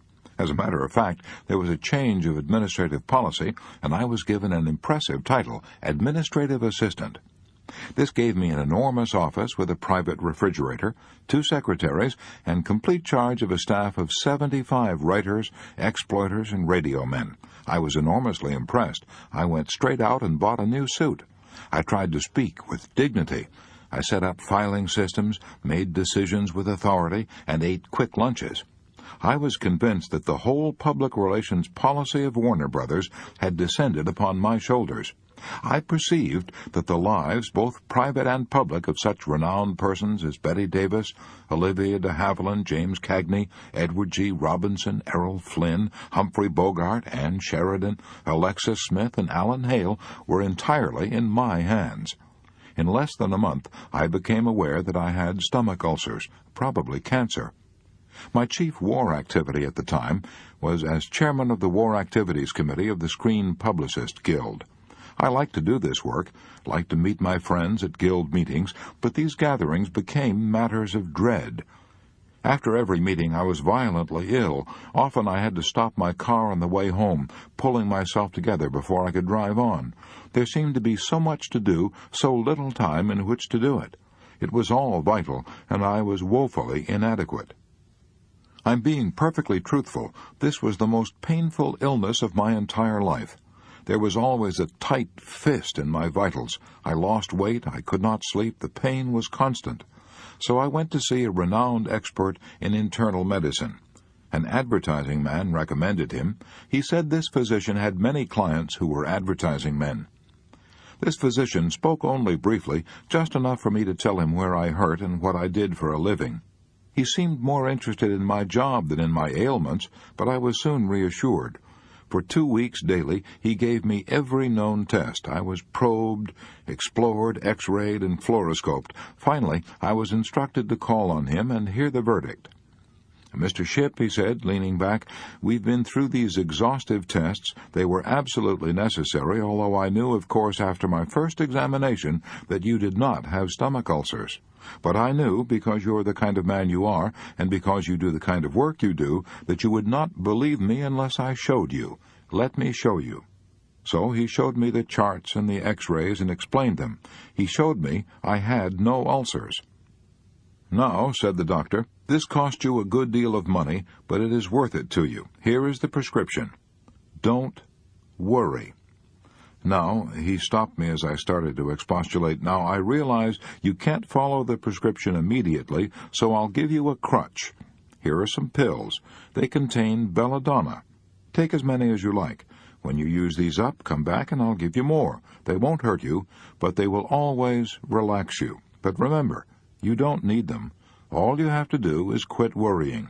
If you do start worrying again, you'll have to come back here and I'll charge you a heavy fee again. Now, how about it?" I wish I could report the lesson took effect that day and that I quit worrying immediately. I didn't. I took the pills for several weeks. Whenever I felt a worry coming on, they worked. I felt better at once. But I felt silly taking these pills. I'm a big man physically. I'm almost as tall as Abe Lincoln was and weigh almost 200 pounds. Yet here I was taking little white pills to relax myself. When my friends asked me why I was taking pills, I was ashamed to tell the truth. Gradually, I began to laugh at myself. I said, "See here, Cameron Shipp, you're acting like a fool.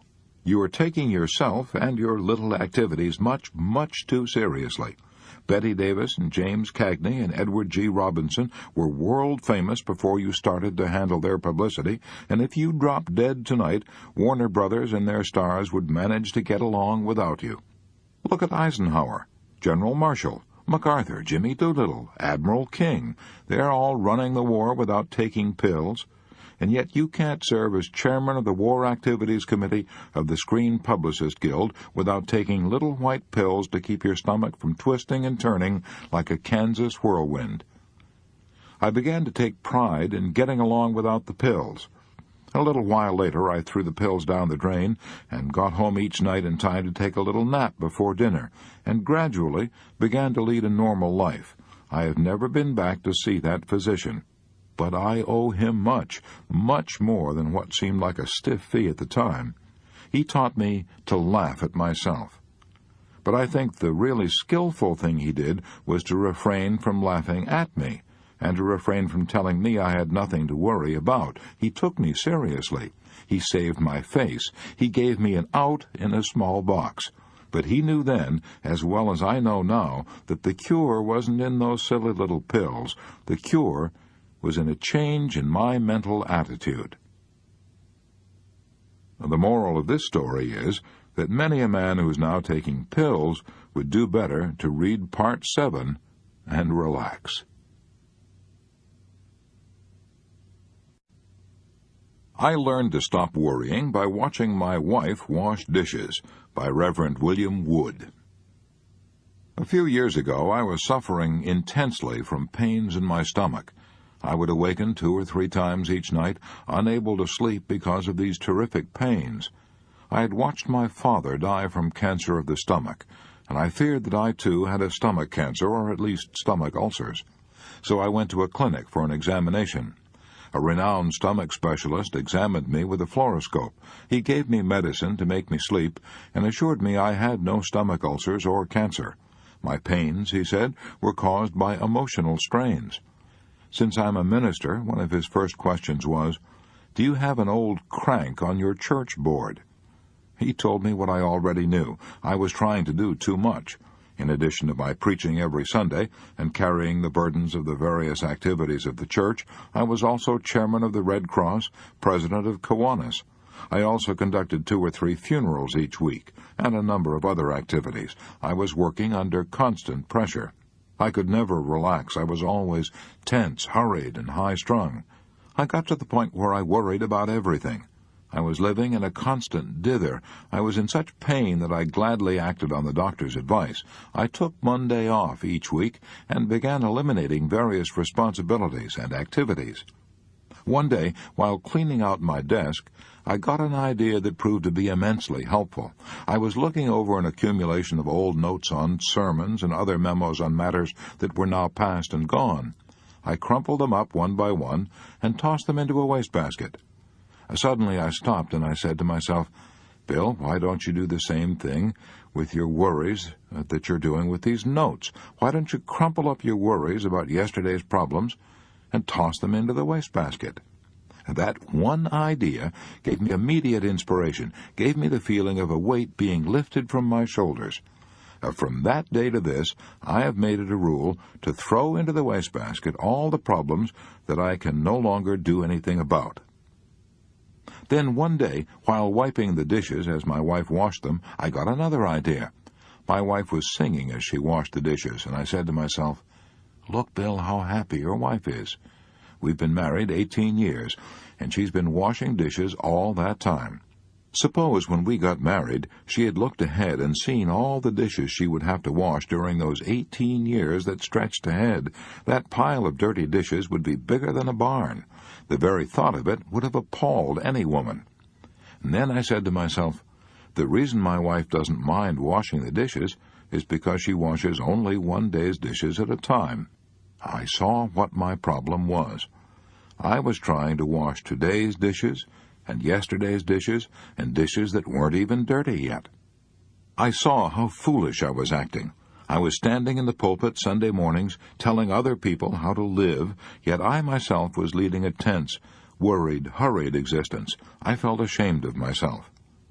Worries don't bother me any more. No more stomach pains, no more insomnia. I now crumple up yesterday's anxieties and toss them into the wastebasket, and I have ceased trying to wash tomorrow's dirty dishes today. Do you remember a statement quoted earlier in this book?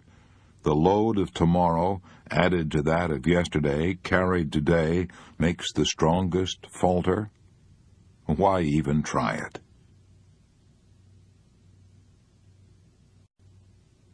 I Found the Answer by Del Hughes.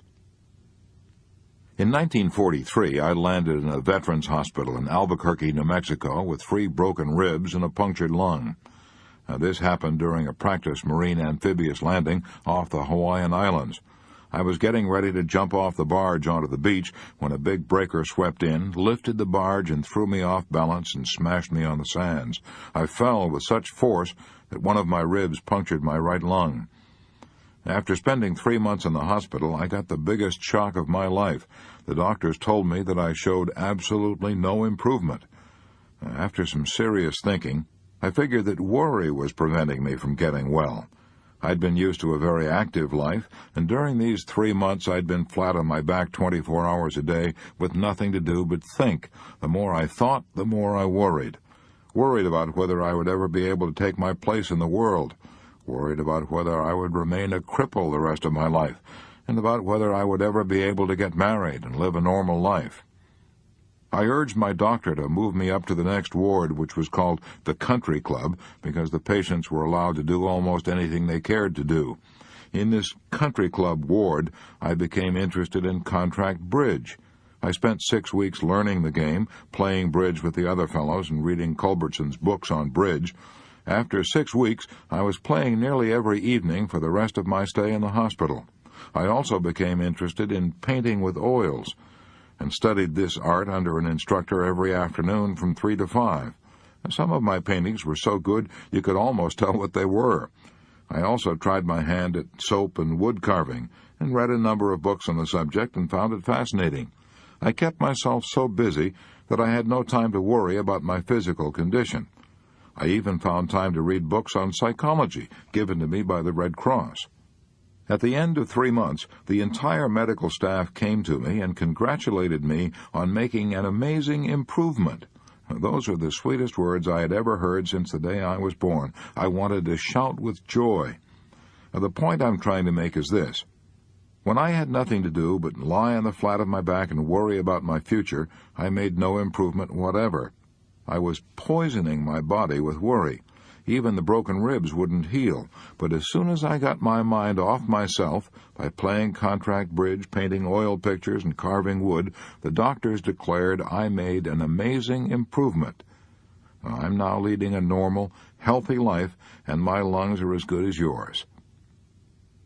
Now remember what George Bernard Shaw said, "The secret of being miserable is to have the leisure to bother about whether you're happy or not." Keep active. Keep busy. Time Solves a Lot of Things, by Louis T. Montant, Jr.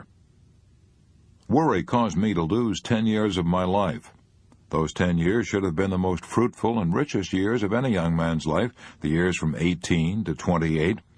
I realize now that losing those years was no one's fault but my own. I worried about everything, my job, my health, my family, and my feelings of inferiority. I was so frightened that I used to cross the street to avoid meeting people I knew. When I met a friend on the street, I would often pretend not to notice him, because I was afraid of being snubbed. I was so afraid of meeting strangers, so terrified in their presence, that in one space of 2 weeks I lost out on 3 different jobs simply because I didn't have the courage to tell those 3 prospective employers what I knew I could do. Then one day 8 years ago, I conquered worry in one afternoon and have rarely worried since then. That afternoon, I was in the office of a man who had far more troubles than I had ever faced, yet he was one of the most cheerful men I had ever known.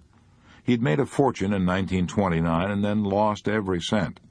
He made another fortune in 1933 and lost that, and another fortune in 1939 and lost that too. He had gone through bankruptcy and had been hounded by enemies and creditors. Troubles that would have broken some men and driven them to suicide rolled off him like water off a duck's back. As I sat in his office that day 8 years ago, I envied him and wished that God had made me like him. As we were talking, he tossed a letter to me that he'd received that morning and said, "Read that." It was an angry letter, raising several embarrassing questions. If I'd received such a letter, it would have sent me into a tailspin. I said, "Bill, how are you going to answer it?" "Well," Bill said, "I'll tell you a little secret.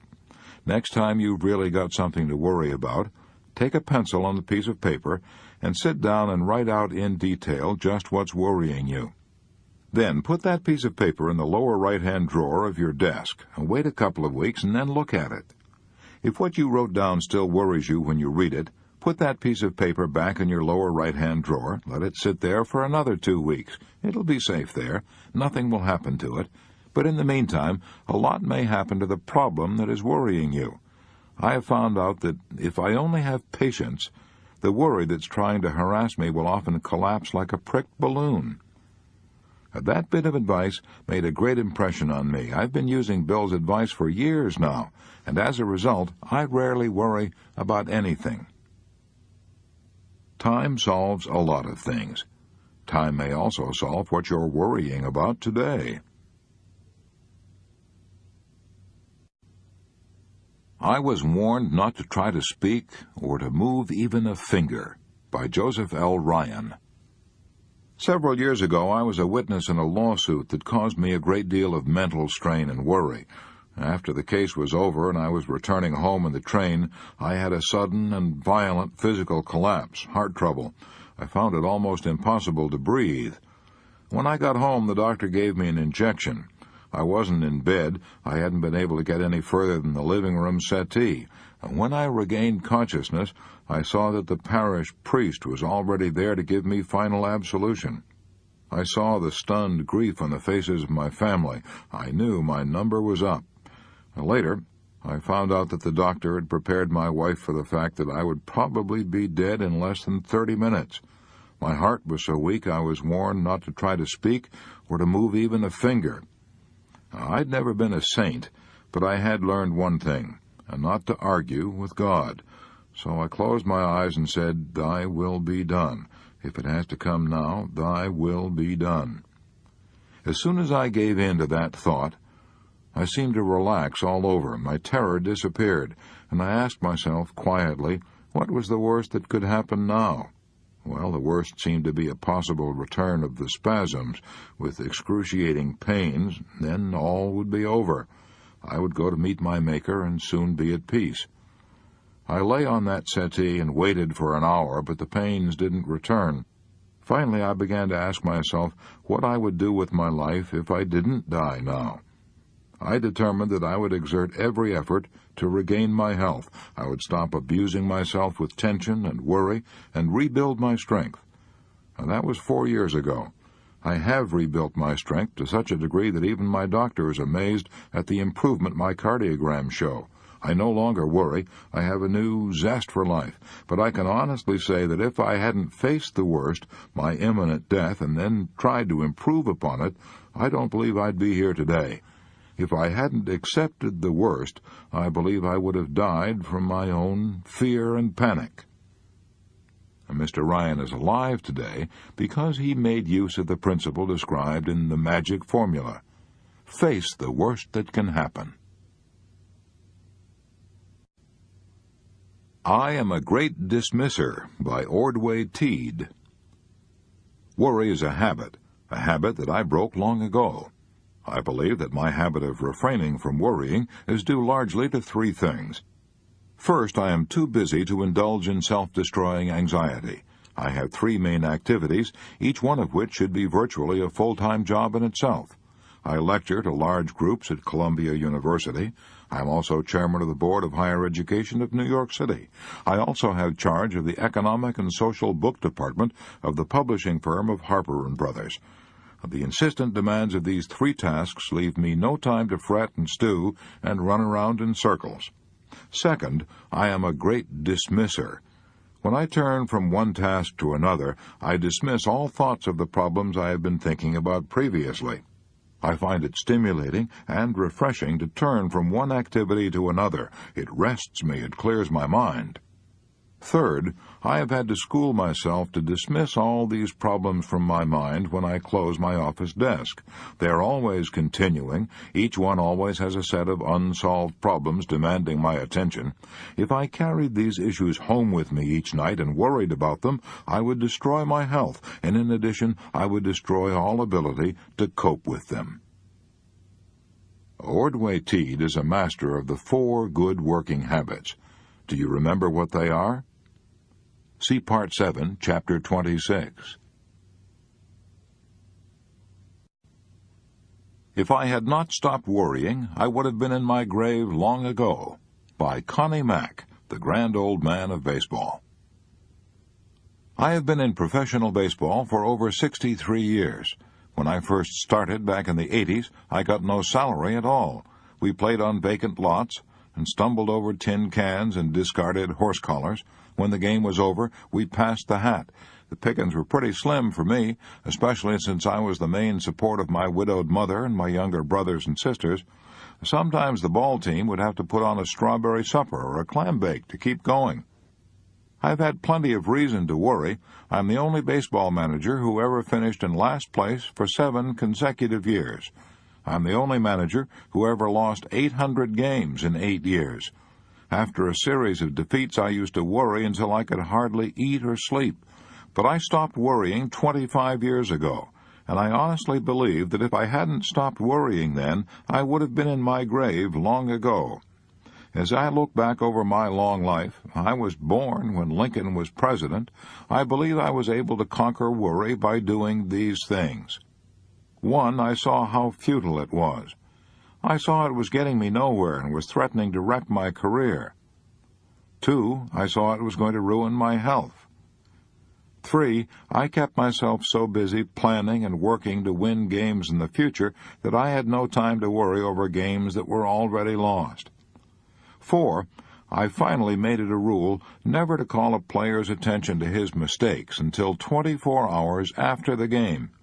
In my early days, I used to dress and undress with the players. If the team had lost, I found it impossible to refrain from criticizing the players and from arguing with them bitterly over their defeats. I found this only increased my worries. Criticizing a player in front of the others didn't make him want to cooperate. It really made him bitter. So since I couldn't be sure of controlling myself and my tongue immediately after a defeat, I made it a rule never to see the players right after a defeat. I wouldn't discuss the defeat with them until the next day. By that time, I'd cooled off. The mistakes didn't loom so large, and I could talk things over calmly, and the men wouldn't get angry and try to defend themselves. 5. I tried to inspire players by building them up with praise instead of tearing them down with fault-finding. I tried to have a good word for everybody. 6. I found that I worried more when I was tired, so I spent 10 hours in bed every night, and I take a nap every afternoon. Even a 5-minute nap helps a lot. 7. I believe I've avoided worries and lengthened my life by continuing to be active. I'm 85, and I'm not going to retire until I begin telling the same stories over and over. When I start doing that, I'll know then that I'm growing old. Connie Mack never read a book on how to stop worrying, so he made out his own rules. Why don't you make a list of rules you've found helpful in the past, and write them out right now? I got rid of stomach ulcers and worry by changing my job and my mental attitude. By Arden W. Sharp, Green Bay, Wisconsin. 5 years ago, I was worried, depressed, and sick. The doctor said I had stomach ulcers. They put me on a diet. I drank milk and ate eggs until I revolted at the sight of them, but I didn't get well. Then one day I read an article about cancer. I imagined I had every symptom. I was not worried now. I was terrified. Naturally, this made my stomach ulcers flare up like fire. The final blow came when the Army rejected me as physically unfit at 24. I was apparently a physical wreck when I should have been at the height of my physical powers. I was at the end of my rope. I couldn't see a ray of hope. In desperation, I tried to analyze how I'd gotten myself into this terrible condition. Slowly, the truth began to dawn on me. 2 years previously, I'd been happy and healthy in my work as a salesman, but wartime shortages had forced me to give up selling and take a job in a factory. I despised factory work, and to make matters worse, I was associating with a group of the most accomplished negative thinkers I'd ever had the misfortune to meet. They were bitter about everything. Nothing was right. They constantly condemned the job and cursed the pay, the hours, the boss, and everything. I realized that I had unconsciously absorbed their vindictive attitude. I slowly began to realize that my stomach ulcers were probably brought on by my own negative thoughts and bitter emotions. I then decided to go back to the work I liked, selling, and to associate with people who thought positive, constructive thoughts. This decision probably saved my life. I deliberately sought out friends and business associates who were progressive thinkers, happy, optimistic men free of worry and ulcers. As soon as I changed my emotions, I changed my stomach. Within a short time, I forgot that I had ever had ulcers. I soon found that you can catch health, happiness, and success from others just as easily as you can catch worries, bitterness, and failure. This is the most important lesson I have ever learned. I should have learned it long ago. I had heard about it and read about it dozens of times, but I had to learn it the hard way. I realize now what Jesus meant when he said, "As a man thinketh in his heart, so is he." I Now Look for the Green Light by Joseph M. Cotter. From the time I was a small boy, throughout the early stages of young manhood, and during my adult life, I was a professional worrier. My worries were many and varied. Some were real, most of them were imaginary. Upon rare occasions, I would find myself without anything to worry about. Then I would worry for fear I might be overlooking something. Then, 2 years ago, I started out on a new way of living. This required making a self-analysis of my faults and a very few virtues. a searching and fearless moral inventory of myself. This brought out clearly what was causing all this worry. The fact was that I could not live for today alone. I was fretful of yesterday's mistakes and fearful of the future. I was told over and over that today was the tomorrow I had worried about yesterday, but it wouldn't work for me. I was advised to live on a 24-hour program. I was told that today was the only day over which I had any control, and that I should make the most of my opportunities each day. I was told that if I did that, I would be so busy I would have no time to worry about any other day, past or future. Now, that advice was logical, but somehow I found it hard to put these darned ideas to work for me. Then, like a shot out of the dark, I found the answer. And where do you suppose I found it? On a Northwestern Railroad platform at 7 p.m., May 31st, 1945. It was an important hour for me. That's why I remember it so clearly. We were taking some friends to the train. They were leaving on the City of Los Angeles, a streamliner, to return from a vacation. The war still on, crowds were heavy that year. Instead of boarding the train with my wife, I wandered down the tracks toward the front of the train. I stood looking at the big shiny engine for a minute. Presently I looked down the track and saw a huge semaphore. An amber light was showing. Immediately this light turned to a bright green. At that moment the engineer started clanging a bell. I heard the familiar "all aboard," and in a matter of seconds that huge streamliner began to move out of the station on its 2,300-mile trip. My mind started spinning. Something was trying to make sense to me. I was experiencing a miracle. Suddenly it dawned on me. That engineer had given me the answer I had been seeking. He was starting out on that long journey with only one green light to go by. If I'd been in his place, I would want to see all the green lights for the entire journey. Impossible, of course, yet that was exactly what I was trying to do with my life, sitting in the station, going no place, because I was trying too hard to see what was ahead for me. My thoughts kept coming. That engineer didn't worry about trouble that he might encounter miles ahead.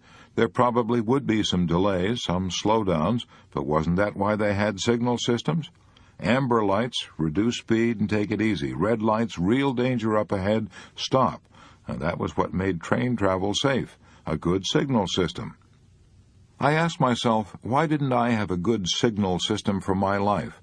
My answer was I did have one.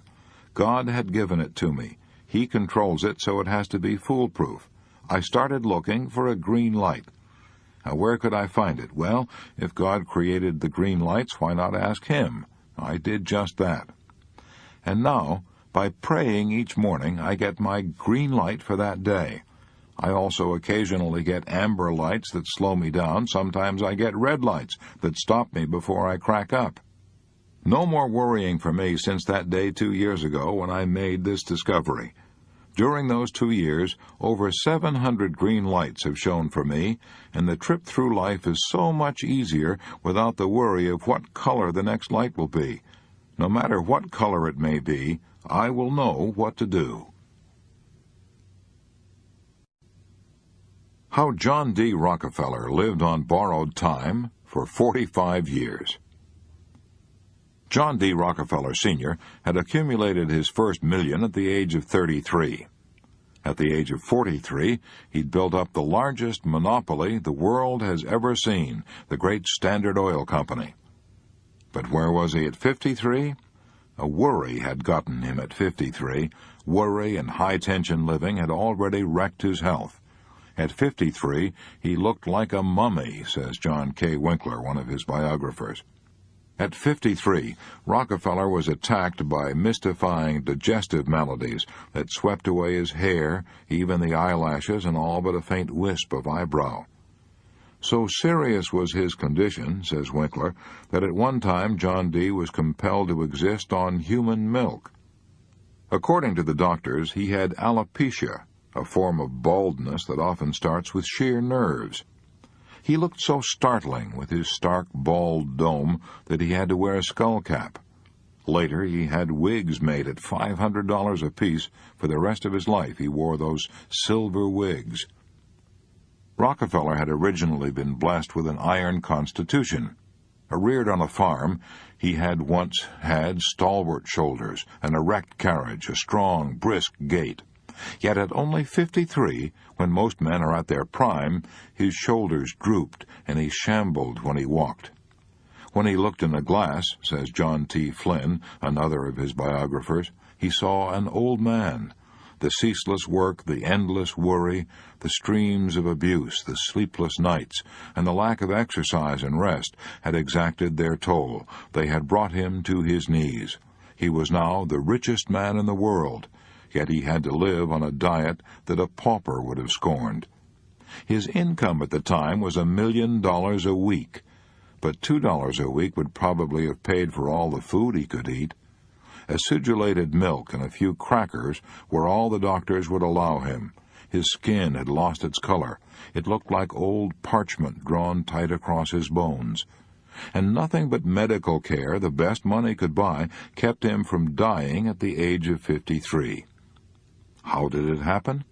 Worry. Shock. High pressure and high-tension living. He drove himself literally to the edge of the grave.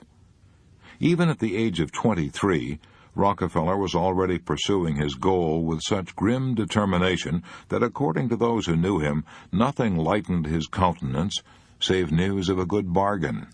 When he made a big profit, he would do a little war dance, throw his hat on the floor, and break into a jig. But if he lost money, he was ill.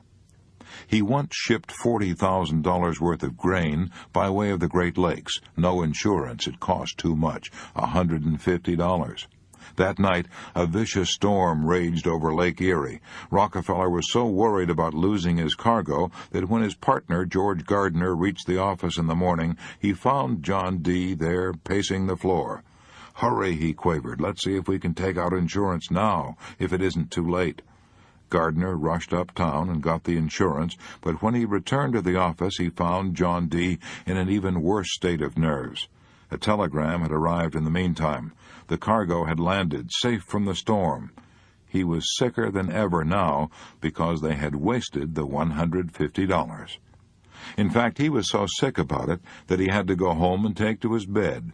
Think of it. At that time, his firm was doing a gross business of $500,000 a year, yet he made himself so ill over $150 that he had to go to bed. He had no time for play, no time for recreation, no time for anything except making money and teaching Sunday school. When his partner, George Gardner, purchased a second-hand yacht with 3 other men for $2,000, John D. was aghast, refused to go out on it. Gardner found him working at the office one Saturday afternoon and pleaded, "Come on, John, let's go for a sail. It will do you good. Forget about business. Have a little fun." Rockefeller glared. "George Gardner," he warned, "you are the most extravagant man I ever knew. You are injuring your credit at the banks, and my credit too. First thing you know, you'll be wrecking our business. No, I won't go on your yacht. I don't ever want to see it." And he stayed plugging in the office all Saturday afternoon. The same lack of humor, the same lack of perspective characterized John D. all through his business career. Years later he said, "I never placed my head upon the pillow at night without reminding myself that my success might be only temporary." With millions at his command, he never put his head upon his pillow without worrying about losing his fortune. No wonder worry wrecked his health. He had no time for play or recreation, never went to the theater, never played cards, never went to a party. As Mark Hanna said, the man was mad about money, sane in every other respect, but mad about money. Rockefeller had once confessed to a neighbor in Cleveland, Ohio, that he wanted to be loved, yet he was so cold and suspicious that few people even liked him. Morgan once balked at having to do business with him at all. "I don't like the man," he snorted. "I don't want to have any dealings with him." Rockefeller's own brother hated him so much that he removed his children's bodies from the family plot. "No one of my blood," he said, "will ever rest in land controlled by John D." Rockefeller's employees and associates lived in holy fear of him. And here's the ironic part. He was afraid of them, afraid they would talk outside of the office and give secrets away. He had so little faith in human nature that once when he signed a 10-year contract with an independent refiner, he made the man promise not to tell anyone, not even his wife. Shut your mouth and run your business, and that was his motto. Then, at the very peak of his prosperity, with gold flowing into his coffers like hot yellow lava pouring down the sides of Vesuvius, his private world collapsed. Books and articles denounced the robber baron war of Standard Oil Company, secret rebates with railroads, the ruthless crushing of all rivals.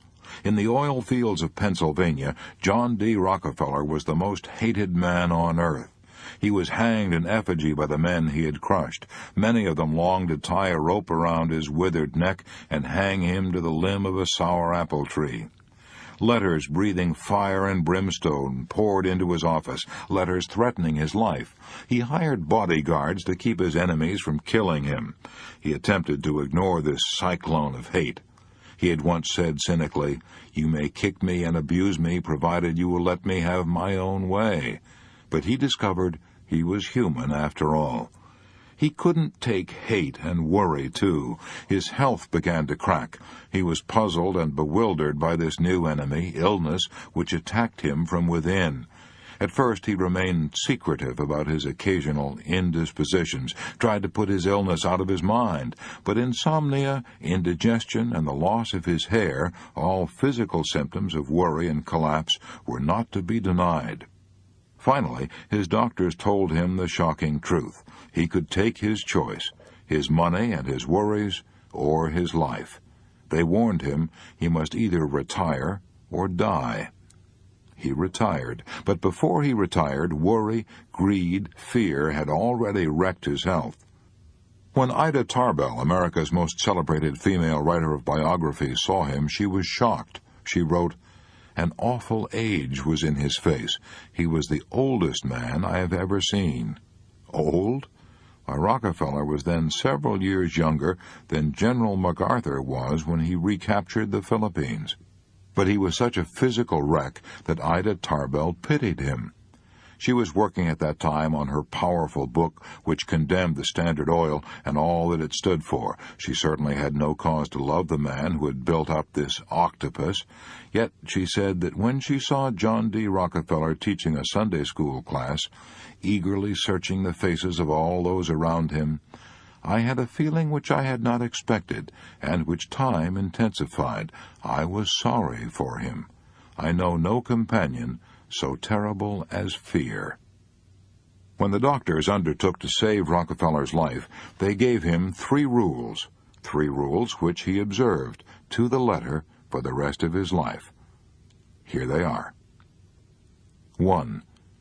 Avoid worry. Never worry about anything, under any kind of circumstances. 2. Relax and take plenty of mild exercise in the open air. 3. Watch your diet. Always stop eating while you're still a little hungry. John D. Rockefeller obeyed those rules, and they probably saved his life. He retired, he learned to play golf. He went in for gardening. He chatted with his neighbors, he played games, he sang songs. But he did something else, too. During the days of torture and nights of insomnia, says Winkler, John D. had time for reflection. He began to think of other people. He stopped thinking, for once, of how much money he could get, and he began to wonder how much that money would buy in terms of human happiness. In short, Rockefeller now began to give his millions away. Some of the time it wasn't easy. When he offered money to a church, pulpits all over the country thundered back with cries of "tainted money," but he kept on giving. He learned of a starving little college on the shores of Lake Michigan that was being foreclosed because of its mortgage. He came to its rescue and poured millions of dollars into that college and built it into the now world-famous University of Chicago. He tried to help the Negroes. He gave money to Negro universities like Tuskegee College, where funds were needed to carry on the work of George Washington Carver. He helped to fight hookworm. When Dr. Charles W. Stiles, the hookworm authority, said 50 cents worth of medicine will cure a man of this disease which ravages the South, but who will give the 50 cents? Rockefeller gave it. He spent millions on hookworm, stamping out the greatest scourge that ever handicapped the South, and then he went further. He established a great international foundation, the Rockefeller Foundation, which was to fight disease and ignorance all over the world. I speak with feeling of this work, for I probably owe my life to the Rockefeller Foundation. How well I remember that when I was in China in 1932, cholera was raging all over Peking. The Chinese peasants were dying like flies, yet in the midst of all this horror, we were able to go to the Rockefeller Medical College and get a vaccination to protect us from the plague. Chinese and foreigners alike, we were able to do that. And that was when I got my first understanding of what Rockefeller's millions were doing for the world. Never before in history has there ever been anything remotely like the Rockefeller Foundation. It's something unique. Rockefeller knew that all over the world there are many fine movements that men of vision start.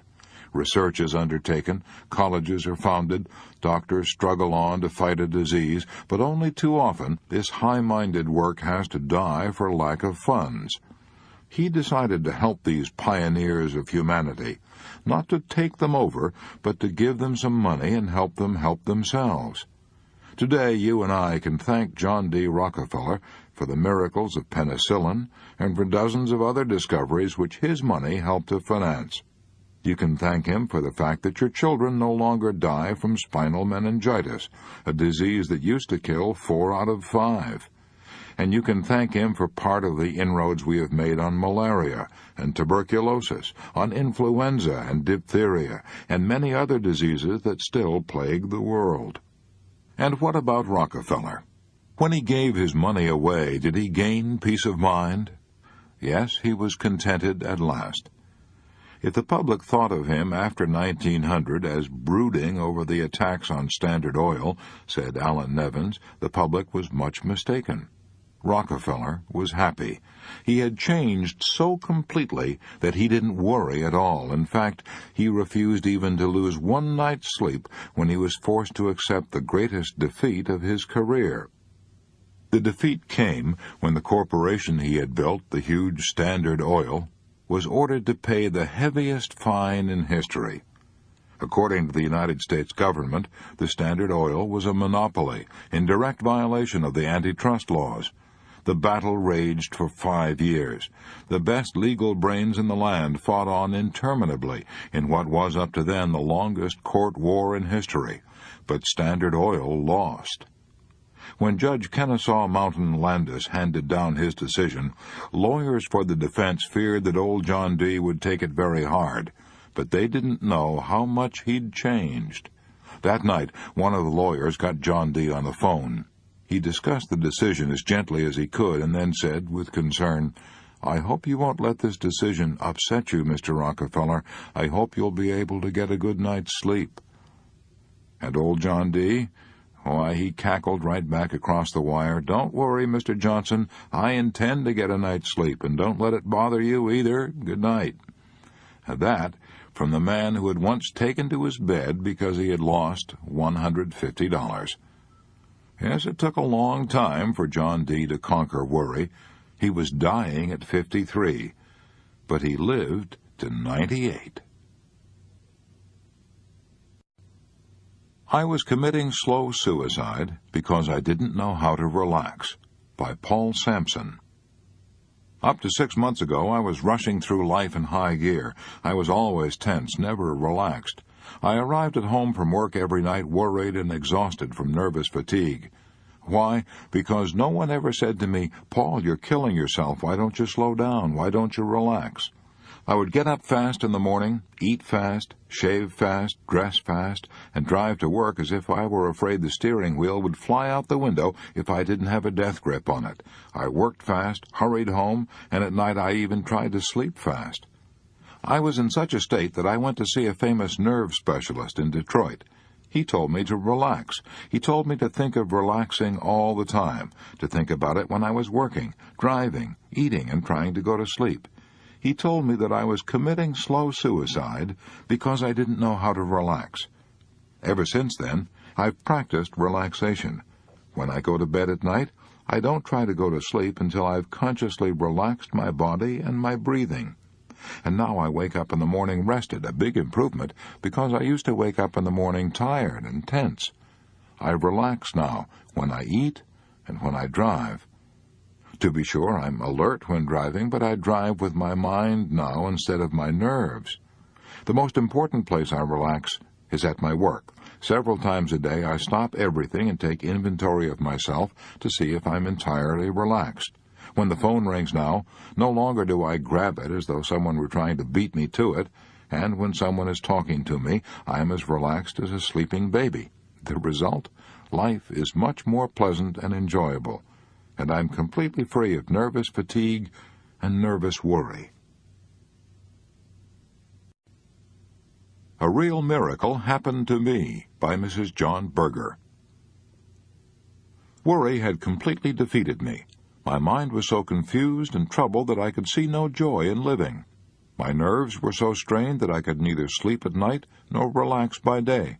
My 3 young children were widely separated, living with relatives. My husband, having recently returned from the armed service, was in another city trying to establish a law practice. I felt all the insecurities and uncertainties of the post-war readjustment period. I was threatening my husband's career, my children's natural endowment of a happy, normal home life, and I was also threatening my own life. My husband could find no housing, and the only solution was to build. Everything depended on my getting well. The more I realized this, and the harder I would try, the greater would be my fear of failure.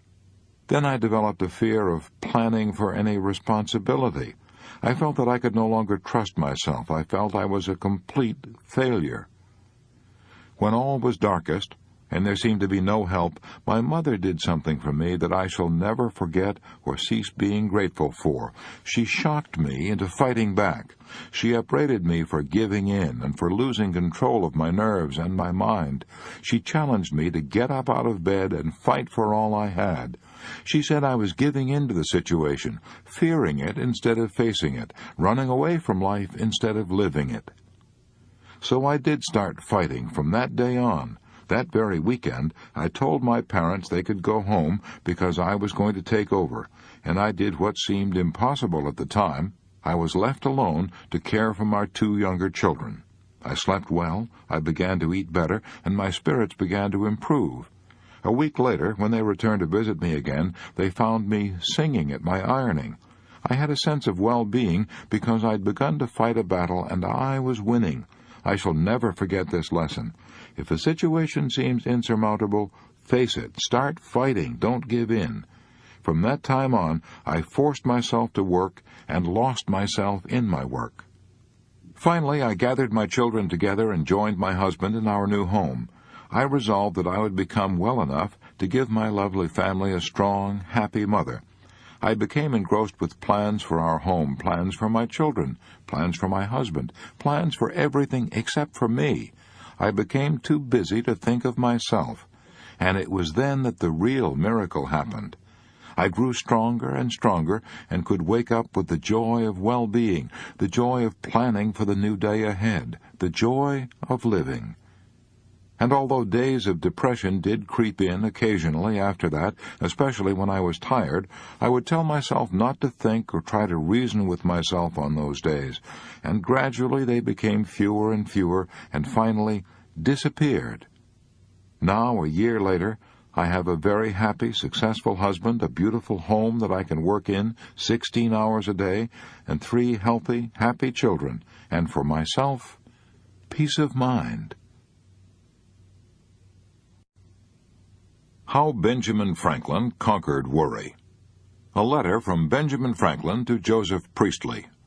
The latter, invited to become librarian for the Earl of Shelburne, asked Franklin's advice. Franklin, in his letter, states his method of solving problems without worrying. London, September 19, 1772. Dear Sir, In the affair of so much importance to you wherein you ask my advice, I cannot, for want of sufficient premise, advise you what to determine, but if you please I will tell you how. When these difficult cases occur, they are difficult chiefly because while we have them under consideration, all the reasons pro and con are not present to the mind at the same time, but sometimes one set present themselves, and at other times another, the first being out of sight. Hence the various purposes or inclinations that alternately prevail, and the uncertainty that perplexes us. To get over this, my way is to divide half a sheet of paper by a line into 2 columns, writing over the one pro and over the other con. Then, during 3 or 4 days' consideration, I put down under the different heads short hints of the different motives that at different times occur to me, for or against the measure. When I have thus got them all together in one view, I endeavor to estimate their respective weights, and where I find 2, one on each side, that seem equal, I strike them both out. If I find a reason pro equal to some 2 reasons con, I can strike out the 3. If I judge some 2 reasons con equal to some 3 reasons pro, I strike out the 5, and thus proceeding I find at length where the balance lies. And if, after a day or 2 of further consideration, nothing new that is of importance occurs on either side, I come to a determination accordingly. And though the weight of reasons cannot be taken with the precision of algebraic quantities, yet when each is thus considered separately and comparatively, and the whole lies before me, I think I can judge better, and am less likely to make a rash step, and, in fact, I have found great advantage from this kind of equation in what may be called moral or prudential algebra. Wishing sincerely that you may determine for the best, I am ever, my dear friend, yours most affectionately, Ben Franklin. I was so worried I didn't eat a bite of solid food for 18 days, by Catherine Holcomb Farmer. 3 months ago I was so worried that I didn't sleep for 4 days and nights, and did not eat a bite of solid food for 18 days. Even the smell of food made me violently sick. I cannot find words to describe the mental anguish I endured. I wonder whether hell has any worse tortures than what I went through. I felt as if I would go insane or die. I knew that I couldn't possibly continue living as I was. The turning point of my life was the day I was given an advanced copy of this book. During the last 3 months, I have practically lived with this book, studying every page, desperately trying to find a new way of life. The change that has occurred in my mental outlook and emotional stability is almost unbelievable. I am now able to endure the battles of each passing day. I now realize that in the past I was being driven half-mad, not by today's problems, but by the bitterness and anxiety over something that had happened yesterday, or that I feared might happen tomorrow. But now, when I find myself starting to worry about anything, I immediately stop and start to apply some of the principles I learned from studying this book. If I am tempted to tense up over something that must be done today, I get busy and do it immediately and get it off my mind. When I'm faced with the kind of problems that used to drive me half crazy, I now calmly set about trying to apply the 3 steps outlined in Chapter 2, Part 1. First, I ask myself, what is the worst that can possibly happen? Second, I try to accept it mentally. Third, I concentrate on the problem and see how I can improve the worst, which I'm already willing to accept if I have to. When I find myself worrying about a thing I cannot change and do not want to accept, I stop myself short and repeat this little prayer. God grant me the serenity to accept the things I cannot change, the courage to change the things I can, and the wisdom to know the difference. Since reading this book, I'm really experiencing a new and glorious way of life. I am no longer destroying my health and happiness by anxiety. I can sleep 9 hours a night now. I enjoy my food. A veil has been lifted from me. A door has been opened. I can now see and enjoy the beauty of the world which surrounds me. I thank God for life now and for the privilege of living in such a wonderful world.